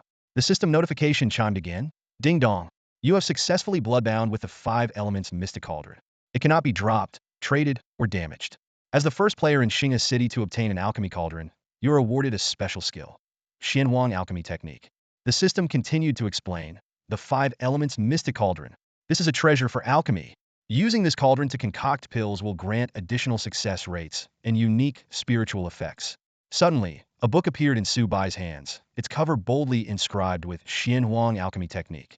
Though his mind was a bit muddled, Su Bai knew that having an extra skill could only be beneficial, so he immediately chose to learn it. Ding dong! Learning successful, the system announced. You have acquired the essence of the Xianhuang Alchemy Technique. You can now craft any pill below the spirit pill level. The system further explained. Within the Myriad Worlds, pills are ranked as mortal pills, extraordinary pills, spirit pills, king pills, emperor pills, and divine pills, among others. Extraordinary pills and above are further divided into 1 to 9 stars, with 1 star being the lowest and 9 stars the highest. Su Bai's interest was piqued, and he eagerly checked the pills he could currently craft. The results left him thrilled.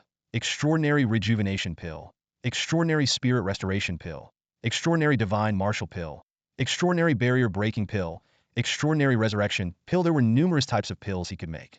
Even the most common rejuvenation and spirit restoration pills, once at 1-star extraordinary grade, could instantly restore 1000 HP and 1000 MP with a single dose. For Su Bai, who had nearly 7000 HP and 3000 MP, these were essentially life-saving elixirs, far surpassing the ordinary pills sold by the system. Su Bai quickly realized that as players leveled up and their attributes increased, system-sold ordinary pills would inevitably become obsolete. At that point, higher-grade pills would become highly sought-after survival tools and strategic resources.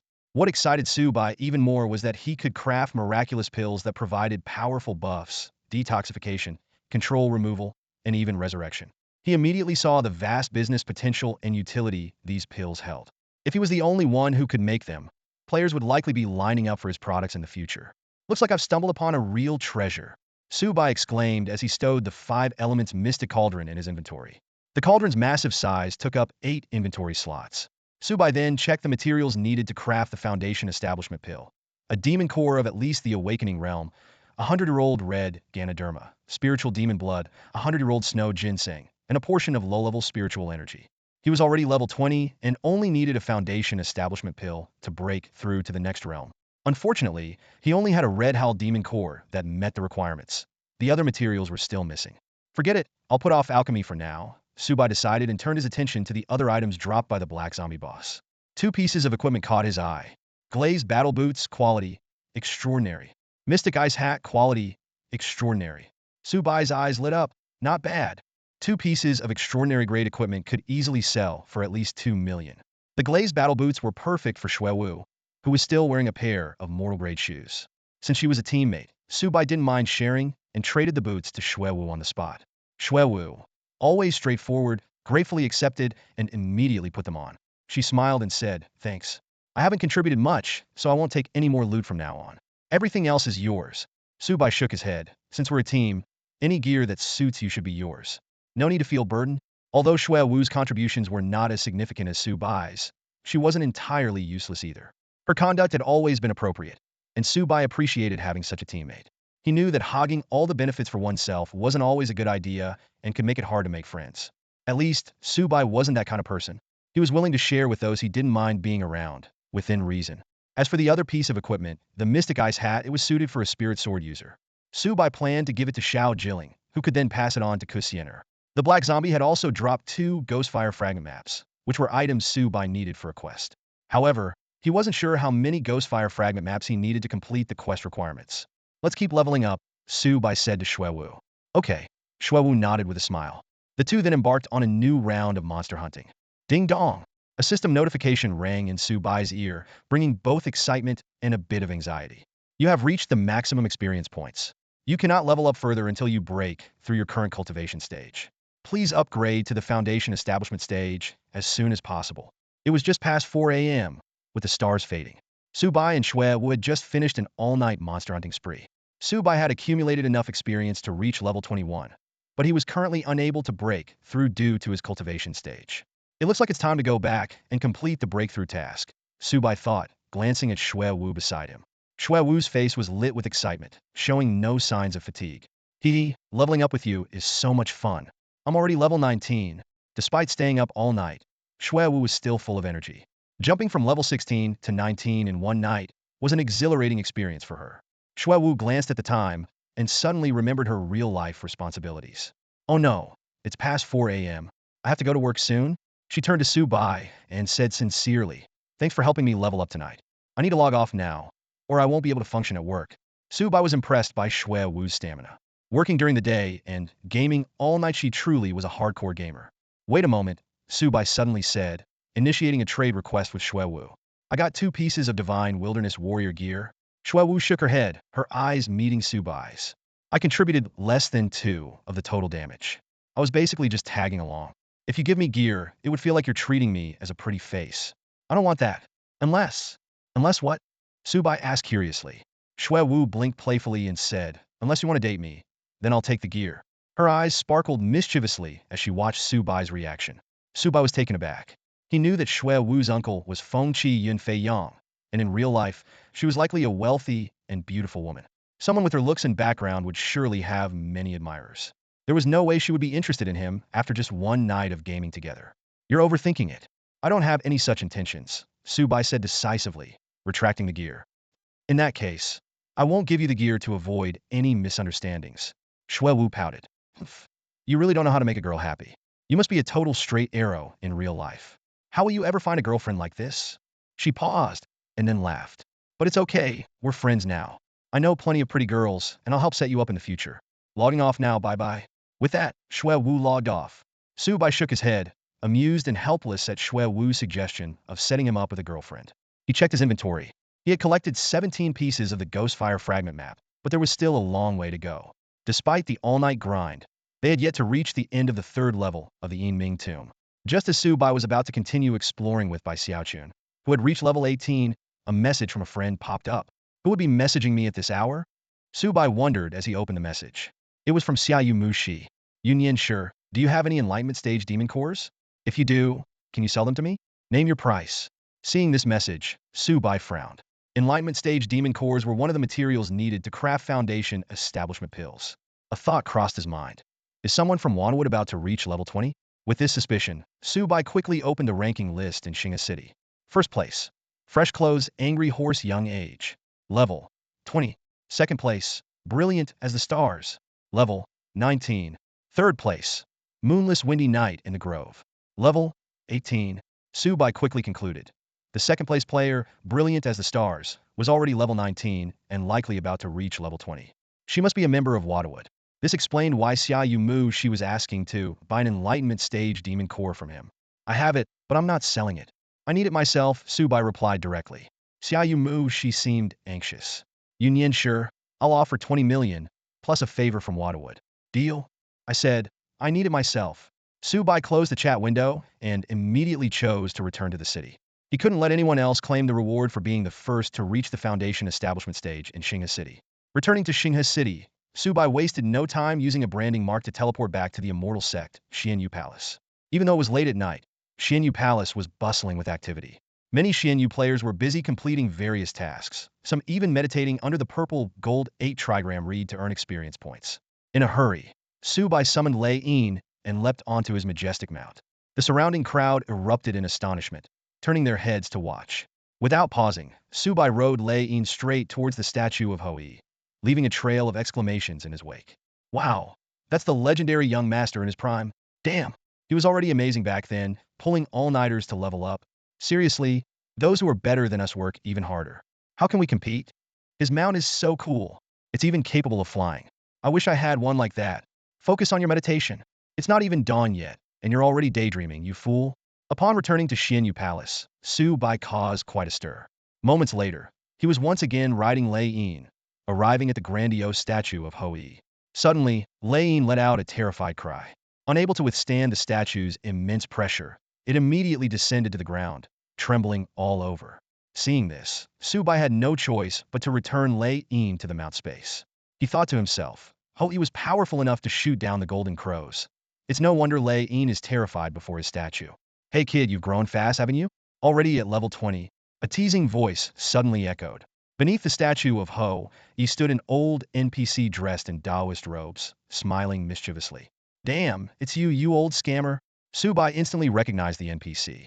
It was the same old Taoist who had swindled him out of 2 gold coins when he first entered Xinghe City. Su Bai later discovered on the forums that learning the art of talisman making only cost 1 silver coin, and basic materials were similarly priced. Realizing he had been scammed at 100 times the price, Su Bai was furious. Seeing Su Bai roll up his sleeves, ready to fight, the old Taoist continued to grin cheekily. Calm down, kid. Show some respect. I am an elder of Xianyu Palace. Being disrespectful to me is insubordination. He pointed to the information displayed above his head. Irreverent Taoist, an elder of Xianyu Palace. Su Bai cursed inwardly. This shameless old Taoist is really an elder? Even his name is so brazen. Irreverent. That's right, irreverent indeed. What kind of decent person would scam a player out of 2 gold coins? Su Bai thought angrily. Don't get it twisted. My surname is Bu, and my given name is Jing. The irreverent Taoist seemed to read Su Bai's thoughts. Young man, you meet the criteria to advance to the next realm. Are you ready to accept the sex trial? Ding! Elder Bu Jingjing of Xianyu Palace has issued you a sect trial quest. Do you accept? Su Bai hesitated, looking around to see if any other elders were offering quests. Don't bother looking. All advancement trials for Xianyu Palace disciples are personally issued by me. If you don't accept, be prepared to stay in the Qi refining stage forever. The irreverent Taoist grinned, clearly having the upper hand. Damn it! Su Bai cursed inwardly. How dare you insult me? That's insubordination. Fine, 10 gold coins or take a hit from me as punishment. The irreverent Taoist suddenly glared at him. Su Bai was shocked. Can you even hear my thoughts? You scoundrel still cursing me? Fine, 20 gold coins or take 2 hits. With that, the irreverent Taoist lightly waved his hand. Boom! A bolt of lightning shot from his palm, striking an ancient tree 100 meters away. The tree, over 10 meters tall, was instantly reduced to ashes. Su Bai's scalp tingled. This old Taoist was terrifying. 2 hits from him would surely be fatal. Seeing the stern look on the Taoist's face, Su Bai knew he had no choice but to pay the 20 gold coins, leaving him with only 43 coins in his pouch. If you want to take me down, come back in 100 years. Now, stop daydreaming and get on with your task. The Taoist's voice echoed again. Ding! You have been forcibly assigned a sect task. Proceed to Gaojia village, 800 miles away, and bring back the fattest, strongest, and most beautiful demon pig within 30 minutes. Failure to complete the task will result in a 3-day restriction from accepting advancement tasks. Su Bai was dumbfounded. A forced task? This old Taoist is insane. A 30-minute time limit to capture a demon pig 800 miles away? That's impossible. Just traveling there and back would take hours. He suspected the old Taoist was messing with him. Here, let me give you a boost. The irreverent Taoist smirked and suddenly kicked Su Bai in the rear. Boom! Su Bai shot into the air like a rocket, disappearing into the distance. Kid, unpolished jade can't become a gem. I only push you hard because I see potential in you. As a chosen one of Xianyu Palace, don't let me down. The irreverent Taoist muttered to himself, still grinning mischievously after launching Su Bai away. 25 minutes later, a flash of teleportation light suddenly appeared in the square of Xianyu Palace. A disheveled figure, looking as though he had just crawled out of a pigsty, materialized before the crowd.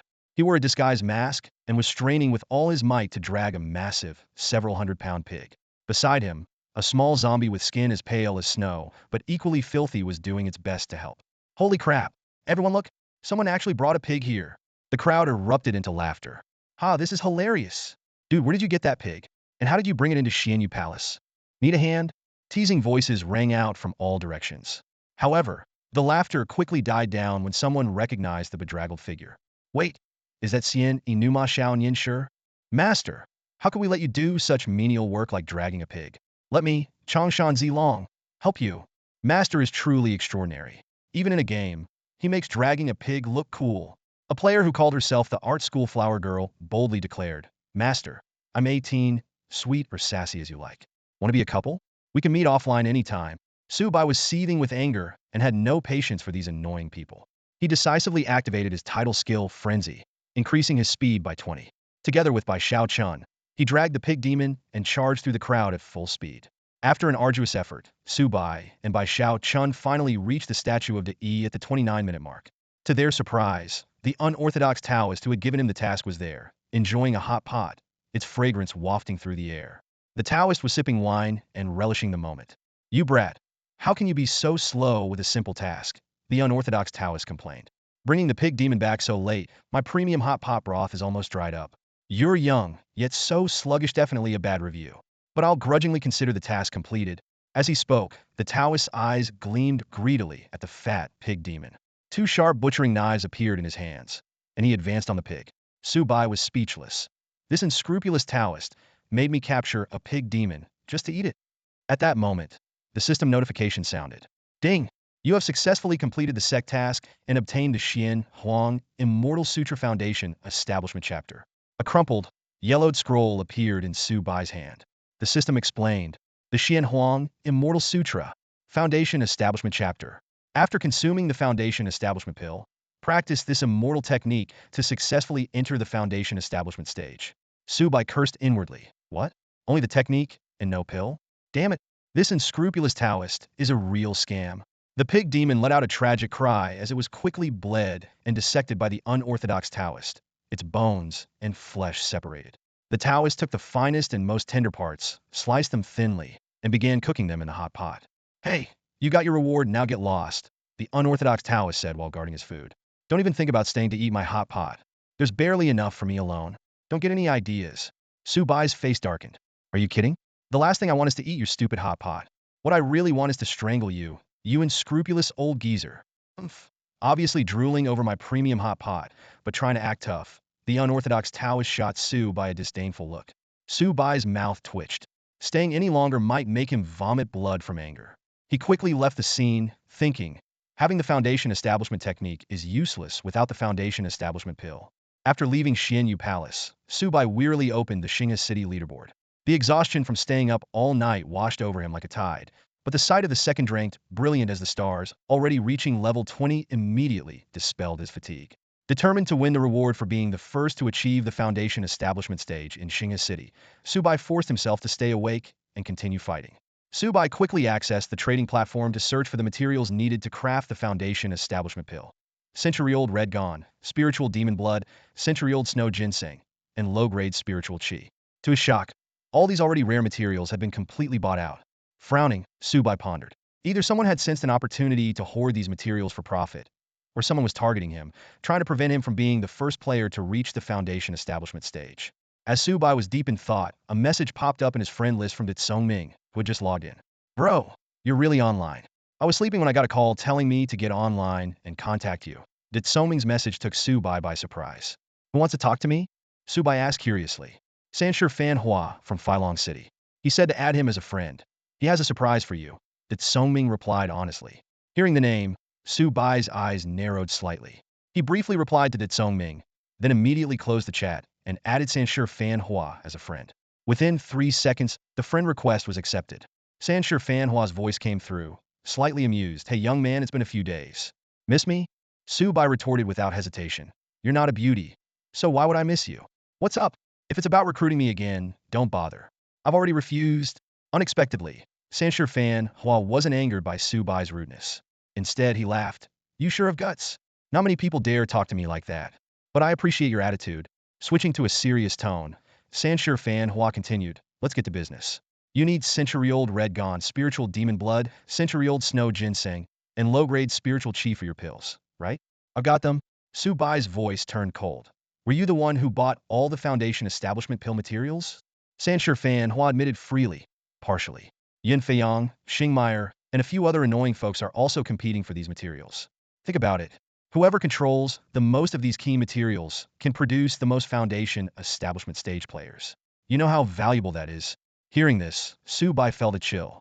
The influential guild leaders were already vying for crucial in-game resources, which was not a good sign. Sanshir Fan Hua continued. I can give you a set of Foundation Establishment pill materials, but it's not for free. My men found a high-level boss that they can't handle. I'll give you the materials, and tonight you help me take it down. Deal? Su Bai asked skeptically. It's that simple? Of course. I'm a straightforward person. Give me a clear answer. Deal or no deal? Sanshir Fan Hua urged impatiently. After weighing his options, Su Bai nodded. All right, deal? Great. I hope this is just the first of many successful collaborations between us. Sanshir Fan Hua said meaningfully before sending Su Bai the complete set of Foundation Establishment pill materials. After receiving the materials, Su Bai noticed that Xiaojing and Ming were both online. He quickly pulled them into a party and asked, do you know where in the Xing'e City map we can find century-old red gone, spiritual demon blood, century-old snow ginseng, and low-grade spiritual qi?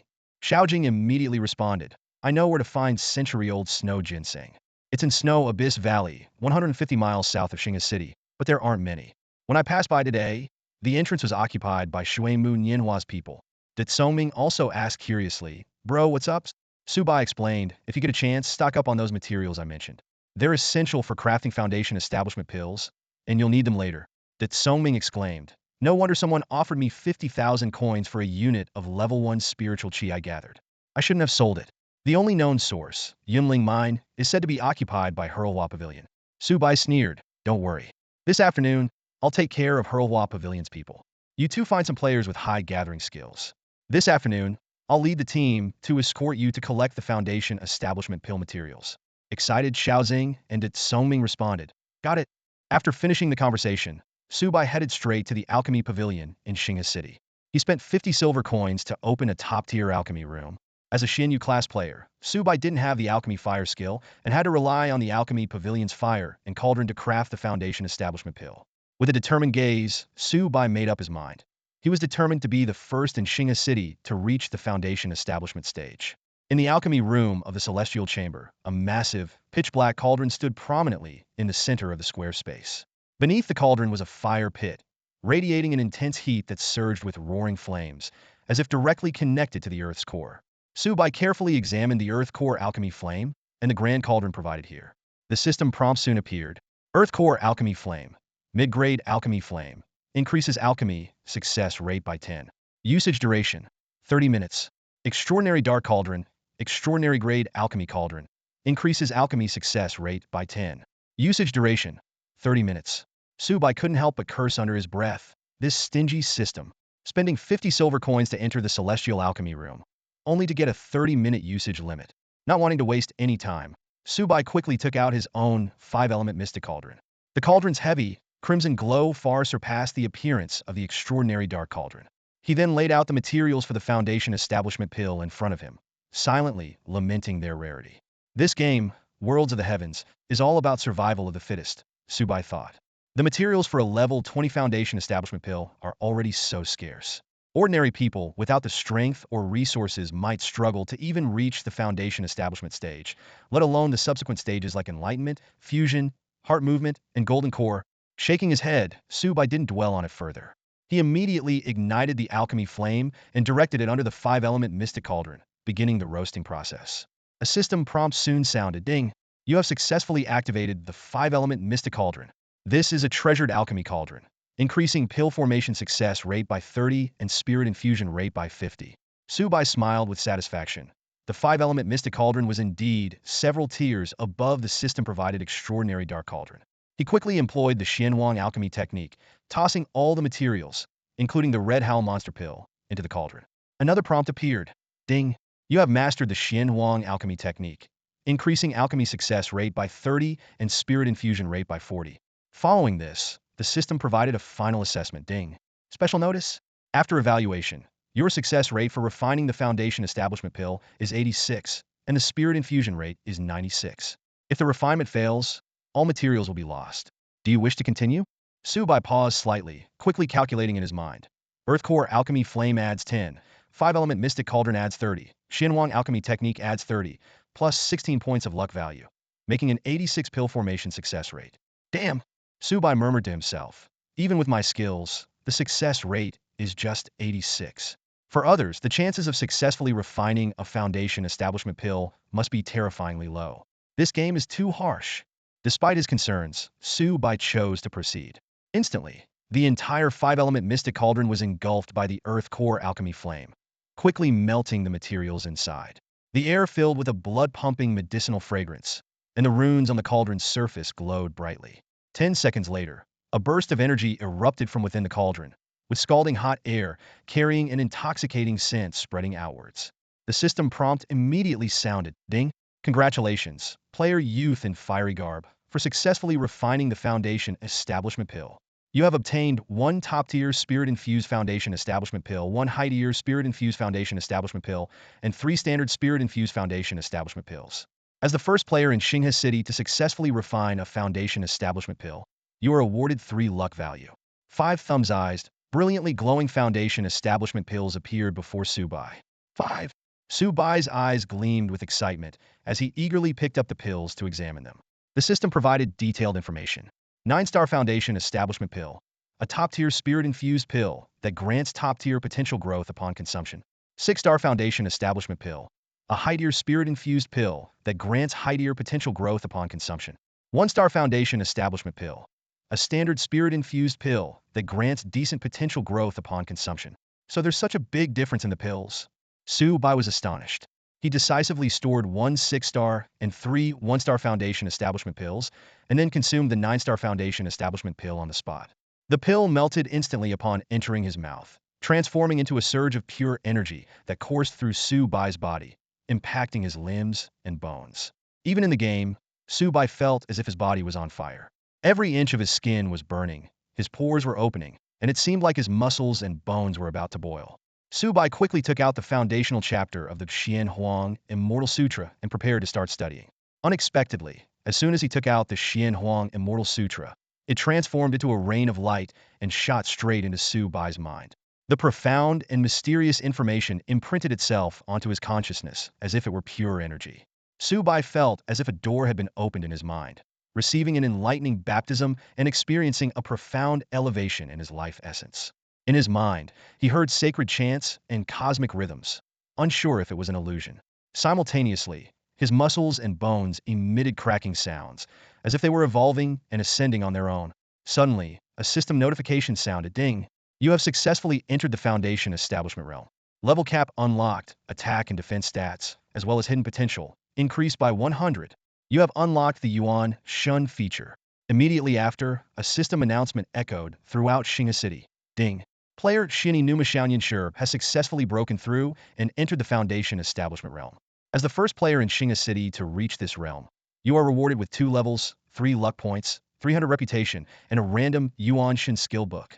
This announcement caused an uproar in Xinga City. Players exclaimed, "Again, it's Shini Numashaoyan? The legend remains unbeatable. He's even more overpowered now, isn't he? Does the big shot need any followers? How about a girlfriend? I wouldn't mind being one." Meanwhile, in a room at the Tianzi Alchemy Pavilion in Xinga City, a stunningly beautiful woman named Sanhua Xinghe was seething with anger. She kicked the extraordinary alchemy cauldron in front of her in frustration. She had painstakingly gathered the materials for a Foundation Establishment pill, only to fail in its creation. Hearing the announcement of Shini Numashaoyan's breakthrough only added insult to injury. She had spent a fortune and owed favors, all to compete for the first Foundation Establishment reward, but it was all in vain. After calming down for a moment, Sanhua Xinghe immediately sent a voice message. "Mushi, contact Shini Numashaoyan and see if he has any extra Foundation Establishment pills for sale." On the premium channel of Xinga City, brothers Dit Songming and Xiao Jilling were the first to congratulate. "Ha! Congrats to our bro, Shini Numashaoyan for being the first to reach Foundation Establishment. Our bro is awesome. You'll always be our idol." Their congratulations opened the floodgates, and other renowned players and guild leaders started sending their messages on the premium channel. Summer's Mushi, Winter's Shuri, Autumn's Yuma from the Shuemu Nianhua Guild, and even Yuehei Fengao Xiaoshalin, ranked 3rd on Xinga City's top 10 list, sent their congratulations. In no time, the name Shini Numashaoyan became the hottest topic in Xinga City. Faced with an overwhelming wave of congratulations, Su Bai felt compelled to respond. Spending 20 silver coins, he humbly replied, "Thank you all for your congratulations. I was just a bit lucky, nothing special. No need to pay too much attention." His modest words immediately won the hearts of many, and his humble attitude as a young, dashing warrior earned widespread praise. After responding, Su Bai eagerly checked his progress upon reaching the Foundation Establishment stage. The system panel appeared before him. Character: Young Dashing Warrior. Level: 2216547025000000. Stage: Foundation Establishment. Attribute increase: 100. Health points: 14028. Spirit points: 9808. Physical attack: 4009. Physical defense: 1760. Magic defense: 1211. Luck: 22. Reputation: 865. Su Bai gasped in astonishment. This was a qualitative leap. His attributes had more than doubled. What delighted him even more was that the Foundation Establishment stage had unlocked the Primordial Spirit panel. Primordial Spirit level. Foundation Establishment level 2. Boost: 5 increase in all attributes, 30 increase in resistance toughness, 30 damage reduction against enemies below this stage. Primordial Spirit Skill. Primordial Spirit Protection. Effect. Consumes 50 of spirit points, enters Primordial Spirit Protection state, during which all controls are ignored, basic attributes increase by 50, lasts for 15 seconds. Cooldown, 30 minutes. Su Bai was secretly pleased. This Primordial Spirit Protection was practically a life-saving charm, ensuring his invincibility in critical moments. Suddenly, he remembered the system had also rewarded him with a Primordial Spirit Skill book. Quickly opening his inventory, he found the precious skill book. Skill effect. All attacks have a 10 chance to trigger Thunderstrike, causing paralysis damage to the target for 4 seconds. Can trigger once every 30 seconds. Su Bai's eyes lit up. This skill was tailor-made for PvP and monster hunting. Considering his 22 points of luck, the actual trigger chance could be as high as 32. He wasted no time in learning this Primordial Spirit skill. At that moment, Su Bai's belief was further reinforced. In the vast world of the cultivation game, the key to victory lay not in numbers, but in individual level and stage advantages. A powerful individual could potentially take on thousands and even dominate the entire game. With this in mind, Su Bai was even less interested in Xiao Jilling and its Soming suggestion to form a guild. He decided to log off and rest, but just then a few voice requests popped up in his friend list. It was Fengqi Yunfei Yang, Shui Wu, and Xiaoyu Shi, who had just logged on. Su Bai guessed they were likely seeking Foundation establishment pills and accepted Shui Wu's request first. Shui Wu got straight to the point. Congratulations on reaching the Foundation establishment stage, young warrior. My uncle is in a bind. I was about to go to work, and he insisted I ask you if you have any extra Foundation establishment pills. If you do and are willing to sell, great. If not, no worries. I'll let him know. Su Bai replied frankly, I do. Do you want to sell them? Shui Wu pressed. Don't feel pressured. If you don't want to sell, I'll just tell my uncle no, it's fine. After a moment of thought, Su Bai answered, I'll sell, but I don't want money. I want alchemy materials. He then sent her a list of materials needed to craft extraordinary rejuvenation pills and extraordinary spirit restoration pills. Have your uncle prepare these materials for the exchange. With the 5-element mystical chi cauldron and the Xianwang alchemy technique, Su Bai could produce countless precious pills as long as he had enough herbs. This was far more valuable than simply selling for money. More importantly, Su Bai had realized a potential risk if a large amount of wealth suddenly appeared in his bank account. His real-world identity might be exposed. In a world with over 200 billion people on Xia Star, Su Bai was not willing to take that risk. For an ordinary person, suddenly receiving hundreds of thousands is already extraordinary.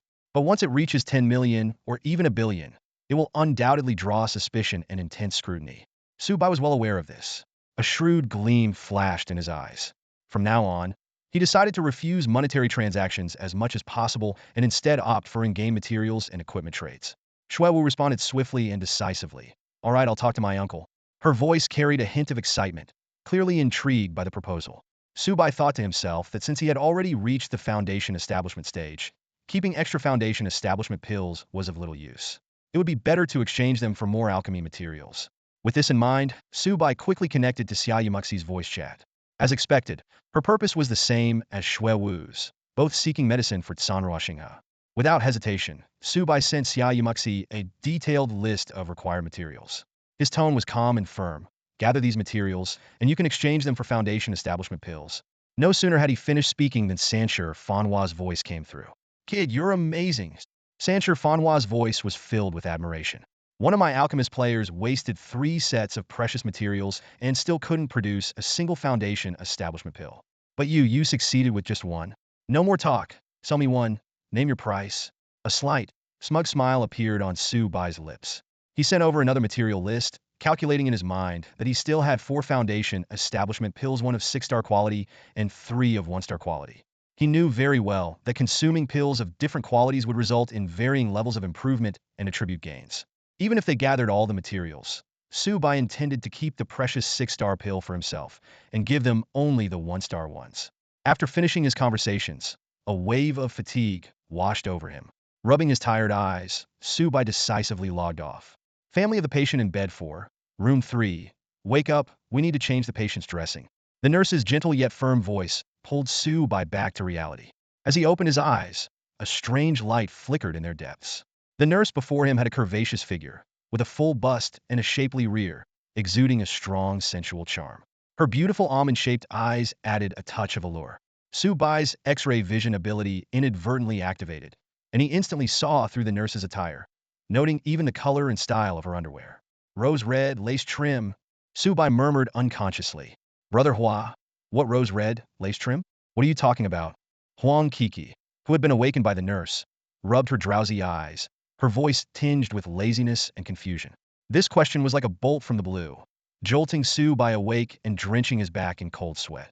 The nurse, who was about to change Su Bai's dressing, blushed deeply upon hearing his words, nervously checking if she was exposed in any way. The atmosphere in the ward instantly became awkward and tense. Ahem, what nonsense. You must have misheard. Su Bai quickly diverted his gaze, coughing awkwardly. The pretty nurse, after checking, realized there was no wardrobe malfunction, and the blush on her face subsided a bit.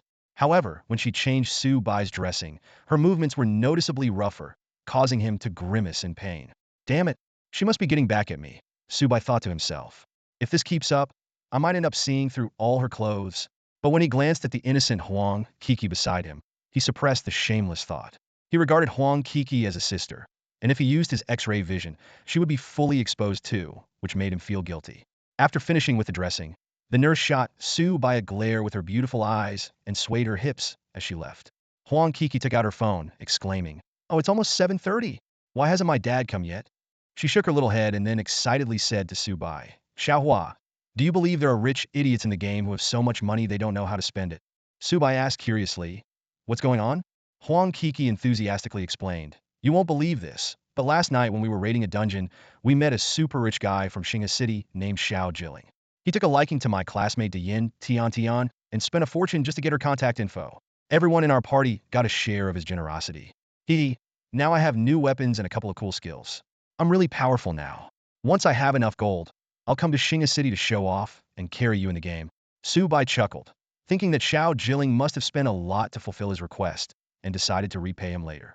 "All right, I'll be waiting for you to take me flying," he replied with a smile. "Wait a minute, Xiaohua. You haven't added me as a friend yet. Did you forget again?"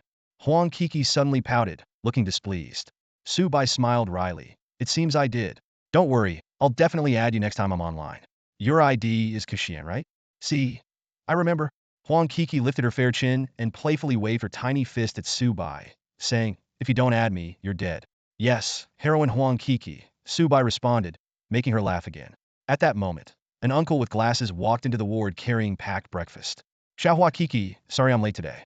You must be hungry." Despite his smile, Su Bai noticed that the uncle seemed troubled. "Dad, are you trying to starve Xiaohua and me? You're so late with breakfast, I'm almost famished." Huang Kiki pretended to complain, quickly grabbing the breakfast and starting to eat. "You little brat, I was just a bit late." "No need to exaggerate," the uncle scolded his daughter, then turned to Su Bai with concern. "Xiaohua, how's your injury? Does it still hurt?" Su Bai smiled. "It's much better." "That's good. Let me feed you some plain porridge. You can only eat light food for now." Just as the uncle finished speaking, his phone rang. He glanced at it, frowned slightly, and said to Su Bai, "I'll take this call outside." He then walked out with the phone. Su Bai guessed the uncle might be facing some trouble and wanted to help this kind family if possible. He immediately circulated the warm energy in his abdomen, and was surprised to find that it had more than doubled overnight. What's going on? Why did it increase so much? Could it be because my in-game character broke through to the Foundation establishment stage? Su Bai wondered. With a significant boost in the warm energy, Su Bai discovered that he could sense the uncle's every move outside the ward without directing the energy to his ears. Even though the uncle was speaking in a low voice with a worried expression, Su Bai could perceive everything clearly. Each word and sentence seemed magnified several times over, and Su Bai could clearly catch every detail. The voice on the other end of the phone was full of threats, making Su Bai perk up his ears to listen closely. "I warn you, don't call me with these harassing calls anymore. You can't scare me." Huang Chung, the bespectacled man, clutched his phone tightly, his voice firm. "He'll say it again. If you think you can demolish my ancestral home for 5 times less than it's worth, it's not going to happen." No sooner had he spoken than a raspy, unpleasant voice like that of a duck's quack from the other end. "Not scared? Huh. Huang Chung, this is my last call to you. You have until noon today to sign the demolition contract, or you'll be crying with no one to help you." The person paused, then continued in a sinister tone, "Oh, by the way, just a heads up. Your crippled wife fell in the yard after you left." Oh, the horror covered in blood, struggling to get up but couldn't. The bespectacled man's face turned pale as he shouted in a mix of anger and fear, "Bastard, if you touch my family, I'll report you to the police." A cold laugh came from the other end. "Report to the police? Oh, I'm so scared." "Go ahead, report it now, immediately. Oh, and one more thing. I heard you have a beautiful daughter in her second year of high school. You know, with all the human traffickers and perverts around these days, you better take good care of her. If anything happens to her, well, you get the picture? The voice grew even more chilling. Remember, Noon. Come sign the contract. Don't be late. With that, the call ended. The bespectacled man took a deep breath, trying to calm his nerves, and walked into the hospital room with a forced smile. Yet, the unease in his eyes was unmistakable. Kiki, Dad has an urgent matter and needs to go home right away. He spoke quickly. I'll ask your teacher to excuse you from school for a day. Stay here and take care of Xiao Hua. Don't go anywhere. Huang Kiki looked puzzled. Excuse me from school? But wise before she could finish her sentence, her father nodded slightly at Su Bai and hurried out of the room. Dad, I have rehearsal for the cultural evening today. I can't miss it. Huang Kiki ran after him, but her father didn't look back and left in a rush. On the hospital bed, a cold glint flashed in Su Bai's once calm and clear eyes. He made a silent vow. All his life, he had been alone, never experiencing the kindness that the bespectacled man's family had shown him. This rare and precious bond they would not let anyone destroy. Never. What is Dad up to? He insists I take a day off. Huang Kiki pouted, her brows furrowed in frustration. Her fingers flew across her phone screen as she checked the rehearsal schedule for the upcoming cultural evening. This event is so important, and I'm the team leader. If I miss the rehearsal, everyone won't be able to practice properly. Shaking her head firmly, Huang Kiki declared, No, I can't take a day off. With that, she quickly dialed her father's number. However, after 3 attempts, the cold, busy tone was the only response. Stupid Dad. Why won't he answer my call? She muttered, biting her lower lip, a hint of anxiety in her eyes. Just then, Su Bai, who was lying in the hospital bed, coughed lightly and said, Kiki, listen to your dad and take a day off. Think of it as keeping me company. I'm still a patient and need someone to look after me. His voice was weak, but carried a subtle hint of mischief. Hearing this, Huang Ki's shoulders slumped slightly, and she finally gave up on calling her father. She sighed, I guess I have no choice. Xiao Huage, let me feed you some porridge first. Su Bai smiled and nodded. All right, thank you. Huang Kiki carefully picked up the bowl of porridge from the bedside table, scooped up a spoonful, blew on it to cool it down, and brought it to Su Bai's lips. Between bites, Su Bai casually asked, Kiki, I noticed a demolition mark on the wall outside your courtyard the other day. Is your place being torn down? At this question, Huang Ki's expression darkened. Her voice was filled with anger, yes. A greedy real estate company, whose boss is named Wu, has his eyes on our land to build a commercial complex. Her grip on the spoon tightened involuntarily. That Wu boss is a real piece of work. He's offering us compensation that's 5 times lower than the norm to take our land. It's not just my dad who disagrees. Our neighbors are against it too. Her voice grew quieter, but somehow, many of our neighbors have recently moved out, accepting the grossly unfair compensation. I heard that scumbag Wu has been secretly threatening people. So many of the uncles and aunts in the neighborhood are scared. Su Bai frowned slightly, having learned more about the situation. He cautiously asked, Has Boss Wu threatened your family too? Huang Ki's eyes burned with even more anger. Of course he has, she said through gritted teeth. Xiao Huage, you wouldn't believe it. Our family's guest house used to do so well, always full of guests. That bastard Wu sent people to harass our guests, scaring them away. You're the only guest we've had in the past month. As she spoke, Huang Kiki suddenly realized something. Her eyes widened in worry as she looked at Su Bai. Xiao Huage, her voice trembled. You should leave our place once you're better. It's possible that the fire that injured you was caused by that scumbag Wu. Her eyes filled with guilt. I'm so sorry, Xiao Huage. I should have told you about this sooner. Then you wouldn't have gotten hurt. Su Bai looked at Huang Ki's remorseful expression, silently admiring her kindness. He remembered transferring money to the bespectacled uncle yesterday. The uncle had refused to accept 200,000 yuan, only reluctantly taking 50,000. The uncle had also mentioned helping Su Bai find a better place to stay once he was discharged, clearly suspecting that Wu was behind the fire and worried about further trouble for Su Bai. After finishing the porridge, Su Bai felt a wave of drowsiness. He had stayed up all night. Kiki, I need to take a nap, he said, pretending to give instructions. Don't wander off. I might need water when I wake up, and if you're not here, there'll be no one to help me. Huang Kiki nodded in agreement. Don't worry, you sleep. Since I've already taken the day off, I'll play some games. Just call me when you need water. Su Bai smiled at her, slowly closed his heavy eyelids, and soon fell asleep. He decided to rest well and gather his strength to help the bespectacled uncle's family through this difficult time. This nap was particularly refreshing. Ever since he felt a warm current in his abdomen, Su Bai's health had been better than ever. He ate well, woke up naturally, and felt full of energy. When Su Bai opened his eyes, he saw that it was already 12:30 p.m. Although he had only slept for 4 hours, he felt more invigorated than after a 10-hour sleep. He turned to see Huang Kiki leaning by the bed. Though her eyes were closed, her expressive face suggested she was battling monsters in her game. Just as Su Bai was about to call her to log off, his brows furrowed suddenly. In the next moment, a sweet-looking schoolgirl in uniform gently pushed open the hospital room door and stepped inside. Upon hearing someone call her name in reality, Kiki immediately logged out of the virtual world. She opened her eyes and was surprised to see who had come. Tanya, how did you know I was here? Tian, the classmate, had a fleeting look of something in her eyes, but quickly returned to normal. She reminded Kiki, Kiki, did you forget we have a rehearsal today? You're the leader. Without you, no one can practice. The homeroom teacher sent me to bring you back to school. Huang Kiki glanced at the still sleeping Su Bai and said hesitantly, I want to go, but if I leave, there will be no one to take care of Xiaohua. Tian hesitated for a moment before suggesting, how about this? You go back to school and lead the rehearsal, and I'll stay here to look after him. Since I'm not the leader, my absence won't affect the practice. Really? Huang Kiki's eyes lit up, but she still looked a bit uncertain. Tian continued to persuade her, it's fine. Look, he's still asleep. You can go back to school and lead the rehearsal, then come back right after. It will only take an hour or two, and he might still be asleep when you return. After thinking for a moment, Huang Kiki agreed. All right then, Tian, if Xiaohua wakes up, just give him some warm water or get him some light porridge. Don't worry, I got it. Tian forced a smile, her voice slightly odd as she reassured her. Thanks a lot. I'll come back as soon as I can. Trusting Tian enough, Huang Kiki took one last look at the sleeping Su Bai before leaving. After Huang Kiki left, Tian's eyes filled with guilt. She quickly pulled out her phone and sent a text message. She's out. Release my brother now. And remember, you promised only to scare Kiki's family, not to harm them. If you don't keep your word, I will report you to the police.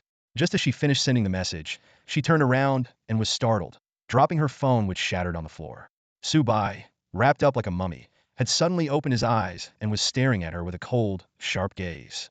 15 minutes later, a black Mercedes van pulled up in front of a heavily guarded club in a secluded alley of QZ City. Several tattooed men dragged a bound and gagged girl out of the van and into the club, with the security personnel at the entrance turning a blind eye. The patrons inside seemed unfazed, as if such scenes were common here. Meanwhile, 500 meters away from the club, a mysterious figure dressed in black from head to toe, with a hat, sunglasses, and a mask, appeared at a public phone booth. The figure dialed the police station and said briefly, I want to report. At the alley on West 5th Street in QZ, the call ended abruptly as the figure started walking towards the club. Inside a lavish hall of the club, a bald man with a scar, smoking a cigar and wearing a heavy gold chain, sat with his legs crossed on a large chair. He sneered down at a bloodied couple being held on the ground. Known as Kwang Bao, the crime boss rasped, TSK, Huang Cheng. I'm surprised. You two are quite tough, aren't you? Stubborn as mules. Kwang Bao stood up, walked over to the bloodied man with glasses, and pressed the lit cigar hard against his forehead, causing a sizzling sound and a muffled groan of pain. No, stop. Don't hurt him anymore, the man's wife cried. We've already signed a contract, isn't that enough? Shut up, the man with glasses gritted his teeth. They've taken everything from us and treated us like this. I will never sign the contract. You are lawless.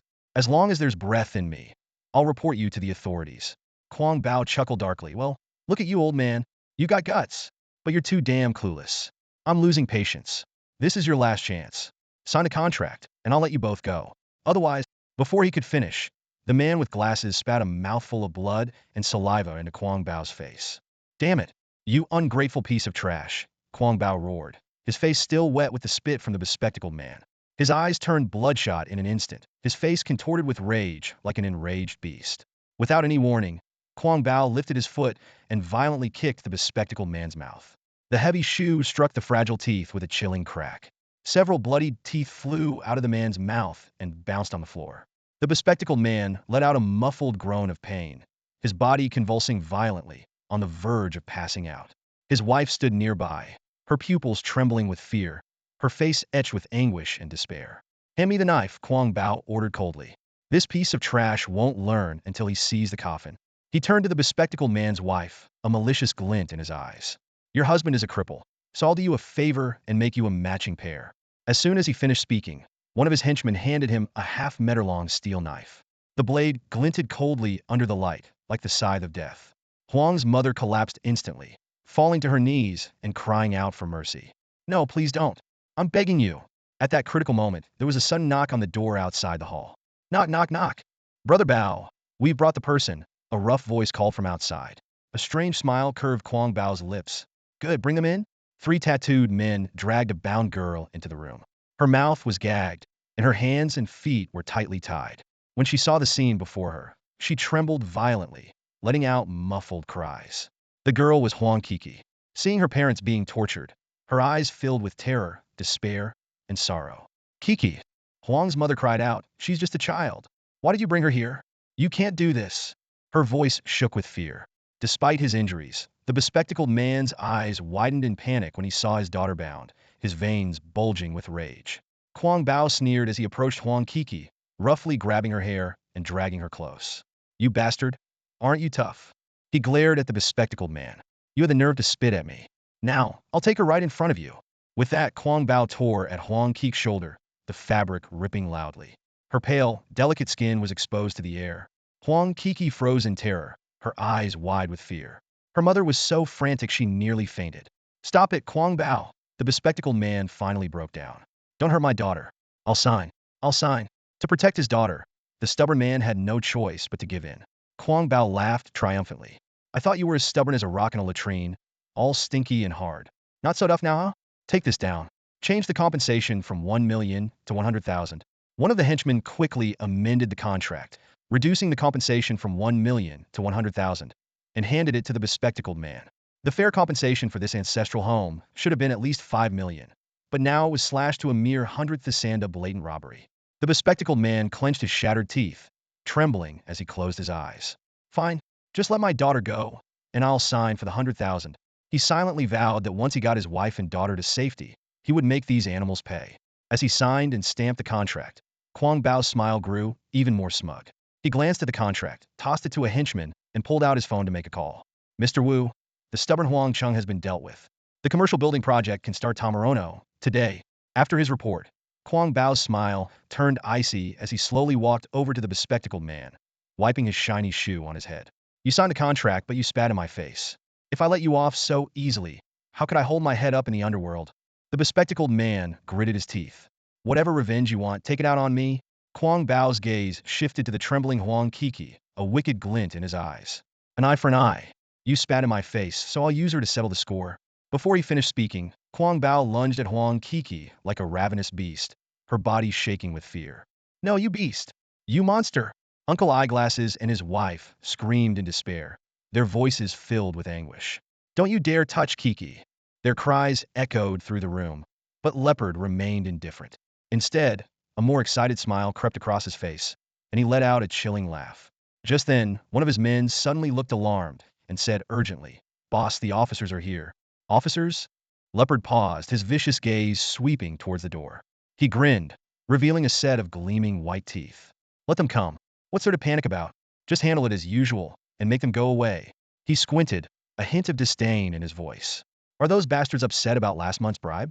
Trying to make trouble on purpose? Leopard turned to Huang Kiki, gently patting her terrified face. Sweetheart, I'll be back to enjoy you in a bit. Wait for me. With that, he adjusted his clothes, preparing to deal with the officers. You lot, stay here and watch them, Leopard ordered, pointing to Uncle Eyeglasses and his wife. Gag them? Several of his men nodded in agreement. Outside, the scene transformed dramatically within a minute. The previously decadent atmosphere, filled with gambling, drugs, and debauchery vanished, replaced by an air of propriety. The sinful side was cleverly concealed, and both staff and guests pretended to drink and chat nonchalantly, showing no signs of anything amiss. The officers entered and conducted a thorough inspection, but found nothing. After completing their routine check, they quickly left. The club resumed its original state of revelry, with singing and dancing as if nothing had happened. After seeing the officers off, a triumphant smile reappeared on Leopard's face. He hummed a tune, ready to return to his enjoyment. Sweetheart, your leopard brother is back, he sneered, pushing open the door to the hall, where Huang Kiki and her family were held. However, the moment the door opened, Leopard's years of street smarts immediately sensed something off. He instinctively stepped back, reaching for the gun at his waist. But in that split second, a lightning-fast hand shot out from inside the door, gripping his throat firmly. With a loud bang, Kwang Bao, weighing over 150 pounds, was forcefully dragged into the hall in an instant. The door closed again, and the entire process took less than a second. Terrified, Kwang Bao's voice trembled. Brother, let's talk this out. If someone hired you to come after me, I'll pay you double. Just let me go. In the hall, Kwang Bao was pinned against the wall like a helpless chick by a mysterious figure dressed in black, wearing sunglasses and a mask. Several bodies lay scattered on the floor. Kwang Bao's henchmen, already lifeless. Huang Kiki and her family of 3 were also lying on the ground, their condition unknown. Kwang Bao knew very well that this black-clad figure was here for him. As a notorious criminal, he had committed countless atrocities and had many enemies. Though his face was turning red and his neck bulging from being choked, he still tried to plead for mercy. Just as his left hand reached for the gun at his waist, there was a crack, and his entire left hand was twisted into a grotesque angle, with broken bones piercing through the flesh. The intense pain made Kwang Bao want to scream, but a hard slap shattered his teeth, rendering him unable to make a sound. The black-clad figure's voice was cold and chilling. I ask, you answer. Tell me what I want to know, and I might spare your miserable life. Kwang Bao nodded repeatedly. Get Mr. Wu here immediately. Can you do that? Upon hearing this, Kwang Bao's pupils contracted. This person was after his backer? Mr. Wu, his patron, also had numerous enemies. Kwang Bao cursed his bad luck for being dragged into this. Hesitating for a moment, Kwang Bao's left kneecap was instantly crushed. The pain made his eyes bulge, bloodshot, and veins pop out all over his body. His mouth was tightly covered, preventing any sound from escaping. Tell me, can you get Mr. Wu here immediately? Completely broken by the torture, Kwang Bao hurriedly shook his head, then nodded, his lips moving with difficulty. The black-clad figure released the hand covering his mouth. I can't get Mr. Wu here, but I know where he is, Kwang Bao said with difficulty. Brother, let bygones be bygones. I'll tell you where he is, just spare my life. If you let me live, I'll be your dog and give you 30 million. That's all I have. The black-clad figure remained indifferent. Where is he? Kwang Bao immediately spat out an address. Good, you didn't lie to me, but your miserable life, I cannot spare. Before he finished speaking, the black-clad figure exerted force, crushing Kwang Bao's throat with a crack. Kwang Bao's eyes bulged, blood gushing from his nose and mouth, his limbs stiffening. His head tilted, and he died on the spot. This ruthless killer in black was none other than Su Bai, who had just left the hospital. His rapid increase in physical prowess was all thanks to a mysterious warm flow in his dantian. Su Bai was also amazed to discover that when fully utilizing this warm flow, he could even read others' minds and detect lies. Su Bai confirmed his abilities. He could jump 6 meters high, cover 10 meters in a single step, punch through a 20-centimeter thick wall, and his senses and reactions far exceeded those of ordinary people. His running speed was comparable to a car traveling at 100 kilometers per hour. He had gained superhuman strength. After dealing with Kwang Bao, Su Bai looked at the unconscious Huang Kiki and her family. He had knocked them out after sneaking in disguised as an officer. After a brief consideration, Su Bai came up with a plan. 5 minutes later, a raging fire broke out in a hidden underground club. The scene was chaotic, with alarms blaring and people fleeing in terror. Fire trucks quickly arrived. After the fire was extinguished, firefighters found several charred bodies in a hall, their faces unrecognizable. They also managed to rescue 3 people who had been knocked out by the smoky, a middle-aged couple and a young girl. Soon after, another fire broke out at a commercial building in QZ. Wu Qingpeng, the chairman of Faping Real Estate Company, perished in the blaze. 2 deadly fires in one day made headlines in QZ. Officials promptly pledged to conduct a thorough investigation into fire safety hazards. At 4:15 p.m., in a silent ward of the Second People's Hospital in QZ, the room was eerily quiet. The doctor and government officials had just left when a swift figure flashed by the window. Su Bai agilely slipped through the window, landing without a sound. He had just dealt with the vicious leopard and the corrupt real estate developer Wu Qingpeng, cleverly using a fire to cover all traces. Su Bai's gaze swept over the sleeping figures of the bespectacled uncle, Huang's mother, and Kiki on the hospital bed. For the sake of this kind-hearted family, he had become a demon. His cold eyes gradually softened, and a gentle smile appeared at the corner of his mouth. However, as the adrenaline from the kill wore off, Su Bai suddenly felt a wave of nausea. His hands and feet grew cold, and his stomach churned. This was his first time killing someone, and although he had acted without hesitation, the aftermath hit him hard. Suddenly, Kiki on the bed cried out in terror, No, don't touch me, let me go. Her eyes were tightly shut, and her young face was twisted in fear, clearly caught in a nightmare. The faces of the bespectacled uncle and Huang's mother also showed signs of pain and struggle. Suppressing his discomfort, Su Bai walked over to Kiki and held her cold little hand. Miraculously, her murmuring gradually subsided, though her expression remained tense. Su Bai sighed softly, thinking to himself, if only I could erase their painful memories. As if in response, a strange incantation suddenly appeared in his mind. Ruomi di Najio Cha, Hu Cha Hu. This was the chant from the Xianwang Immortal Sutra used in the game to break through the foundation building stage. Su Bai silently recited it, and a warm flow from his dantian surged into Keek's body. Within just 10 seconds, her expression changed from pain to serenity, and even a smile appeared on her lips. Astonished, Su Bai then performed the same spell on the bespectacled uncle and Huang's mother. Soon, all three were calm, as if immersed in a beautiful dream. However, the continuous use of the spell left Su Bai feeling dizzy, with the warm flow in his dantian half depleted. He braced himself to leave, but then heard Huang's mother mumble in her sleep, "My son." This call was like a heavy blow to Su Bai's heart. As someone who had grown up without parents, he now craved familial warmth more than ever. After a brief pause, Su Bai quickly left the hospital room. Not long after, he returned to his own room, once again wrapped head to toe in bandages like a mummy. Suddenly, hurried footsteps echoed down the hallway. "Director, the patient is missing. I searched everywhere and couldn't find him." Ting. The nurse with big, captivating eyes burst into the room with the attending physician, her voice filled with urgency. However, her words were abruptly cut off, and her eyes widened in disbelief as she stared at Su Bai, who was sound asleep in his bed. This can't be. He wasn't here before, and I looked everywhere." Ting stammered, her face a picture of confusion. The attending physician looked at her seriously, with a hint of concern in his voice. Ting, if the night shifts are too exhausting, I can speak to the head nurse and arrange for you to work day shifts for a while to ease the burden." Clearly, he thought Ting might be hallucinating due to fatigue. The doctor then approached Su Bai's bed and carefully checked his pulse. "Good. He's recovering well. If all goes as expected, this patient should be able to leave the hospital next week." Ting, make sure to change his dressings on time," he instructed before leaving the room. "Unbelievable. He wasn't here before." Ting muttered to herself, still in shock. Meanwhile, Su Bai had quietly logged into the World of Myriad Realms game. As soon as he logged in, his friends list was flooded with flashing messages, and there were dozens of unread emails waiting for him. The ones urgently trying to contact him were Xia Yu Mushi, Feng Qi Yun Feiyang, and Sanshi Fanhua. They all desperately needed foundation establishment pills. Su Bai opened his emails to find them stuffed with various herbs sent by the trio, filling his inventory to the brim, with even more emails left unopened. These prominent guild leaders had astonishing resources, gathering all the necessary alchemy materials in just one day, something that would have taken Su Bai a significant amount of effort to collect on his own.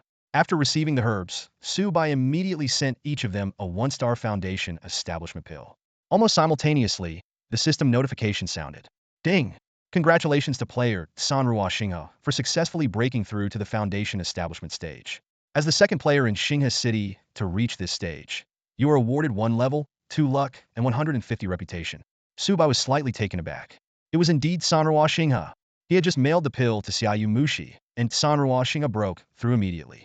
This person must be a key member of the Shui Munyanhua Guild. At that moment, Feng Qi Yun Feiyang sent a voice message. "Good thing you sent the pills on time, or my top general would have missed out on the first foundation establishment reward in Dali City. Thanks. I owe you one. By the way, why do you need so many alchemy materials? You're not a life profession alchemist, are you?" In the world of Myriad Realms, non-life profession alchemists have a ridiculously low success rate for making pills. Before he could finish, Sanshi Fanhua also sent a voice message. "Are you doing this on purpose? I sent you the materials 3 hours ago, but you only just sent the pill, causing my confidant to miss out on the first foundation establishment reward in Phylong City. If this happens again, I won't be so polite next time. By the way, don't forget to help me take down the boss in Phylong City at 8:30 tonight." After replying briefly to both of them, Su Bai felt a strong sense of curiosity. Why were Sanrua Xinghe and the others able to break through immediately upon receiving the foundation establishment pill, while he needed to use the Xianwang Immortal Sutra to succeed? Could it be that their breakthroughs didn't require any special techniques, just the pill? The world of Myriad Realms was indeed mysterious. He had gained superpowers in reality from it, called others have also acquired extraordinary abilities? Despite his shock and curiosity, Su Bai knew that such an astonishing secret couldn't be casually revealed. He decided to set these thoughts aside for now. He took out some equipment and 5 gold coins, sending them to Xiao Jilling as a thank you for delivering items to Kiki. Then, he listed all the unused equipment on the trading platform, accepting only gold coins, not money. Xiao Jilling quickly sent a voice message after receiving the items. "Bro, why did you suddenly give me so much equipment and gold?" Su Bai replied with a smile. "You called me bro, so it's only right I give you some equipment and gold. What? Don't you want to recognize me as your bro?" Xiao Jilling quickly shook his head. No way. You'll always be my bro. By the way, bro, you asked me to find a team of life players to take over the spiritual energy mine. I'm sorry, I couldn't do it. Shui Munyanhua, Healy Hua Ting, Ingxiong Wushuang, and several other guilds went crazy today, spending huge amounts to hire all the life profession players. My bro, and I couldn't find anyone. He lowered his head in embarrassment. No worries, if you can't find anyone, that's fine. Just focus on leveling up. When you reach level 20 and need foundation establishment pills, come find me, Su Bai said casually. Thanks bro. Xiao Jilling nodded excitedly. With the 5 elements alchemy cauldron and the Xianwang alchemy technique, Su Bai would never lack alchemy materials if he used them wisely. Soon, people would be bringing him herbs begging for pills. Time to make some pills. Su Bai grinned as he looked at the pile of alchemy materials in his inventory. Moments later, he arrived at the alchemy pavilion and booked a heaven-grade alchemy room. Ding! The system notification sound brought good news to the young and ambitious Su Bai. He not only successfully crafted the extraordinary revival elixir, but also completed the production of the extraordinary spirit elixir. 2 hours later, Su Bai looked at his results with satisfaction. Rows of crystal-clear bottles were neatly arranged, filled with various precious elixirs emitting a pleasant fragrance. Despite spending 2 whole gold coins to extend the usage time of the premium alchemy room, the sight of these results made him smile. He meticulously examined the elixirs he had produced. 409-star extraordinary revival elixirs, which instantly restore 9,000 health points upon consumption and regenerate 5 health per second for the next 10 seconds, with a cooldown of 20 seconds. Although Su Bai already possessed a 20 lifesteal ability, these high-quality elixirs were undoubtedly a great boon. Additionally, there were 1,300 revival elixirs of varying quality. While they were not of 9-star quality, they were still far superior to the expensive common revival elixirs available in the market. Even the lowest grade 1-star extraordinary revival elixirs could instantly restore 1,000 health points, making them lifesavers for many low-level players with less than 1,000 health points. In terms of spirit elixirs, Su Bai crafted 429-star quality and 1,500 of other qualities. These top-tier elixirs for restoring spirit energy were simply unavailable in the market. Currently, only Su Bai could produce them. The 9-star extraordinary spirit elixirs could instantly restore 4,500 spirit points upon consumption and regenerate 5 spirit points per second for the next 10 seconds. For Su Bai, who had nearly 10,000 spirit points, only these top-tier elixirs could quickly replenish his energy, while other common spirit elixirs were practically useless. Su Bai pocketed all the 9-star extraordinary spirit elixirs for personal use. He then counted the other elixirs. 11 extraordinary divine might elixirs, which increased all attributes by 30 and critical hit rate by 20 for 30 minutes upon consumption. 10 extraordinary invincible elixirs, which made the user nearly immune to all control effects for 30 minutes. 3 extraordinary resurrection elixirs, which allowed the user to revive with minimal health within 1 minute of being killed, with a 12-hour cooldown. Looking at these rare elixirs, Su Bai's smile grew even wider. He didn't hesitate to store them all in his inventory. Such top-tier elixirs that could turn the tide of battle at critical moments were not something he would foolishly sell to others. Next, Su Bai opened the trading platform to check the market prices of various elixirs. He was surprised to find that even the non-starred extraordinary revival elixir could sell for 1 gold coin each, while the non-starred extraordinary spirit elixir could fetch 2 gold coins each. More astonishingly, these low-quality elixirs were sold in limited quantities, only 100 per day, and today's stock had already sold out. Su Bai noticed that only one merchant named Poison BNK was selling these non-starred extraordinary elixirs. It seemed that this life skill player was among the top alchemists and must have been making a fortune recently. Sorry, but with me around, you'll be struggling to make a living, Su Bai sneered to himself. He immediately listed 101-star extraordinary revival elixirs and 101-star extraordinary spirit elixirs in stealth mode, pricing them at 2 gold coins and 4 gold coins each, respectively. After listing the elixirs, Su Bai checked the time and then logged off to rest. Little did he know his actions had already caused a huge stir in the game. Meanwhile, in Flying Dragon City, Sanshi Fanhua, who was preparing for tonight's high-level boss raid, suddenly frowned. Next to him, Yu Pinimo pouted and complained. You only managed to buy 30 non-starred extraordinary revival and spirit elixirs from Poison BNK today? That's far from enough. There's nothing I can do, Sanshi Fanhua replied helplessly. I had 100 people ready at the exact time to snatch the elixirs Poison BNK put up for sale, but we only managed to get 30. These extraordinary stamina potions are in high demand. They're essential for boss raid strategies, and everyone is scrambling to get them. Sanshi Fanhua frowned deeply upon hearing this, his expression serious. Despite having young warriors joining the battle tonight, the chances of victory were slim without enough stamina potions. Just then, a trusted aide suddenly shouted excitedly, "Guild leader!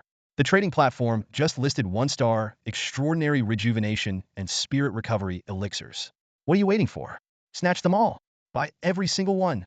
Sansure Fan Hua commanded urgently, his voice filled with intensity. However, just as they were about to act, the 100 precious elixirs were instantly sold out. Even more astonishing was that the buyer of this massive purchase was the same person Poison BNK.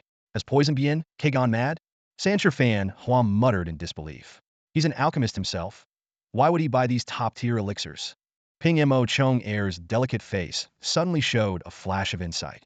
Could it be Poison BNK can no longer monopolize the market? Does he have a rival? And these elixirs aren't his? At that moment, not just Sansure Fanhua's guild, but all the top guild leaders across the 5 major cities in the game world of Li, Bahuang, Fei Long, Fengwu, and Xing Hu were stunned. Just moments ago, 1-star extraordinary rejuvenation and spirit recovery elixirs had appeared on the trading platform. In the current stage of the game, these premium recovery elixirs were considered strategic resources. Whether tackling high-level bosses or difficult dungeons, the tank's endurance and the healer's sustainability were crucial to success. Given that the first guild creation token had yet to emerge, the importance of these elixirs couldn't be overstated. However, to everyone's shock, these rare elixirs were immediately bought out by the elixir mogul, Poison Bien Quebec. This move sparked countless speculations and discussions.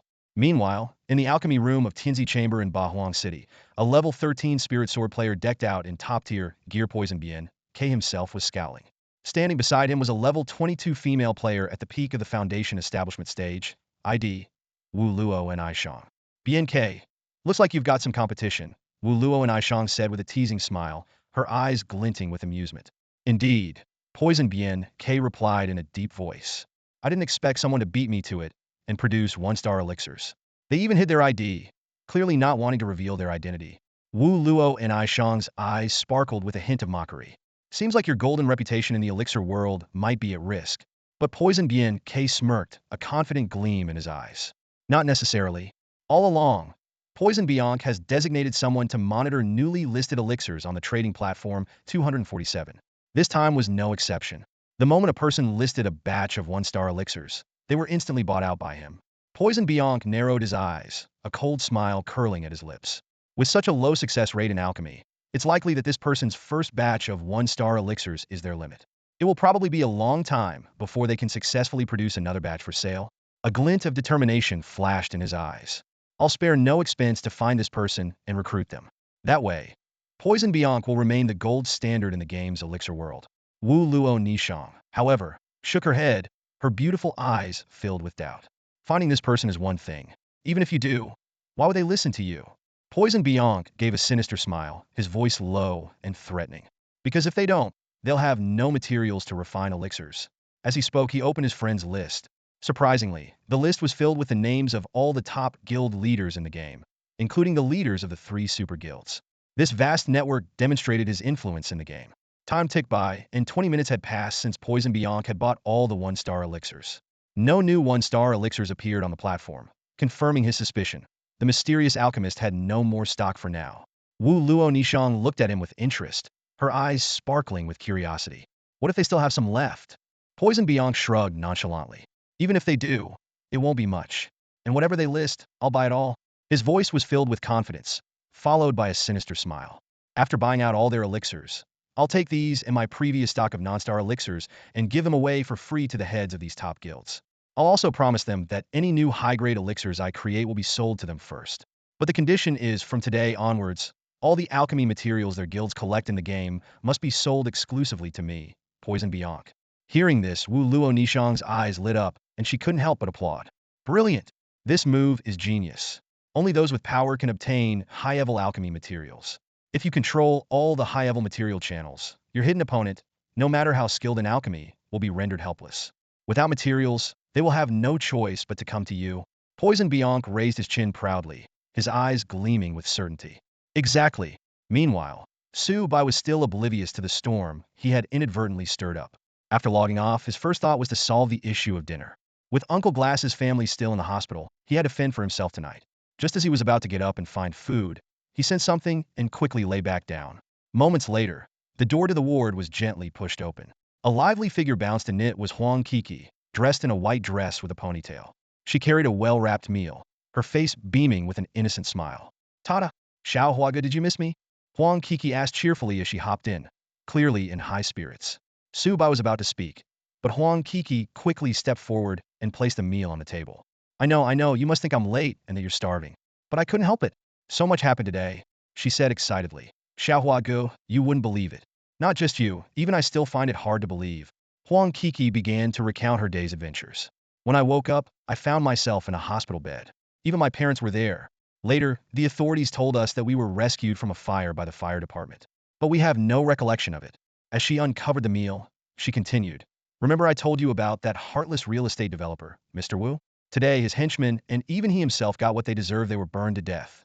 Now, no one will bother us about our ancestral home, and no one will harass us. Once you're healed, you can stay at our place for as long as you want, rent-free.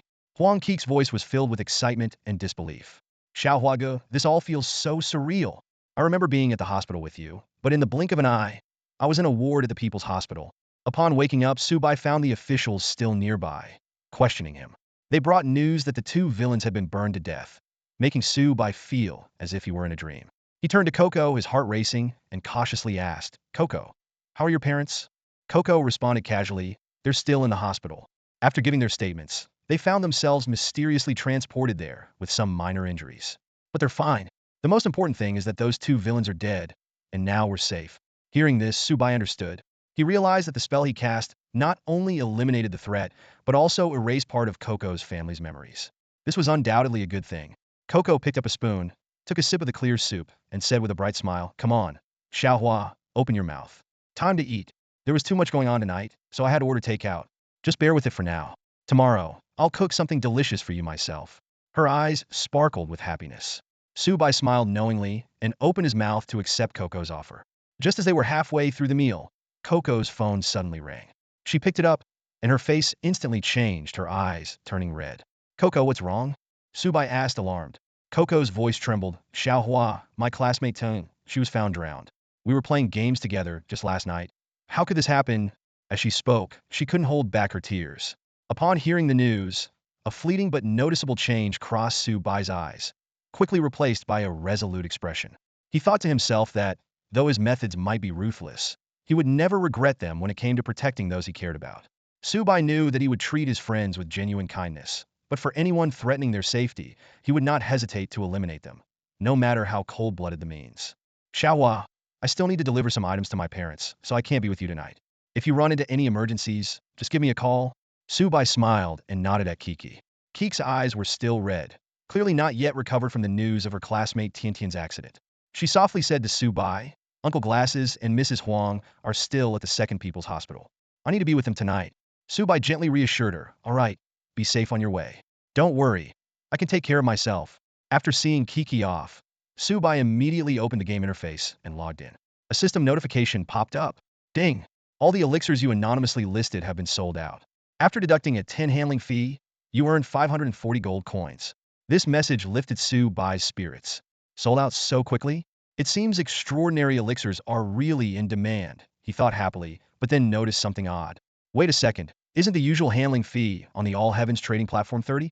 Why was it only 10 this time? Puzzled, Su Bai carefully reviewed the trading platform's detailed rules. It turned out that cash transactions outside the game were charged a 30 fee, while in-game gold transactions only incurred a 10 fee. This was clearly a strategy to encourage players to use in-game currency more. With 560 gold coins in hand, Su Bai's total gold count soared to 626, making him quite wealthy in the game. After thinking for a moment, he took out 100 one-star Extraordinary Rejuvenation Elixirs and 100 one-star Extraordinary Spirit Restoration Elixirs, listing them at the previous price under an anonymous ID. After completing the transaction, Su Bai immediately returned to Xianyu Palace. Having reached level 22 and entered the Foundation Establishment stage, he hadn't yet learned any new skills. Inside Xianyu Palace, under the statue of Dai, lay a disheveled old Taoist, belly up and reeking of alcohol, snoring loudly. This unkempt elder was the unreliable stinky Taoist who often annoyed Su Bai. Su Bai intended to quickly learn the new skills and leave. But this time, the Dai statue remained unresponsive. As he wondered why, the unreliable Taoist opened his bleary eyes and looked at him mockingly. Oh, it's you again, here to learn new skills? Su Bai cautiously asked. Don't tell me I have to learn the new skills from you. Congratulations, you guessed right, the old Taoist grinned. Skills above the foundation establishment stage must be learned from me. Hearing this, Su Bai's eyebrow twitched, feeling that this was bad news. Damn it! What's with that expression? What? You don't want to learn new skills? The unreliable Taoist glared at Su Bai. I do. Su Bai replied through gritted teeth, suppressing his annoyance. That's the spirit. Don't worry, since we're so familiar. I'll give you a 20 discount. The old Taoist waved his sleeve. Su Bai immediately received a system notification. Ding! Elder Unreliable Taoist has granted you access to Foundation Establishment Stage skills. Please pay to learn. Unbelievable. Su Bai muttered, his lips twitching. Upgrading all his class skills to level 2 required 180 gold coins, which was exorbitant. Even with gold coins depreciating, one coin could still sell for 10,000 yuan, and they were in high demand. Su Bai felt the unreliable Taoist was ripping him off again, but he had no choice. Fine, I'll learn. He gritted his teeth and spent 180 gold coins to upgrade all his skills by one level. The system notified him that 3 new skills were available for learning. 1. Consumes 150 spirit points to instantly move backward a short distance, increasing self-movement speed by 15 for 5 seconds. Cooldown, 30 seconds. Learning cost, 30 gold. 2. Consumes 300 spirit points to summon the protective power of the ancient feather god, entering a 2-second invincible state. Cooldown, 30 minutes. Learning cost, 30 gold. 3. Consumes 300 spirit points to fire a pure yang mystic force arrow, dealing 150 base attack damage and stunning the target for 3 seconds. This skill's damage and control effects are doubled against pure Yin entities. Cooldown, 25 seconds. Su Bai stood within the Xianyu Palace, his brows furrowed. The cost of learning each of the 3 skills was a steep 30 gold coins, totaling 90 gold coins, which pained him greatly. He struggled to avoid looking at the smug smile on the face of the unscrupulous Taoist, gritting his teeth as he reluctantly handed over the gold coins. Damn it! Su Bai muttered under his breath, watching his fortune shrink by nearly half, leaving him with only 356 gold coins. After learning the skills, he turned to leave immediately, fearing that if he stayed a second longer, he might not be able to resist punching the Taoist. Kid, come back anytime, the unscrupulous Taoist called out with a mischievous grin. Like hell I will! Su Bai stormed out of Xianyu Palace, seething with anger. However, once Su Bai left, the Taoist's mischievous grin vanished, replaced by a look of solemnity. Kid, it's not that I want to scam you. If I don't make you spend more money and accumulate more contributions to the sect, when the time comes, you'll find it hard to leave this little world. After leaving Xianyu Palace, Su Bai first repaired his equipment and then bought a batch of materials for making talismans. Just as he was about to teleport to Phylong City, a system notification sounded. Ding! All the elixirs you anonymously listed have been sold out. After deducting a 10 handling fee, you have received 540 gold coins. Su Bai was surprised at the speed of the elixir sales, and his gold coins instantly rose to 890. He immediately listed another batch of 1-star elixirs, increasing the price by 50 silver coins. Then he teleported directly to Phylong City. Meanwhile, in Bahuang City, Du Bianc stared grimly at the newly listed elixirs on the trading platform. Brother K, that person has listed another batch of elixirs and raised the price by 50 silver. Should we still buy them? A trusted subordinate asked nervously. Du Bianc took a deep breath and gritted his teeth. Buy them. The price increase means his inventory is reaching its limit. This should be the last batch. But Brother K, we don't have enough gold coins, the subordinate said, troubled. Du Bianc's face hardened, and he immediately made a voice call. Just as Su Bai arrived in Phylong City, and before he could contact Sancher Fanhua, he received another system notification. The elixirs he had listed were sold out again, and after deducting the handling fee, he earned 630 gold coins this time. Damn! Is this what they mean by making money hand over fist? Su Bai exclaimed in excitement, a joyful smile spreading across his face. At this moment, the gold coins in Su Bai's inventory had suddenly surged to 1,520. In the current stage of the game, it would be hard to find anyone in the entire Daxia Star server who could rival his wealth. Originally, he planned to continue his winning streak and list another batch of new elixirs. However, he decided to adopt a strategy of creating a scarcity effect by holding back his supply. Today's transactions would end here, and he would release a new batch tomorrow. Immediately, Su Bai contacted Sancher Fanhua. I've arrived at Phylong City. Meanwhile, in Bahuang City, Du Bianc was intently watching the trading platform. When he saw that no new 1-star extraordinary elixirs were listed, he finally relaxed.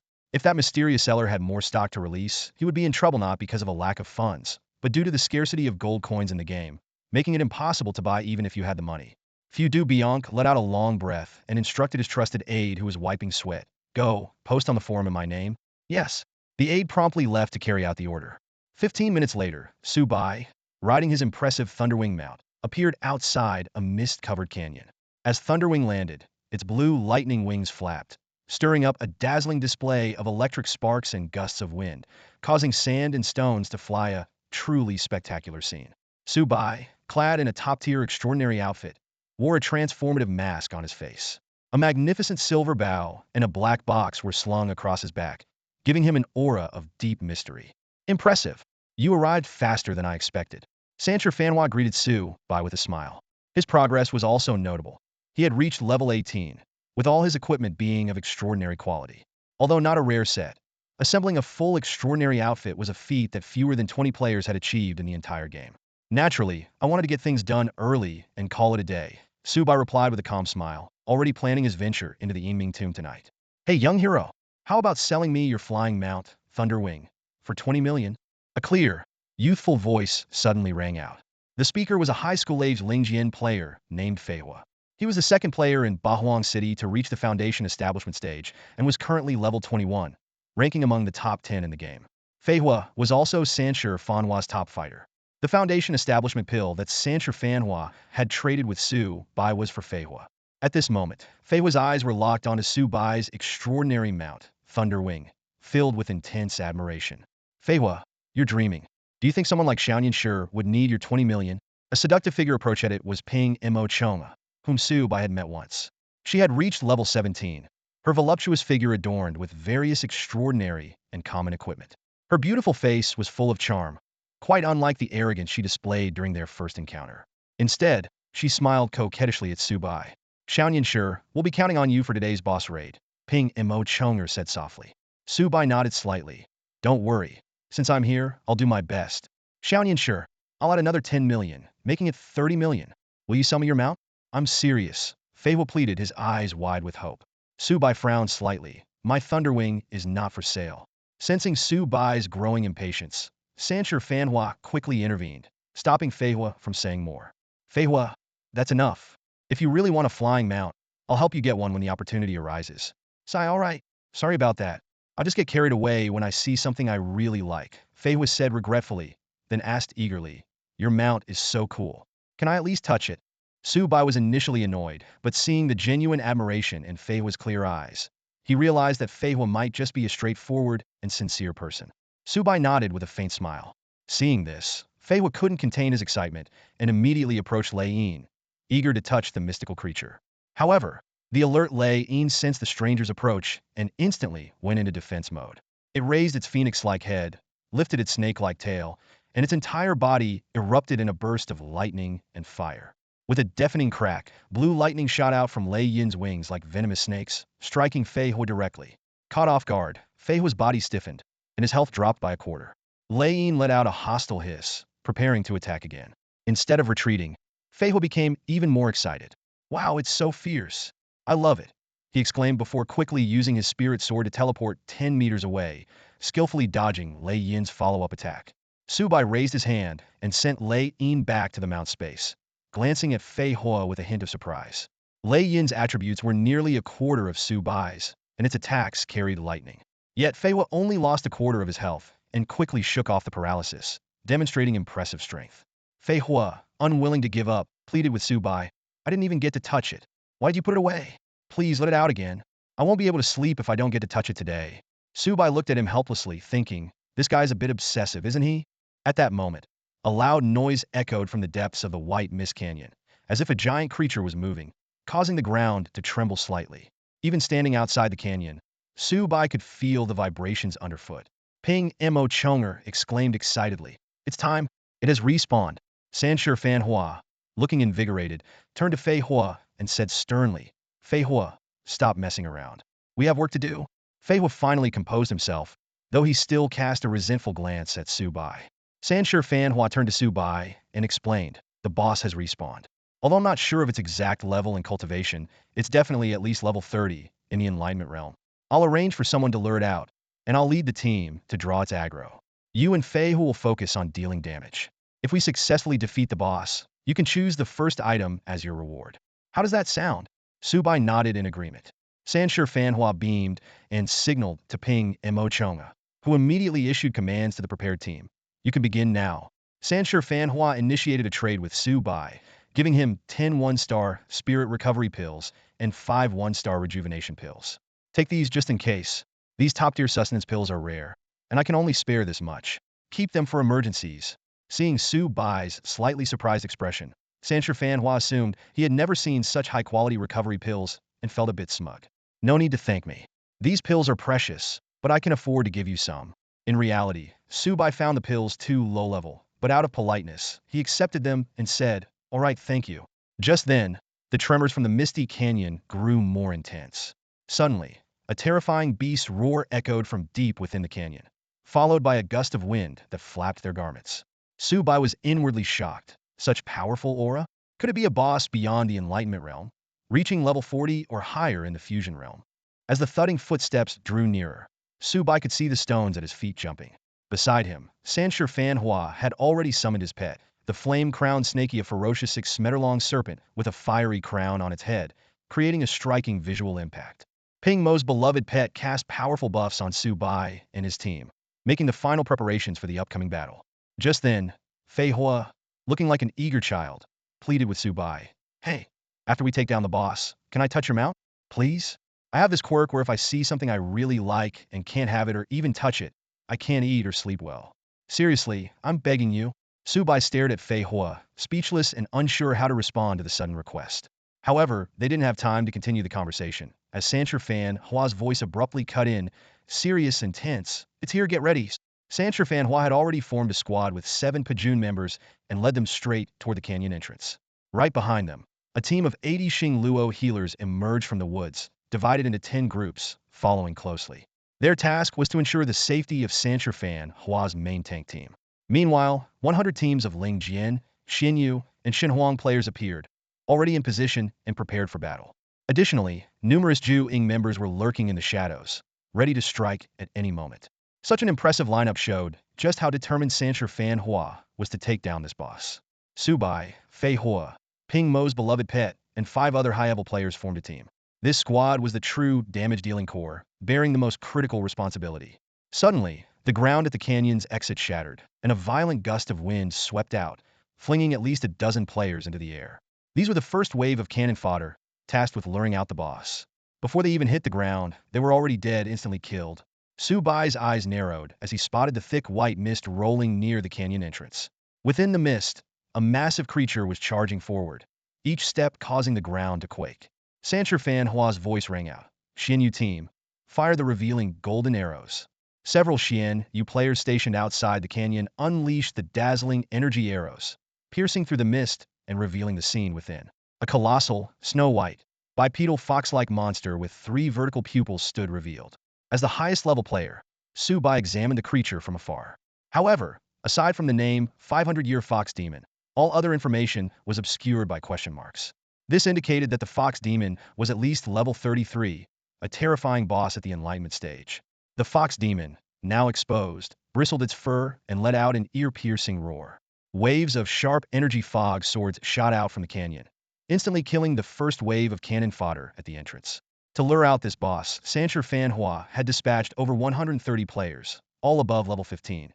Yet they were annihilated in an instant. With a fervent look in his eyes, Sanshi Fanhua shouted, "Charge!" and led the charge into the canyon with his pet flame-crowned snake. The fox demon stood tall, towering at 15 meters like a skyscraper, exuding a terrifying aura.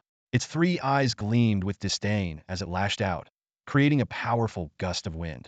Its long, white fox tail swept across like a flood, carrying unstoppable force. With a resounding thud, Sanshi Fanhua and his pet were sent flying 20 meters away by the tail's impact. Although Sanshi Fanhua hadn't reached the Foundation establishment stage, his extraordinary gear and Tianlong class advantage, combined with buffs, gave him a whopping 7,981 health points, making him a tank. Yet, this single hit left him critically wounded, nearly killing him. Fortunately, numerous Xing Luo healers were locked onto him, restoring his health to full within a second. However, his pet flame-crowned snake wasn't as lucky and was instantly killed. Clearly, the flame-crowned serpent is a damage-dealing pet with high attack but low defense. The 500-year-old fox demon easily swatted Sanchifanua away with a sweep of its tail. A mocking, almost human-like sneer appeared on the fox's face, as if it were looking down on a group of ants. The fox demon then turned to leave, seemingly unwilling to stray beyond the confines of the canyon. Seeing this, Sanchifanua urgently shouted, "Quick, everyone attack it! Don't let it get away!" At the command, a barrage of Xian feather and spirit sword attacks rained down on the fox demon. Simultaneously, 7 breakers from Sanchifanua's team sprinted forward, attempting to lure the fox demon out. One of the breakers, riding a blue panther mount, was the fastest and reached the mouth of the canyon first. However, the fox demon's strength far exceeded everyone's expectations. The moment the breaker on the blue panther entered the canyon, the fox demon swatted them both into a bloody pulp with a single swipe, killing them instantly. Even more shockingly, the spirit sword and Xian feather attacks all resulted in misses, failing to inflict even a single point of damage. This startling scene vividly illustrated the vast gap in levels and cultivation. The fox demon seemed to regard the players outside as nothing more than annoying insects. After instantly killing the breaker, it began to walk deeper into the canyon. At the back of the group, Ping Mo Chongyer's face turned pale with worry. "This is bad. The canyon's terrain isn't suited for us to fight in. If we can't stop it, all our preparations will be for nothing." Fei Hua, brimming with confidence, responded, "Don't worry, Sister Mo, watch me. It's time to show some real skill." He summoned a towering, muscular black-furred ape mount, ready to make his move. Just then, a loud cry pierced the sky. Lei Yin, enveloped in lightning and fire, swooped down at lightning speed, carrying Su Bai. Fei Hua watched in awe, exclaiming excitedly, "Wow, that's incredible. Kid, sell me your mount, and I'll be your follower for life." Ignoring Fei Hua's shout, Su Bai, riding Lei Yin, reached the canyon's entrance in just 5 seconds. He quickly drew his bow, Wan Yu Shuanghua, the string vibrating intensely. With a resonant thud, 15 sharp, lightning-infused arrows shot through the air, striking the broad back of the 500-year-old fox demon with pinpoint accuracy. The attack descended like thunder. Su Bai unleashed a rapid-fire lightning arrow, followed by 15 energy arrows that tore through the sky and struck their target with devastating force. Astonishingly, this single strike dealt over 40,000 points of damage. This incredible damage was no fluke. It was the result of his set's special ability, the Nether Strike, combined with the divine aid of the Thunder God skill. The massive boss, a 500-year-old fox demon, standing 15 meters tall, was momentarily frozen in place, like a colossal statue suddenly drained of life. Is this even humanly possible? That's a boss. The members of Sanshur Fanhua were dumbfounded, their eyes filled with disbelief. They had been unable to land a single hit on the fox demon, let alone reduce its health. Yet this young man displayed such terrifying power. What they didn't know was that Su Bai's base attack power was over 4,000. With various buffs and enhancements, his actual attack power soared to over 6,000. Even so, a normal attack from Su Bai only dealt around 1,500 damage to the fox demon, suggesting its physical defense was at least 4,500. More shocking was that after Su Bai's attack dealt 40,000 damage, the fox demon's health bar barely budged, indicating it had a staggering life pool of no less than 4 million. Such resilience was almost unimaginable. Seizing the 4-second stun provided by the Thunder God's aid, Su Bai continued his relentless assault on the paralyzed fox demon. "Cloud-piercing arrow," he shouted, unleashing a series of fierce normal attacks. The members of Sanshur Fanhua, seeing Su Bai's overwhelming strength, were inspired. "Don't just stand there, everyone attack," their leader commanded excitedly. Fei Hua, riding his black-furred wild ape, charged in.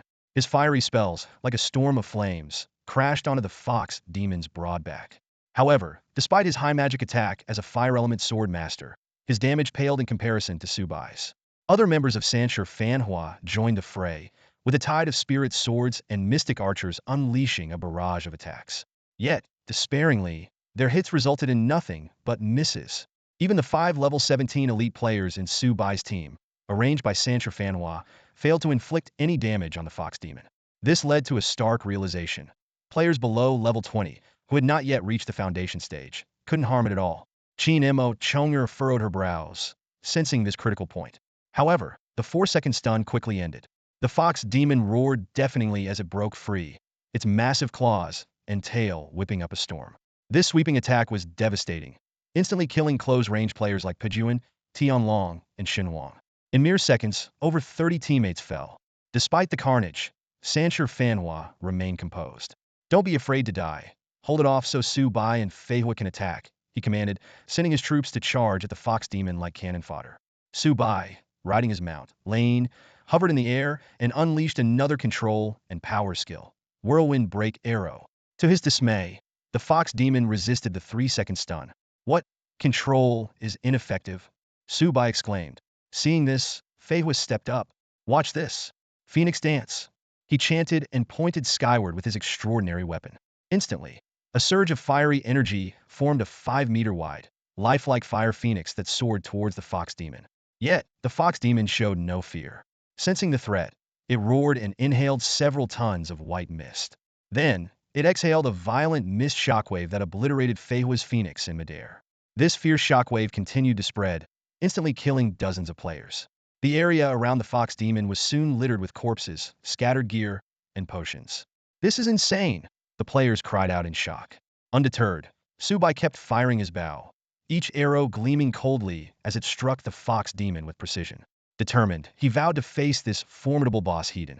The trigger probability of the Soul Sever potential has reached 28.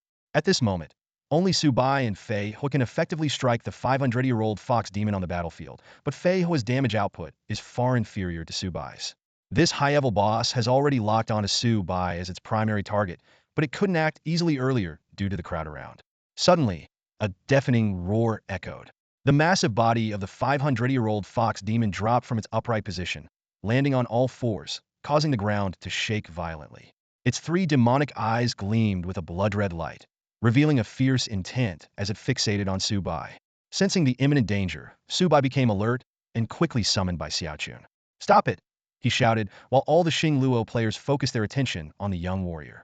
Sanshi Fanhua, shouting commands and without fear for his life, charged towards the fox demon on his mount, attempting to draw its attention.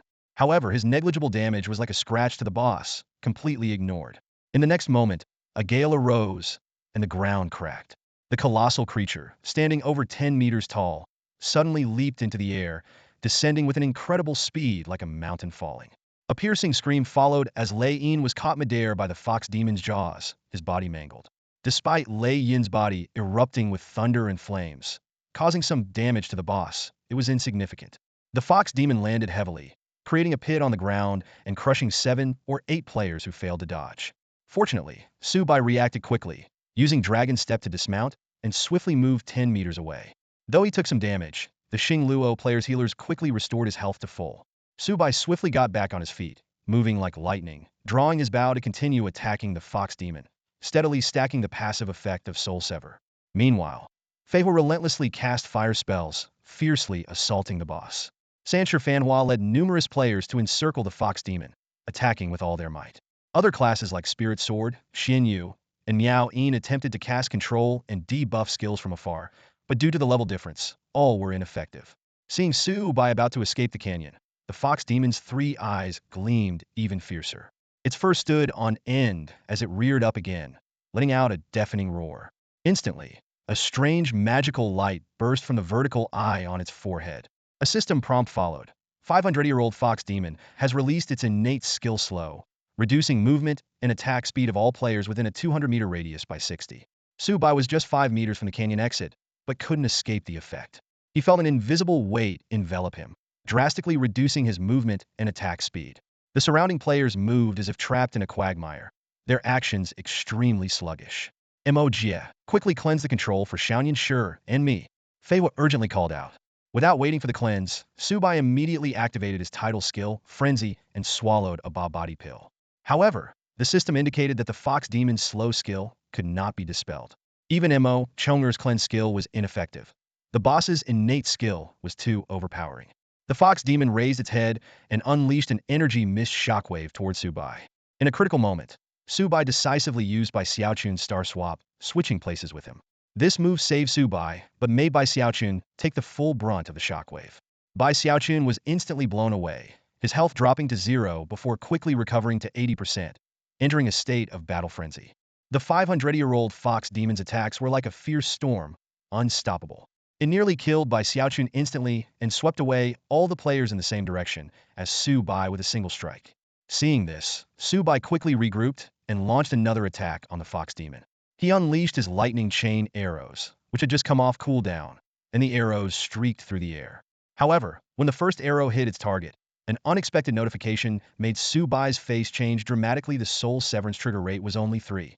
Even more perplexing, after completing a full combo, the trigger rate barely reached 17. Su Bai was puzzled. Had the previously stacked probabilities been reset? Was it because the fox demon had used a talent skill to purify itself? Regardless of the reason, Su Bai's combo clearly inflicted significant pain on the fox demon. Enraged, it began frantically pounding the ground, instantly killing a dozen players. Then, with a single swipe, it sent Sanshi Fanhua and his mount flying, and immediately charged at Su Bai like a bolt of lightning. Sanshi Fanhua, equipped with luxurious gear and belonging to the Tianlong class, was the only player who wasn't instantly killed by the fox demon. But this didn't help much, since his attacks couldn't hit the fox demon, failing to draw its aggro. Facing the ferocious fox demon and already slowed, Su Bai made a quick decision to activate his primordial spirit shield. The system notification followed. Ding! You have activated primordial spirit shield. Basic attributes increased by 50, and all control skills are ignored for 15 seconds. In an instant, Su Bai was enveloped in the energy of his soul, like burning celestial fire. His vitality surged, and the fox demon's slowing effect was instantly dispelled.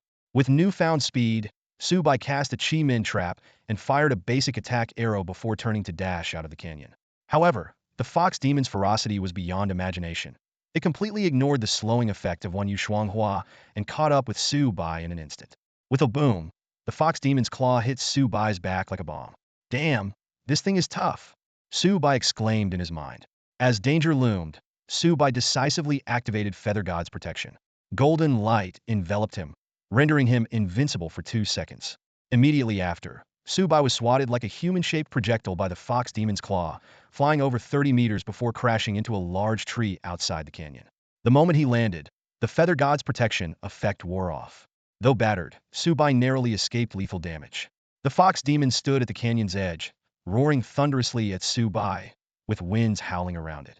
Despite the fierce glint in its 3 demonic eyes, it strangely did not pursue him out of the canyon, as if restrained by some invisible force. Seeing his master being flung away, Bai Xiaochun was enraged. It let out a corpse howl and leapt onto the fox demon's neck, biting down. However, this brave act resulted in a painful retaliation. The fox demon immediately grabbed it by the neck, squeezed it in its palm, and smashed it to the ground repeatedly, as if playing whack-a-mole.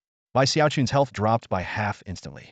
If not for its battle fervor increasing its attributes and a 30 damage reduction effect, it would have perished on the spot. Quick, heal my pet. Don't let it die, Su Bai shouted as he quickly got back up and resumed his attack on the fox demon. In no time, numerous Xing Luo players began healing Bai Xiaochun, barely keeping it alive under the fox demon's relentless attacks. After Su Bai left the canyon, the only player still able to damage the fox demon was Fei Hua. Because of the constant healing from numerous Xing Luo players, the fox demon, unable to kill Bai Xiaochun, shifted its focus to Fei Hua with a glint of malice in its eyes. Oh crap, it's targeting me now? Fei Hua exclaimed in horror. The fox demon opened its mouth and unleashed a misty shockwave, prompting Fei Hua to activate his primordial spirit shield and teleport to dodge the attack. However, his teammates behind him weren't as lucky and were instantly killed. The fox demon wasn't done yet. It charged at Fei Hua once more. Quick, hold it off! Fei Hua yelled in panic, no longer daring to attack the fox demon. He maneuvered his mount desperately to evade. However, Sanshi Fanhua and the others, unable to damage the fox demon, were powerless to stop it. Despite his resilience, Fei Hua only lasted 20 seconds before the fox demon caught up and smashed him into a bloody pulp. In those brief 20 seconds, the only players still pursuing the fox demon were Sanshi Fanhua and about 30 other Pajun members. Many of their comrades had already fallen victim to the fox demon's frenzied attacks. In just 20 seconds, Su Bai increased the probability of executing the spirit to 51. Without hesitation, he dashed back to the canyon entrance, unleashing a barrage of arrows toward the 500-year-old fox demon. Despite suffering heavy losses, with the top player Fei Hua falling and many melee players dead or injured, Sanshi Fanhua did not lose hope. Both he and Ping Mo Chong-er were well aware of Su Bai's astonishing ability to instantly kill bosses, secretly hoping for a miracle. The 500-year-old fox demon sensed Su Bai's re-entry and let out a deafening roar, its massive body cracking the ground as it charged towards him like an avalanche. Su Bai quickly summoned Bai Xiaochun to block in front of him, then stood firm, fully focused on drawing his bow and shooting arrows. Although Bai Xiaochun had impressive defensive capabilities, he was still no match for the fox demon's furious attacks. He was sent flying with a single hit, tracing a long arc in the air. At this critical moment, Thunder God's help was triggered again. The colossal body of the fox demon froze instantly, standing like a huge statue for a full 4 seconds. Su Bai realized that only soul-type control skills could affect such a powerful boss. Time ticked by, and Su Bai grew increasingly anxious. The probability of executing the spirit had climbed to 62, but it still hadn't triggered. If the fox demon used its innate skill to purify itself, resetting the execution probability, all his efforts would be in vain. Just as the 4-second stun was about to end, a miracle happened. The execution skill triggered, and the fox demon let out a piercing wail before its 15-meter-tall body crashed to the ground. Sancher Fan Hua jumped in excitement, giving Su Bai a thumbs up and showering him with praise. Ping Mo Chung Air ran over, giving Su Bai a warm hug and a kiss. The surviving players around them looked on with admiration. However, Su Bai did not let his guard down despite the sudden victory. He keenly noticed that there were no reward notifications or items dropping from the fox demon's body. While everyone was still basking in the joy of victory, disaster struck. The fox demon's third vertical eye suddenly opened, emitting a strange blood-red light that spread rapidly in all directions. Wherever the light touched, rocks split and plants were severed, leaving nothing unscathed. Sancher Fanhua and the others were still wearing their joyous expressions, but they were frozen in place. In the next moment, their bodies were cleanly sliced in half at the waist, blood spurting out as their health points dropped to 0. Even Su Bai, standing at the canyon entrance, was not spared, his entire body shaking violently as he was hit by the blood light. A system notification sounded, informing Su Bai that he had been hit by the fox demon's innate skill Bloodbath Demon Light, suffering fatal damage. Fortunately, he triggered the Yin Ming body protection, saving his life, but he would be unable to use this passive skill again for the next 30 minutes.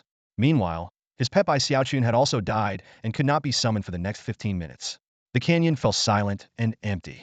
The fox demon's final desperate counterattack was devastating. Everyone except Su Bai had turned into corpses. Even Ping Mo Chung Air, who had rushed back into the canyon, lay dead at Su Bai's feet. Yet the disaster was not over. A lightning-fast wave of mist-like energy suddenly engulfed Su Bai, reducing his over 10,000 health points to 0 in an instant, and he fell heavily to the ground. Simultaneously, the supposedly dead fox demon stood up again, emanating a fierce aura. However, its third vertical eye on its forehead was now a bloody mess, completely useless. The fox demon let out a long howl, like a supreme demon lord proclaiming its power to the world. The roar echoed through the canyon, celebrating its rebirth and mourning the loss of its magical third eye. Damn, damn, damn. What the hell? Sancher Fanhua roared at the respawn point in Phylong City, his face twisted with rage. That damn 500-year-old fox demon can revive? That's just shameless. Su Bai had already turned the tide and successfully killed the 500-year-old fox demon. Who would have thought it could come back to life and wipe out everyone in the canyon with a single move? Sancher Fanhua cursed for a while, venting his frustration, and then sent a message to Su Bai, his face flushed with anger. Thanks for your hard work. I'm sorry, you even lost a level because of this. Consider it a favor you're owed. He raised 2 million as a small compensation. Through his subordinates outside the canyon, Sancher Fan Hua had learned that Su Bai was ultimately killed by the fox demon. Throughout the battle, Su Bai had given his all without slacking off, and Sancher Fan Hua had noticed. Despite their failure, he had no choice but to accept it. Killing a high-level boss like the 500-year-old fox demon would likely require several teams of top-tier experts. However, there were fewer than 10 such experts in the entire Daxia Star server.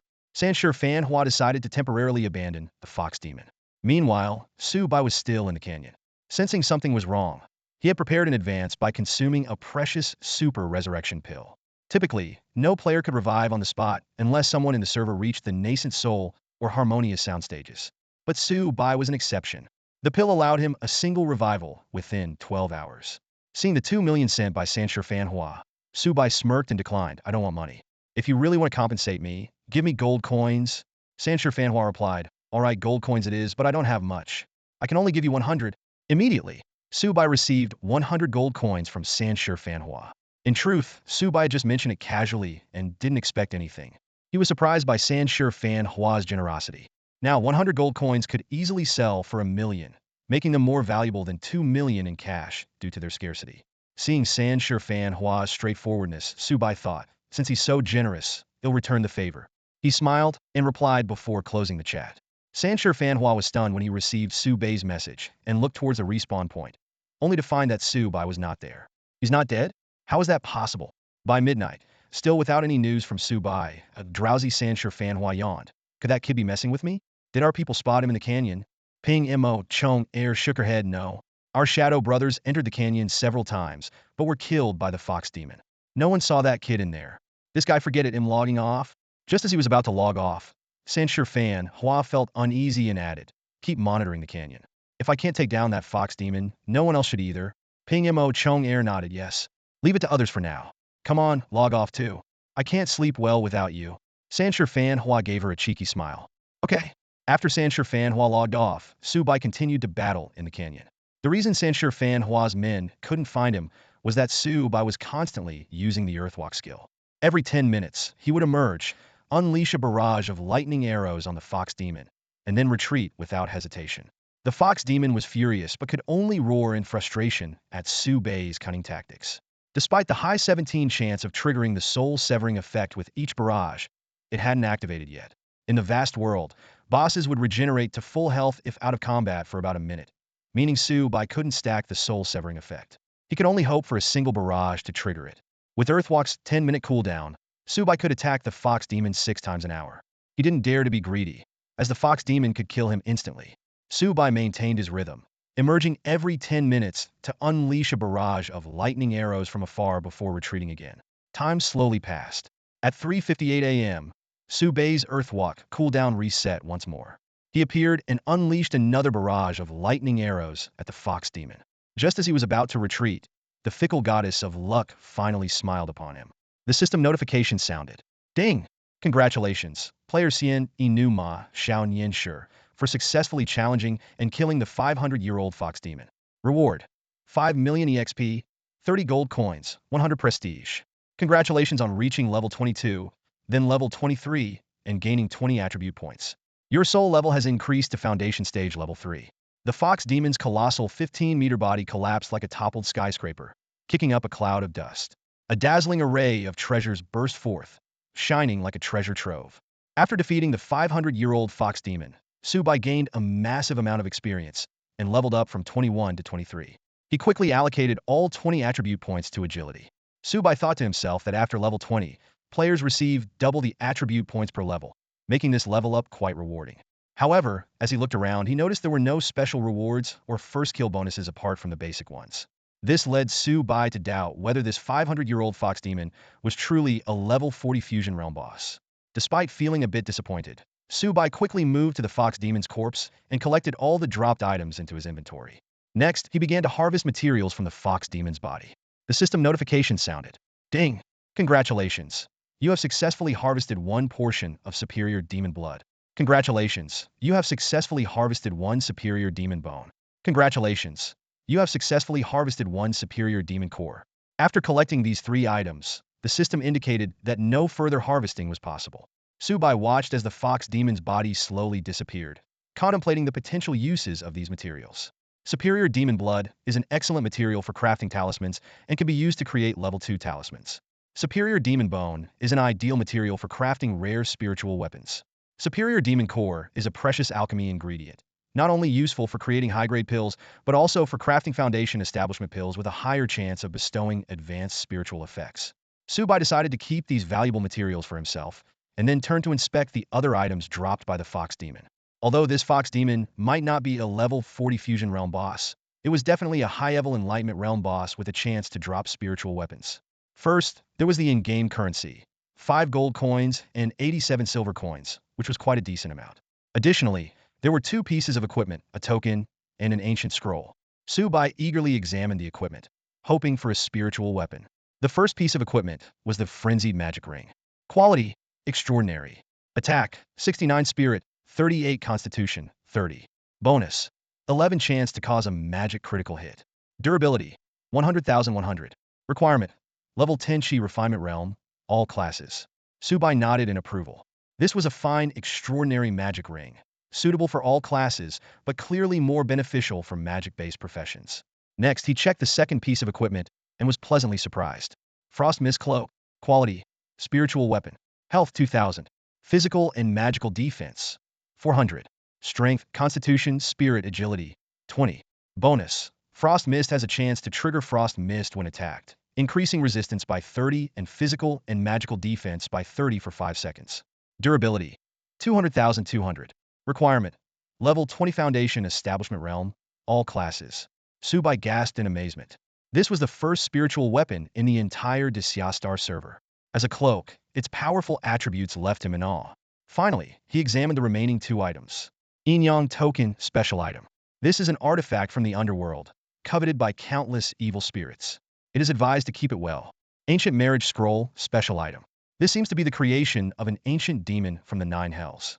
Under certain conditions, it can be used to forcibly bind oneself with a desired partner in marriage. After reading the descriptions of these special items, Su Bai felt a bit puzzled.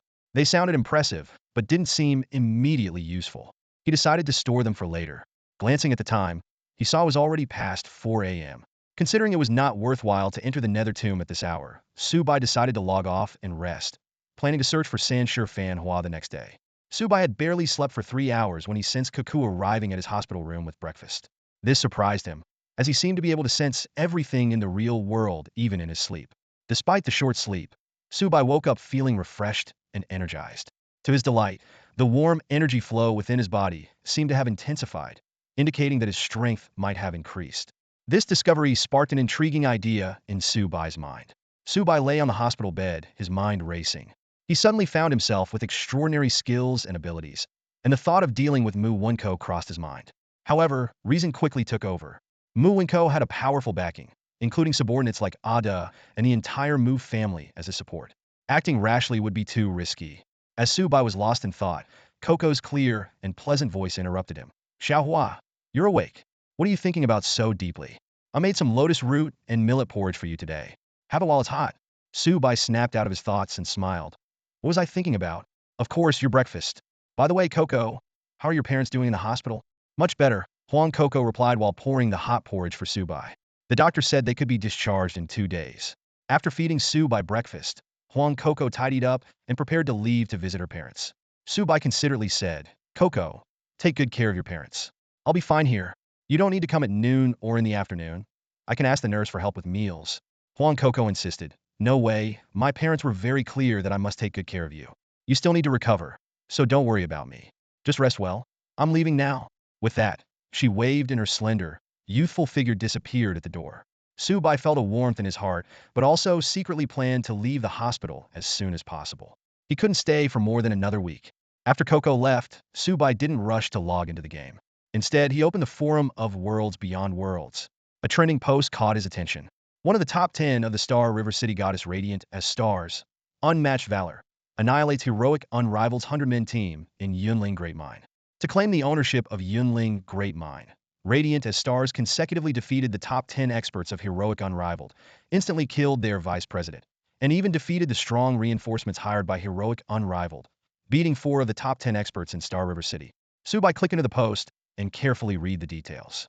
The conflict arose over the Yunling Great Mine, which produced high-quality, spiritual energy essential for refining foundation establishment pills.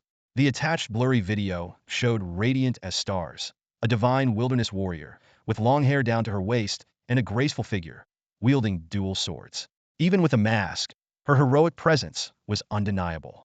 As the second foundation establishment peak cultivator in Star River City, she single-handedly crushed the army of heroic unrivaled, defeating their experts and reinforcements. The comment section was full of praise, but there were also voices of doubt. Some questioned why heroic unrivaled, a top guild with tens of thousands of members, didn't use a swarm tactic to overwhelm Radiant as stars, instead allowing a masked woman to gain fame at their expense. These doubts only strengthened Su Bai's suspicion. Radiant as stars must be from Shuemun Yanhua. Only another top guild could make heroic unrivaled hesitate. Although the video was not clear, Su Bai could tell that Radiant as stars was exceptionally skilled in terms of equipment, operation, skills, and pets. Even Yan Huang was no match for her. After exiting the post, Su Bai noticed another trending topic. I am Poison BNK, aiming to create the top alchemy guild in the server. Now recruiting high-level alchemy profession life players. Limited to 2 days, with a generous offer of 10 billion. Benefits include extraordinary 1-star alchemist, annual salary of 2 billion after signing, plus a seaside villa. Additionally, enjoy 20 of the profits from the first alchemy guild after its creation. Extraordinary no-star alchemist, annual salary of 1 billion after signing, plus a seaside villa. Additionally, Enjoy 10 of the profits from the first alchemy guild after its creation. Elite alchemist wanted. Annual salary of 50 million after signing. Plus 5 share of the first alchemy alliance's profits. This post detonated like a bomb on the Universal Worlds forum, causing a massive uproar. Countless players stared at their screens with wide eyes, their fingers trembling as they scrolled, afraid to miss out on this life-changing opportunity. The post's popularity and views skyrocketed visibly, quickly claiming the top spot on the forum and continuing to surge. The post was made by none other than the legendary alchemist in the game, Du Bianc. Offering a staggering 10 to recruit high-level alchemists across the server, this exorbitant salary made countless players blood boil, regretting not choosing alchemy as their secondary profession. If I get accepted, wouldn't that be an instant rise to fame and fortune? Many players thought, already envisioning themselves marrying into wealth and reaching the pinnacle of life. The comment section below the post was instantly flooded, with over 30 comments pouring in as everyone scrambled for this once-in-a-lifetime chance. Su Bai, upon seeing the post, couldn't help but be amazed. He thought to himself, this Du Bianc must be an incredibly wealthy big shot in real life, backed by a powerful financial group or family. Otherwise, how could he offer such an enticing salary? However, Su Bai quickly sensed something unusual.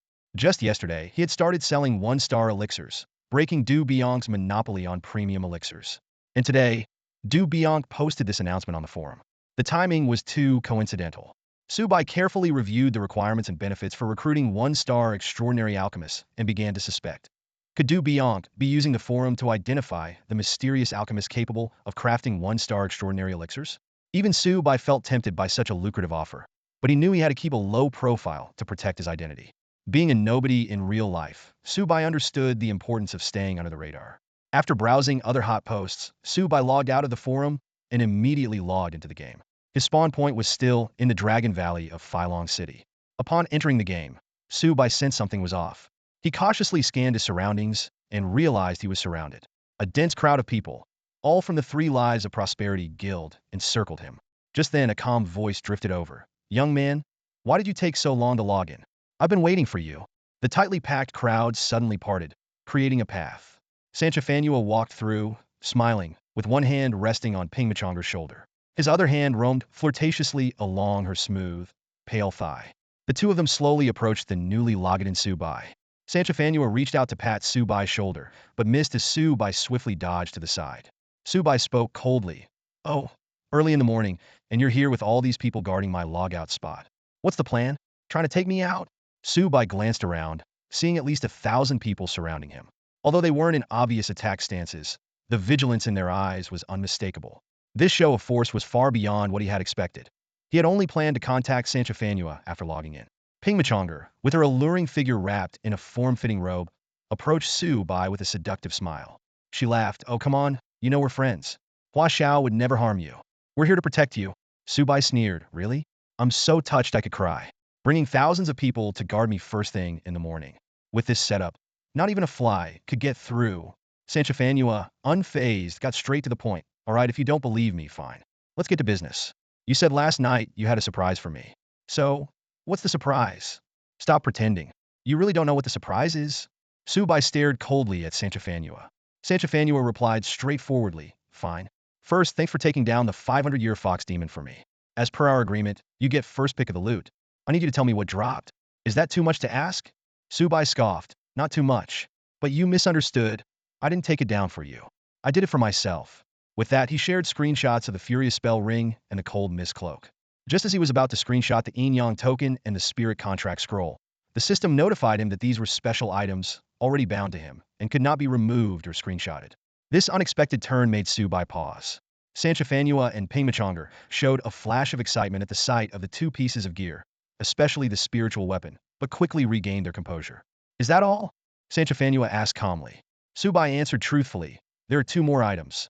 A Yin Yang token and a Spirit Contract Scroll. They're special items, but for some reason, they're already bound to me and can't be screenshotted. Sanchafanua's eyes narrowed, a sharp look flashing briefly before he smiled. Su Bai, Hua the North City, may not be a gentleman, but I am an honest scoundrel.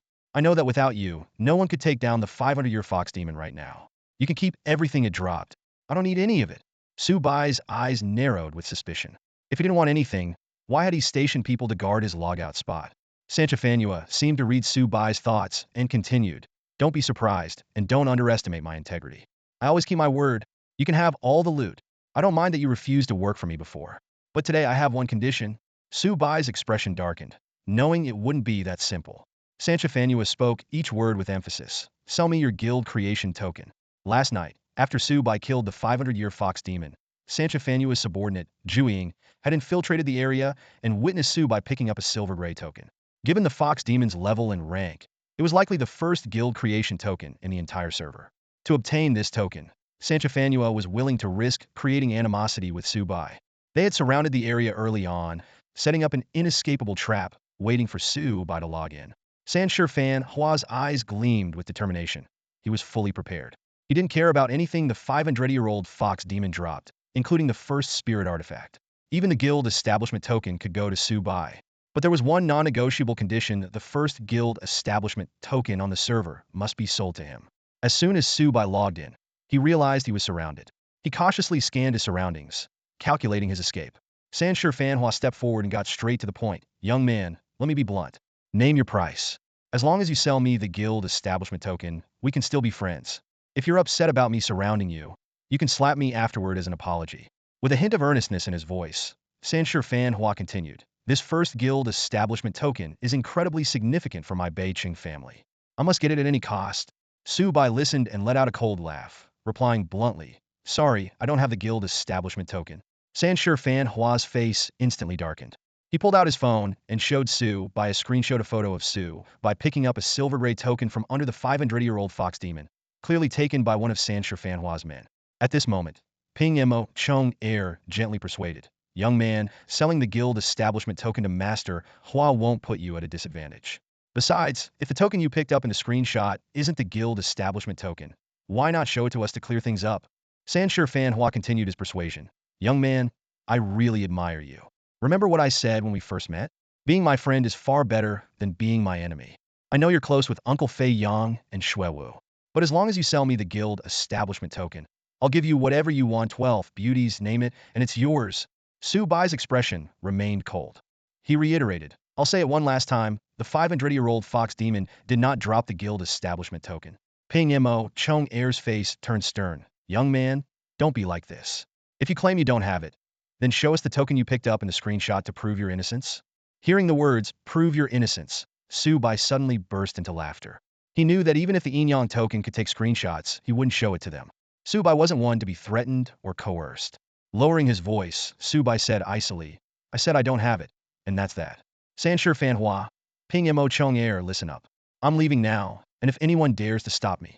Before he could finish, one of Fan Hua's henchmen erupted into a string of expletives, pointing at Su Bai and cursing. Who the hell do you think you are, talking to our guild leader like that? You piece of... In the next second, a cold arrow shot out like lightning, piercing through the man's forehead instantly.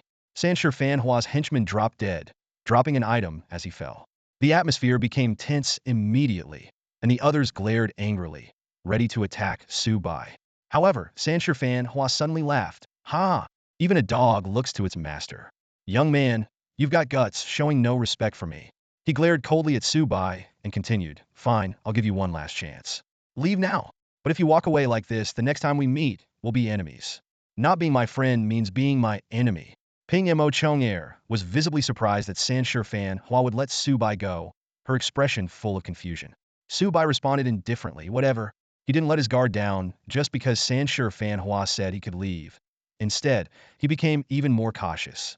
He was about to summon Lei Yin to fly away when the system suddenly issued a prompt. Ding!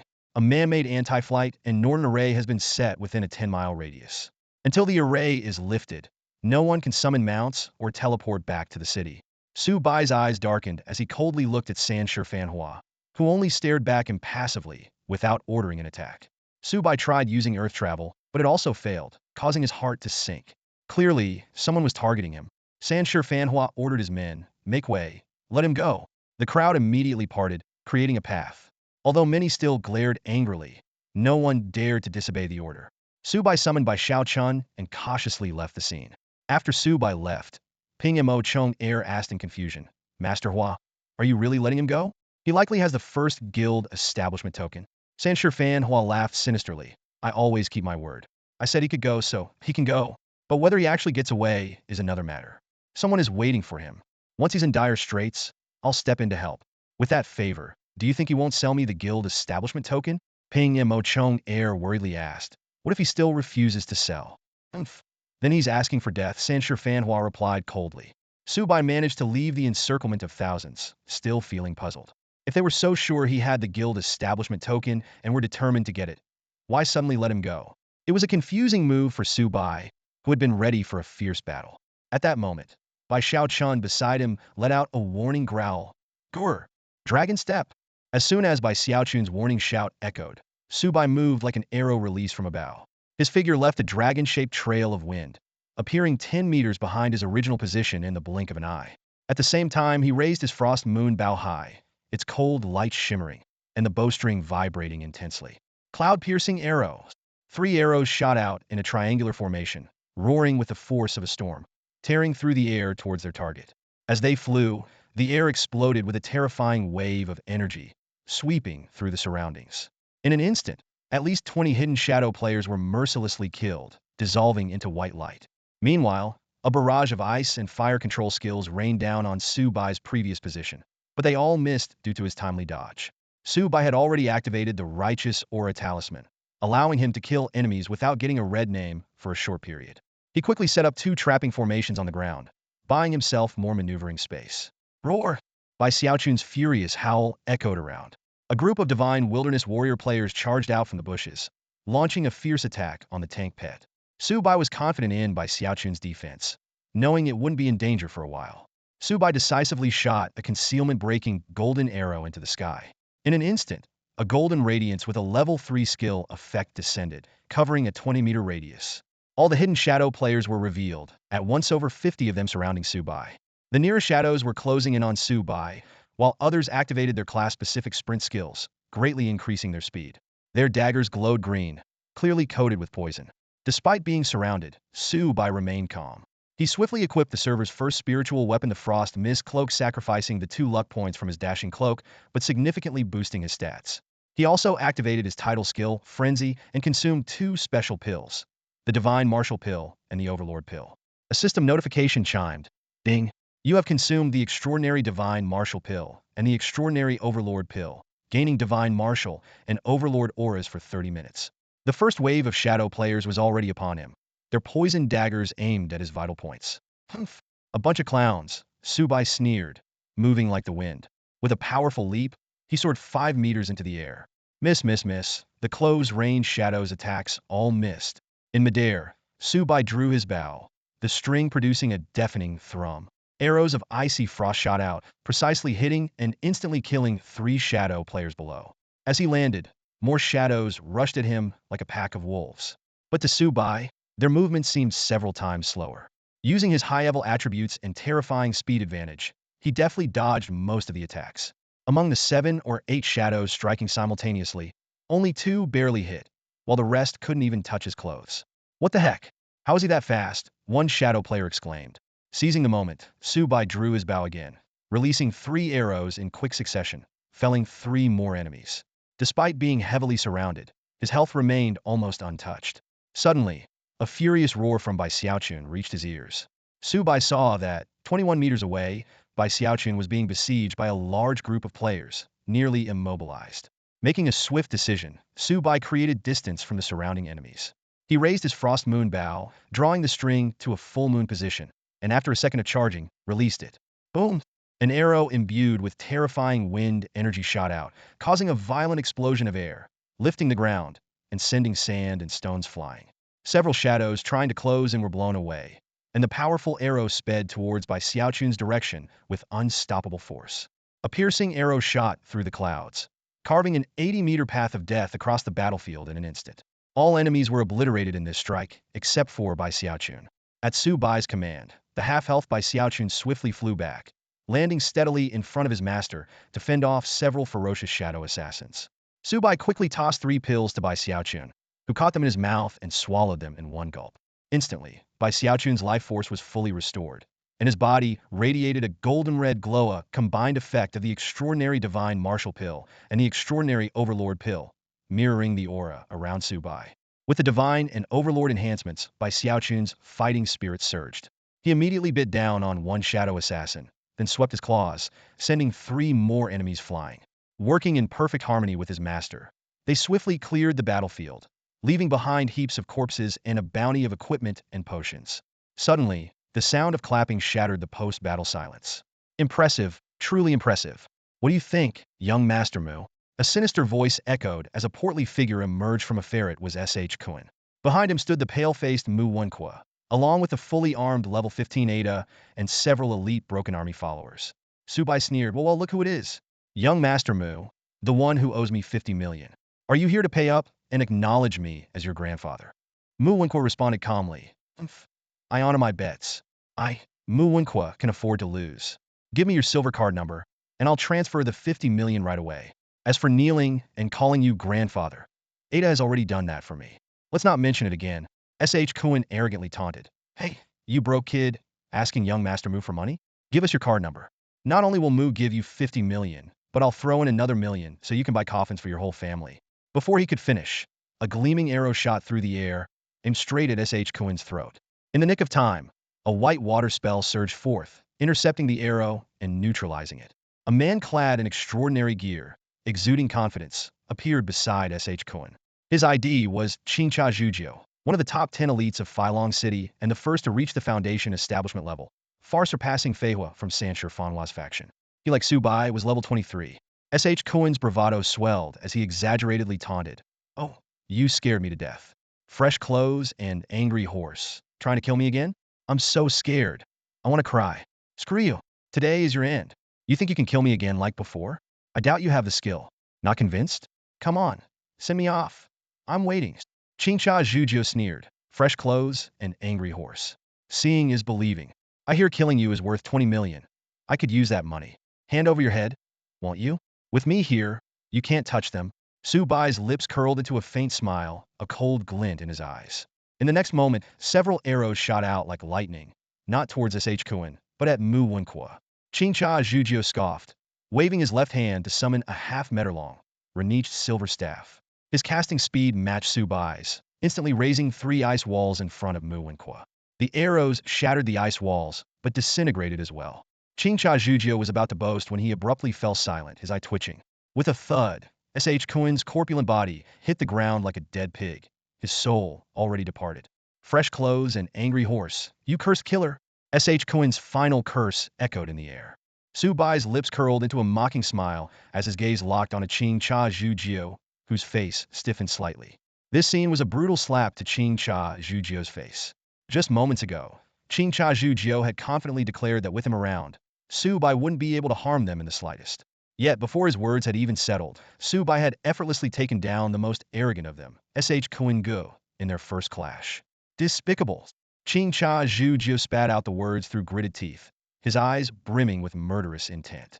Su Bai's attack on Mu Wenqua seemed straightforward, but it concealed a hidden agenda.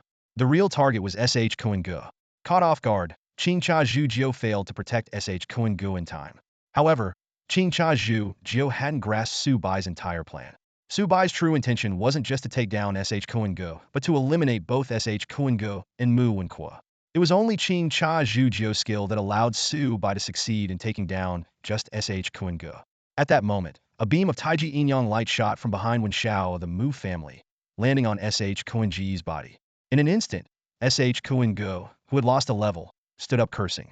His chubby face, with its small, squinty eyes, glared at Su Bai with resentment before he hurried over to Mu Wenqua's side. Clearly, the recent events had made him realize that despite Qingcha Zhujiu's considerable strength, he couldn't protect both him and Mu Wenqua simultaneously. For the moment, Sh Kuan Ji's previously arrogant demeanor had vanished. Revival spell? Su Bai murmured in surprise as he witnessed the scene. Mu Wenqua courteously nodded towards a tall, white-robed, silver-haired woman holding a jade-like instrument behind him. Thanks. The white-robed, silver-haired woman, whose ID read Wu Luo Ni Shang, was level 23 and one of the top 10 experts in Bahuang City. From her weapon, it seemed she wasn't a mainstream player, but rather someone from a hidden profession. Just doing my part, no need to thank me, Wu Luo Ni Shang responded calmly. Another top-tier expert, Su Bai thought, his eyes narrowing slightly. Although Mu Wenqua was wealthy and influential, it seemed unlikely he could gather so many elite players on his own.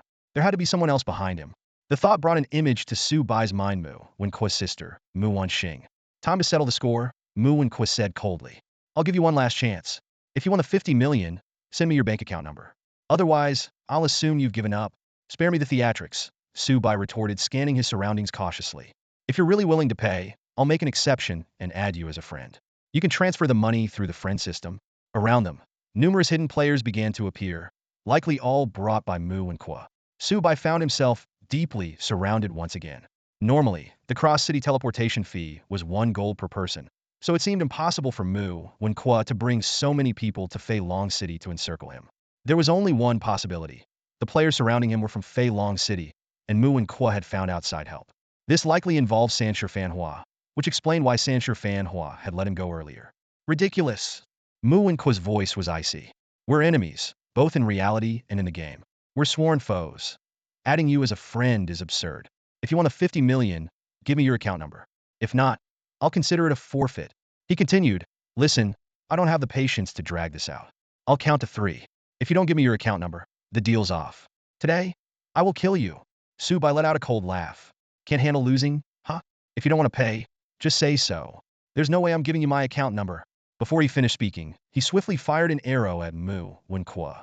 Qing Cha Zhu Jiu, ever prepared, instantly cast a water spell to block Su Bai's attack. Qing Cha Zhu Jiu, step back, Mu Wenqua ordered, then raised his hand and shouted, Brothers of the royal court, help me take him down. Immediately, a swarm of players emerged from the surrounding bushes, charging towards Su Bai. These players are all elite members of the top guild Huangting in Fei Long City. Today, they are temporarily following Mu Wenqua's command to ambush Su Bai. The moment Su Bai appeared, Sh Kuan-gu shrank back and shouted, Go! Kill that bastard! Make him drop everything! His voice was filled with both hatred and deep fear. Bai Xiaochun roared and stood in front of Su Bai, demonstrating unwavering loyalty. Huangting's forces surged like a tidal wave. The first wave of the charge consisted of melee classes like Zhuiying, Shenhuang, Pejuan, and Tianlong, numbering at least 2,000, creating an overwhelming momentum. Faced with this peril, Su Bai didn't panic, but instead laughed. Perfect. I'll just farm some kills today. He raised his hand and unleashed the freshly cooled down cloud-piercing arrow. A barrage of energy arrows erupted in a delta formation, unstoppable. In an instant, over 30 charging enemies were killed, their bodies falling to the ground. At this moment, Bai Xiaochun, who had already reached level 20, showcased his new skill. With a roar, he leaped into the air like a human bomb and crashed heavily onto the ground. Boom! A loud explosion sent dust and rocks flying. This strike stunned and knocked back more than a dozen enemies, instantly killing 5 Zhuiying members. The remaining Shenhuang, Pejuan, and Tianlong members were left with about half their health. Undeterred, the enemies launched wave after wave of attacks, focusing on Bai Xiaochun. However, having consumed a dominance pill, Bai Xiaochun was immune to all control effects for 30 minutes and stood unshaken. Seizing this opportunity, Su Bai began to unleash a flurry of arrows. His shooting speed was like a machine gun, maintaining an astonishing rate of 3 arrows per second. Each arrow claimed an enemy's life. Even the tankiest Pejuan couldn't withstand a single shot. In just a few seconds, Su Bai had taken down more than a dozen foes. But soon, a large number of enemies closed in on him. Skills and basic attacks rained down on Su Bai. The confined space limited his mobility, but his high level and cultivation advantage became evident. Despite the relentless assault, Su Bai dodged most attacks, resisting all control skills. The enemy's offensive appeared ferocious, but was ultimately ineffective.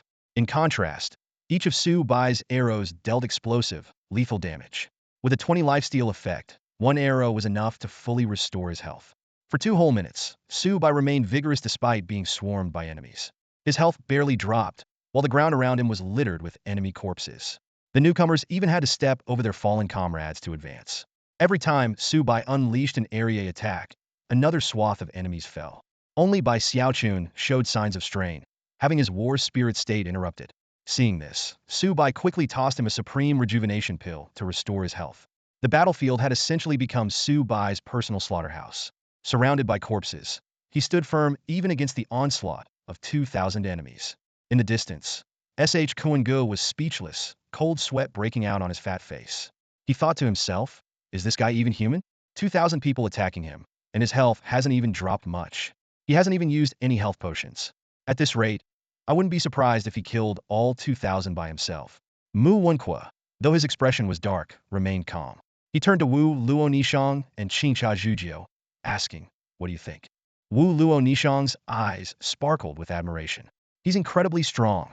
His gear is probably the best in the entire server. His defense is high, his health is thick, and his attack is insanely powerful. Even my output can't compare.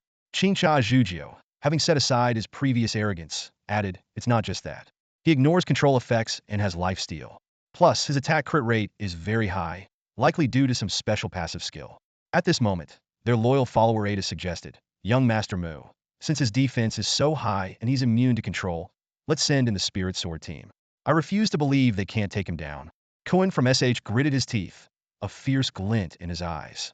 That's right, he growled, keep unleashing negative skills. One of them is bound to hit. That young man in his prime may be formidable, but he's still human, not a god. I refuse to believe that with so many people, we can't take him down. Su Bai, who was wreaking havoc, suddenly narrowed his eyes, scanning his surroundings warily. A surge of intense energy swept through the area as spells of ice and fire rained down on him and by Xiaochun. Thanks to his exceptional magical defense and level advantage, Su Bai managed to evade nearly half of the attacks from the Spirit Sword spellcasters. However, Bai Xiaochun wasn't as fortunate. After one round of spell bombardment, his health plummeted to a critical level. Damn it! Su Bai quickly recalled Bai Xiaochun into his pet space, his heart pounding. He still couldn't summon Thunder Roar or use Earth Walk, and to make matters worse, a large group of spellcasters had appeared in the enemy ranks. Despite wearing the Spirit Cold Mist Cloak with 17,000 health points and significantly enhanced physical and magical defenses, the fierce spell assault caused Su Bai's health bar to drop by over 2,000 points. In the distance, Cohen from SH laughed triumphantly. Huh? Mu Xiao, did you see that? That bastard is going down. His health is dropping rapidly. I told you. Strength in numbers, no matter how strong he is, he can't withstand us overwhelming him with sheer numbers. But his laughter was abruptly cut short. An arrow whizzed through the air, spanning 100 meters to strike Cohen from SH precisely. With a splatter of blood, his hefty body stiffened momentarily before collapsing to the ground. At the same time, Su Bai's lost health instantly restored, as if he had never been injured. Incredible! Wu Luo Nishang's beautiful eyes sparkled with admiration. His attack range actually reaches 100 meters. This young man truly deserves the title of the first Xianyu. Qing Cha Zhu Jiu's face darkened as he spoke coldly. We've tested him enough. I've got a good grasp of his strength. Let me finish him off. As soon as he finished speaking, a summoning circle glowed beneath his feet. Mu Wenqua then turned to Ada and instructed, make sure the recording captures the moment that young man falls. I don't just want to kill him in the game. I want to destroy his reputation completely. Hua Xiao, Qing Cha Zhujiu, is also about to make a move. No matter how strong Xianyan Shi was in his youth, being surrounded by so many enemies and targeted by other powerful figures of his level is dangerous. If we don't step in now, he might be in real trouble. Yo Ping Mo Chonger said with a heavy expression, turning to San Shi Fan Hua, who was deep in thought. San Shi Fan Hua stood on the mountainside, overlooking the entire battlefield. He frowned slightly and analyzed. Mu Wenqua is not simple. Not only did he get the help of the royal court, but he also enlisted Qing Cha Zhujiu and Wu Luo Nishang. With his capabilities, he couldn't have done this alone. I suspect Xing Meyer is backing him.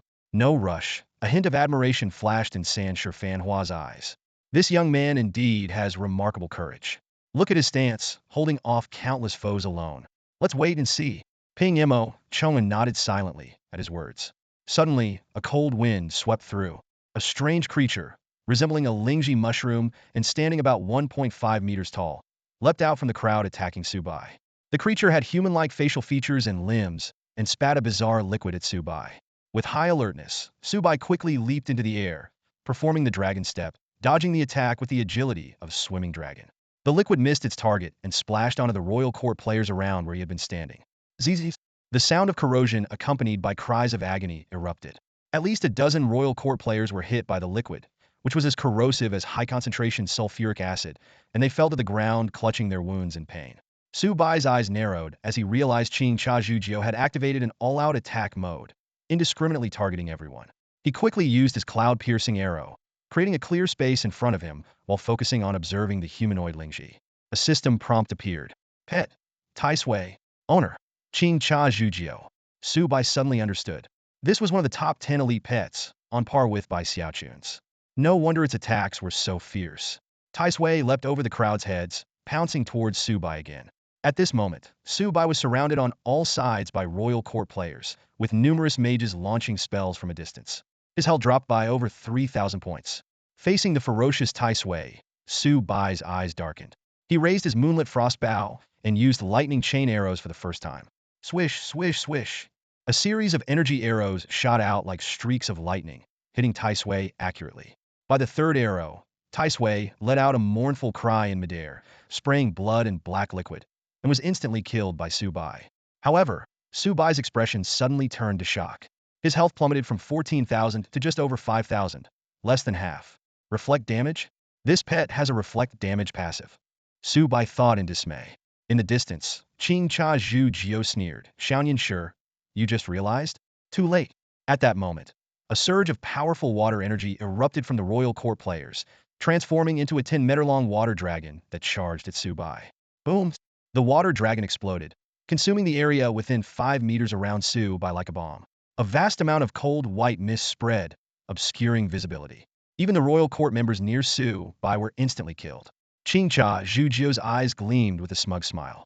He had used Tai Sui's passive to lower Su Bai's health below half, and then timed his strongest attack perfectly, executing his plan flawlessly. Good. Qingcha Zhujiao, well done. Mu Wenqua and his subordinate, Ada, cheered, thinking they had finally taken down Xiaoyan Shi. However, Wu Luo Nishang's beautiful eyes flashed with a strange light as she saw through the situation in the mist. Such high magic defense. He's not dead yet. Qingcha Zhujiao also sensed something was wrong. Without hesitation, he cast another spell. A series of water-based skills transformed into swords, spears, and other weapons, shooting rapidly towards the center of the mist. Su Bai's health had dropped to 88 points, almost being taken out by Qingcha Zhujiao's powerful attack. The offensive prowess of this equally skilled opponent was truly astonishing. However, Qingcha Zhujiao's opportunity had slipped away. In a swift, fluid motion, Su Bai retrieved a 9-star rejuvenation elixir from his Qinquan quiver. The moment he swallowed the elixir, his health surged to 9,000, and for the next 10 seconds, he would recover 5 of his health per second. This scene was fully captured by Wu Luo Nishang, standing beside Mu Wenqua. As a hidden class with true sight, she clearly witnessed the moment Su Bai, on the brink of death, ingested the elixir and his health skyrocketed by more than half. Her eyes widened in shock, unable to conceal her astonishment. Su Bai endured another wave of damage, dropping his health by over 4,000 before launching a fierce counterattack. A wicked smile played on his lips as he drew 2 eerie, green glowing energy arrows from his Qinquan quiver. Whoosh! Whoosh! The 2 arrows shot through the air, one targeting Qingcha Zhujiao and the other aiming for Mu Wenqua. Qingcha Zhujiao's eyes widened in disbelief. Faced with Su Bai's counterattack, he dared not be careless. He quickly cast a spell, conjuring 3 thick, waterous walls in front of him. However, just as he was about to continue his assault on Su Bai, the crisp sound of crack, crack, crack rang out, causing his expression to change dramatically. The 3 thick ice walls were pierced instantaneously by the eerie green arrows, which then sped towards his forehead. It was only then that Qingcha Zhujiao realized Su Bai's attack power far exceeded his expectations. In a desperate move, he abandoned his offensive spell and instantly cast his self-preservation skill from the Foundation Establishment Stage Ice Shield. A blue and white water shield enveloped Qingcha Zhujiao tightly, boasting a durability of 20,000 points. However, just as he let out a sigh of relief, his expression froze. The eerie green arrow astonishingly penetrated the ice shield, piercing through his forehead and splattering a mix of red and white fluids. Qingcha Zhujiao fell to the ground in disbelief, even dropping his extraordinary weapon. A member of the royal court immediately snatched the weapon into their inventory. On the other side, Mu Wenqua shouted in rage and panic. Ada! His loyal subordinate Ada had taken an arrow for him, but was instantly killed, despite having over 8,000 health points, 2,500 physical defense, and 40 damage reduction. After firing the 2 arrows, Su Bai's health rapidly recovered from 4,000 to a full 17,000. These arrows were the mysterious spirit arrows that came with the Qinquan quiver upon reaching level 2, generating 1 every 10 minutes, up to a maximum of 10. They could bypass all defenses, shields, and damage reductions, dealing triple damage. This explained why Qingcha Zhujiao couldn't escape death even after activating his ice shield. Mu Wenqua could hardly accept this outcome, clenching his teeth in frustration. Wu Luo Nishang began casting a resurrection spell on Qingcha Zhujiao's corpse. Despite being under group attack, Su Bai kept a close eye on the battlefield. He quickly swallowed a 9-star extraordinary mana elixir and drew a 3rd mysterious spirit arrow, aiming at the spellcasting Wu Luo Nishang. Wu Luo Nishang sensed the danger, but did not interrupt her spell. The 3rd mysterious spirit arrow shot through the air, targeting her from 100 meters away. Mu Wenqua hastily ordered his subordinates to block the arrow for her, but the arrow was too fast for anyone to intercept in time. Thud! The arrow pierced through Luo Nishang's chest, causing a burst of blood. However, she only let out a muffled groan, her health unaffected, and her casting uninterrupted. It turned out that an unusual pet beside Hera headless, naked creature with a stitched neck named Ban Zhegang had taken the fatal blow for her and then exploded, disappearing. Su Bai frowned slightly, seeing Qingcha Zhujiao resurrected. With a grim expression, Qingcha Zhujiao immediately cast a spell, instantly killing the royal court member who had stolen his weapon. Qingcha Zhujiao's face was as dark as ink, his eyes blazing with anger. The player he had just killed had not dropped the stolen weapon. This unexpected turn of events set off alarm bells in his mind, making him too cautious to stay any longer. He quickly retreated and reunited with Wu Nishang, exchanging a worried glance with her. The boy's formidable strength had completely shaken Qingcha Zhujiao's confidence. He was no longer an opponent that could be easily dealt with. Standing at a distance, Mu Wenqua's expression was even grimmer than Qingcha Zhujiao's. He anxiously glanced at his watch. Only 1 minute remained before the formation holding the boy would expire. Turning to Qingcha Zhujiao and Wuluo Nishang, his voice carried a tinge of despair. Do you have any ideas? Mu Wenqua was filled with regret. He had paid a huge price, not only summoning 2 top-tier experts, but also securing support from the royal court. Yet, the boy was like an unstoppable war god, thriving even under the assault of thousands. At this moment, Mu Wenqua felt utterly helpless. He knew very well that once the formation dissipated, the boy would be able to use his flying mount and earth-burrowing technique, making him impossible to capture regardless of the numbers they threw at him. The gap in level, realm, and equipment was simply too vast. Ordinary swarm tactics were useless against him. As Mu Wenqua sank into despair, Wuluo Nishang spoke up. Why don't we have them fall back? Too many people are limiting our performance. It might be better if Qingcha and I handle this together. However, before she could finish, a chorus of exclamations interrupted her. Su Bai had already fired 3 spirit arrows in quick succession, forcing Mu Wenqua and his close aides to retreat swiftly, stopping only 100 meters away. Even with Su Bai's prowess, he couldn't attack from such a distance for now. With the long-range threat neutralized, Su Bai shifted his focus to the nearby enemies. He began targeting the royal court's spirit sword members, knowing that if their spellcasters formed a critical mass, they could pose a real threat to him. Just then, the system notification sounded. Ding! Congratulations, player Shini Numa Xiaoyan Shi, for surpassing 2,000 kills. You have unlocked a new title, Killing Demon. Killing Demon, special title. When activated, increases attack power by 30 and critical hit rate by 20. Additionally, upon entering high frenzy mode, attack, defense, attack speed, and movement speed increase by 25. Most control effects are ignored, but damage taken increases by 15. Duration, 30 seconds. Cooldown, 10 minutes. Hearing this, Su Bai grinned excitedly. The new title had come at the perfect time. He immediately activated its effects, feeling a surge of battle fervor. With so many enemies before him, it was the ideal opportunity to rack up kills. He secretly hoped that killing even more might unlock an even higher title. However, just as Su Bai was getting into the groove, the situation changed abruptly. The royal court players attacking him suddenly stopped and began retreating. Their eyes were filled with fear as they looked at Su Bai, as if facing an invincible demon king. Thousands of continuous attacks had failed to even scratch the boy, while they had lost over 1,000 troops. Such a record was unheard of, completely overturning the traditional MMO concept that there's strength in numbers. Although Su Bai didn't know why the royal court had suddenly retreated, he wasn't one to let his enemies off easily. He continued to draw his bow, mercilessly picking off the fleeing adversaries. Seeing the relentless boy still unwilling to relent, the royal court members who had received the retreat order ran for their lives. In just a few minutes, nearly 100 more bodies littered the ground. The royal court's 1,000-strong army retreated like a receding tide, leaving the battlefield empty. Xiaoyan Shi, Mu Wenqua's voice rang out from a distance. He was tightly guarded by a squad of elite soldiers, yet he still didn't dare come within 100 meters of Su Bai. His face was gloomy as he glared at Su Bai. Wrong, you should call me Grandpa, Su Bai sneered, his blood-soaked appearance resembling a true god of death, sending chills down one spine. Don't get cocky, Mu Wenqua spat, his eyes filled with malice. I'll admit, we couldn't take you down with so many people. Aren't you eager to get my 50 million? Fine, I'll give you a chance. Mu Wenqua looked provocatively at Su Bai, his eyes gleaming with confidence. Beside him, Qingcha Zhujiao and Wu Nishang also stared intently at Su Bai, their gazes filled with eager anticipation. You're so strong. My friends Qingcha Zhujiao and Wuluo Nishang want to challenge you together. Do you dare to accept? Mu Wenqua shouted. If you win, I'll add you as a friend and transfer 50 million to you. Su Bai sneered. Honestly, your words are as worthless as hot air. I don't trust you at all. Forget the money, let's make it tangible. If they lose, give me 50 pieces of extraordinary equipment. Mu Wenqua's eyes lit up. Deal. You can record this as proof. This time, I won't go back on my word. Su Bai waved his hand dismissively. No need. I trust you might lack integrity, but Qingxia Zhujiu and Wuluan Yishang are top 10 elites in the city rankings. They have their pride. Otherwise, they wouldn't need to team up against me, right? He looked mockingly at Qingxia Zhujiu and Wuluan Yishang.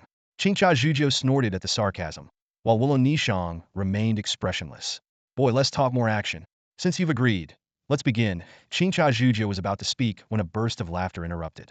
Sishifanua approached leisurely on his mount, accompanied by Youwu Pingmo Chonger and Jing Shin Xiahua Feihua, followed by a group of loyal players.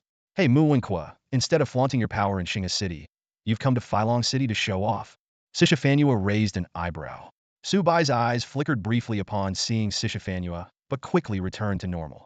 Sishifanua turned to Qingxia Zhujiu, his tone mocking. Qingxia Zhujiu, I've invited you several times, and you always refused. I thought you didn't want to serve anyone. But here you are, working for Mu Wenqua. Mu Wenqua's expression changed. I'm not here to show off. I'm here to settle a personal score. Qingxia Zhujiu smiled faintly. I'm not working for Mu Wenqua. I'm here to repay a favor. Pingmo Chonger interjected. Boy, now you see, we weren't targeting you with all those people. We were here to protect you. Su Bai simply smiled, non-committal. Feihua taunted Qingxia Zhujiu. Qingxia Zhujiu, you're the first player in this city to reach the foundation establishment stage. Yet you need to team up with Wuluan Yishang to fight Boy. Doesn't that lower your status? People say you're the best in Filong City, but that really ticks me off. How about a 1v1 PK with me first? Mu Wenqua looked displeased. Wah, this is between Boy and me. It's not right for you to interfere. Sishifanua was unfazed. Boy is my honored guest. If you touch him on my turf, you're disrespecting me. If you want to disrespect Bei Qinghua, ask your sister if she dares. Mu Wenqua's face darkened with anger. At that moment, Su Bai received a private message from Sishifanua. Boy, I can take them all out for you. Just answer one question truthfully. Go ahead. Do you have a guild creation order? No. Sishifanua's expression changed. Alright, I believe you. Don't let me down. I'll handle Mu Wenqua for you. Su Bai smiled and declined. No, this is my business. I'm not done having fun yet. As Feihua and Qingxia Zhujiu were about to clash, Su Bai intervened. Hey Feihua, this is my matter. No need for you to get involved. If you still want to touch my thunder roar, step aside. Feihua hesitated and looked at Sishifanua. After getting a nod, he said to Su Bai, keep your word. I won't interfere, but you must let me touch thunder roar later. Don't worry, I'll make sure you do. Su Bai walked forward and beckoned to Wuluan Yishang and Qingxia Zhujiu. Come on, show me if the two of you teaming up can surprise me. Qingxia Zhujiu's face turned cold. As you wish. Wuluan Yishang also spoke up. I'm curious about you too. Don't disappoint me. Seeing that Su Bai didn't let Sishifanua intervene and agreed to fight two at once, Mu Wenqua's lips curled into a sinister smile. This was the scenario he most wanted to see. The clash at Xing'a City's heavenly rankings was nothing short of epic. Young prodigies from Filong City and Bahuang City, donned in their finest attire, faced off in a battle of tea and wine that captivated everyone present. Ping Mo, the favored, discreetly started recording the scene, prompting countless spectators to follow suit. Once this peak showdown hit the forums, it was destined to go viral. Sancher Fanhua and his group slowly retreated, making way for the three main contenders. Qingxia Zhujiu's eyes sharpened as he pulled out a standard water element sword, having lost his extraordinary weapon. Wuluan Yishang, abandoning her usual serene demeanor, appeared striking with her snow-white attire and silver hair, wielding a massive Tumberlong battle axe, an image of sheer visual impact. Su Bai frowned slightly, realizing that Wuluan Yishang, a healer from Xingluo, could wield close combat weapons, suggesting she might have a dual profession. He swiftly summoned Bai Xiaochun, fully charged, while his opponent's top-tier pets had perished in the earlier skirmish. Mu Wenqua signaled to Qingxia Zhujiu and Wuluan Yishang. It's all up to you now. Then he turned to Su Bai. I'll count to 3, and then you start. Su Bai sneered. Whenever you're ready. 1, 2, 3. The moment Mu Wenqua's words fell, the atmosphere on the battlefield became intensely charged. Su Bai launched a sky-piercing arrow, the energy arrow tearing through the air with a deafening roar, heading straight for his two opponents. The ground shattered beneath Wuluan Yishang's feet as she dodged with incredible speed, her body enveloped in a blood-red mist. Qingxia Zhujiu used a water element teleportation, appearing 10 meters away, skillfully evading the attack. Boom! Boom! Boom! Wu Lishang, like a berserker, shrouded in blood mist, closed in on Su Bai with lightning speed in a zigzag pattern. Meanwhile, Qingxia Zhujiu activated an ice shield and unleashed a barrage of water spells at Su Bai. Bai Xiaochun roared, emitting a large amount of corpse gas from his mouth, nose, and ears, charging at Wu Nishang like a cannonball. Su Bai, meanwhile, activated Advanced Frenzy, boosting his attributes, and nimbly dodged Qingxia Zhujiu's attacks while firing 3 arrows in quick succession, shattering the summoned ice wall. With a thunderous crash, Bai Xiaochun's attack collided with Wu Nishang's giant axe, resulting in an ear-splitting explosion. Surprisingly, the usually invincible Bai Xiaochun was overpowered, sent flying over 5 meters, dragging a long mark on the ground before coming to a halt, his health halved.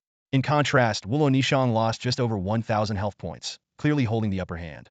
Seizing the advantage, Wu Nishang leaped into the air, raising her giant axe high above her head, channeling demonic energy, and descending upon Su Bai.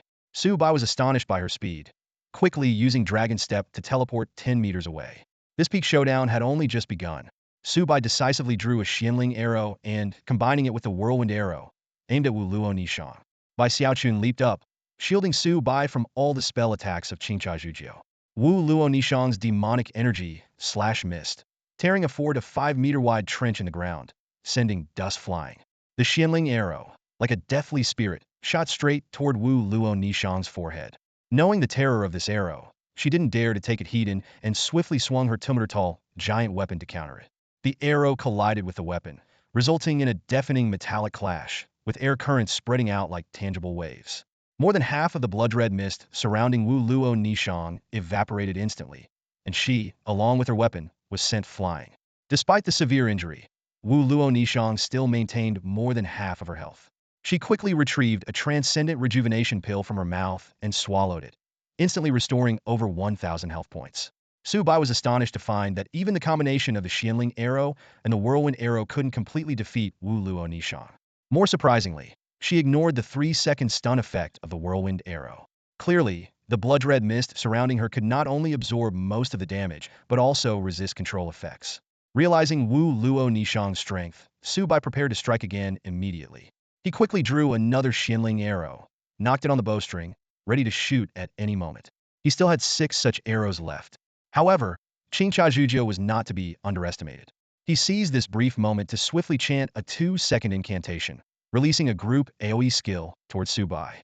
In an instant, frost formed on the ground beneath Su Bai's feet. The air grew cold, and countless snowflakes condensed into sharp blades and swords descending from the sky. Each snow blade and sword that struck Su Bai caused over 600 points of damage. Su Bai's 17,000 health points quickly dropped by more than 3,000. If he didn't leave the spell's range quickly, he would continue to take damage. Taking advantage of this opportunity, Qingxia Zhujiu unleashed the powerful water dragon burst once more. Accompanied by a thunderous dragon roar, water vapor surged, and a lifelike energy dragon roared as it charged at Su Bai. At the critical moment, the loyal Bai Xiaochun stepped forward, fearlessly colliding with the water dragon burst. With a loud explosion, Bai Xiaochun was instantly obliterated. Though its battle skill had not yet cooled down and it couldn't revive, its sacrifice rendered Qingxia Zhujiu's attack futile. Enduring the damage from the snow blades and swords, Su Bai aimed at Wu Nishang and released the Xianling arrow. As the arrow left the string, Su Bai was delighted to see it imbued with lightning Thunder God's 8 skill had triggered. In a dire situation, Wu Nishang did not retreat, but instead began to gather strength on the spot. The blood-red mist around her body all converged into the giant weapon in her hands, and a fierce aura surged forth. Just as the Xianling arrow was about to hit, Wu Nishang suddenly vanished, and Qingxia Zhujiu appeared in her original position. With a splatter of blood, the Xianling arrow, carrying the power of thunder, easily penetrated Qingxia Zhujiu's ice shield, piercing through his head. Qingxia Zhujiu fell to the ground, slain by Su Bai on the spot. However, Su Bai suddenly felt a sense of foreboding. Looking up, he saw Wu Nishang above him, wielding the blood-red, eerie giant weapon, descending with unstoppable force. She had activated her soul guard, and this strike was so swift that escape was impossible. This was a decisive killing move, sacrificing Qingxia Zhujiu to gain a close-range opportunity. Their cooperation was seamless. Qingxia Zhujiu evidently had full confidence in Wu Nishang, believing that once she got close, Su Bai would be doomed. Feiwa, Ping Mo Chong'er, and others' faces changed dramatically, realizing that facing two opponents at once was indeed rash. Sancher Fanhua remained unfazed, as if the outcome didn't concern him. Meanwhile, Mu Wenkuo was so excited that he was practically jumping for joy, itching to join the fight himself. In the critical moment, Su Bai immediately activated his soul guard while raising his bow to aim at the diving Wu Luo Nishang, decisively releasing the lightning chain arrow. With a thunderous crash, Wu Luo Nishang's giant weapon struck Su Bai's head with such force that the surrounding ground caved in, and dust flew everywhere. At the same time, Su Bai's attack also precisely hit Wu Luo Nishang. The scene fell into a dead silence. Everyone held their breath, eyes fixed on the center of the battle. 4 seconds later, as the dust gradually settled, the view became clearer.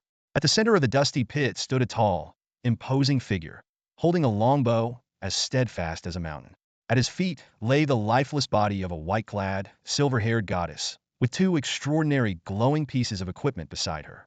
Su Bai beamed a dazzling smile, his white teeth shining. Sorry to disappoint you again. Hand over those 50 pieces of transcendent equipment. In the distance, Mu Wenkuo's face turned ashen, his chest heaving violently as if he were about to explode. Seeing this, Su Bai immediately warned, don't even think about faking an offline, blood-spitting episode again. If you do, I'll expose you on the forums and ruin your reputation. Mu Wenkuo gritted his teeth, muttering, fine, 3 times. His eyes were bloodshot, and his face turned red, though this time he didn't cough up blood. His expression was as grim as a pig's liver. Roar! A deafening screech echoed through the air, splitting the sky. As a radiant array flickered, a majestic creature, interwoven with lightning and fire, appeared out of thin air. This thunder phoenix soared high, trailing a brilliant blue tail of light, exuding an awe-inspiring presence. Su Bai gazed at the imposing divine beast and softly said, that spirited young man really likes you. Just let him pet you for a moment. Fei Hua's eyes lit up with excitement at the sight of the thunder phoenix. You're amazing, kid, he exclaimed, barely able to contain his excitement. Following its master's command, the thunder phoenix suppressed its hostility and landed beside Fei Hua. Trembling with excitement, Fei Hua reached out to touch its wing. Instantly, the thunder phoenix spread its wings and flew back to Su Bai, clearly disliking being touched by strangers. Su Bai strode toward Mu Wenkuo, causing the surrounding people to tense up, their pupils contracting in vigilance. He extended his hand and demanded firmly, hand over 50 pieces of extraordinary equipment. Mu Wenkuo's face turned pale, a mix of hatred and reluctance in his eyes. Gritting his teeth, he said, fine, I'll give them to you. Despite his inner turmoil, he had no choice but to comply under the watchful eyes of the crowd. Mu Wenkuo stripped off all the extraordinary equipment he was wearing and took out more from his bag, totaling 19 pieces, covering various professions. Su Bai frowned and was about to speak when Mu Wenkuo quickly interjected. Don't worry, you'll get all 50 pieces. Just give me a little time. Hurry up, I don't have time to waste on you, Su Bai urged impatiently. A minute later, Mu Wenkuo somehow managed to gather another 31 pieces of extraordinary equipment, his heart aching as he initiated the trade with his eyes tightly shut. Su Bai's lips curled into a smile as he accepted the trade. With the equipment previously looted from Qingcha Zhujiu and Wuluo Nishang, Su Bai's inventory now boasted over 50 pieces of extraordinary equipment, each worth millions and in high demand. Gritting his teeth, Mu Wenkuo spat out a threat. You won't always be this lucky, kid. This isn't over. If I ever get the chance, I'll crush you. Enough with the nonsense, Su Bai retorted, raising his hand and unleashing a swift cloud-piercing arrow. Mu Wenkuo and his henchmen collapsed instantly, dropping several pieces of equipment, though most were ordinary and beneath Su Bai's interest. Let's go, Su Bai called back to Sancha Fanhua and the others, preparing to leave atop the Thunder Phoenix. Sancha Fanhua teased, with all that extraordinary equipment, you're going to sell it anyway. How about selling some to me? Not for sale, Su Bai flatly refused, flying away on the Thunder Phoenix. Half an hour later, Su Bai appeared at the teleportation array in Xinga City. He selected a set of extraordinary equipment for the spirit sword profession from his inventory, set aside 2 pieces each for Xia Jiling and Dekongming, and fed the rest to the Qingquan quiver, worth millions. Ding! Qingquan quiver successfully devoured the flame belt, permanently increasing your constitution by 15 points. The system notification chimed, further enhancing Su Bai's attributes. Character information display. Fresh attire, gallant youth. Level 232456703500000. In the Foundation Establishment stage. Attributes: 100 increase in health points, 18,950 spiritual energy points, 11,218 physical attack power, 4866 physical defense, 2566 magic defense, 1863 luck points, and 20 reputation. Su Bai stared at these stats, calculating in his mind. If he could acquire more extraordinary equipment, these attributes would undoubtedly see a significant boost. Unfortunately, such equipment is extremely rare and hard to come by. He knew that further enhancing his power would take some time and accumulation. It was already 12:30 p.m., and after a whole morning of fierce battles, Su Bai felt a bit fatigued. He decided to log off for lunch. But before doing so, he quickly listed 102-star extraordinary revitalization pills on the trading platform, pricing each at 10 gold coins. He knew that as long as the quality was solid, high prices would not deter buyers. Next, Su Bai took out 1,000 gold coins and posted 10 purchase requests on the trading platform, offering 100 gold coins for each piece of extraordinary equipment. At this stage of the game, this price was undeniably attractive. Su Bai's perspective had elevated to the point where anything below extraordinary level no longer interested him. He had scarcely picked up any common equipment from the numerous enemies he had defeated earlier, considering both their low quality and his limited inventory space. Just as Su Bai was about to log off, a system-wide announcement suddenly rang out. Ding!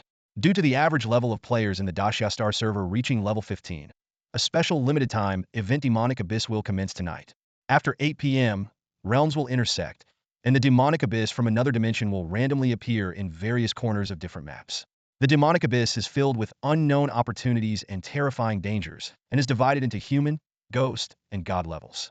A solemn reminder: entering a demonic abyss above the ghost level carries the risk of encountering players from other star systems. Players in the Daxia Star server are advised to act within their means and preferably choose the human-level demonic abyss.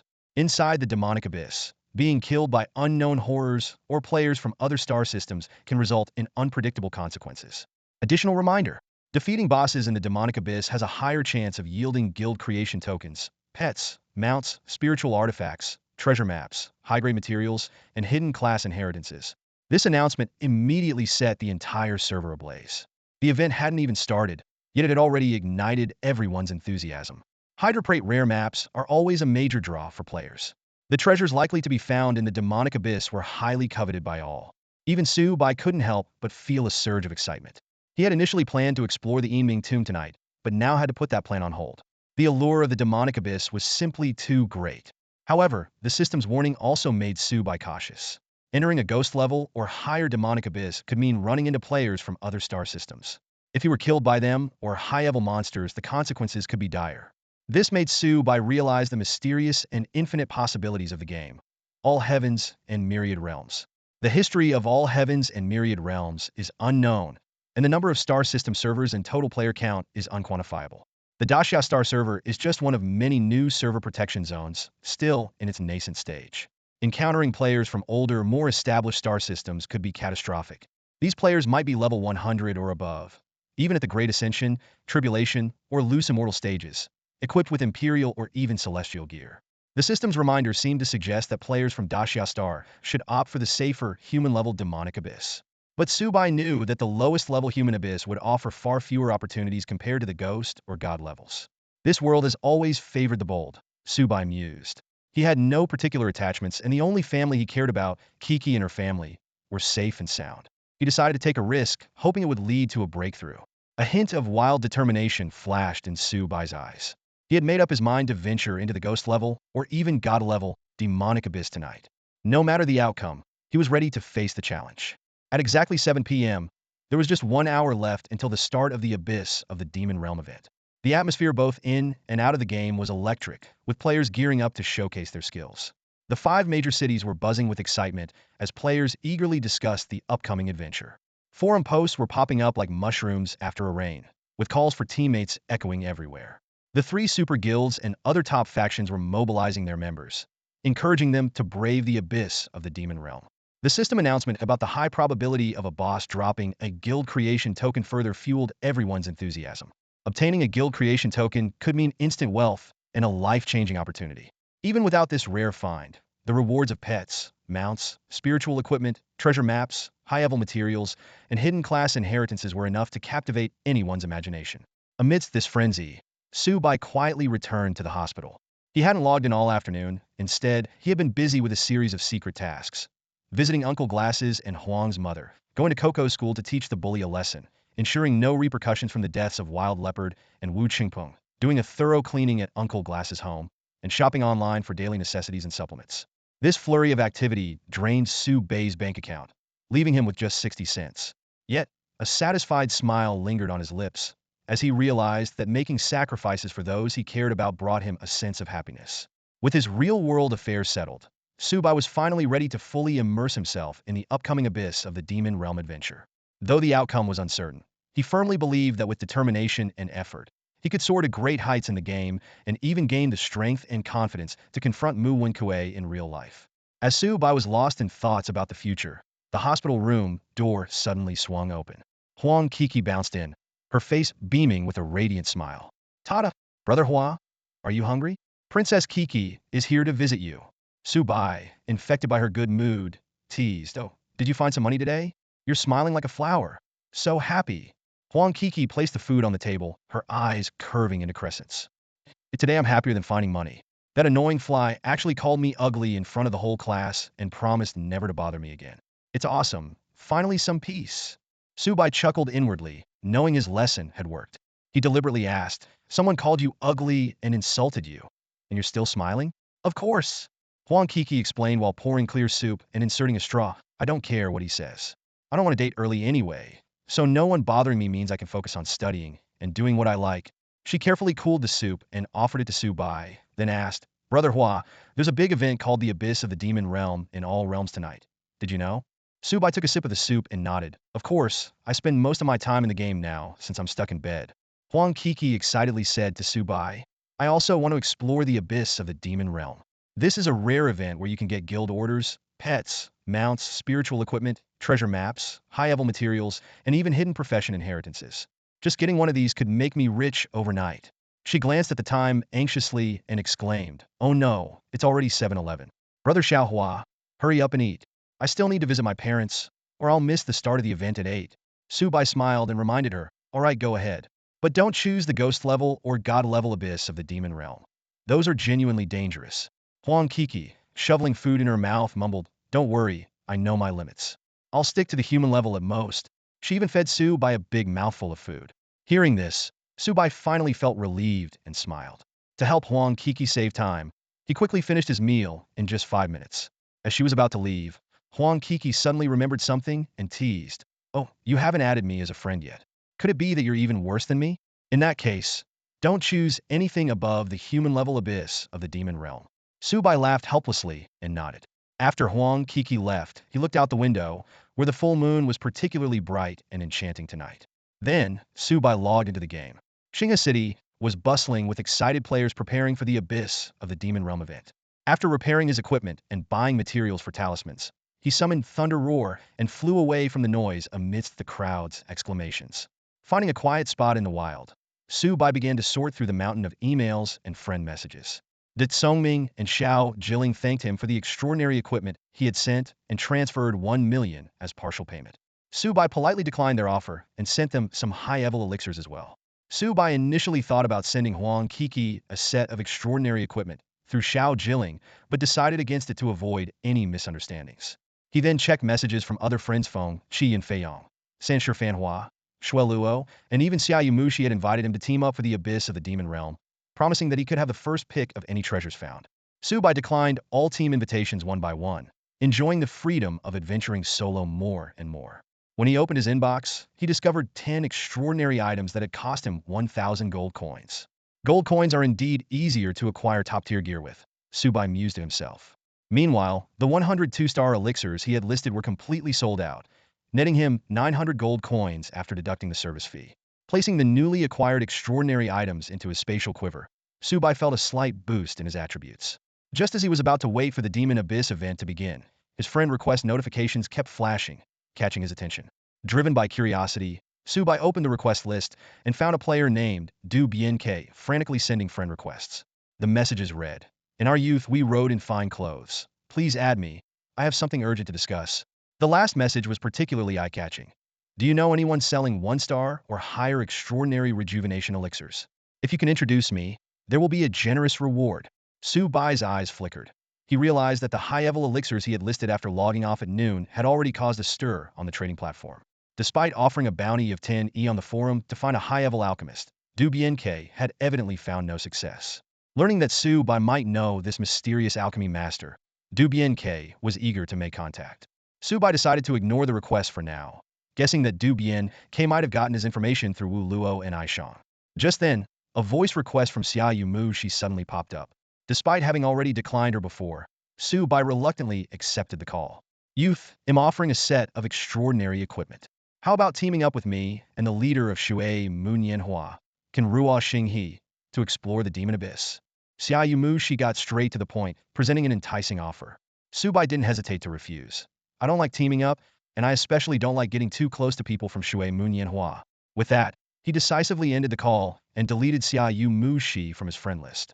He then set his status to busy, temporarily blocking all interruptions. Can Ruo Xing, he is the leader of Shui Munyanhua? So she's Muan Xing. Su Bai pondered. With over 30 minutes left, he focused on crafting talismans. At exactly 8 o'clock, the game world changed dramatically. The sky became turbulent, all sounds ceased, and countless spatial cracks spread across the firmament like a spider web, as if the apocalypse had arrived. The system notification chimed. Ding! The Demon Abyss event has officially begun. Boom! The earth-shattering sound reverberated in all directions, causing the space to crack continuously. Dark, endless fissures, like gateways to the depths of hell, spread across every corner of the game world. A system announcement, glowing with golden light, appeared before each player. Ding! This Demon Abyss event targets the 5 major cities in the Daxia Star server. 5 God-level Demon Abyss entrances, 50 Ghost-level, and 10,000 human-level entrances have been refreshed. Each entrance can accommodate up to 10,000 players and will automatically close once full. Important notice. Please assess your capabilities and prioritize human-level entrances to avoid unpredictable consequences. All entrances will disappear after 180 minutes, and this is your only chance. Cherish it. Despite the system's warning about the high risks of advanced abysses, most players remained undeterred. It's just a game, right? Worst case, we lose a level and some gear. We can always start over. Over 95 of the players set their sights on the God level and Ghost level abysses. As the celestial phenomenon gradually subsided, all abyss entrances stabilized. Su Bai summoned his mount, thunder roar, and soared into the sky. In the distance, he spotted 2 abyss entrances, one dark and endless, the other blood red, like 2 giant demonic mouths hanging over the mountain peaks. Arriving at the dark entrance, Su Bai realized that this human-level abyss was already intimidatingly vast, with its entrance alone occupying half the sky, making him look as small as an ant in front of it. Ding! This is an unknown human-level demon abyss entrance. Current number of entrants, 0. Entry requires 1 silver coin or 10 reputation points. The human-level abyss didn't interest Su Bai. He lightly patted Thunder Roar, signaling it to fly toward the blood-red entrance. As he approached, a new prompt appeared. Ding! This is an unknown ghost-level demon abyss entrance. Current number of Daxia Star players entered, 0. Entry requires 1 gold coin or 100 reputation points. Su Bai keenly noticed the difference in wording Daxia Star players, indicating that ghost level and above abysses were open to other civilizations. His target was the god level abyss, so he immediately urged Thunder Roar to search at full speed. Meanwhile, the chat channel in Xinghe City was filled with complaints. Stupid system, an event, and we still have to pay to enter. I spent all my money on gear, and now I can't even afford the entrance fee. Can any big shot lend me some entrance fee money? I'm buying game currency at a high price. Listening to the players' grievances, Su Bai speculated that this might be another layer of the system's protection for underpowered players. Without further hesitation, he posted a bounty in the premium channel, seeking god-level demon abyss entrance. First to provide accurate coordinates will be rewarded with 10 gold coins upon confirmation. Wow, back in the day, he was a true boss. So damn impressive. Su Bai's single announcement caused a huge stir in the gaming world. A bounty of 10 gold coins tempted countless players. Those who originally planned to explore the human-level demon abyss changed their minds and began searching the entire map for the god-level entrance. The chat channel was instantly flooded with coordinates, but Su Bai noticed that they were all different. Clearly, some were trying to mess things up. Left with no choice, he posted an announcement in the premium channel, stating that he would only accept coordinates provided there. This move worked like a charm. Each message in the premium channel cost 20 silver coins, equivalent to $2,000, deterring most of the troublemakers. Riding his Thunder Roar, Su Bai searched everywhere. An hour passed, and he only found a few ghost-level entrances without any sign of the god-level entrance. As time ticked by, Su Bai grew increasingly anxious. Another hour later, he had flown to the snowy mountains of the advanced unknown map. Just then, a message in the premium channel caught Su Bai's eye. Icefire Prince. Abi Palace, coordinates 4852-9871. There's a golden demon abyss entrance. likely the only god-level entrance in Star River City. It's Ice Fire Prince again. Surprised but hopeful, Su Bai rushed to the provided coordinates at full speed. 35 minutes later, Su Bai arrived at the Abi Palace map entrance. A large crowd had already gathered, clearly drawn by Ice Fire Prince's message. The monsters in Abi Palace were formidable, with the weakest at level 25 foundation stage, making it impossible for ordinary players to venture deep. The ground was littered with the bodies of fallen players. Despite this, countless players kept charging in, including several top 10 players in Star River City. With the advantage of his flying mount, Su Bai swiftly flew past the envious crowd and into the depths of Abi Palace. Sure enough, a massive golden abyss entrance, spanning over 1,000 meters, appeared before him. Without hesitation, Su Bai mailed 11 gold coins to Icefire Prince, compensating him for his premium channel expenses. Receiving the coins, Icefire Prince expressed his gratitude in the premium channel. A young hero in his prime, true to his word, much appreciated. He then added, Mu Jiao and Xiao, you dog, listen up. When I return from the Demon Abyss as a king, I will settle all scores with you. Su Bai chuckled and shook his head. It seemed Icefire Prince's grudge against Mu Jia when Xiao was likely due to him. Putting it out of his mind, Su Bai rode Thunder Roar to the god-level entrance. The system prompt then sounded. Ding! This is the unknown god-level Demon Abyss entrance. Current number of Xia Star players inside. 21. To proceed, please pay 10 gold coins or 200 reputation points. Without hesitation, Su Bai chose to pay 10 gold coins. In an instant, a brilliant golden light shot from the entrance, enveloping Su Bai. When the light faded, Su Bai and his mount, Thunder Roar, had vanished. Ding! You have entered the otherworldly, god-level demon abyss. Player detected. A young hero in his prime from the protected region, weak in strength. A random resurrection aura is granted. Your pet and mount also share this resurrection aura. Warning! Do not treat this as a mere game. Your every move here could determine your fate. Good luck! As soon as the prompt sounded, Su Bai suddenly found himself in a dark, primordial forest. Towering ancient trees blocked out the sky, and the air was thick with a suffocating miasma. He could barely breathe. Suddenly, a piercing alert sounded in Su Bai's ear. Ding! You have inhaled toxic miasma. All attributes temporarily decreased by 20, losing 3 health every 3 seconds. Please leave the toxic area immediately, or you will be in grave danger. Startled, Su Bai felt his strength draining, his blood seemingly flowing out of him. Without a second thought, he summoned his mount, Lane, preparing to fly out of the dangerous area. Just as Lane appeared, the entire forest plunged into darkness. A fierce wind howled, trees shook violently, and a suffocating, terrifying pressure emanated from all directions. Su Bai realized that Lane's appearance had likely attracted something dreadful. Without delay, Su Bai cast the Earth Walk technique, quickly burrowing underground. The moment he hid beneath the earth, a deafening crash resounded. The ground shook violently, and through the gaps in the soil, Su Bai saw a colossal, black, monstrous hand tear through the dense forest. The arm was covered in black fur and scales, exuding a chilling aura. It effortlessly grabbed the terrified Lane, dragging it away from the forest as if it were a mere sesame seed. Before Su Bai could recover from the shock, the system alert sounded again. Ding! Your Mount Lane has been killed by the ancient corpse King Su Bai. Since Lane shares your resurrection aura, it has 1 chance to revive. Warning! If your Mount Lane dies again in this place, it will be gone forever. This news hit Su Bai like a bucket of ice water. He was stunned, his blood seemingly frozen. The ancient corpse King Su Bai? One of the top 10 ancient zombie kings? What a terrifying existence. Stories of Su Bai flashed through Su Bai's mind. Su Bai's corpse had a broken neck and no hands, with its head hanging behind its back, long, shiny black hair flowing, and a body covered in black fur and strange scales. This description matched the scene he had just witnessed perfectly, sending chills down his spine. Suddenly, hiding underground, Su Bai felt every hair on his body stand on end, as if his very soul was trembling. An inexplicable sense of dread, as if being watched by an unparalleled terror, swept over him. With a thunderous crash, a violent wind erupted, and ancient towering trees toppled.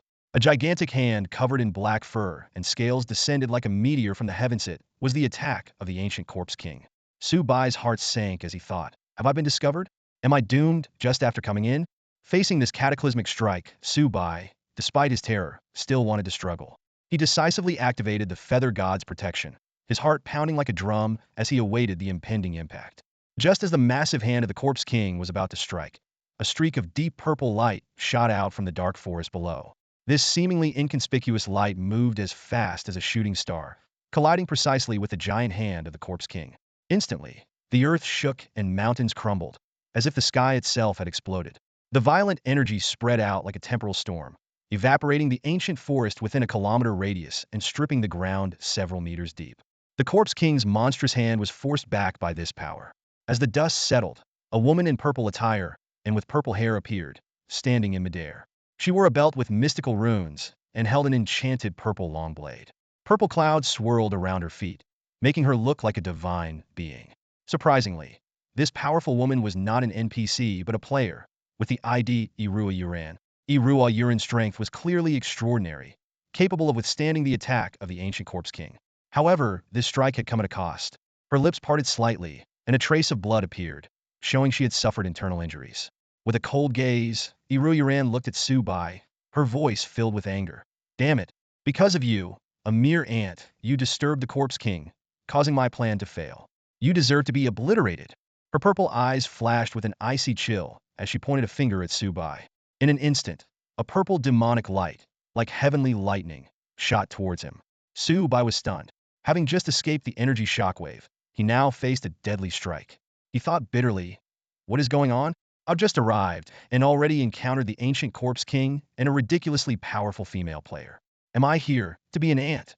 However, just as Irua Yuran's lightning strike was about to hit Su Bai, a mysterious black wooden box behind him suddenly emitted an invisible clear light, absorbing the attack that could pierce mountains. Su Bai felt as if he had walked through the gates of hell, drenched in cold sweat. He realized that Irua Yuran's attack must have had a controlling effect. Otherwise, the mysterious black box wouldn't have activated automatically. This also proved the box's extraordinary ability, capable of neutralizing an attack from a being that could contend with the Corpse King. Unfortunately, it could only trigger once every 10 seconds, unable to continuously protect Su Bai. Seeing this, a hint of surprise flashed in Yurin's beautiful purple eyes. Oh, you little ant? She clearly hadn't expected a mere Foundation establishment worm to have the means to block her attack. At that moment, a deafening corpse roar echoed through the skies. Billowing black corpse energy erupted like a volcano, blocking out the sun. A gigantic corpse, as tall as a mountain and with only one hand and its head hanging on its back, leaped out. It was the ancient Corpse King, Su Bai. Seeing the Corpse King emerge from its lair in a fury, Irua Yurin's expression changed dramatically. She cursed under her breath, and then threw her purple long blade. The blade transformed into a dark purple dragon, charging straight at the Corpse King, Su Bai. Immediately after, Irua Yurin reached out towards Su Bai. Powerless to resist, Su Bai was instantly captured by her and thrown into her belt. With a thunderous roar, the ground shook violently as if the heavens were collapsing. Iruoyo's prized magic blade dragon was shattered into pieces by a single punch from the ancient Corpse King. The explosion's energy was so intense that it even distorted the terrain below. This battle was nothing short of a divine clash. Damn Corpse King! Iruoyo gritted her teeth, wiping the blood from her red lips. She retrieved her purple magic blade, now cracked, with a pained look in her eyes. Not daring to linger, she transformed into a streak of light and sped away from the battlefield like a bolt of lightning. At that moment, Su Bai found himself within Iruoyo's magical artifact space. He was in a vast, dimly lit area, surrounded by countless rune cages. Each cage imprisoned different creatures, an awe-inspiring sight. There was a massive red turtle, its scales shimmering with ancient light. A rare 1,000-meter-long serpent coiled within its cage, its scales gleaming coldly. Strange creatures with human faces and beastly bodies, their eyes filled with eerie light. 3-headed, 6-armed monsters, each head bearing a terrifying expression, and winged humans, their wings drooping weakly. These imprisoned beings were all extraordinarily powerful, their vitality as vast as rivers and oceans, making it impossible to fathom their true cultivation levels. From a distance, Su Bai felt as insignificant as an ant, unsure if it was just his imagination. All the imprisoned creatures appeared listless, their pupils dull and lifeless. However, when they noticed Su Bai's presence, a glint of greed and cruelty flashed in their eyes, as if they had seen a rare delicacy. Su Bai was secretly shocked. Is this really Iruoyo's magical artifact space? How could she imprison so many powerful beings? Her true cultivation level must be terrifying. Being captured by such a demonic woman was undoubtedly disastrous. Just then, an excited voice suddenly rang out. Hey newcomer, you haven't been locked in a rune cage? Come over here and try to tear off this rune. If you help me escape, I'll reward you with unparalleled fortune. Following the voice, Su Bai saw a stunningly handsome man in a smaller cage about 400 meters to his right, calling out to him expectantly. The man's features were so exquisite and his skin so fair that even many goddesses would feel inferior. However, in another cage, a massive nine-headed demon ape sneered, "White Fox, stop hollering. This kid is only at the foundation establishment stage, an ant-like level. He doesn't even qualify to be locked in a rune cage, let alone tear off a rune." Unwilling to give up, White Fox retorted, "How do you know if you don't try? Kid, come over here and give it a shot." Su Bai cursed inwardly. What kind of monsters are these? Although he had a chance to revive randomly, he didn't want to waste it easily. However, since he was also trapped here, helping White Fox might be a way to save himself. "All right, I'll give it a try," Su Bai said cautiously as he approached White Fox. "But if I do help you, what will you give me in return?" Hearing Su Bai's demand, a fleeting look of ruthlessness flashed in White Fox's eyes, but quickly disappeared. With a friendly smile, he said, "I can grant you a king-level artifact, a king-level elixir, and a king-level immortal technique. How does that sound?" Su Bai's heart stirred. He knew that above spirit artifacts were king-level artifacts, corresponding to the golden core stage, extremely precious to him at his current level. "Thank you, great immortal." Su Bai feigned gratitude and added, "But you know I'm weak. It would be better if you first give me a king-level artifact. With its help, I might be more confident in assisting you." White Fox coaxed, "Kid, just try to tear off the rune first. Don't worry, if you help me, I can give you not just one, but a set of king-level artifacts." Su Bai insisted, "Great immortal, you can see from my honest face that I'm a trustworthy person. So, please give me a king-level artifact first, and then I'll try to help you." White Fox's smile grew even more amiable, revealing a set of pearly white teeth. "All right, come here. I'll give you this king-level artifact, the Jade Rui." As he spoke, his snow-white hand flipped, revealing a lustrous, glowing Jade Rui in his palm. "Thank you, great immortal." Su Bai's eyes lit up as he cautiously stepped forward. When the distance between them was less than 3 meters, he suddenly used his dragon step technique, retreating 10 meters like a dragon in a flash. The instant Su Bai retreated, White Fox's gentle smile turned icy. His human hand transformed into a white fox paw, reaching out from the rune cage to grab where Su Bai had stood. But since Su Bai had moved, the paw grasped nothing but air. With a crack, the runes on the cage shot out a bolt of lightning, striking the fox paw harshly. The paw turned black and emitted a burnt smell. "Ah!" White Fox screamed in pain, clearly not expecting Su Bai to be so vigilant. His face twisted in agony, his eyes filled with a devilish hatred as he stared at Su Bai. He had planned to trick Su Bai into approaching so he could grab and devour his heart and flesh, but instead he got injured. The other demons in their cages laughed mockingly. "Ha! He! Caw. White Fox, you, a proud 1,000-year-old nascent soul demon, got tricked by a mere ant. Kid, you're quite something. I admire you."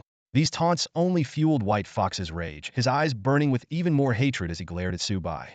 Su Bai felt relieved at his quick thinking and cursed inwardly. These creatures are all vicious monsters. I can't trust any of them.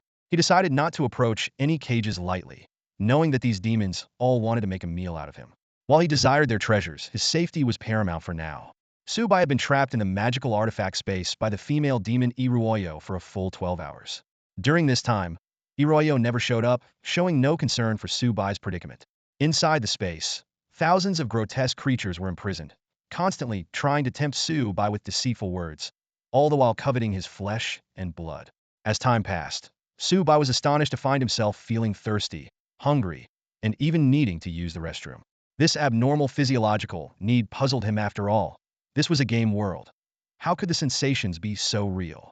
What was even more unsettling was that when he attempted to log out, he received a message. "You are in a restricted space, unable to leave." While Su Bai was contemplating this bizarre situation, a foul stench hit him. He looked down to see a puddle of murky liquid seeping from a prison cage 15 meters away, soaking his hand. It turned out that a towering one-eyed, one-horned monster inside the cage was relieving itself. "What are you staring at?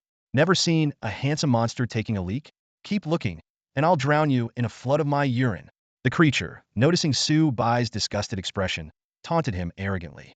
Furious, Su Bai immediately drew his frost moon bow and shot over 30 arrows at the monster in the cage. However, due to the significant level difference, every arrow missed. "Ha! You puny human worm. You dare attack me?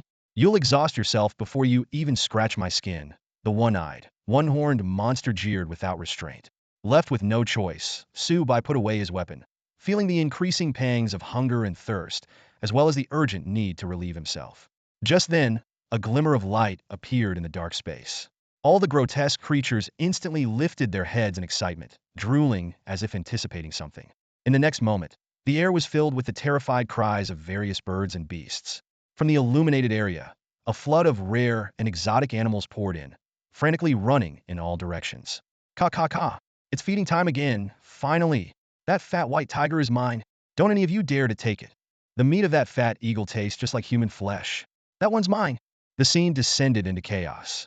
Any poor creature that ventured within 3 meters of the prison cages was immediately grabbed by the monsters inside, dragged in, and devoured alive, blood splattering everywhere, leaving not even the bones behind. The bloodbath was horrifying. In just 5 minutes, all the birds and beasts thrown in to feed the grotesque creatures were completely devoured, leaving only bloodstains and shattered bones on the ground. The 3 remaining beasts huddled together, trembling and too terrified to approach any of the prison cages. Their mournful cries filled the air, clearly scared out of their wits. Su Bai's eyes locked onto a large black bear lying on the ground. The bear was massive, weighing at least several hundred kilograms. Without hesitation, he raised his bow and fired a lightning-fast series of arrows. As the arrows hit their mark, the system notification chimed. Ding! Congratulations, player Xian Inu Ma Xiao Nian Shi, for successfully killing a fusion realm demonic beast, the demon bear. Rewards: 1 million XP, 50 gold coins, and 100 foreign prestige points. As the first player in the Desya Star server to kill a fusion realm demonic beast, you receive an additional reward: 3 levels, 5 luck points, and a low-grade spirit stone. Su Bai was so excited he nearly jumped for joy, his head glowing with multiple beams of golden light. This was an unexpected stroke of luck. These beasts, meant to feed the demonic creatures, were all over level 40 in the fusion realm. The 1 million XP from the kill, combined with the level-up rewards, instantly boosted Su Bai to level 28, just 2 levels shy of breaking into the enlightenment realm. Ahead, 2 more demonic creatures remained: a legless, dying black panther and a 5-meter-long, half-meter-wide golden centipede. Both were over level 40 in the fusion realm and were paralyzed with fear, unable to move due to the presence of the demonic creatures in the prison cages. Having tasted success, Su Bai's eyes gleamed as he locked onto the crippled black panther. Despite his increased hit rate, the defense of these high-level beasts was formidable. After unleashing 31 fierce arrows, the Black Panther finally succumbed. The system notification sounded again. Ding! Congratulations, player Xian Inu Ma Xiao Nian Shi, for successfully killing a fusion realm demonic beast, the Ghost Panther. Rewards: 8 million XP, 50 gold coins, and 50 foreign prestige points.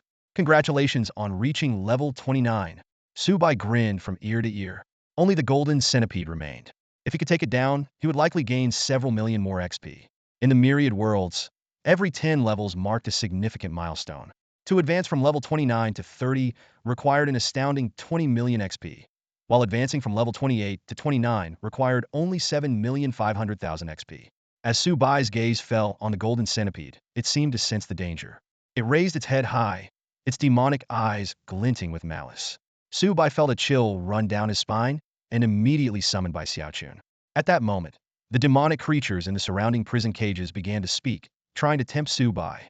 Human boy, lure it over here, and this demon king will help you, a snakehead demon king sneered. Don't listen to that stinking snake. Bring it to me. An old ghost king will lend a hand. That's all nonsense. I'm the only honest demon here, young man. Bring it to me, a large skeleton said. Su Bai ignored their words, knowing that none of them could be trusted. He launched a preemptive attack on the golden centipede, firing a series of cold arrows like scattered stars. However, the golden centipede was incredibly fast, dodging all the arrows like a streak of gold. In the next moment, it suddenly attacked, severely injuring by Xiaochun, who stood in its path. Damn, it's so fast, Su Bai muttered, quickly using his dragon step to swiftly move to a spot 4 meters away from a prison cage. He had observed that the 3-meter mark was the safe distance, beyond which the demonic creatures inside the cages could not attack, even if they braved the thunderous pain. Sure enough, as Su Bai reached the safe distance, the golden centipede hesitated. Seizing the opportunity, Su Bai launched a relentless barrage of attacks. Despite the low hit rate, he persisted. Faced with this cunning tactic, the frightened golden centipede could only retreat and evade. Su Bai's lips curved slightly as the golden centipede moved away. He quickly gathered the items dropped by the demon bear and clouded leopard. Then, he and Bai Xiaochun cautiously approached each of the immortal prison cages, keeping a safe distance of 4 meters, and launched a ranged attack on the golden centipede. Just as their attack stacked up to 36, with victory seemingly in sight, the situation took a sudden turn. The golden centipede, apparently enraged, lashed out at Bai Xiaochun, sending him flying, and then charged at Su Bai like a cornered beast. Su Bai was startled. He was about to use the dragon step to evade when he felt a strange demonic power binding his feet. From behind him, a bone-chilling, ghostly laugh emanated from one of the immortal prison cages. Ah! Su Bai was horrified. Could the powerful demons inside the cages attack from more than 4 meters away? In that critical moment, the mysterious black box activated again, neutralizing the malicious attack from the demon with its 10-second invulnerability ability. Su Bai immediately activated the Feather God protection, but the golden centipede was already upon him. In the blink of an eye, a withered ghost hand shot out from the immortal prison cage behind him, piercing through Su Bai's invincible state and grabbing the golden centipede. Seizing the opportunity, Su Bai decisively used the dragon step in the opposite direction, quickly distancing himself from the cage. However, the golden centipede was dragged into the cage by the demonic ghost woman inside. With a crunching sound, the centipede was devoured in an instant. The demonic ghost woman licked the blood from her lips, her hollow eyes fixed on Su Bai. She spoke eerily. "Human boy, it seems you possess something unusual." Su Bai cursed inwardly. After all his hard work, his prey was snatched by this ghost woman. Worse still, he realized that some powerful creatures inside the cages could attack from beyond 3 meters. Meanwhile, subtle changes were occurring outside. Iruayo, who was healing on the Black Lotus, suddenly looked excitedly towards the darkness ahead. A Western woman with a golden crown, cascading silver hair, and demonic horns was approaching. She wore a black and white gown, held a ghostly blue lantern in her right hand, and was followed by a massive shadowy figure. Her ID was Qianyu. As soon as Qianyu appeared, she punished Iruayo, slapping her into the deep mountains. Just as Qianyu was about to use the blue soul lantern to extract Iruya's soul, Iruyo hastily shouted, "Senior sister, I can make amends. I captured someone with the server's fortune artifact. With him, we still have a chance to steal House Remnant flesh." Qianyu paused, her hand stopping midair. She coldly asked, "Oh, where is this person?" Although Su Bai was unwilling to accept that the golden centipede had been snatched away by the detestable demon witch, he had no choice but to accept the situation. He cautiously moved to a relatively safe area and began to carefully examine the spoils from the battle with the demon bear and ghost leopard. These 2 level 40 fusion stage beasts should have dropped some valuable items. Su Bai carefully opened his backpack, and his eyes immediately lit up. 3 pieces of equipment caught his eye. Roaring Shield. Quality, Subking. Attributes. Hidden. Requires appraisal before use. Ghost Cloud Sword. Quality, Subking. Attributes. Hidden. Requires appraisal before use. Thunderwood Throwing Knife. Quality, low-level magic treasure. Level, Subking. Attributes. Hidden. Requires appraisal before use. Wow! Su Bai gasped in excitement, unable to believe that all 3 items were top-tier Subking quality. In the hierarchy of equipment across the Myriad Worlds, Sub-King items are positioned above spiritual items, but below King items, making them extremely rare. All equipment of Sub-King quality and above requires appraisal before their attributes can be viewed or used. What surprised Su Bai the most was the magic treasure Thunderwood Throwing Knife. When a player's level reaches 40 and their cultivation enters the fusion stage, they can use magic treasures. He hadn't expected that defeating just 2 level 40 fusion stage beasts would yield 3 Sub-King items. His gaze involuntarily drifted towards the imprisoned demons in the celestial prison cage, a greedy glint in his eyes. He couldn't help but fantasize. What kind of treasures would drop if he could take down one of the unknown great demons imprisoned there? However, reality quickly dashed his hopes. He sighed, realizing that the levels and cultivation of the demons in the celestial prison cage were too high for his attacks to even hit them, let alone trigger a soul-slaying effect. This feeling of being surrounded by treasures, yet unable to reach them, made Su Bai extremely frustrated. He forced himself to look away and continued checking his backpack. Suddenly, 2 silver gray, palm-sized tokens caught his attention. Guild Creation Token. Consumes 500 reputation points and 1,000 gold coins to create a level 1 guild. Su Bai's breathing quickened, and his hands trembled slightly. In the current Great Xia Star server, the value of a guild creation token was immeasurable and was something all guilds would fight desperately to obtain. Unfortunately, in this special space, he couldn't log out or communicate with any players, let alone send out the guild creation token. He could only keep it for now. After securing the 2 guild creation tokens, Su Bai remembered the low-grade spirit stone rewarded by the system earlier. He immediately took it out and carefully examined the excised, pure white crystal. Faint golden lines of spiritual energy flowed within it, and it felt warm to the touch. Low-grade spirit stone. This is a crystallization of innate spiritual energy nurtured by the heavens and earth across all worlds. It has a wide range of uses and is an essential resource for all cultivators, considered quite precious. It contains 1,000 points of pure, innate spiritual energy. Su Bai marveled at the stone, acknowledging that it was indeed an excellent treasure, even usable as in-game currency. While 100 gold coins equated to one low-grade spirit stone, many players on Great Xia Star could produce 100 gold coins, but Su Bai was likely the first to possess a low-grade spirit stone. As he was immersed in admiring the treasure, a loud, growling sound interrupted his thoughts.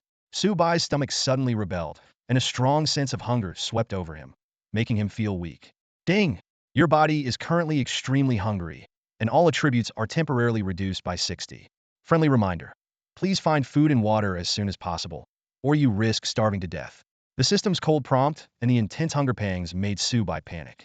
He had to put down the low-grade spirit stone, and his gaze involuntarily shifted to the corpses of the demon bear and ghost leopard.